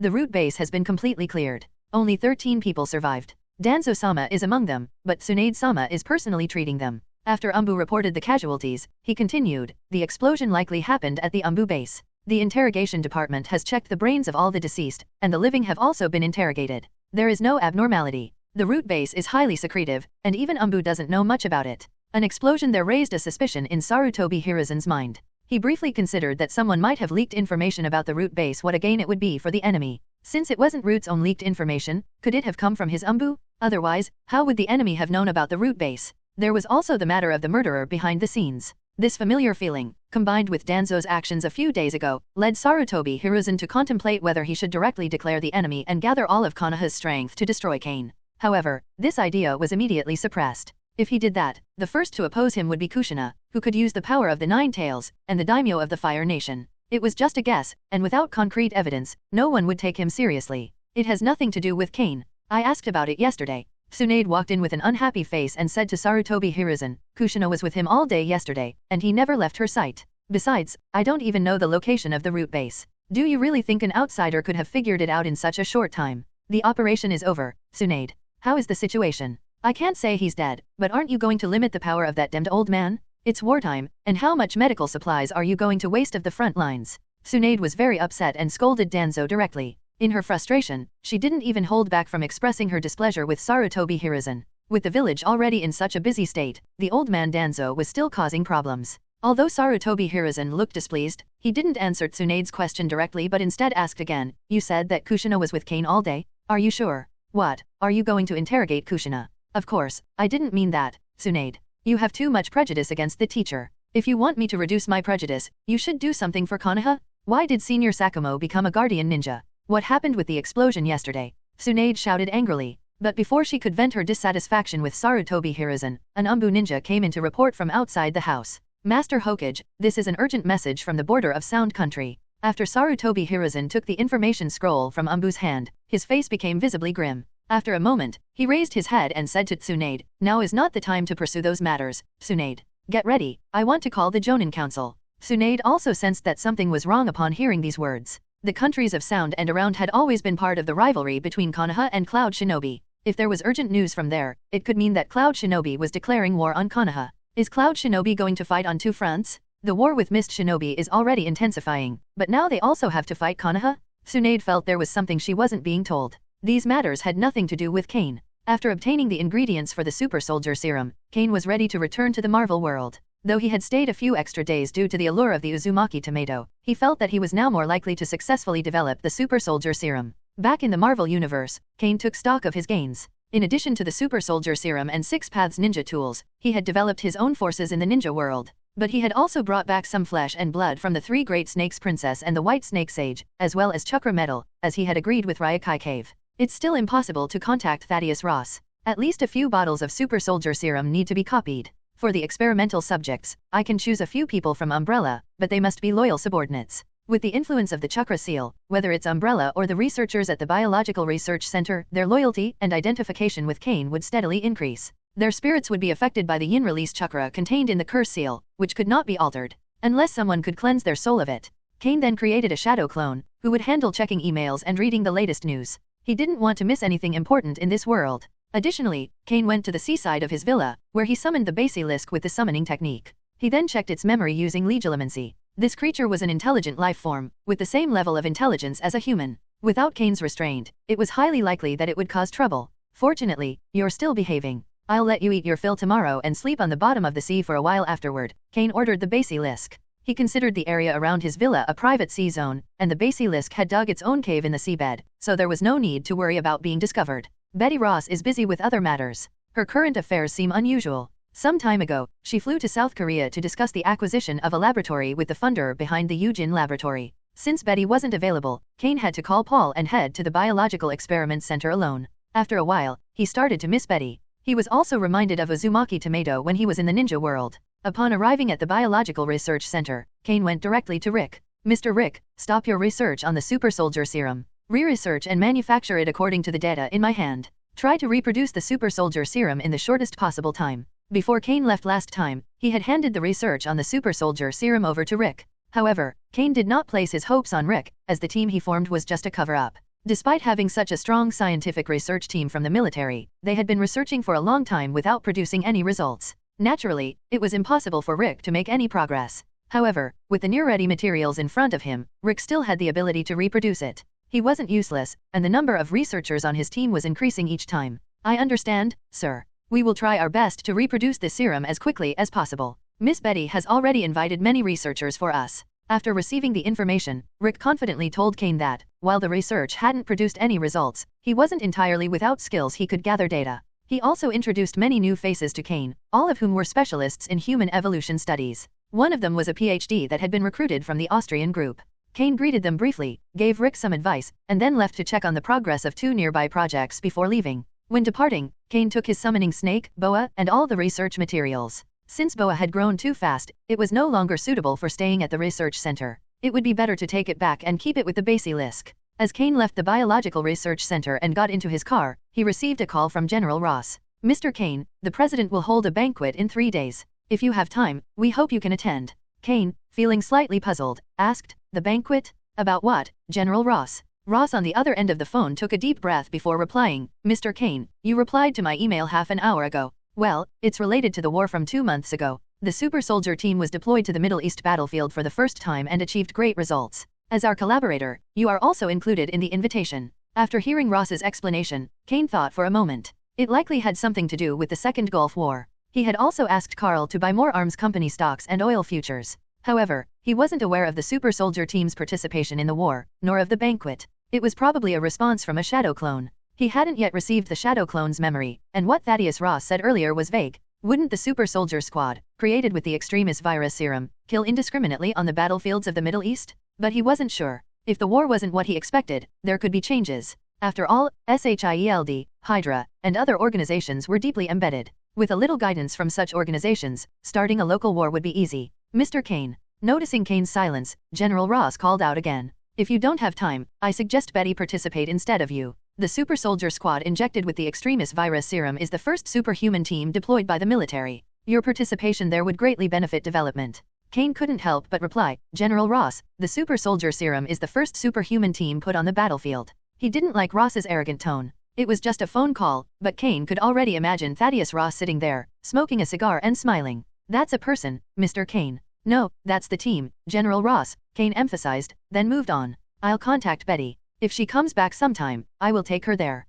Kain, are you back? What is it, Carl? Kain was surprised. He hadn't been in touch with this high school friend for a long time. The last time they spoke, it had been via email. Back then, he, Carl, and Connor had established a securities company and private equity fund that had performed exceptionally well. From what he knew, the company had capitalized on historical trends and earned a significant amount of money. Now, they were gradually gaining recognition on Wall Street, with more people wanting to join their private equity fund. I've saved your game progress so far, but I also know you've been busy lately. I heard you even hired someone to take your university courses for you. Such a pity you didn't go, there were so many beautiful women there. Carl was still the same chatterbox. If no one interrupted him, he could start talking about video games and somehow segue into the Gulf War, seamlessly connecting the two. Kain quickly cut him off. Carl, get to the point. Thanks for saving my game progress, but I promise I'll finish it with you next time. All right. So, there's a banquet being hosted by the president. Connor and I received invitations, but Connor thinks they weren't meant for us. The person they really want to invite is you.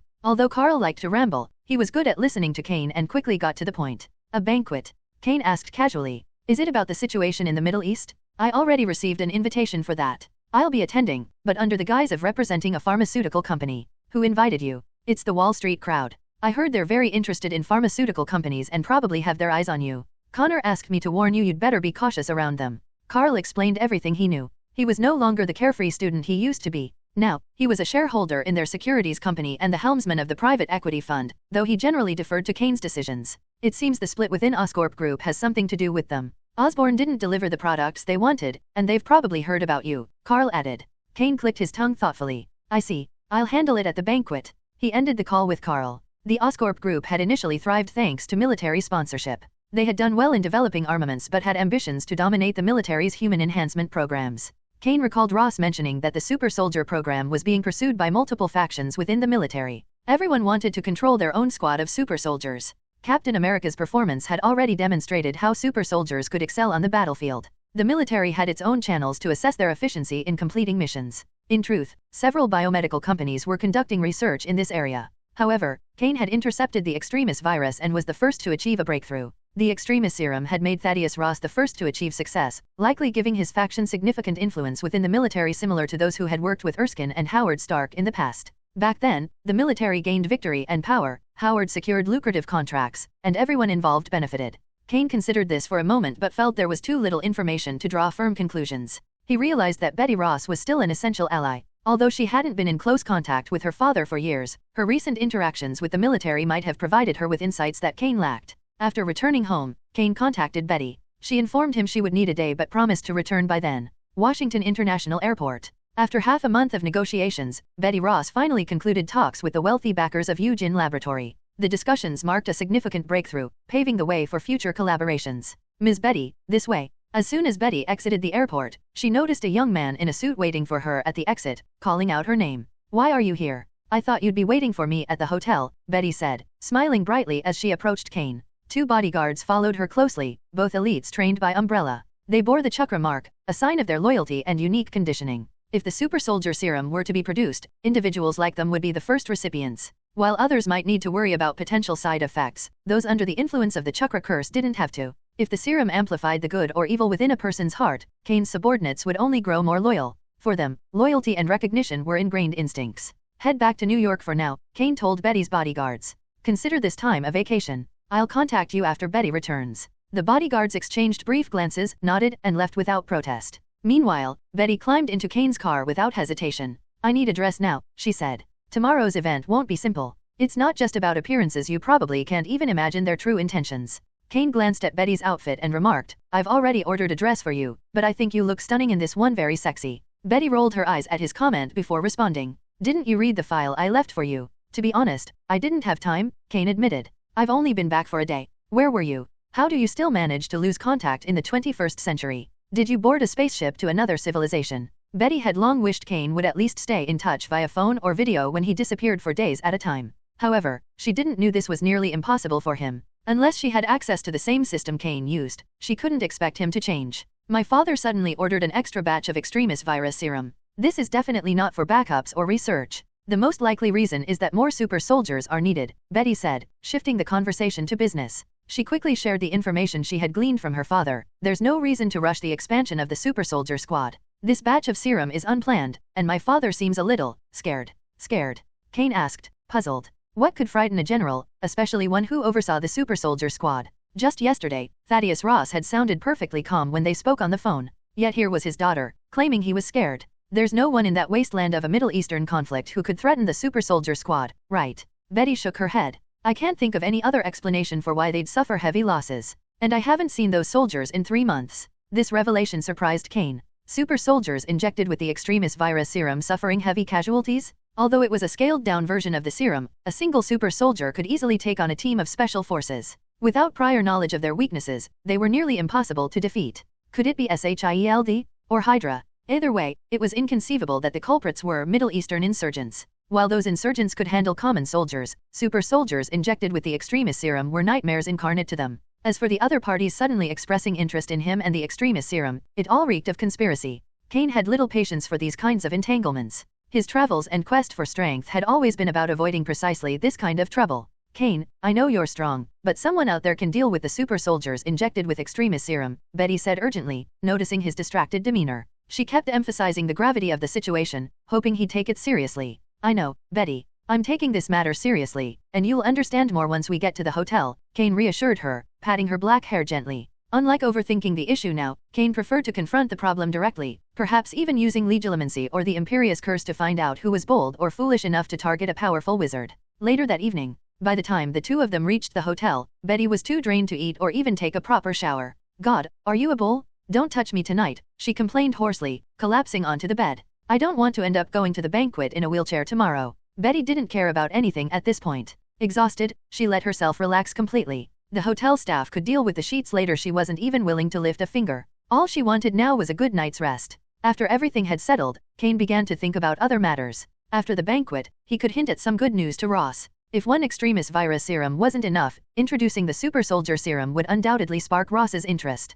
As the primary beneficiary on paper, Ross had a good chance of advancing his position. While he might not become Secretary of State as quickly as in the next few years, there was a strong possibility he could secure the role of Secretary of Defense instead. To be honest, Kain wanted Ross to wield more power. Although the two of them didn't particularly like each other, Betty's presence between them made them natural allies. If the military adopts the super soldier serum, I'll make sure to claim the biggest piece of the pie, Kain thought to himself. The recent news about the decline of the Oscorp group had also piqued his interest. Once a giant propelled by military contracts, the company had started to crumble for the same reason. However, it still held significant influence. With the military's backing, acquiring Oscorp Group should be straightforward. Kain imagined that many shareholders of the Oscorp Group would welcome his takeover. It would stabilize their investments and restore the company's prominence in the military-industrial and biotech sectors. If successful, Kain would cement himself as a pivotal figure in these fields, creating a trifecta of core industries under his name: human enhancement, medical technology, and the arc reactor. From there, he could expand into even more domains.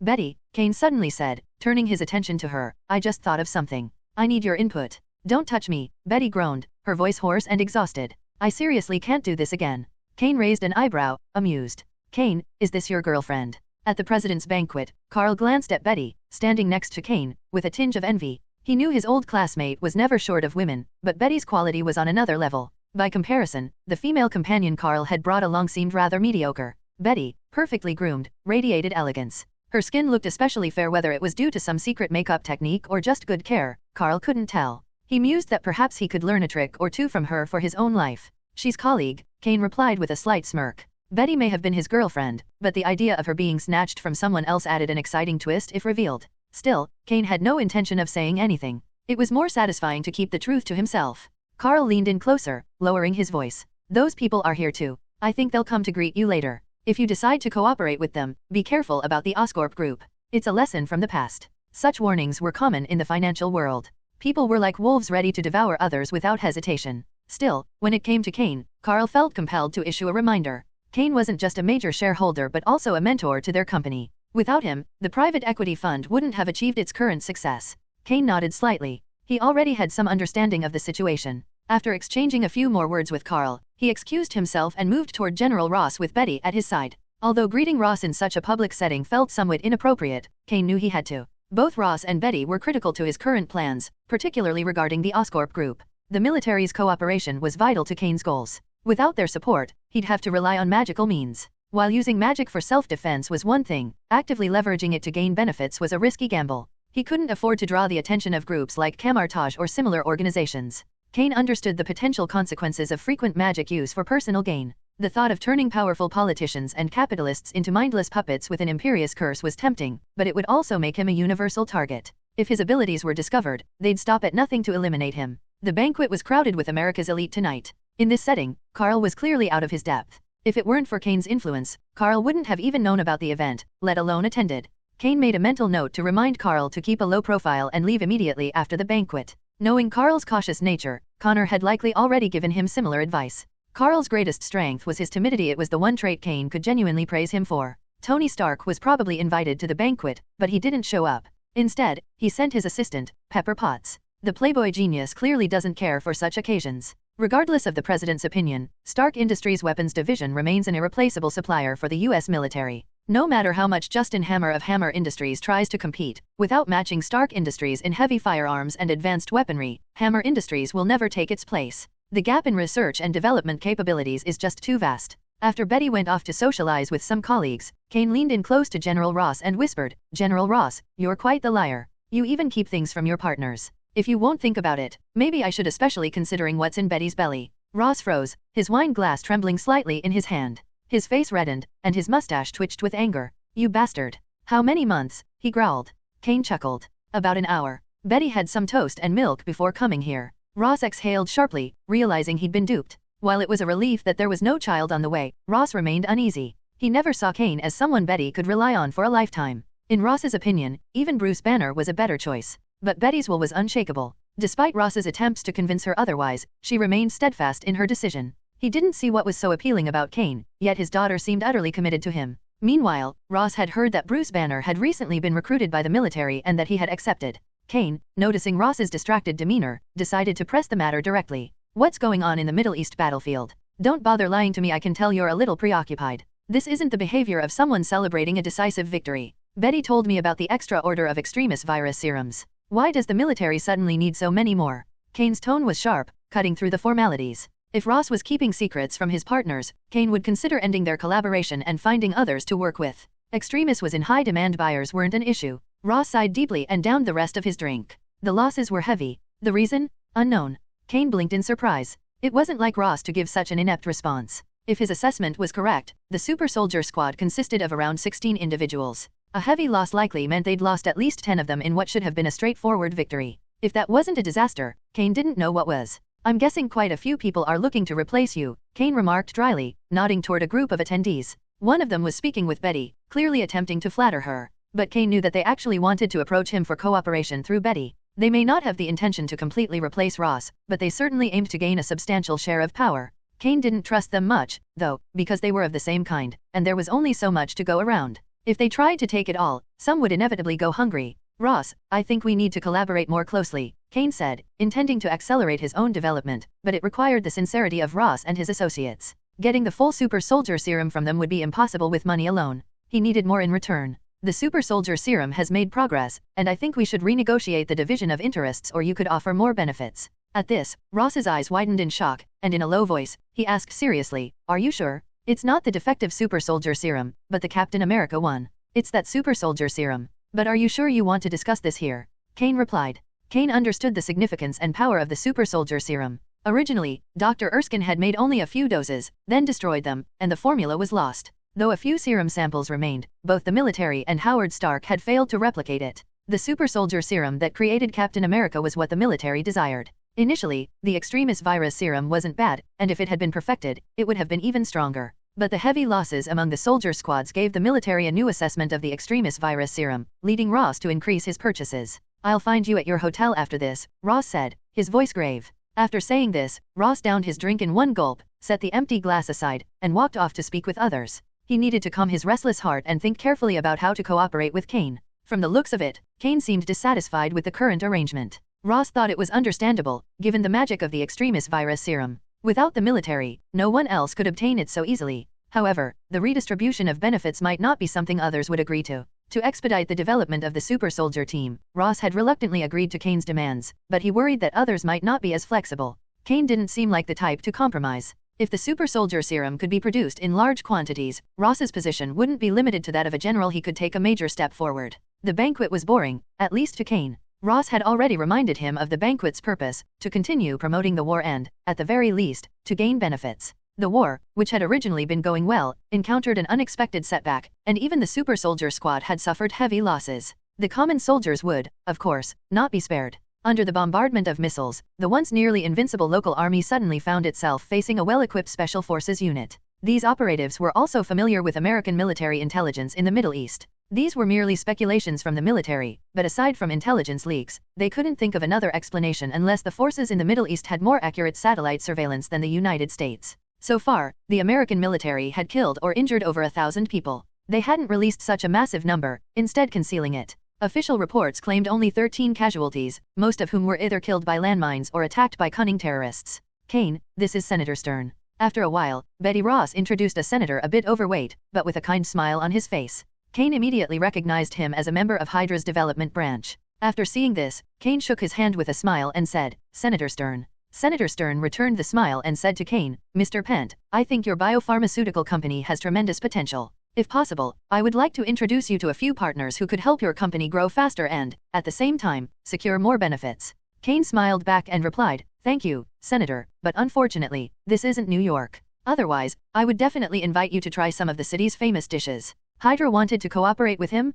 Were they still after the extremis virus serum? Kain was more open to cooperation if it was with Hydra. After all, Hydra was part of SHIELD and even had a connection to one of the 6 Infinity Stones, the Space Stone. "That's fine, Mr. Pent. I'm from Washington," Stern said, clearly pleased with Kain's response. Seeing Kain's openness to cooperation, Stern couldn't help but smile even more. As long as the young biopharmaceutical tycoon was interested, they wouldn't have to deal with a headache like Tony Stark. "Are you sure you really want to work with Senator Stern?" Betty couldn't help but question Kain's decision to collaborate with Stern. In her opinion, it seemed like another impulsive move. After all, there was no shortage of investors interested in their recovery potions and extremis virus serums. Letting someone like Stern join could make their products seem less exclusive. Especially concerning the extremis virus serum, an essential step in the stable production of a super soldier serum. If it were leaked, it could lead to significant trouble. However, Betty admitted that if Stern could truly deliver what he promised, the partnership might be worthwhile. Her primary concern was Stern's potential greed. With 27% of the shares in the Oscorp Group, and Kain's ability to negotiate for the Osborn family's 38%, they would gain control of the company.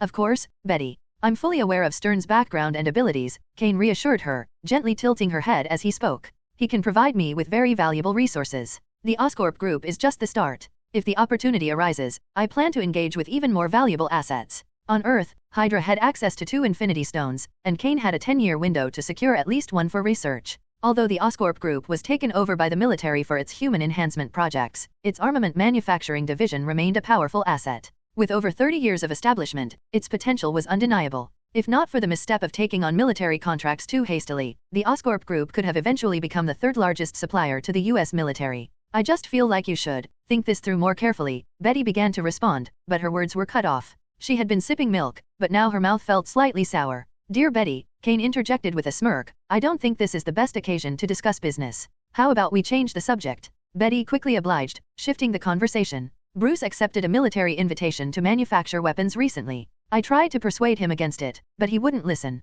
"Is he competing with me?" Kain asked, raising an eyebrow. "Betty, it sounds like he still has feelings for you." I don't know," Betty replied evasively. Kain stayed in Washington for a week, meeting numerous individuals, especially those introduced by Senator Stern. While he wasn't sure how many Hydra agents were among them, he was confident there were many. Despite the undercurrents, they finalized the Oscorp Group share negotiations. Kain also distributed shares in his biopharmaceutical company as part of the deal. Stern and his associates didn't attempt to devalue the shares but instead worked sincerely to reduce the perceived value of the Oscorp Group's holdings. Anyone paying attention could see the high value of the extremis virus serum. Stern and his group weren't just interested in monetary gains, they wanted access to the serum itself. Kain, however, had strict controls in place. Most researchers in his labs and Umbrella Corporation were marked with chakra seals, making it nearly impossible to acquire the serum through espionage. Stern, eager to court Kain's favor, even invited him to enjoy high-end Japanese cuisine. However, Kain had little interest in such offerings. If Stern had invited him to study the Tesseract, it might have been a different story altogether. With Hydra's influence over SHIELD, it's entirely plausible they could get their hands on the Tesseract. Both of Nick Fury's superiors are secretly Hydra agents, but their arrogance is apparent. How has Nick Fury managed to hold his position so securely under such circumstances? After returning to New York, Betty began negotiations with the other directors of the Oscorp Group about its acquisition. With Stern leading the charge and considering the Oscorp Group's precarious position, it seemed possible to weather the immediate difficulties. However, Kain had different plans. Once the production of the super soldier serum was finalized, he intended to team up with Ross to completely absorb the Oscorp Group into his own operations. Before long, the Oscorp Group would cease to exist, leaving only Pent Group in its place. Doctor, the gamma bombs are still too unstable and aren't ready for production, an assistant reported to Bruce Banner. Their team had made significant breakthroughs in gamma-ray research, but weaponizing it was still far from practical. If pushed into production prematurely, these weapons would likely prove disastrous on the battlefield. It would be a national embarrassment if an explosion caused more harm to Allied forces than to the enemy. Everyone, head home. I'll be trying something different tonight, Bruce said, dismissing the team. They had worked tirelessly for days, but the results were far from satisfactory. This time, it seemed the research had taken a wrong turn, and they might need to start over from the equations. Unfortunately, their benefactors wouldn't tolerate such delays. With the conflict in the Middle East escalating, there was a growing consensus that weapon development and human enhancement projects were essential. The gamma bomb was being developed to fulfill that very need. Maybe there's another way to stabilize gamma rays, Bruce muttered as he walked into the lab. But upon entering, he frowned. Why hasn't the equipment I requested been delivered yet? He murmured. For this experiment, Bruce intended to test a new fusion equation. However, with mounting pressure from his superiors, he needed to produce results soon, at least enough to pacify them. Even a small, functional sample would suffice. Otherwise, his project might face cancellation. The future of military research seemed to be heading toward an arms race focused on advanced equipment, leaving decades-old human enhancement programs on the chopping block. Boss, we've successfully reproduced the serum. Would you like to come by and take a look? If everything checks out, can we proceed with the next round of human trials? Kain was still resting when he received this call from Rick. It had been a month since he'd handed over the super soldier serum formula to the research team, and while progress had been slower than he liked, the results were satisfactory. General Ross had been hounding him daily, almost to the point of wanting to camp out at Kain's biological research center, desperate for the serum to be completed. I'll come by this afternoon, Kain replied. If everything's in order, we'll move ahead with the human trials. After ending the call, Kain turned to Betty, who was still lying beside him, her long legs draped over the edge of the quilt. He gave her a playful pat and shared the news. Since their return from Washington, Betty had been increasingly astonished by the speed of Kain's breakthroughs. Both the extremis virus and the super soldier serum were monumental challenges for most human enhancement experts. Yet Kain had made them seem almost effortless. By the time Kain and Betty arrived at the Biological Research Center, it was already 1 in the afternoon. Security had noticeably tightened, with regular personnel rotations and an increase in manpower. Betty's 2 bodyguards followed closely behind. If all went as planned, they would be the first subjects for the super soldier serum trials. When Rick greeted Kain, he immediately presented the experimental product. This is it, boss. We've run tests and calculations 3 times, and the serum's effects can be confirmed. However, without a sample from Captain America, we can't verify if the results are identical. Kain nodded thoughtfully. He was aware that Steve Rogers wasn't the only one to have successfully received the super soldier serum. In the Falcon and the Winter Soldier, a black man had also undergone the procedure, though he had suffered inhumane treatment and now lived in seclusion. If a sample of his blood could be obtained, Rick would have additional data to refine the serum further. Turning to the 2 retired soldiers behind him, Kain addressed them directly. Mr. Rove, Mr. Carlo, are you willing to seize this opportunity? I can guarantee a 90% success rate. The stated success rate was fabricated, but Kain had complete confidence in their loyalty due to the chakra seals he'd placed on them. These spells enhanced their compatibility with the serum and ensured their unwavering allegiance. Of course, boss, the 2 responded without hesitation. Satisfied, Kain looked to Rick, who said eagerly, Boss, the injection equipment is ready. We can start at any time.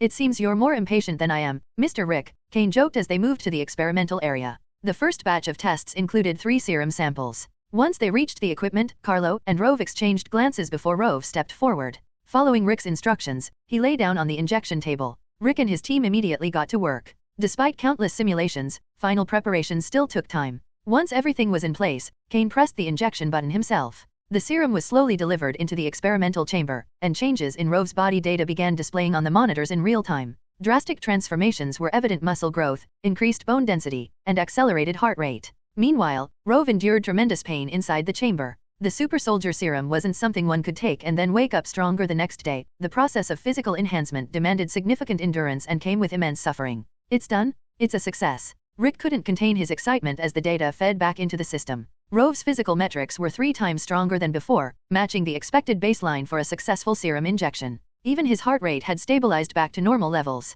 Kain's it's too powerful. It's worthy of being called a super soldier serum. The enhancement it brings is unimaginable. Rick kept muttering to himself. Except for Kain, most of the others felt the same way. Rove, who was currently lifting a 500 Jin dumbbell, was doing the last endurance test. He had been repeating the movement for nearly 2 hours without showing any signs of losing strength. He was drenched in sweat, and his energy consumption was high, but his performance remained terrifying. After witnessing this, Carlo's envious eyes practically sparkled.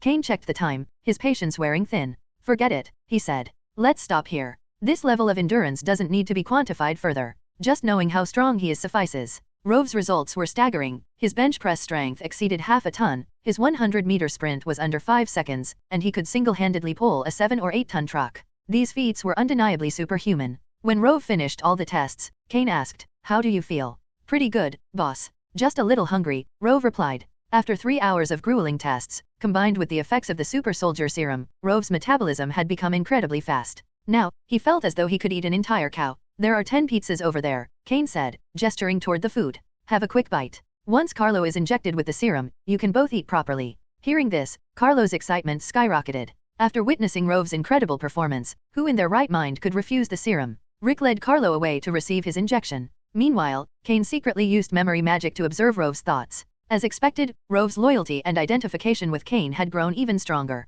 Just as Kain suspected, the serum amplified the inherent traits of its recipients, both good and evil. However, thanks to the chakra curse on Rove, the serum only amplified his loyalty to Kain. In the future, Kain decided, only individuals marked with the chakra seal would receive the serum. This way, he could ensure absolute loyalty and soon assemble a squad of super soldiers more powerful than anything the military could muster. The serum's amplifying effects on good and evil were something to be cautious about, but with the chakra seal, Kain could bypass those risks. His super soldiers would be bound to him in body and mind. "Betty," Kain called out, "contact General Ross for me. Tell him I'd like to treat him to dinner tonight." Betty rolled her eyes. "After hearing your news, he's definitely not going to have much of an appetite," she said, though she made the call anyway. Business was business, after all. As Carlo prepared for his injection, Kain began planning his next steps. With the successful development of both the extremis virus serum and the super soldier serum, the creation of an army of super soldiers rivaling Captain America was inevitable. Kain had also established contact with Hydra. If Hydra abandoned its short-sighted insight plan, it could become his most valuable ally.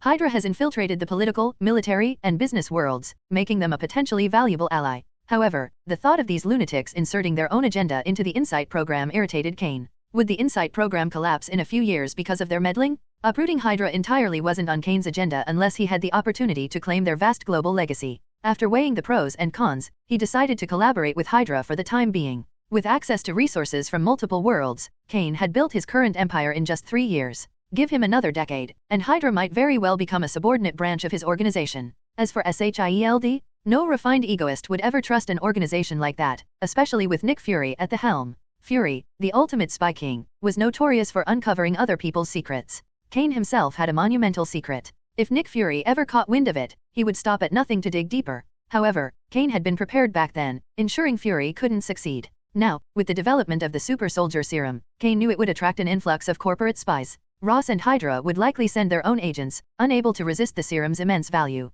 After both Carlo and Rove became super soldiers, Kain gave them an hour to acclimate to their enhanced strength. Betty Ross's turn would come an hour and a half later. Continue as Betty's bodyguards, Kain instructed Carlo and Rove. "Once I acquire the Oscorp group, I'll have the weapons department design custom battlesuits for you." Betty was deeply touched by his words. 2 super soldiers, assigned as her personal bodyguards. "Kain, I can find new bodyguards. Do I really need to rely on Rove and Carlo?" "The production of super soldier serum isn't costly," Kain replied, "and once I acquire the Oscorp group, your status will become even more significant, Betty." His reasoning convinced her. Betty was now a core member of Kain's inner circle, far more valuable than Laura. And for Kain, mass-producing super soldiers was hardly an issue. At the restaurant, Thaddeus Ross arrived in his military uniform. Thankfully, Kain had reserved a private room, otherwise, Ross's attire would have drawn significant attention. "If my daughter hadn't called me, I'd still be at the office working through my mountain of files. You have no idea how chaotic things have been lately," Ross grumbled. Betty smiled and interrupted him. "Dad, you might want to take that back later." "What do you mean?" Ross asked, catching the knowing smile on Betty's face. Suddenly, a thought struck him. Could it be the thing he'd been pressuring her about for days? Has the super soldier serum yielded results? We haven't even reached the private room yet, Kain said, his tone laced with sarcasm. Knowing your excitable nature, it's hard to believe you're proud of being a general. Ross clenched his fists, trembling with anger at Kain's jab, but the thought of the super soldier serum kept him moving. He followed Kain and Betty into the elevator. Inside the private room, Ross barely touched his food before blurting out, "Has the super soldier serum been perfected?" Kain smirked and gestured to the two men standing behind Ross. "Take a look. The only difference between them and Captain America is their clothes and his shield." Kain gestured toward Rove and Carlo. When it came to strength, the only thing they lacked was their own exclusive combat equipment. While he found Captain America's round shield unattractive, Kain had a strong appreciation for vibranium. He mused that if he combined it with chakra metal, he could potentially synthesize a new alloy capable of absorbing energy. "My God, you actually succeeded in your research," Ross exclaimed after watching the video of Rove and Carlo. He couldn't hide his astonishment, thoroughly impressed by the capabilities of Kain's biological research center.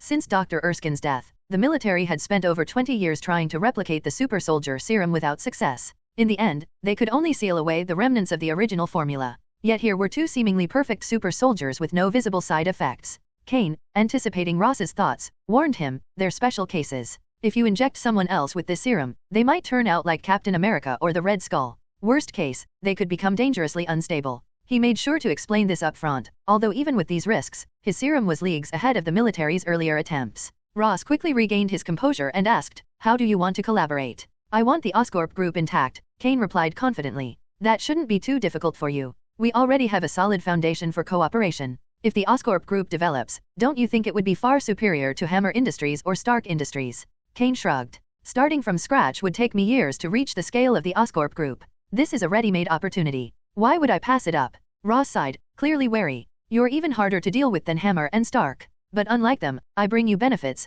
Kain countered. "They just profit off you." Ross fell silent, mulling over Kain's words. After some thought, he said, "I'll need to discuss this. The Oscorp group doesn't have direct connections with our side, but acquiring Osborn's shares shouldn't be too difficult. He owns only. I've already negotiated 27%, Kain interrupted with a smile. "With your help, we can secure the rest. Super soldiers will need custom equipment, don't you want to be the one to make it?" This argument sealed the deal for Ross. He raised his glass to Kain and said, "All right. I'll make it happen as soon as possible." Kain raised his own glass in return. "Then congratulations, you'll soon have a team of Captain Americas." Ross's excitement was evident as his face lit up with joy. His bristling mustache twitched as he imagined mass-producing Captain Americas to replace the failed super soldier squad in the Middle East. Kain, in his eyes, was a true stroke of luck. "By the way, are you interested in this?" Ross asked, pulling out a device and playing a video for Kain. The footage showed a massive green creature, over 2 meters tall, breaking through a wall while soldiers opened fire on it. Despite the gunfire, the creature escaped with ease. The video lasted only a few seconds, but it was enough for Kain to recognize the figure.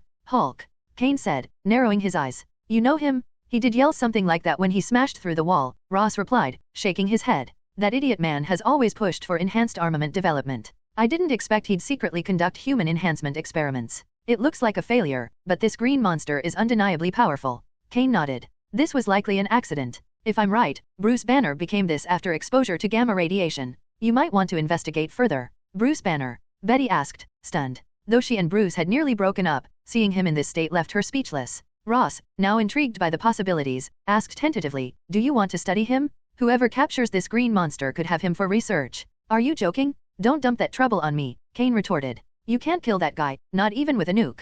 Conventional metals can't contain him. My biological research center is worth tens of billions if he smashes it. Who's paying for the damages?" Kain's refusal was immediate and firm. "The Hulk isn't an experiment subject, he's a walking bomb. The angrier he gets, the stronger he becomes. If he saw me as a threat, that 2-meter frame might grow to 5 meters. He scoffed. "No thanks. You can keep your green disaster far away from me." The trading system was operational again. Kain opened the panel and began searching for Next World. Immediately, glimpses of the Next World appeared, people in suits and leather collars walking down the streets of a highly modernized city. However, the scenes didn't provide any distinctive clues. After watching the trailer offered by the trading system, Kain couldn't deduce which world it was. A modern city with many people might suggest a market for his serum, but with such sparse information, he hesitated to act rashly. What if the city harbored unexpected dangers or even Satan himself? Giving up is not an option. "I've only encountered 3 trading worlds so far, and if there's something valuable in this one, I can't afford to miss it," Kain reasoned. Ultimately, he decided to go.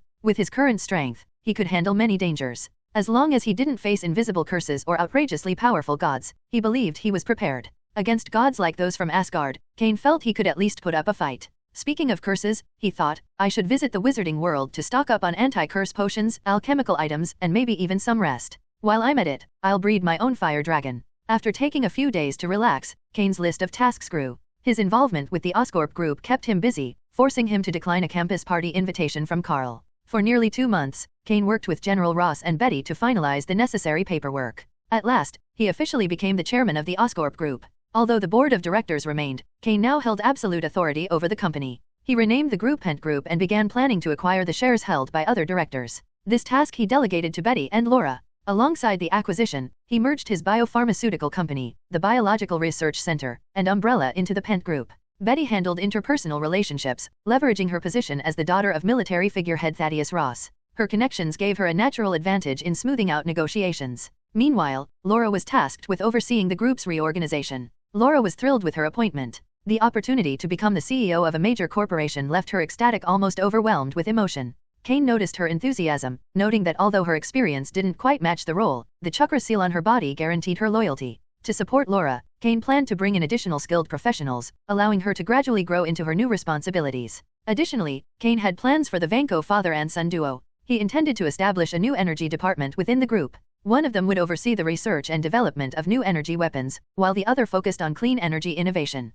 Once Kain secured the Oscorp group, he handed the super soldier serum to General Ross. Ross and his associates had been too impatient to wait, which explained why they so quickly expedited the big cake that was the Oscorp group into Kain's hands. During this time, General Ross was still reluctant to give up on Hulk. He repeatedly tried to persuade Kain to study the source of Hulk's immense power, hoping it might lead to the creation of a third type of super soldier. He even inquired about how much damage Hulk had suffered during his clash with General's forces. Ross speculated that harnessing this power could result in something far superior to the super soldier serum, but Kain firmly refused. Hulk was a ticking time bomb, and any experimentation with his abilities would require Kain's personal oversight, which could risk Hulk breaking free. The Pent Group had just been established, and Kain preferred to focus on its growth rather than invite disaster. The company was preparing to launch several groundbreaking products, including a recovery potion and 3 specific drugs for treating terminal illnesses. For this, Kain felt a rare moment of gratitude toward Hydra. Without their influence on the FDA, these products wouldn't have reached the market so quickly. Of course, the biopharmaceutical company's profits wouldn't all stay with Kain.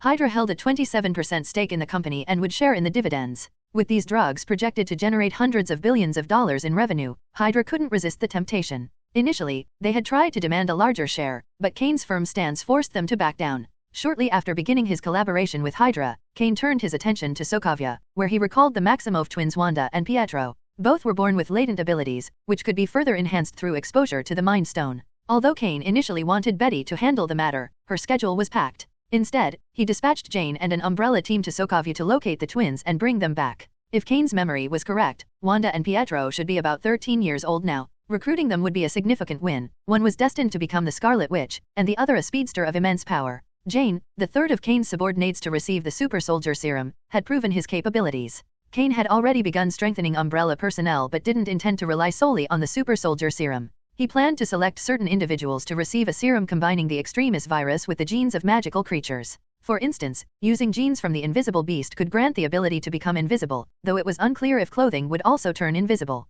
The initial extremis virus serum didn't provide overwhelming strength but had the unique ability to evolve. It optimized foreign genes, a feature that had already benefited Kain himself. However, further genetic fusion such as incorporating Hashirama cells or the Phoenix's regenerative genes would likely be necessary to stabilize the process and avoid failure. With affairs in the Marvel world organized, Kain prepared to venture to another world. But before heading to the third trading world, he decided to visit the wizarding world. There, he planned to purchase potions, alchemical items, and check in on his goddaughter. Every time Kain left the wizarding world, he instructed Phil and Guy to record important events for him. Guy kept track of the potion material shop's accounts, while Phil, being just a house elf, lacked the skills to gather meaningful intelligence. Instead, Phil would save copies of the Daily Prophet for Kain to review. Meanwhile, Isaac had been sent by Kain to infiltrate Hogwarts and protect Hermione. What Kain didn't know, however, was that Hogwarts house elves wouldn't report on a professor's or regent's servant. As a result, Isaac was enjoying an easy and carefree time at Hogwarts. The last time Kain reviewed an entire year's worth of newspapers, he found most of them filled with tedious and irrelevant news.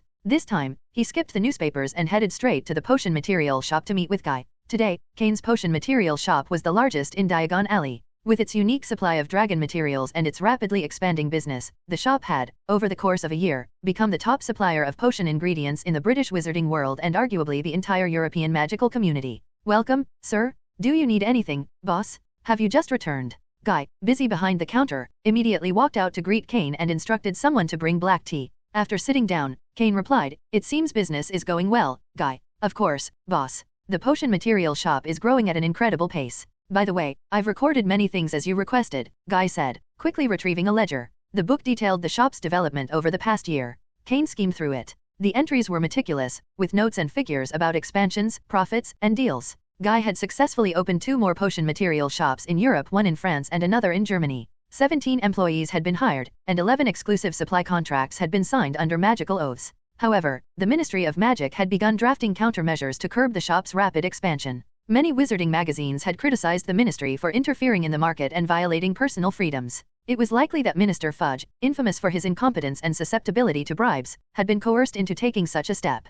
Guy had cleverly used public opinion to his advantage, stirring criticism against the ministry's foolish policies and rallying support for the shop. In the British wizarding world, criticizing the ministry was a favorite pastime for many, especially under Fudge's weak leadership. Suddenly, Guy mentioned, "By the way, boss, the Delacour family seems to be reselling our magical materials privately. They've recently increased their purchases, and it's hurting our business in the French wizarding world." Kain's expression hardened. "Hire some wizards to spy on the Delacour family. Identify one of their people and capture them." After Kain finished speaking, he paused to think for a moment before asking about the Delacour family's purchase volumes and the overall business situation in the French wizarding world. After devising a cunning plan, he explained it to Guy. Upon hearing Kain's strategy, Guy took a moment to process it, immediately recognizing its clever but ruthless nature. If the Delacour family fell for the trap, they could end up being torn apart by other wizards. Kain warned, "Only act after confirming they've violated the contract. If the timing isn't right, wait and hold off." "I understand, boss," Guy replied. Having managed the potion material store for 3 years, Guy's mindset had gradually shifted toward that of a capitalist.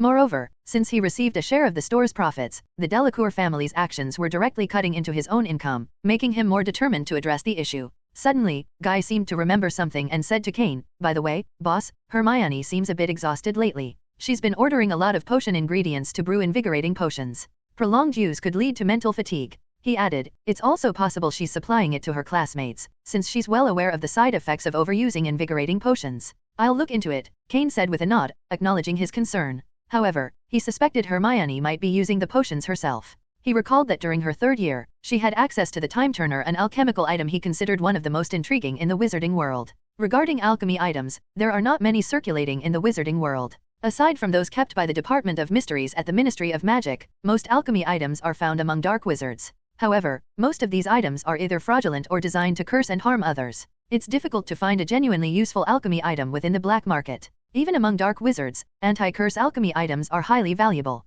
If they discover that Kain is willing to spend large amounts of galleons on alchemy items, they will undoubtedly fabricate fake ones to scam him. After leaving the potion materials store, Kain went to Borgin and Burke's in Nocturne Alley. Among the purveyors of alchemy items, Borgin and Burke still maintain some level of credibility. If that weren't the case, Kain wouldn't have bothered with them. "Defensive charms and some magical alchemy items? Sir, your request is rather unusual. I can't guarantee I'll be able to procure them," said Mr. Borgin cautiously. Although a deal with Kain promised significant profits, Borgin knew better than to risk upsetting him. Kain had a reputation for killing dark wizards without hesitation. "Then I'll leave it to you, Mr. Borgin. If the items are genuine, I won't be stingy with galleons. But if they're fake..." Kain left the threat unspoken, but Borgin understood perfectly well. After leaving Nocturne Alley, Kain hadn't managed to acquire anything for defense against curses. However, he did buy some intriguing items designed to curse others. One was a book capable of recording the Imperious Curse. If Kain cast the curse on the book, anyone who opened it afterward would fall under its control. Another item was designed to curse the soul, but it was so dangerous that Kain chose not to handle it directly, storing it instead in his enchanted space backpack.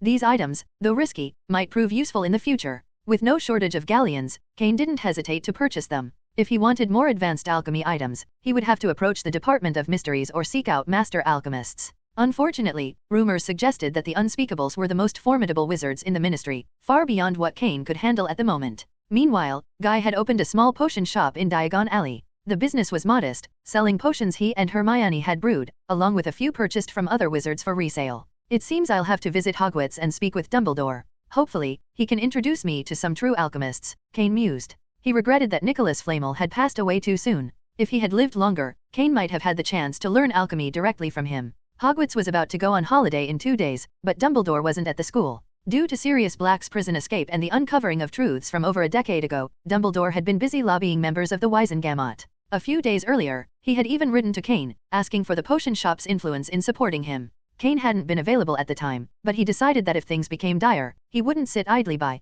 Godfather. The holidays had arrived, and Hermione chose not to take the Hogwarts Express. Instead, Isaac brought her home directly. She had been eager to return after receiving Kain's letter. Hermione, I didn't expect you to be back so soon, Kain said with a smile. Kain set down the alchemy book he had been reading and smiled at Hermione. He hadn't expected her to appear so soon, let alone directly into the room. Godfather, where have you been this year? So much has happened at Hogwarts, even involving events from 13 years ago. You wouldn't believe it, Ron has been sleeping with a middle-aged man in his arms for years. Hermione launched into one of her usual rapid-fire monologues, recounting everything in detail. She went on for nearly half an hour before Kain handed her a cup of black tea. She paused briefly to take a sip, then continued without missing a beat. And another thing, your animagus is the best, Godfather? Harry recently recognized Sirius as his godfather since he was his dad's friend, but Harry still has some regrets about Sirius' animagus form. Hermione looked at Kain expectantly, her thoughts practically written across her face. It was clear she was hinting at wanting to take a ride on his phoenix form. However, Kain's animagus was far too conspicuous, and he rarely used it unless absolutely necessary. He changed the subject, brushing off Hermione's not-so-subtle hints. After all, what kind of goddaughter wanted to ride her godfather every day? Meanwhile, Peter Pettigrew had been sent to the Ministry of Magic, where he was awaiting trial for his crimes. If all went as expected, Pettigrew would switch places with Sirius. He would go to Azkaban, and Sirius would be freed. Pettigrew's capture had been pure bad luck. He happened to run into Hermione while she was being followed and protected by Isaac. Kain had given Isaac and Phil, his house elves, permission to practice attack magic, and they had grown so powerful that even 2 or 3 aurors would struggle against them. Peter, who hadn't used magic in over a decade, was no match. Isaac's magic sent him flying, leaving his arm mangled. By the time Dumbledore brought Pettigrew to the ministry, his injuries were still untreated, a detail Kain had read about in the Daily Prophet. After chatting for a while, Hermione suddenly asked, Godfather, the Quidditch World Cup is coming up. Let's go watch it together. A few days earlier, Ron had invited Hermione and Harry to attend the World Cup with him. Harry had agreed immediately, but Hermione hesitated. She wasn't sure if Kain would return in time. Now, it seemed her decision to wait had been the right one. If you want to go, we'll go, Kain replied. I'll ask the Department of Magical Cooperation if they have better seats available. Do your friends need tickets as well? Hermione beamed. I'll write to them and ask right now. She dashed out of the room, taking Kain's teacup with her as she left. Meanwhile, Kain's potion material shop was on track to become the top supplier in Europe, cementing itself as a regular partner of the Department of Magical Cooperation. Although Minister Fudge had been swayed by others to introduce policies aimed at curbing the shop's expansion, Guy had hired people to launch a relentless public relations offensive. The principle of money talks worked wonders. Recently, Kain had instructed Guy to rent a long-term ad spot in the Daily Prophet. They now used an entire page every day to criticize Cornelius Fudge, publicly lambasting him for his actions. This holiday, Hermione stayed home for 2 days before heading to Diagon Alley. Kain later took her to the Romanian dragon training farm for a few days. While there, he injected a dragon egg with a gene serum prepared by Oricamera, including dragon DNA. The egg hatched in Romania during their stay. Raising a dragon privately was illegal, but Hermione had no intention of reporting her godfather. Besides, during their time in Romania, she witnessed a magical side of Kain she hadn't seen before, his extraordinary affinity with fire dragons. Even the most ferocious Hungarian horntail in the training arena behaved docilely around him, nuzzling its head against him like an oversized pet. Thanks to Kain, Hermione didn't get to ride his phoenix, but she did ride a fire dragon. Flying high above the ground, she took numerous photos, drawing envious looks from the dragon trainers. For many of them, simply touching a dragon was a feat. Hermione, however, had already become a dragon knight within days of her arrival. After a week of adventures in Romania, Kain and Hermione returned to England. By then, the Charmander egg Kain had been incubating had hatched. This Charmander was a hybrid infused with the genes of a white snake sage, courtesy of Oricamera's experimentation. Kain wasn't sure how large it would grow, but he had prepared in advance. To house the creature, he had created a pocket solidified with an untraceable extension charm. For this, Kain visited Newt Scamander and expanded the pocket to the size of a city, simulating various weather conditions inside. When Scamander learned of Kain's plans to raise a fire dragon, he eagerly supported the idea. Scamander had once dreamed of raising a fire dragon for research, but their strength as adults made it too difficult to manage alone. The most powerful magical creature he had kept in his case was a thunderbird, but failing to raise a fire dragon had always been one of his regrets. After returning to Diagon Alley, Kain received an unexpected visit from Dumbledore. Seeing him, Kain raised an eyebrow. Professor Dumbledore, to what do I owe this visit? Is it about Sirius? That matter has been resolved, Dumbledore replied. Although Cornelius was reluctant, most members of the Wisengamot were willing to accept the truth.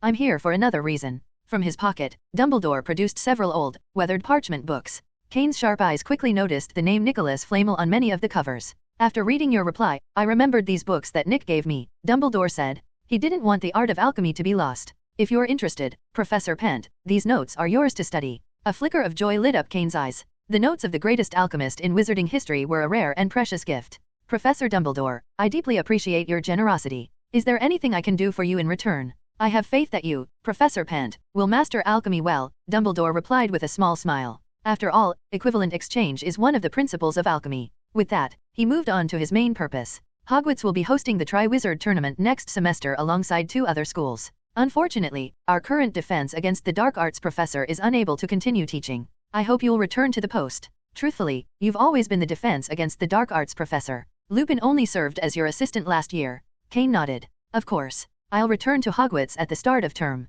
Hermione, come in, the tea is getting cold. As Kain finished his conversation with Dumbledore, he used magic to open the door. Standing outside was Hermione, holding tea and snacks, her face flushed. The aroma of tea wafted into the room, making it clear she hadn't just arrived. The Ministry of Magic places great importance on the Quidditch World Cup. To ensure its success, a new stadium was built near Dartmoor in Devon, and a large area was warded to keep muggles away. The Quidditch Committee of the International Federation of Wizards, along with the Department of Magical Games and Sports at the British Ministry of Magic, jointly compiled the official guide to the Quidditch World Cup to distribute to wizards who purchased tickets. The British Ministry of Magic paid special attention to the event since it was being held in their jurisdiction. Through the Department of International Magical Cooperation, Kain managed to secure an excellent box, large enough to accommodate a dozen people. Hermione had written to the Weasleys to extend an invitation, and they had responded with heartfelt gratitude. With such a prime viewing spot, who would want to sit in the open-air sections to watch the game? Kain, however, wasn't particularly fond of Quidditch or sports in general. What truly captivated him was watching his wealth grow and his influence expand. Godfather, how do we get there? Hermione asked. She had risen early and spent considerable time getting ready. Even her little robe had been carefully selected, making her look especially charming. Apparition, Kain replied without looking up from his book. Phil and Isaac have already set up a house in the VIP area.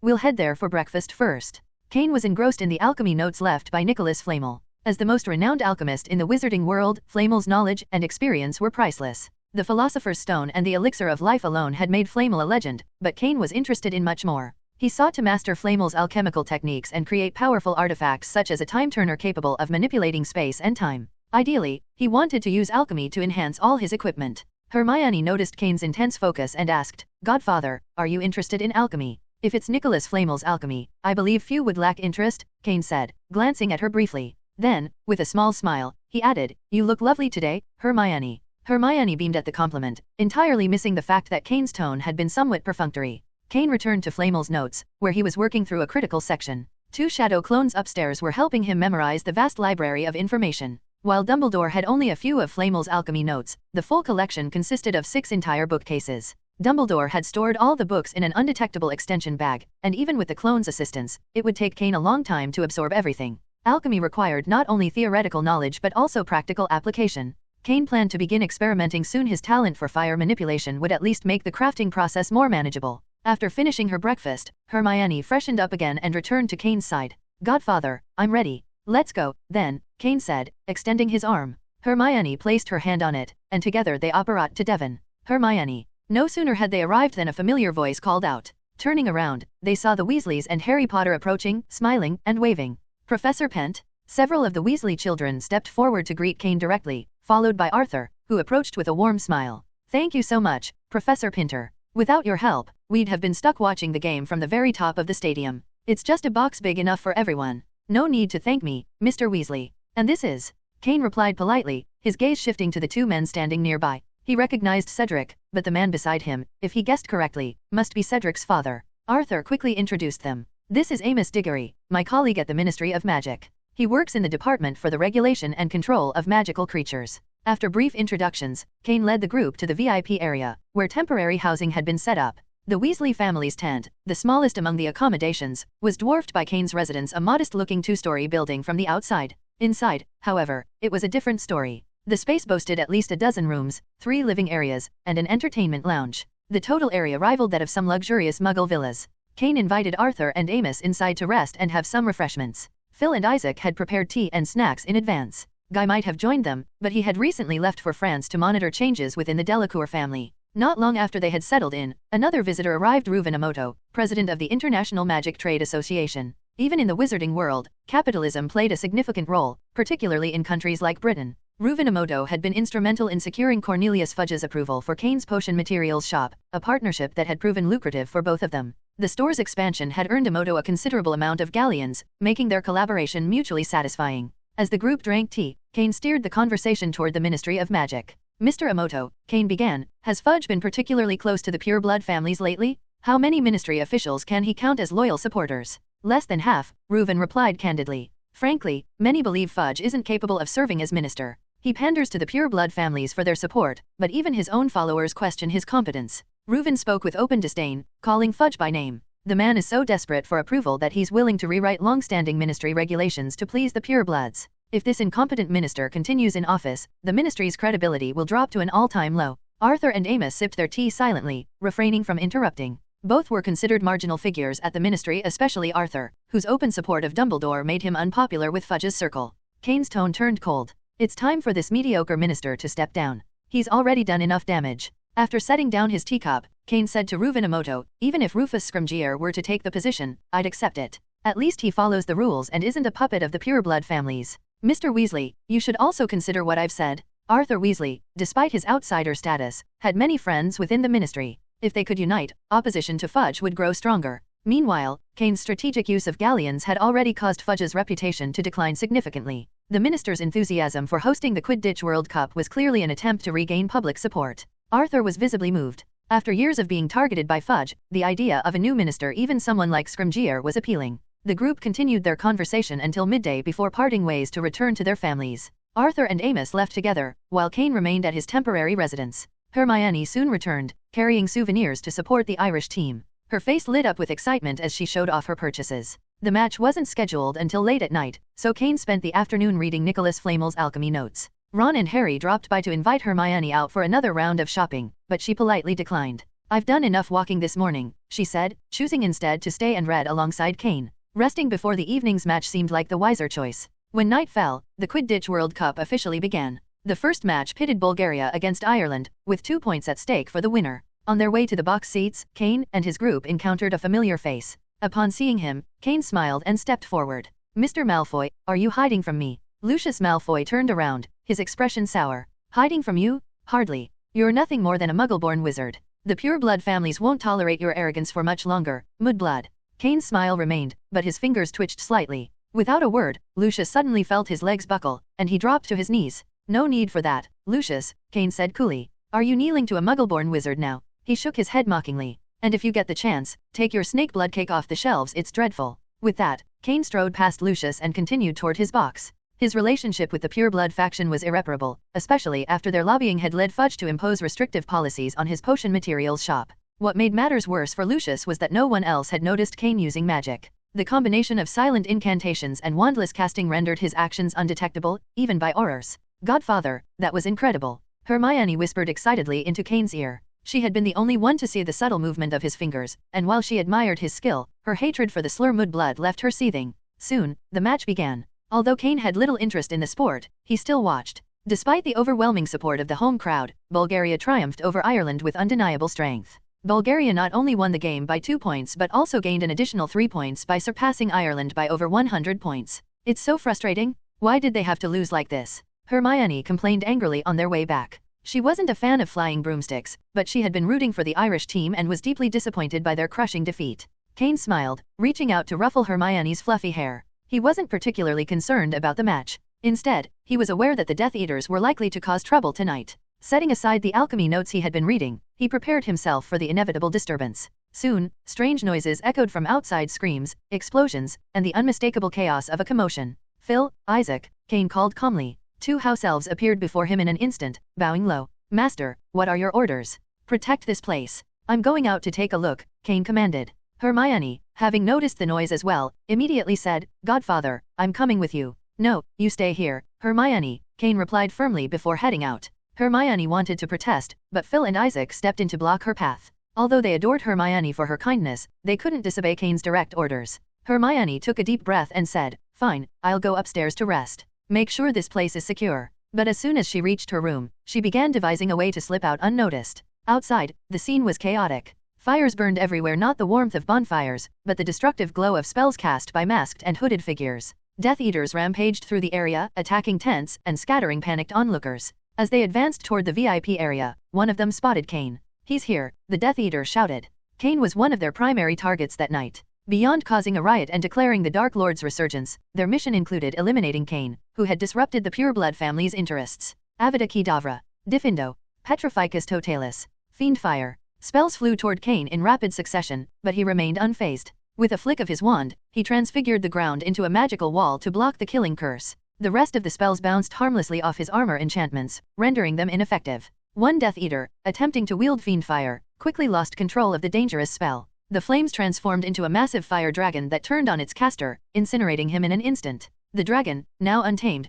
grew larger, spreading destruction as it attacked indiscriminately. "Damn it, Amicus! You can't control Fiendfire," one Death Eater shouted, frantically casting counterspells to contain the raging fire. But Kain had subtly taken control of the Fiendfire, amplifying its ferocity. A Death Eater struck at the fiery dragon's head with a spell, only to watch in horror as it reformed instantly. "Someone help me! Arg!" screamed Rozier as his arm was consumed by the flames. The remaining Death Eaters, realizing the danger, joined forces to dispel the Fiendfire. It took dozens of concentrated spells to finally isolate the fire dragon and allow it to burn itself out. The fact that they succeeded at all was only because Kain had chosen to let them. Had he actively opposed them, not even their combined efforts could have extinguished the flames. Torn apart, Kain cast a shattering spell, aiming at a Death Eater. The spell was so silent that it was nearly undetectable. The Death Eater's body exploded into pieces with a deafening bang, scattering fragments everywhere. The spell's force was so immense that it blasted a deep hole in the ground behind the fallen Death Eater's remains. "It's too powerful. I should stick to petrification or stunning spells. Capturing these people and sending them to Azkaban will make it easier to annex their families' businesses," Kain mused. Ignoring most of the incoming spells, he methodically countered, casting one precise spell after another. Death Eaters fell one by one under his attacks, unable to withstand his silent and efficient spell work. "Retreat! Go quickly! When the Dark Lord returns, I'll deal with him myself," one of the Death Eaters shouted in panic. Realizing Kain was too powerful, some of the attackers attempted to escape using apparition. However, Kain had anticipated this and cast an anti-apparition spell over the area beforehand. Their attempts to vanish into thin air were futile. For those who tried to take to the air using flying spells, Kain swiftly targeted them. His precision left no room for error, every spell he cast was lethal or incapacitating. Before long, Kain had subdued all the Death Eaters in the vicinity. Some lay stiff under the effects of petrification spells, while others were unconscious from stunning spells. None of them would regain mobility for at least a day or two unless someone came to their aid. Once the area was secure, Kain cast a controlled shattering spell with just a trace of magic, breaking the masks on their faces. He glanced at their exposed identities. While most of them were unfamiliar, Lucius Malfoy was unmistakable. "Godfather." Hermione came running toward him, her voice filled with worry. Once she reached his side, she began examining him closely. "Godfather, are you hurt? I saw several Death Eaters attacking you from a distance. I even took one down over there," she said breathlessly. Kain placed a hand on her head and gently ruffled her hair. "I'm fine, Hermione," he assured her with a small smile. "But you must promise me not to do anything this dangerous again." After a while, Aurors from the Ministry of Magic appeared on the battlefield. They saw the Death Eaters lying unconscious on the ground and, nearby, only Kain and Hermione standing. 7 or 8 Aurors instinctively cast a few stunning spells at them. However, when their spell struck Kain's armor curse, they only caused a negligible ripple. It would take hundreds of similar spells to break it. "What are you trying to do, Mr. Barty Crouch? After the Death Eaters are defeated, are you planning to attack me?" Kain asked coldly. With a wave of his hand, the ground next to the Aurors transformed into several clay statues wielding massive swords, raised as if ready to strike. It was not an attack, but a clear warning if Kain wanted to. These Aurors could be taken down instantly. "Stop, Barty. This is a friend of the International Magic Trade Association." Luinamoto came running from a distance, quickly intervening to stop Barty Crouch. He explained Kain's identity to him. Upon learning that Kain was a professor at Hogwarts and the owner of a potion ingredient shop, Barty Crouch lowered his wand. He secretly breathed a sigh of relief, realizing Kain was not a Death Eater. The thought of battling such a powerful wizard had shaken him. "My apologies, Professor Pent," Crouch said in a more relaxed tone. "It's dark, and I didn't recognize you." "It's not a problem," Kain replied. "These people on the ground are the Death Eaters who attacked the Quidditch World Cup tonight. You can take them back, Mr. Crouch." With another wave of his hand, Kain dispelled the clay statues, much to the Auror's relief. Having a stone statue holding a sword aimed at one's neck was far from comfortable. Under Lewin's introduction, Barty Crouch adopted a friendlier demeanor and stepped forward. "Professor Pent, is this everyone?" "Aside from a few who managed to escape, yes," Kain replied. Suddenly, a man appeared, camera in hand. "Gentlemen, can I take a picture of you all?" he asked. However, he had already taken several shots before asking,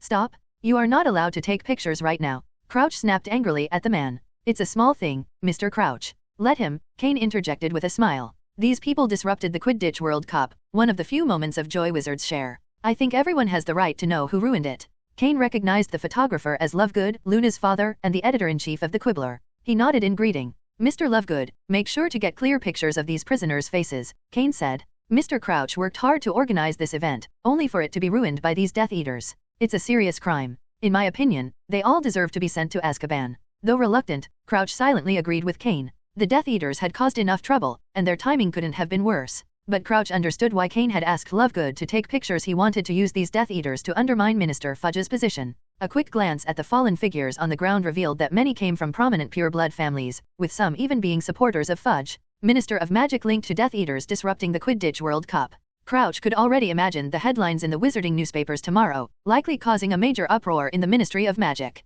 After Lovegood finished taking the photos, Crouch, eager to avoid further complications, quickly said to Kain and Lewin, "Professor Pent, Lewin, I still have matters to attend to. I'll take my leave and handle this situation immediately." With that, he instructed the Aurors to take the captured Death Eaters away. Due to their large number, he left 2 Aurors to guard the scene and sent for reinforcements upon his return. "We'll head back as well, Mr. Lovegood, Lewin," Kain said, bidding farewell to the two before walking back toward the camp with Hermione. On their way, they passed the Weasleys, who were hastily leaving the area. It seemed their family was the only one left in the camp. Upon their return, Kain's house elves, Phil and Isaac, saw Hermione walking in from outside and immediately assumed their negligence had allowed her to slip away. Overcome with guilt but unable to harm themselves under Kain's orders, they cried profusely and blamed themselves. Hermione tried to comfort them to no avail. Finally, Kain instructed them to pack up and prepare to leave, which stopped their tears and sent them off to organize the departure. The Death Eaters had caused chaos at the Quidditch World Cup, and it was uncertain whether the tournament would continue. Many people had likely been injured during the attack. If the Ministry of Magic wanted to salvage the situation, it would need to act decisively, perhaps by imprisoning all the Death Eaters involved in Azkaban and demonstrating a firm resolve to deal with future troublemakers. Only such measures could restore public trust in the Ministry, which was now on the verge of collapse, especially under the influence of Kain's actions. After returning, Hermione expressed her disdain for the Death Eaters. However, she admitted that the one thing they had done right was ending the Quidditch match, otherwise, the Irish team would have lost multiple times over. She proudly mentioned that she had managed to knock out a Death Eater and hoped for Kain's praise. Kain, however, refrained from complimenting her. While encouragement was important, Hermione was still too young, and it wouldn't be wise to foster a reckless attitude toward fighting Death Eaters. With the start of school approaching, Kain planned to focus on his alchemy experiments. Hermione, realizing the summer had already been thrilling spending time in Romania and taking down a Death Eater at the Quidditch World Cup, decided it was time to set aside her adventurous thoughts and prepare for the term ahead. Hermione intended to continue refining potions. Potions had always been her strong suit, and according to Guy, she had a high chance of passing the NEWT potions exam even now. However, Guy could no longer teach her anything new. To progress further, she would need instruction from renowned potions masters, but such individuals were notoriously difficult to hire. Grandmaster potion makers no longer valued galleons, as they could earn far more by selling a single bottle of an advanced potion. For now, Kain couldn't offer much assistance either unless he monopolized the supply of potion ingredients across Europe, forcing 90% of potion makers to depend on him. After studying alchemy notes for over a month, Kain decided it was time to try his hand at creating an alchemical artifact. He purchased numerous magical materials and eventually selected 3 types to craft a necklace. Defensive alchemy items were best carried at all times, making jewelry the ideal form. The process required precision, using flames to shape the materials while ensuring their magical properties were preserved, then combining them and using runes to unite their magical energies into a cohesive whole. This formed the prototype of the item. Finally, the runes would imbue the item with specific functions, completing the process. Nicholas Flamel, a master of alchemy, had summarized centuries of alchemical knowledge in the wizarding world and was considered a legend in the field. "I didn't expect constructing runes on alchemical items to be this difficult," Kain muttered. "And my ability to control magic power is still lacking." Kain attempted the process twice but failed both times. Using ancient runes to stabilize the magical materials required immense precision and felt like multitasking on an overwhelming scale. Wait, shadow clones. Kain suddenly remembered Uzumaki Naruto's method of using shadow clones to develop the Raisin Shuriken. By distributing the workload among his clones, Naruto had successfully created his new technique. Inspired, Kain decided to adapt this approach. One shadow clone would stabilize the magic within the materials, another would construct the rune sequences, and his real body would imbue the artifact with its functions. Even with this method, constructing the runes was painstakingly slow. Condensing dozens of runes into the small surface of a necklace presented a significant challenge. Nicholas Flamel had refined several such artifacts in his youth, but the toll of his extended lifespan was evident in his later years. His energy and memory had weakened, and his failure rate increased, causing him to refine items less frequently. Finally, success. When Kain completed the final rune and imbued the necklace with its intended properties, the once glowing artifact became deceptively ordinary in appearance. This kind of alchemical item was remarkable. It would protect its wearer from all external damage within its resistance threshold. Let's have Hermione test it, Kain decided. He called Hermione over, knowing she could spare a moment. Her potion was currently being prepared in an automatic stirring cauldron, leaving her free to help. When Hermione saw the necklace Kain handed her, she asked curiously, "Godfather, what is this necklace?" Its design didn't seem like a gift, and the style was rather unusual. Kain replied, "It's my first alchemy item. Put it on and try it out." As soon as Hermione put the necklace on, Kain suddenly cast a spell at her. Hermione gasped in surprise as the spell's red light shot toward her, only to be blocked by a transparent shield that appeared around her. "God, what was that just now?" Hermione exclaimed, clutching her chest. She examined the necklace closely and then said with admiration, "Was that the armor charm? Godfather, you're incredible. I've heard protective alchemy items are extremely expensive. Something like this, with an automatic armor charm, would cost at least several hundred galleons, maybe even thousands." Hermione's estimate was conservative. Necklaces imbued with an automatic iron armor charm rarely appeared on the market and were highly sought after. They were capable of even partially blocking unforgivable curses. Such items typically started at thousands of galleons, and if the materials used were particularly rare, they could fetch 4,000 or 5,000 galleons or more. The materials used in this necklace are fairly basic. It was just for practice, Kain explained. It's probably worth 1,000 or 2,000 galleons at most. Seeing the hopeful glint in Hermione's eyes, Kain smiled and added, "When I refine a better defensive alchemy item for you with more expensive materials, it'll be even stronger. This one already has some cracks." Hermione quickly took off the necklace and inspected it. Sure enough, she found faint cracks in the beads. Kain's magical power was exceptionally potent, so the spells he cast were incredibly strong. The fact that the necklace had successfully defended against his spell spoke volumes about its quality. Kain, having found the key to improving his success rate, was ready to refine more advanced items. Expensive materials were no longer an issue for him. As the largest supplier of potion materials in Europe, he could easily procure anything he needed, even goblin-refined mithril and adamantine. With some time left before the start of the Hogwarts term, Kain refined all the common magical materials in his inventory into alchemy items. He then instructed Guy to purchase more expensive materials, including mithril and adamantine, for which he allocated 30,000 galleons. A few days earlier, Guy had dealt with the Delacour family for violating a magical contract. He had cut off their supply of potion materials for the next batch, forcing them to pay a hefty penalty for the breach. If they failed to meet the deadline, they would face sanctions from the ministries of magic of both countries. Worse yet, their offense had alienated the largest potion supplier in Europe, Kain's business. It was likely the Delacour family would be unable to stay in the trade and would have to pivot to a different line of work. The day before the start of Hogwarts, Kain held a shimmering gemstone necklace in his hand and felt a deep sense of accomplishment. "It's finally finished. If this one had failed, I might have been a bit heartbroken," he mused. The necklace was crafted from a chain of mithril and fine gold, woven together with unicorn tail hair and phoenix feathers. At its center was a magical emerald imbued with powerful properties. The necklace not only carried an iron armor charm but also provided healing and rejuvenation abilities. If the necklace were put up for auction, it would likely fetch no less than 10,000 galleons. With its protection, an aura wearing it could hold their own against 3 dark wizards, provided they were cautious of the killing curse. The ability to imbue multiple spells into a single item seemed to be a hallmark of Nicholas Flamel's alchemical methods. While his success rate was low, after creating a few such items, he shifted focus to studying other alchemical techniques. Now, Kain had inherited and advanced this craft. With the help of his shadow clones, which shared his memory and magical power, the process of refining alchemical items became significantly more efficient, producing results that were greater than the sum of their parts. The next day, as the Hogwarts term began, Hermione dressed in youthful and cheerful attire and said, "Godfather, it's almost time to go. You look lovely today, Hermione, but you're missing just one thing." Kain smiled, pulling out the alchemical necklace he had successfully refined the day before. Handing it to her, he said, "This is for you from your godfather. It's my first fully successful piece." Hermione's eyes lit up as she took the necklace. "This is for me? Thank you so much, godfather. I love it." Her excitement was evident, and she admired the necklace with delight. Kain explained its features to her. The materials used in the necklace were of the highest quality. While Kain hadn't fully tested its limits, he estimated the protective power of the iron armor charm embedded in it to be at least 10 times stronger than his earlier attempts. It was likely capable of withstanding even his full-strength crushing curse. Whether it would shatter after blocking such a powerful attack remained uncertain, but the necklace's value was undeniable. After Hermione put it on, Kain escorted her to the Hogwarts Express. Once she was safely aboard, he instructed Phil to transport him to the school. With Hogwarts being heavily warded against apparition, Kain opted to arrive more conventionally. Upon arriving, Kain made his way to meet Dumbledore. He greeted the headmaster warmly, saying, "Professor Dumbledore, thank you for lending me Nicholas Flamel's alchemy notes, they've been immensely helpful." "It's nothing at all," Dumbledore replied with a smile. "Nick would be pleased to know someone is carrying on and expanding his work." He pushed a bowl of honey candies toward Kain, who politely declined, though Dumbledore himself picked one up and popped it into his mouth with a twinkle in his eye. "Professor Pent," Dumbledore began, "your office hasn't been used in quite some time. When Lupin was teaching, he used the office at the back of the Defense Against the Dark Arts classroom."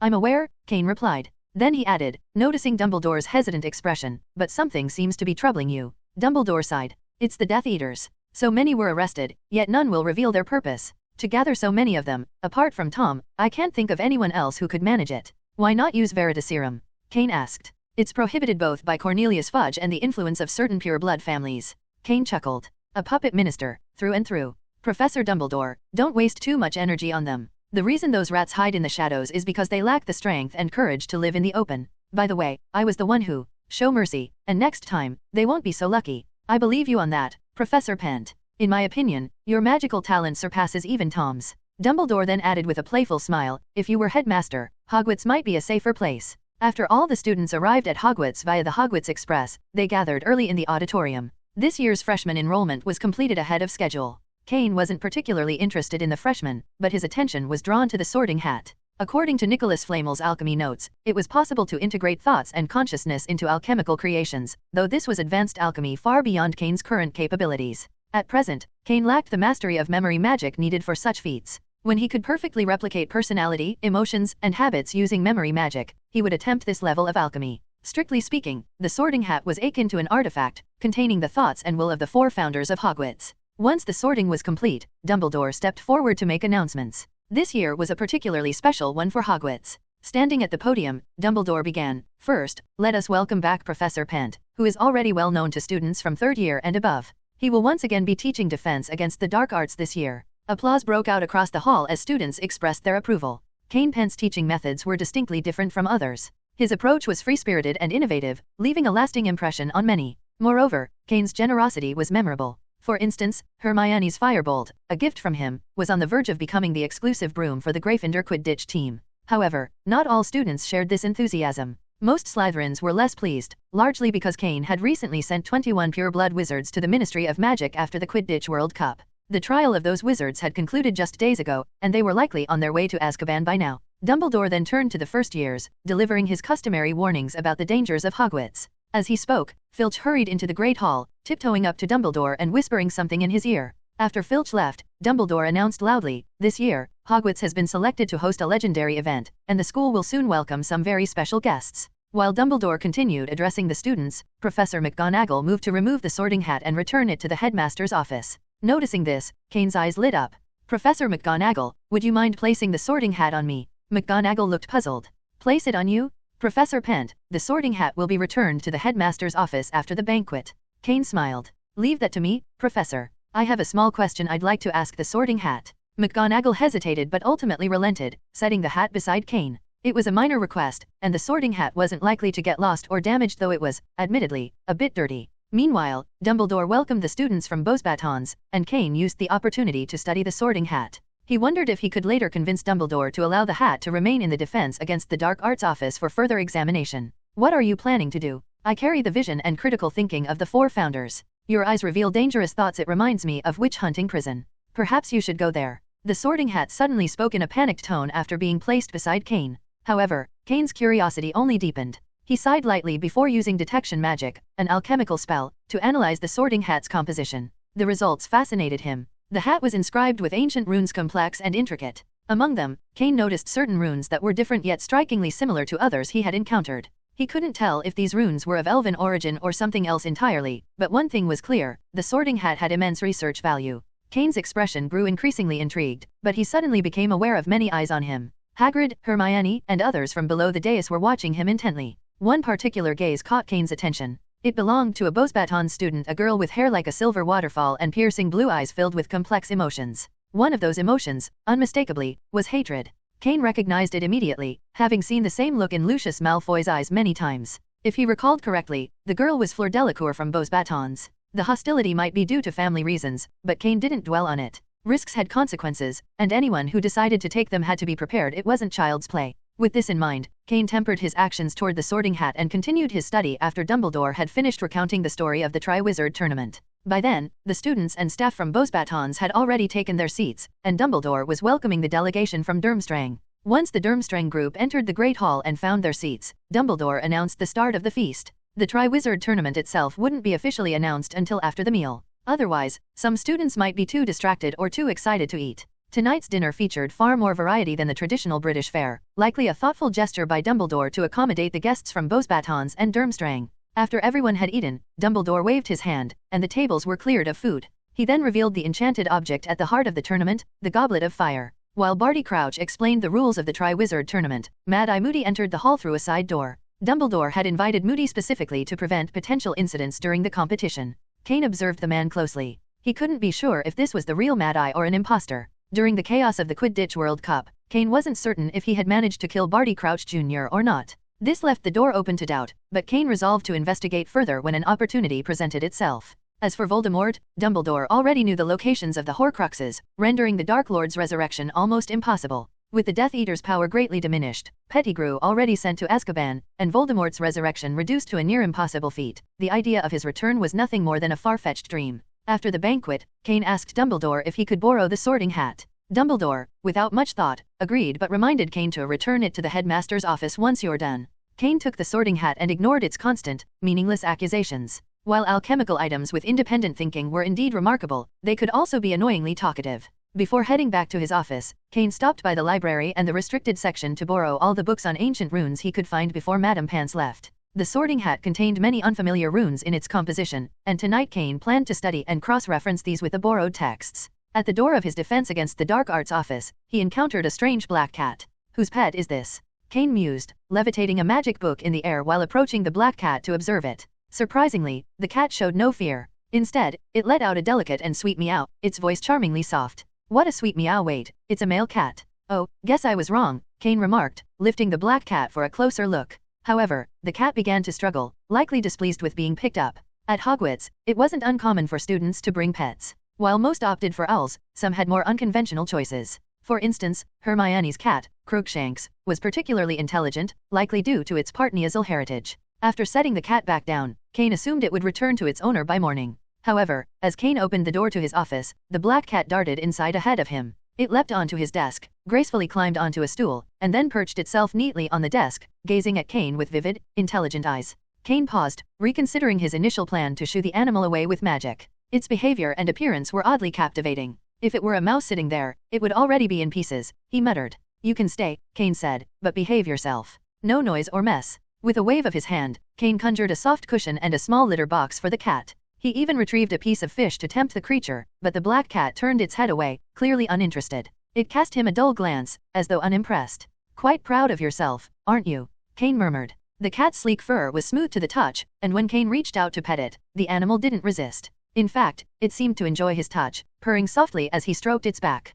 After a short while, it settled onto the cushion, curling up as if ready to sleep. Satisfied, Kain left the cat to rest. He then turned his attention to the books he had borrowed, flipping through volumes on ancient runes. Meanwhile, he continued using detection magic to document the unique runes that made up the Sorting Hat. His shorthand quill moved across parchment, recording each detail with precision. In the quiet room that night, the only sound was the soft scratching of the quill as it wrote. The black cat lay curled on the cushion, occasionally opening her eyes before yawning and drifting back to sleep. The cushion was soft and comfortable, and with the warmth of the fire filling the room, there was no fear of catching a chill, even through the night. Midway through a dream, the black cat suddenly felt 2 taps on her head. Startled awake, she let out an irritated meow, only to find Kain holding her. I'm going to class, he said. To avoid locking you in the office, you'd better go back and find your owner. Class? The black cat's pupils narrowed into vertical slits as she processed his words. How long had she been asleep? As Kain carried her out of the office, the cat wriggled free from his arms and darted away. Watching her flee, Kain shook his head with a faint smile.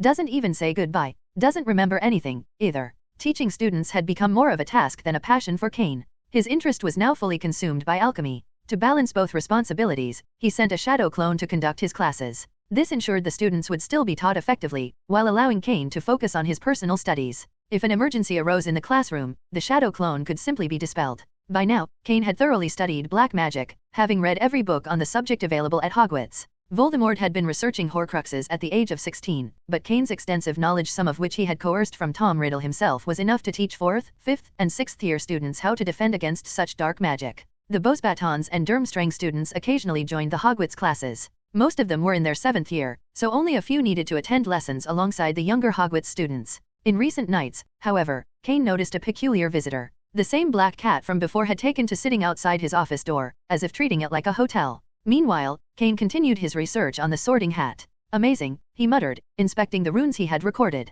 What magical craftsmanship. The construction method seems tied to advanced sealing techniques. If I can stabilize these runes, I might be able to create something similar, a hat capable of emotions, thoughts, and judgments. Kain examined his notes again. The Sorting Hat's composition included over 1,700 unique symbols. About a quarter of these were standard runes, but the rest were unfamiliar to him. From his analysis, 2 symbols seemed derived from magical creatures, while another defied classification entirely. Maybe Nicholas Flamel's notes have something useful, Kain mused. He suddenly remembered the wealth of knowledge left by the legendary alchemist. Resolving to delve into those materials, Kain decided to allocate 2 shadow clones daily to study Flamel's alchemical works in detail. Before that, I can refine some other Fleur Delacour. Kain paused as he received the memory feedback from his shadow clone. Everything in class had been routine, except for one unexpected event. Fleur Delacour had approached him after class. She had asked to meet with him after tonight's champion selection ceremony to discuss something. It wasn't difficult to guess that Fleur's motives were tied to the Delacour family. However, Kain had no intention of assisting the proud flower of the court. The Delacour family was notoriously greedy, and if he let them off easily, where would his reputation stand? Worse, the Delacours might take further liberties, pushing their advantage. Still, Fleur's approach served as a reminder. Tonight was the Triwizard Tournament's champion selection ceremony. Kain had almost forgotten about it. If Fleur hadn't sought him out, he would have spent the evening refining magical items in his office. The Goblet of Fire, though a fascinating magical artifact, was something Kain hadn't studied in depth. Its power lay in its unbreakable magical contract. Once a name was selected, not even Dumbledore could undo or alter the agreement. By the time Kain arrived at the Great Hall, he was late. Dumbledore had just announced the Bossbatons champion, Fleur Delacour. Professor, over here. Hermione waved to Kain from behind the crowd. As the Goblet of Fire prepared to reveal the second champion's name, Kain avoided drawing attention and quietly joined her near the professor's section. Professor, Hermione whispered, leaning close to Kain's ear, Harry's been having some trouble lately. After the champion selection is over, can I bring him to see you? Harry, standing nearby, caught Kain's gaze and gave him a quick nod.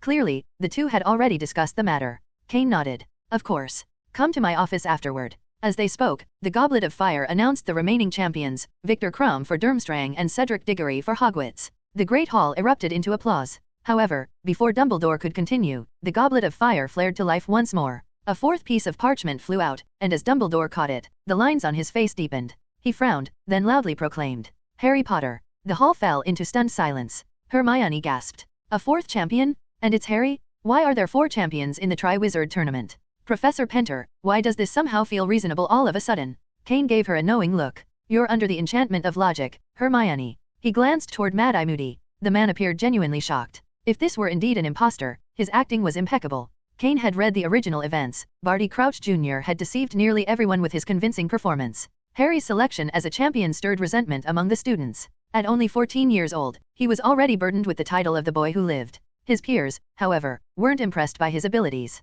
Why had he been chosen as a champion? Cheater. That was the prevailing thought born from jealousy and frustration. Even Ron, Harry's best friend, doubted him. Only Hermione believed it to be an accident, knowing Harry lacked the magical prowess to bypass Dumbledore's enchantments. If he were truly that skilled, she thought, I wouldn't have to help him with his homework so often. After Dumbledore confirmed Harry's participation as the 4th champion, he dismissed the students, signaling that he and Barty Crouch would discuss the matter further. As the Great Hall emptied, Hermione turned to Kain. Godfather, what should we do now? We wait, Kain replied calmly. Dumbledore will decide how to handle this, but there's no changing the facts. Harry must compete. The Goblet of Fire's magic contract is unbreakable, even Dumbledore cannot stop it. After Kain finished speaking, he turned to Hermione and said, Once Harry comes out, if he still wants to speak with me today, bring him to my office. Hermione nodded in agreement.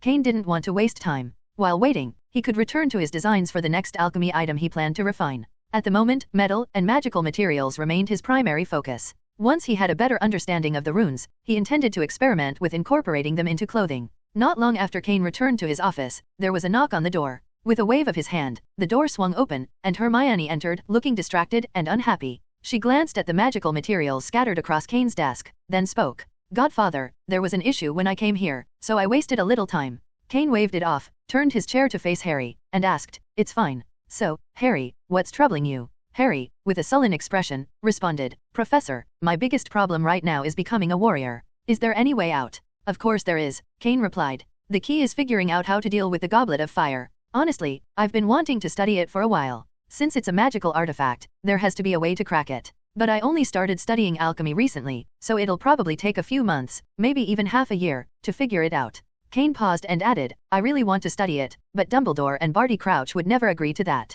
"But I really didn't put my name in," Harry protested. "Of course not," Kain responded. "With your magical ability, there's no way you could have bypassed Dumbledore's enchantments. Someone else put your name in. Honestly, I could have done it, but the deadline passed. Otherwise, all three of you would have been able to participate." Kain paused, his gaze steady. "No one makes you famous for nothing. Whoever helped you become a warrior is doing it for something, either your money or something else. In short, someone is watching you now. But don't worry. There are enough professors in this school to ensure your safety." Harry's expression softened slightly after hearing Kain's reassurance. The professor had confirmed he hadn't signed up for the Goblet of Fire, which eased his mind. On the other hand, Ron, who had been listening nearby, felt a pang of shame. He had also briefly suspected Harry of cheating to become a champion. However, Kain's next words made Harry nervous again. "Someone's watching me," Harry thought. Why did he always seem to get caught up in dangerous situations? Feeling helpless, he began to recall his recent nightmares. Looking at Hermione, who seemed concerned, he remembered why he had come to Kain in the first place.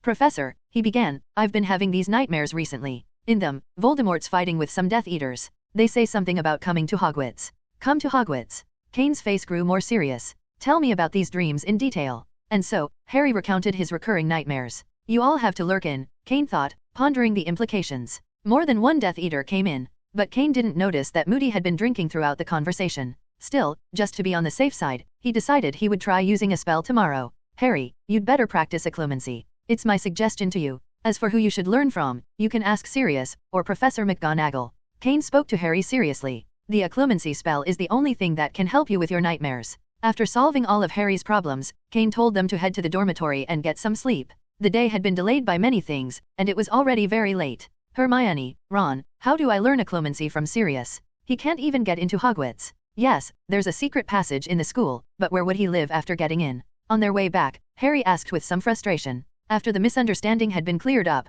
his relationship with Ron had returned to normal. "I don't know either," Ron said. Before he could finish his thought, he saw someone coming around the corner. The silver waterfall-like hair and striking beauty of the figure made him unable to tear his eyes away, especially after their close-up view just moments ago. "She's beautiful, isn't she?" Harry nodded in agreement. "You're right, Ron. It's Fleur Delacour. What's she doing here so late?" Ron asked. "That direction should be the defense against the dark arts professor's office, where her godfather lives." Hermione was clearly curious but, as expected, Harry and Ron couldn't give her an answer. "Go back first, I'm going to the bathroom." Hermione hurriedly excused herself and left. After she was gone, Harry responded to Ron's question with a raised eyebrow. "Ron, is there a bathroom in the girls' dormitory?" "I don't know. Maybe not, otherwise Hermione wouldn't have gone anywhere else." Harry shook his head with a grin. "That's really pathetic. Student Fleur Delacour? I thought you'd come back tomorrow. It's already so late tonight," Kain said as he opened the door. After seeing her standing outside, he returned to his desk, leaving the door ajar. She stepped inside, closing the door behind her.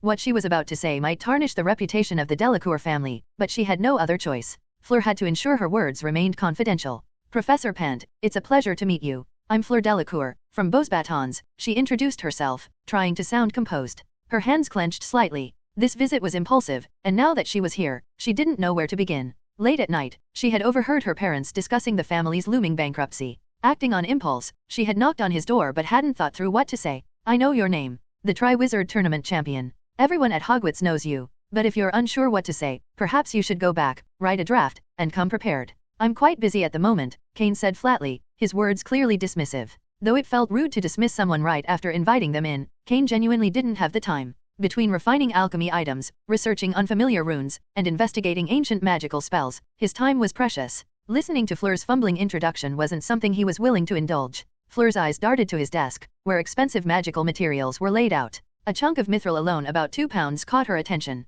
In the wizarding world, only goblins could craft mithril, and it was said to be worth nearly 100 galleons per gram of pure gold. The chunk on his desk was the size of a baby's fist. "Professor Pent, Fleur had just gathered enough courage to speak when the sound of a cat scratching at the office door interrupted her. Soft, delicate meows followed. The noise startled her, and whatever courage she'd built up vanished. Meanwhile, Kain stood up, leaving his desk to open the door. "Why is this black cat here tonight?" he murmured. The black cat darted inside, inspecting the room before meowing at Kain. Noticing the absence of its usual cushion, it stared at him expectantly. Kain sighed and transformed a cushion for the cat, which promptly curled up on it. Despite settling down, the cat kept its eyes half open, occasionally glancing at the other two people in the room. Just a black cat, Fleur thought, feeling a small sense of relief. Realizing Kain was still keen on sending her away, she forced herself to speak again. "Professor Pent, I came to ask if you could help the Delacour family." "I refuse," Kain interrupted sharply. "All reparations will proceed according to the magical contract. I have no interest in interfering beyond that.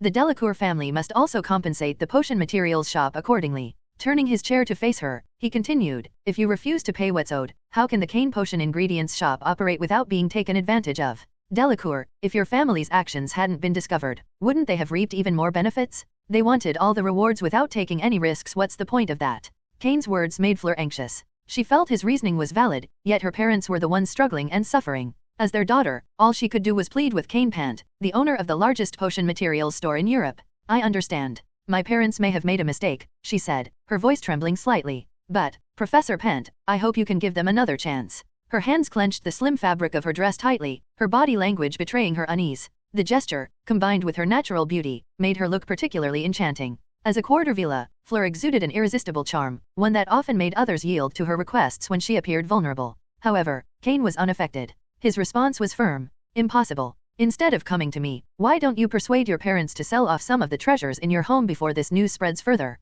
That might give them a chance to recover in the future." "Professor Pent, if you have nothing else to say, go back and rest. Focus on preparing for the next Triwizard tournament," he said curtly, clearly signaling the conversation was over. Kain didn't have the time or inclination to entertain Fleur's pleas any longer. With a firm but polite gesture, he ushered her out of his office. After she left, Kain turned to the black cat lounging on the cushion. "What a troublesome woman, wouldn't you agree?" He scratched the cat under its chin, eliciting a satisfied purr. Amused, he recalled another way to comfort cats and decided to try patting it on the rear. But after a few pats, the black cat meowed angrily and swiped a paw at him. Kain narrowly avoided getting scratched. "Well, lesson learned. Some cats don't like their butts touched," he muttered, withdrawing his hand. He stared at the feline, shaking his head. "You're a tricky one. I wonder who your master is." Setting the cat aside, Kain refocused on his alchemy project. This time, he was crafting a pair of magical earrings designed to defend against soul-based attacks. The smaller the magical item, the more difficult it was to balance the runes inscribed on it. He also had to carefully consider the fusion of magical materials. Following notes left by Nicholas Flamel, Kain treated this new creation with the same meticulous care as if it were his first time, even though he'd made similar earrings before. Using memory magic like occlumency as the foundation, he planned to integrate ancient runes into the earrings. While Kain worked, the black cat stretched lazily on its cushion. It stared at him for a while, grew bored, and yawned before curling up to sleep. The next morning, Kain sent his shadow clone to teach his classes. He instructed the clone to discreetly cast a revealing spell on Moody. If someone were using Polyjuice Potion, the spell would reveal their true form. However, the spell had no effect on Moody. It turned out he was the real Alastair Moody, not Barty Crouch Jr. in disguise. Realizing his mistake, Kain approached Moody and offered an immediate apology, explaining his reasoning. Moody, to Kain's relief, held no grudge. On the contrary, he admired Kain's approach to teaching. In the magical world, Moody said gruffly, "Dark wizards are far more dangerous than magical creatures, 10 times more so. But very few defense against the dark arts professors understand that." Moody was also well aware that Kain had single-handedly defeated over 20 Death Eaters during the Quidditch World Cup, sending them all to Azkaban. Kain's formidable strength and decisive approach deeply resonated with Moody, who greatly admired his methods. This is exactly how those Death Eaters should be dealt with, Moody thought. When Moody learned there might be Death Eaters lurking at Hogwarts, he promised to keep a close eye on suspicious individuals. With his magical eye, it would be nearly impossible for anyone plotting in the shadows to escape his notice. The first task of the Triwizard Tournament was still more than 2 weeks away, and Hogwarts remained relatively quiet. The only disruption was the bullying of Harry Potter by students jealous of his fame. While such jealousy was common, few dared to say anything openly in Hermione Granger's presence. Her connection with Kain Pent was no secret at Hogwarts. Kain, after all, was no ordinary professor. He was the defense against the dark arts teacher, a school governor, and the wizard who had defeated more than 20 Death Eaters at the Quidditch World Cup. His exploits were frequently reported in the Daily Prophet, where he was described as the most powerful wizard since Dumbledore. With Kain's reputation casting a long shadow, even the senior Slytherins normally eager to antagonize Gryffindors kept their distance from Hermione. Others wouldn't even think of crossing her. Despite this, Hermione had been unusually busy lately. Apart from attending classes, even her roommates mentioned rarely seeing her in the dormitory. Meanwhile, students from Bosbatons and Durmstrang had integrated into Hogwarts life, attending classes diligently. Some 7th years from both schools had even decided to stay at Hogwarts to prepare for their N.E.W.T.S., taking advantage of the resources available. It wasn't unusual to spot students from Bosbatons or Durmstrang poring over books in the library or elsewhere. In the restricted section of the library, a young woman with a graceful figure flipped through a book titled Powerful Potions. As her eyes scanned a particular page, they lit up with interest. A trace of hope flickered across her delicate features. The love potion can make the target fall deeply in love with you and obey your every command.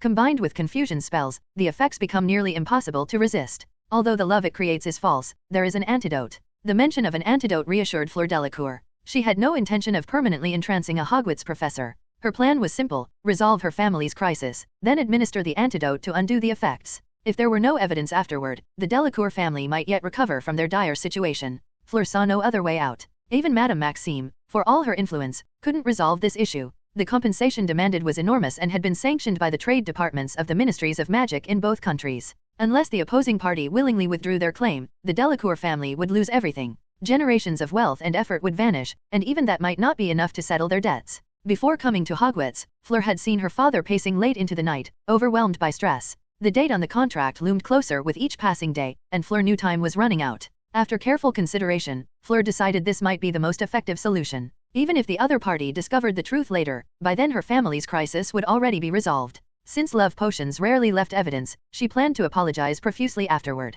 Fleur considered tearing the page from the book but quickly dismissed the idea this was the restricted section of Hogwarts, after all. Instead, she retrieved a pen and parchment, meticulously copying the relevant content. The instructions were detailed, outlining the potion's ingredients, brewing method, and the process for creating its antidote. Once she had finished copying, Fleur hurriedly returned Powerful Potions to its proper place on the shelf. The deadline for the Delacour family loomed just 1 month after Christmas. If they couldn't secure more money or cancel the contract, the International Trade Association of the French Ministry of Magic would forcibly freeze all their assets down to even the clothes they owned. Whatever remained after the compensation was executed would be all that was left for them. Fortunately for Fleur, the restricted section was rarely visited. Her discreet behavior went unnoticed. Slipping the copied notes into her pocket, she composed herself and exited the restricted area, appearing as if nothing unusual had happened. Hermione, I'm miserable. I need you to save me. When Harry and Ron found Hermione in the library, she was drowsy and nearly asleep. Their loud voices startled her awake, and in the process, attracted the wrathful glare of Madame Pants.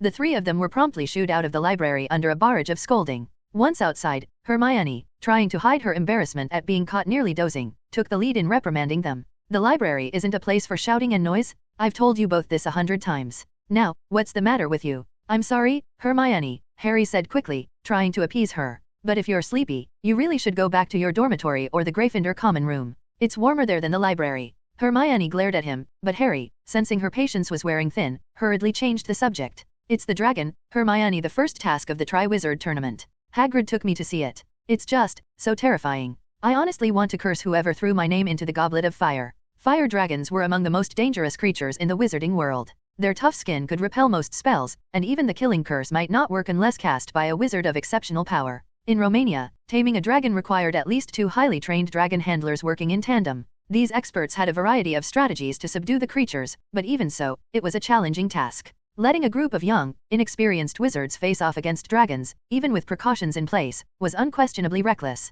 Injuries were almost inevitable. Harry pressed on urgently, Hermione, I remember you went to the Romanian Dragon Reserve during the summer and even rode a dragon. Do you know any weaknesses they might have?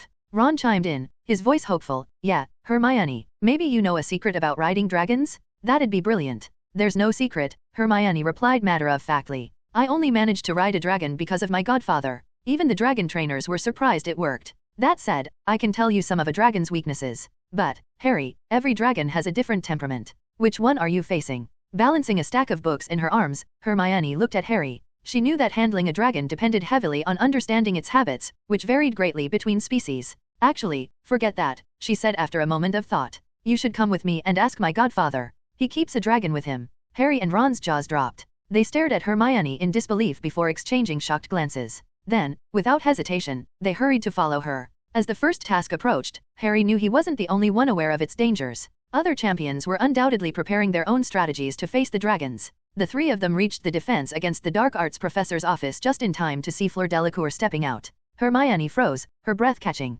Why was she here in the middle of the day? Hermione took 2 quick steps forward, clutching the book in her arms, her tone sharp and questioning. Ms. Delacour, the professor should be in class right now. Why are you coming out of his office? Class. Fleur replied with a delicate smile. But Professor Pent is inside. I just stopped by to ask him a few questions and to deliver some French desserts. Her tone was light and casual, but Fleur's intentions were more calculated. Though she planned to use a love potion to alleviate her family's crisis, she couldn't simply hand it over without building a foundation first. Gradual steps were needed. Bringing desserts to the professor every day seemed like a good approach. Over time, Fleur hoped it would become a habit for him to accept her offerings, paving the way for her true plan. Hermione frowned, raising her voice slightly. Inside? That's impossible. This morning is the defense against the dark arts class for the lower years. Everyone at Hogwarts knows that. Are you suggesting the professor skipped his lesson? Right, Ron? Harry? But the 2 boys didn't respond. Fleur's smile was too captivating for them. With her Vela charm and striking beauty, few young wizards could resist her allure. Hermione glanced back and saw their dazed expressions.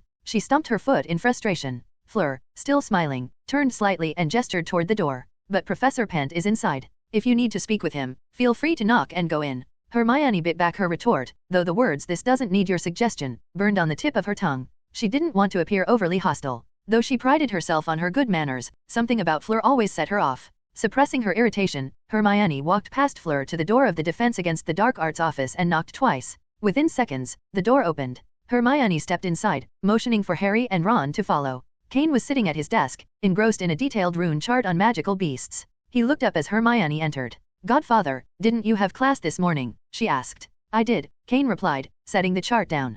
But I used an avatar. That's still me, and the lesson's already finished. Hermione raised an eyebrow but didn't comment. Kain looked at the trio curiously. So, what brings you 3 here? Is it about what happened last time? No, Godfather, Hermione replied quickly. It's about the first task. Harry found out it involves dragons, and he's hoping to get some advice. As she spoke, Hermione's gaze drifted to a box of beautifully arranged desserts on Kain's desk. They were delicate and intricate, clearly not the work of Phil or Isaac. Dragons, Kain said thoughtfully. Technically, as a professor, I'm not supposed to help you. The tournament prohibits any form of assistance. Harry's face fell at those words, but Kain's lips curled into a faint smile. That said, if you want to meet my pet, I suppose I can arrange that. And Hermione, if you're hungry, help yourself to the desserts. They're not Phil's work, but they seem decent enough. You 2 can try them as well, he added, glancing at Harry and Ron. Harry's face brightened instantly. Kain pushed the box of desserts toward them. Harry and Ron eagerly thanked him before diving in. Hermione hesitated for a moment. She hadn't planned on eating, but hunger won out. She reached for one of the cakes, her irritation with Fleur momentarily forgotten. After the 3 of them finished eating the desserts, Kain waved his wand to clear the plates and debris. He then pulled a small pouch from his robe and said, "Come in." Harry and Ron exchanged confused glances. "Go in? Professor, do you mean?" Before they could finish, Kain cast a spell, and the next moment, the 3 of them were sucked into the pouch. Hermione followed without hesitation, while Harry and Ron flailed in surprise. Once they were all inside, Kain levitated the pouch onto the table and flew in himself, transforming into a wisp of smoke. Inside the pouch, Harry and Ron were utterly stunned. They had never seen anything like it before. What seemed like an ordinary pouch on the outside contained an enormous space. A vast prairie stretched out before them, with a sparkling blue lake and dense woods in the distance. "Harry, look at that!" Ron exclaimed, pointing toward a massive figure in the distance. It was an enormous creature, even at this distance appearing colossal. As it moved, they realized it was easily 20 to 30 meters tall. Harry's eyes widened, and he whispered, his voice tinged with fear, "Professor, is that a fire dragon?" The fire dragons he'd seen before were nowhere near this size. For a moment, he desperately wanted to go back. "That's right," Kain confirmed, smiling. "This is a mixed-breed fire dragon. It's much larger and stronger than the average fire dragon in terms of fire-breathing distance, size, agility, and defense. It's still growing, and its appetite matches its size dozens of sheep a month, at least. To this day, I'm still not sure what exactly Oricamaro injected it with." Harry and Ron could only stare in horror, while Hermione remained calm. "Don't be afraid," she reassured them. "The Godfather's fire dragon is very obedient and very beautiful." She glanced at the dragon, its pure white scales glistening under the sun. Though it had horns on its head and was covered in tough scales even on its wings, it didn't look as ferocious as most fire dragons. Its powerful forelimbs added to its intimidating presence, but Hermione still found it striking. Hermione recalled the awestruck expressions of the Romanian dragon reserve keepers when they first saw it. They had even offered to trade 3 different species of fire dragons for this one. The last time Hermione had seen this dragon, it had been about her height. Now, it towered over them, a true giant. Kain spoke again. "Scamander has been pestering me to let him study my dragon. When I sent him a photo last time, he was so excited he sent me 2 notebooks as thanks. Harry, you can practice with it. Don't worry, it won't hurt you." Harry looked at the approaching dragon with wide eyes. Its mouth was so enormous he could imagine it swallowing him whole in one gulp. I think, maybe, he stammered, backing up slightly. Compared to this beast, the fire dragons he had seen the previous night suddenly didn't seem so terrifying. He even thought he might have dared to use a simple disarming charm against one of them, but this dragon was on an entirely different level. Kain chuckled. If you can handle this one, no other fire dragon will be a challenge. But I understand it's hard to overcome fear. Let's step out for now. As the dragon's enormous head lowered toward them, Ron yelped and collapsed onto the ground in fright. Harry's legs felt like jelly, and he swore that if the dragon got any closer than 3 meters, he would drop to the ground right next to Ron. But Kain didn't give Harry a chance to collapse on the ground. With a swift spell, he sent them all out of the pet pocket. He patted the fire dragon's head affectionately before stepping out himself. The fire dragon's weaknesses are straightforward, Kain said. As long as you overcome the fear in your heart and practice, you'll manage easily in the first task. Fear only comes from a lack of strength. Just practice more when you get back.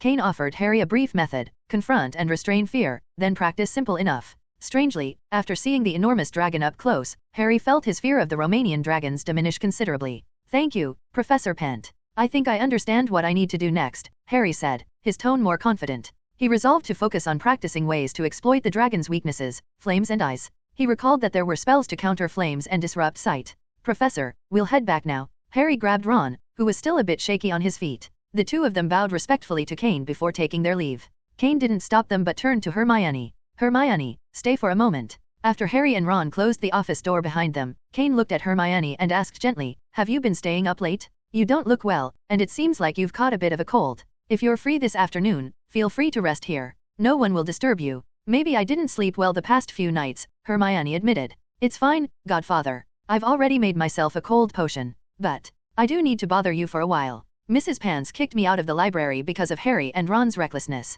As she spoke, Hermione instinctively glanced around the room, searching for something. Realizing there was no need to, she turned her attention back to Kain. Godfather, could you make the wall fire burn a bit bigger? At her request, the flames in the wall-mounted fireplace flared up, and the room grew warmer almost immediately. Satisfied, Hermione sank onto the nearby sofa. Moments later, she felt a blanket drape gently over her. With Hermione settled, Kain returned to his work, engrossed in the study of strange runes. These peculiar markings, he believed, were linked to the magic of magical creatures. After consulting with Scamander, he had confirmed his suspicion: many of these runes originated from the inherent magical power of such beings. Scamander shared Kain's theory that magic itself originates from magical creatures, and that by understanding the power in their blood, one could grasp the true essence of magic. Kain himself was a testament to this. Thanks to the genes of the Phoenix and the Fire Dragon, his mastery over magical power was extraordinary. After his discussions with Scamander, he was inspired to consider building runes directly into his body. However, he realized the runes alone might not be enough. Ancient wizards had initially developed runes by studying the ones used by elves.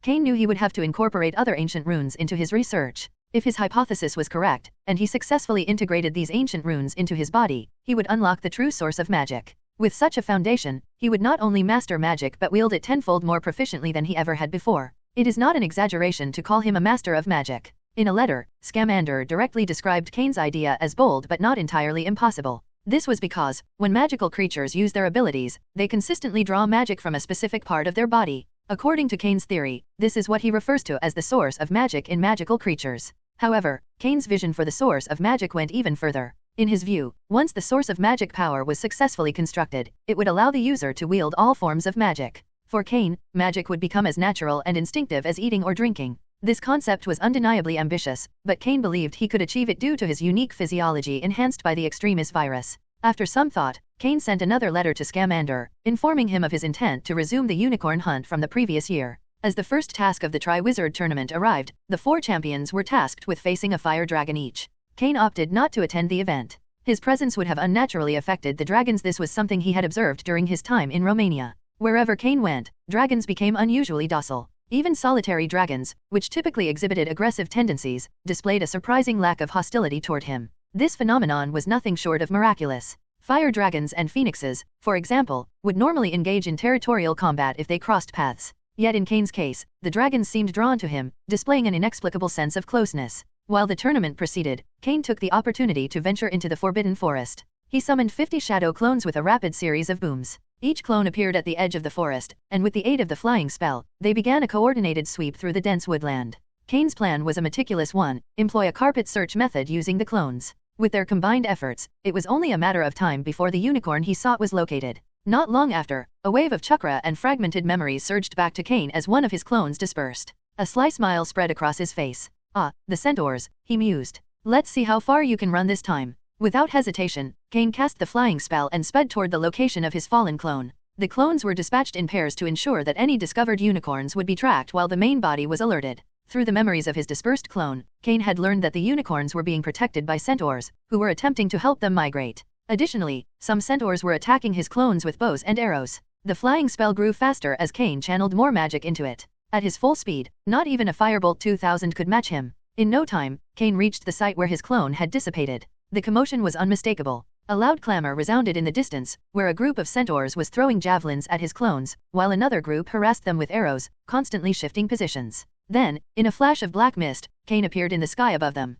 A moment later, the centaurs heard a terrifying sound, blazing flame. In an instant, flames erupted around a dozen centaurs. The fire rapidly consumed their bodies, starting from their backs and spreading downward. "Help us!" The centaurs' cries echoed as they writhed in pain, rolling on the ground in desperate attempts to extinguish the flames. But their efforts were futile. "To the river," one centaur suddenly shouted. "The river we passed earlier, go now." Kain refrained from using fiend fire, mindful of the fact that this was the forbidden forest. However, for the centaurs, the outcome was clear: they were doomed. After dealing with the centaurs, Kain paid them no further attention. Using his incredible speed, he caught up with the migrating unicorns. Without hesitation, he cast a powerful confinement spell on one unicorn, immobilizing it in place. "A truly spiritual creature," Kain murmured as he landed beside the unicorn. Seeing its wary and expectant gaze, he reassured it, "Don't be afraid. I only need to take some materials from you." Despite his words, the unicorn remained tense. Kain, however, had no intention of harming the creature unnecessarily. The centaurs, on the other hand, had been a persistent nuisance, delaying his efforts.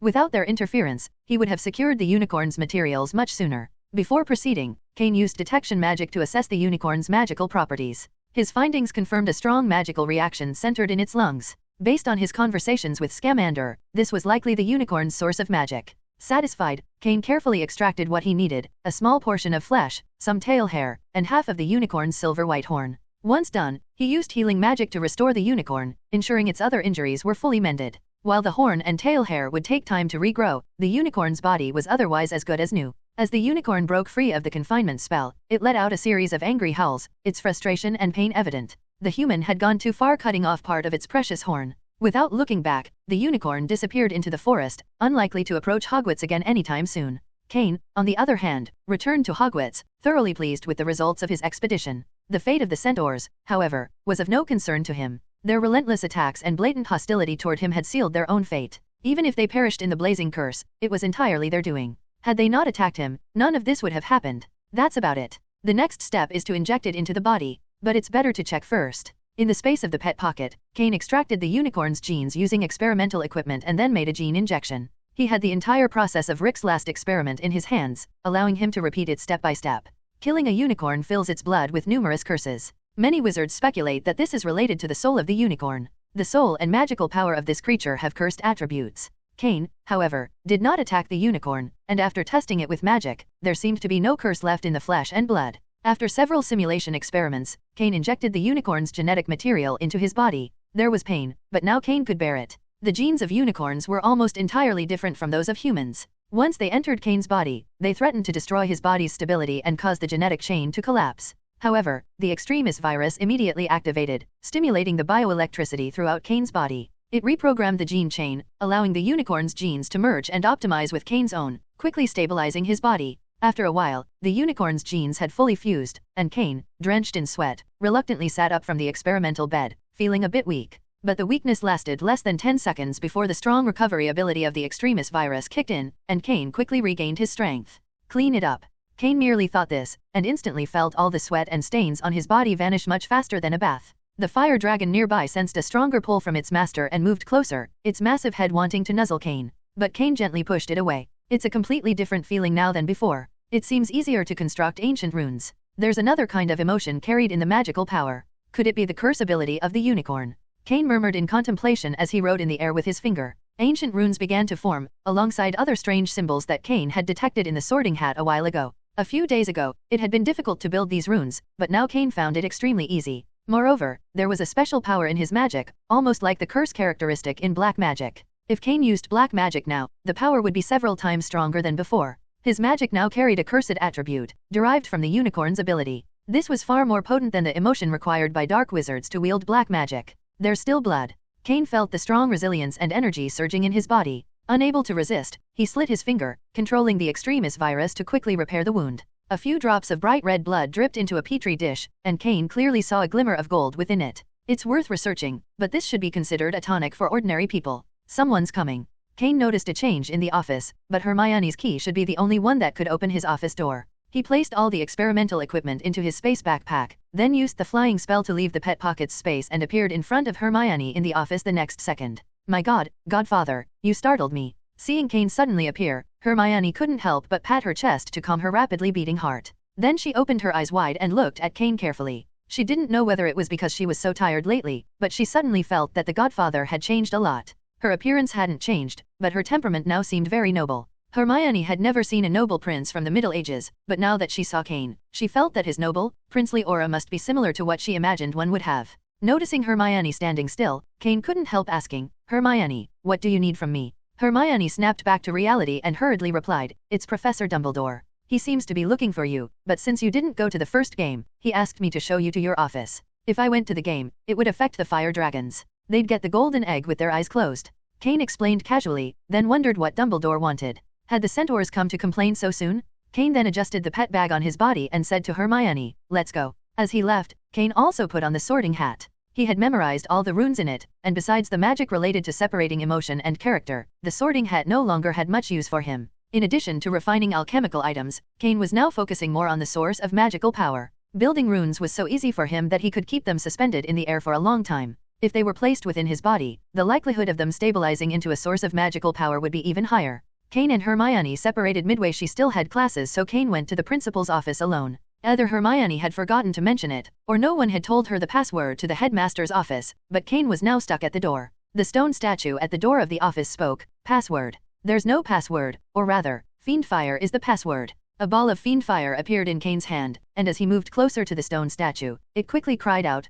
okay, I understand. The password is honey sugar. You can go in. The stone statue quickly moved aside. Kain couldn't help but wonder, when a professor from Azkaban had come to Hogwarts, why was he using fiend fire at the drop of a hat? Kain walked up the stairs to the principal's office and saw Dumbledore, who was meditating in his seat. When Dumbledore noticed Kain's arrival, he smiled and said, Professor Pent, the sorting hat is over there. It's fine. Would you like to try these new candies? No, I still prefer normal desserts. Kain shook his head in refusal. Dumbledore's candies were super sweet, and many of them were not the type most people would consider edible. After the sorting hat was placed down, it continued to clamor for Dumbledore to protect it. The crimes it had suffered in recent days were worse than ever, but when Kain pointed his finger, the sorting hat immediately fell silent. Hello, everyone!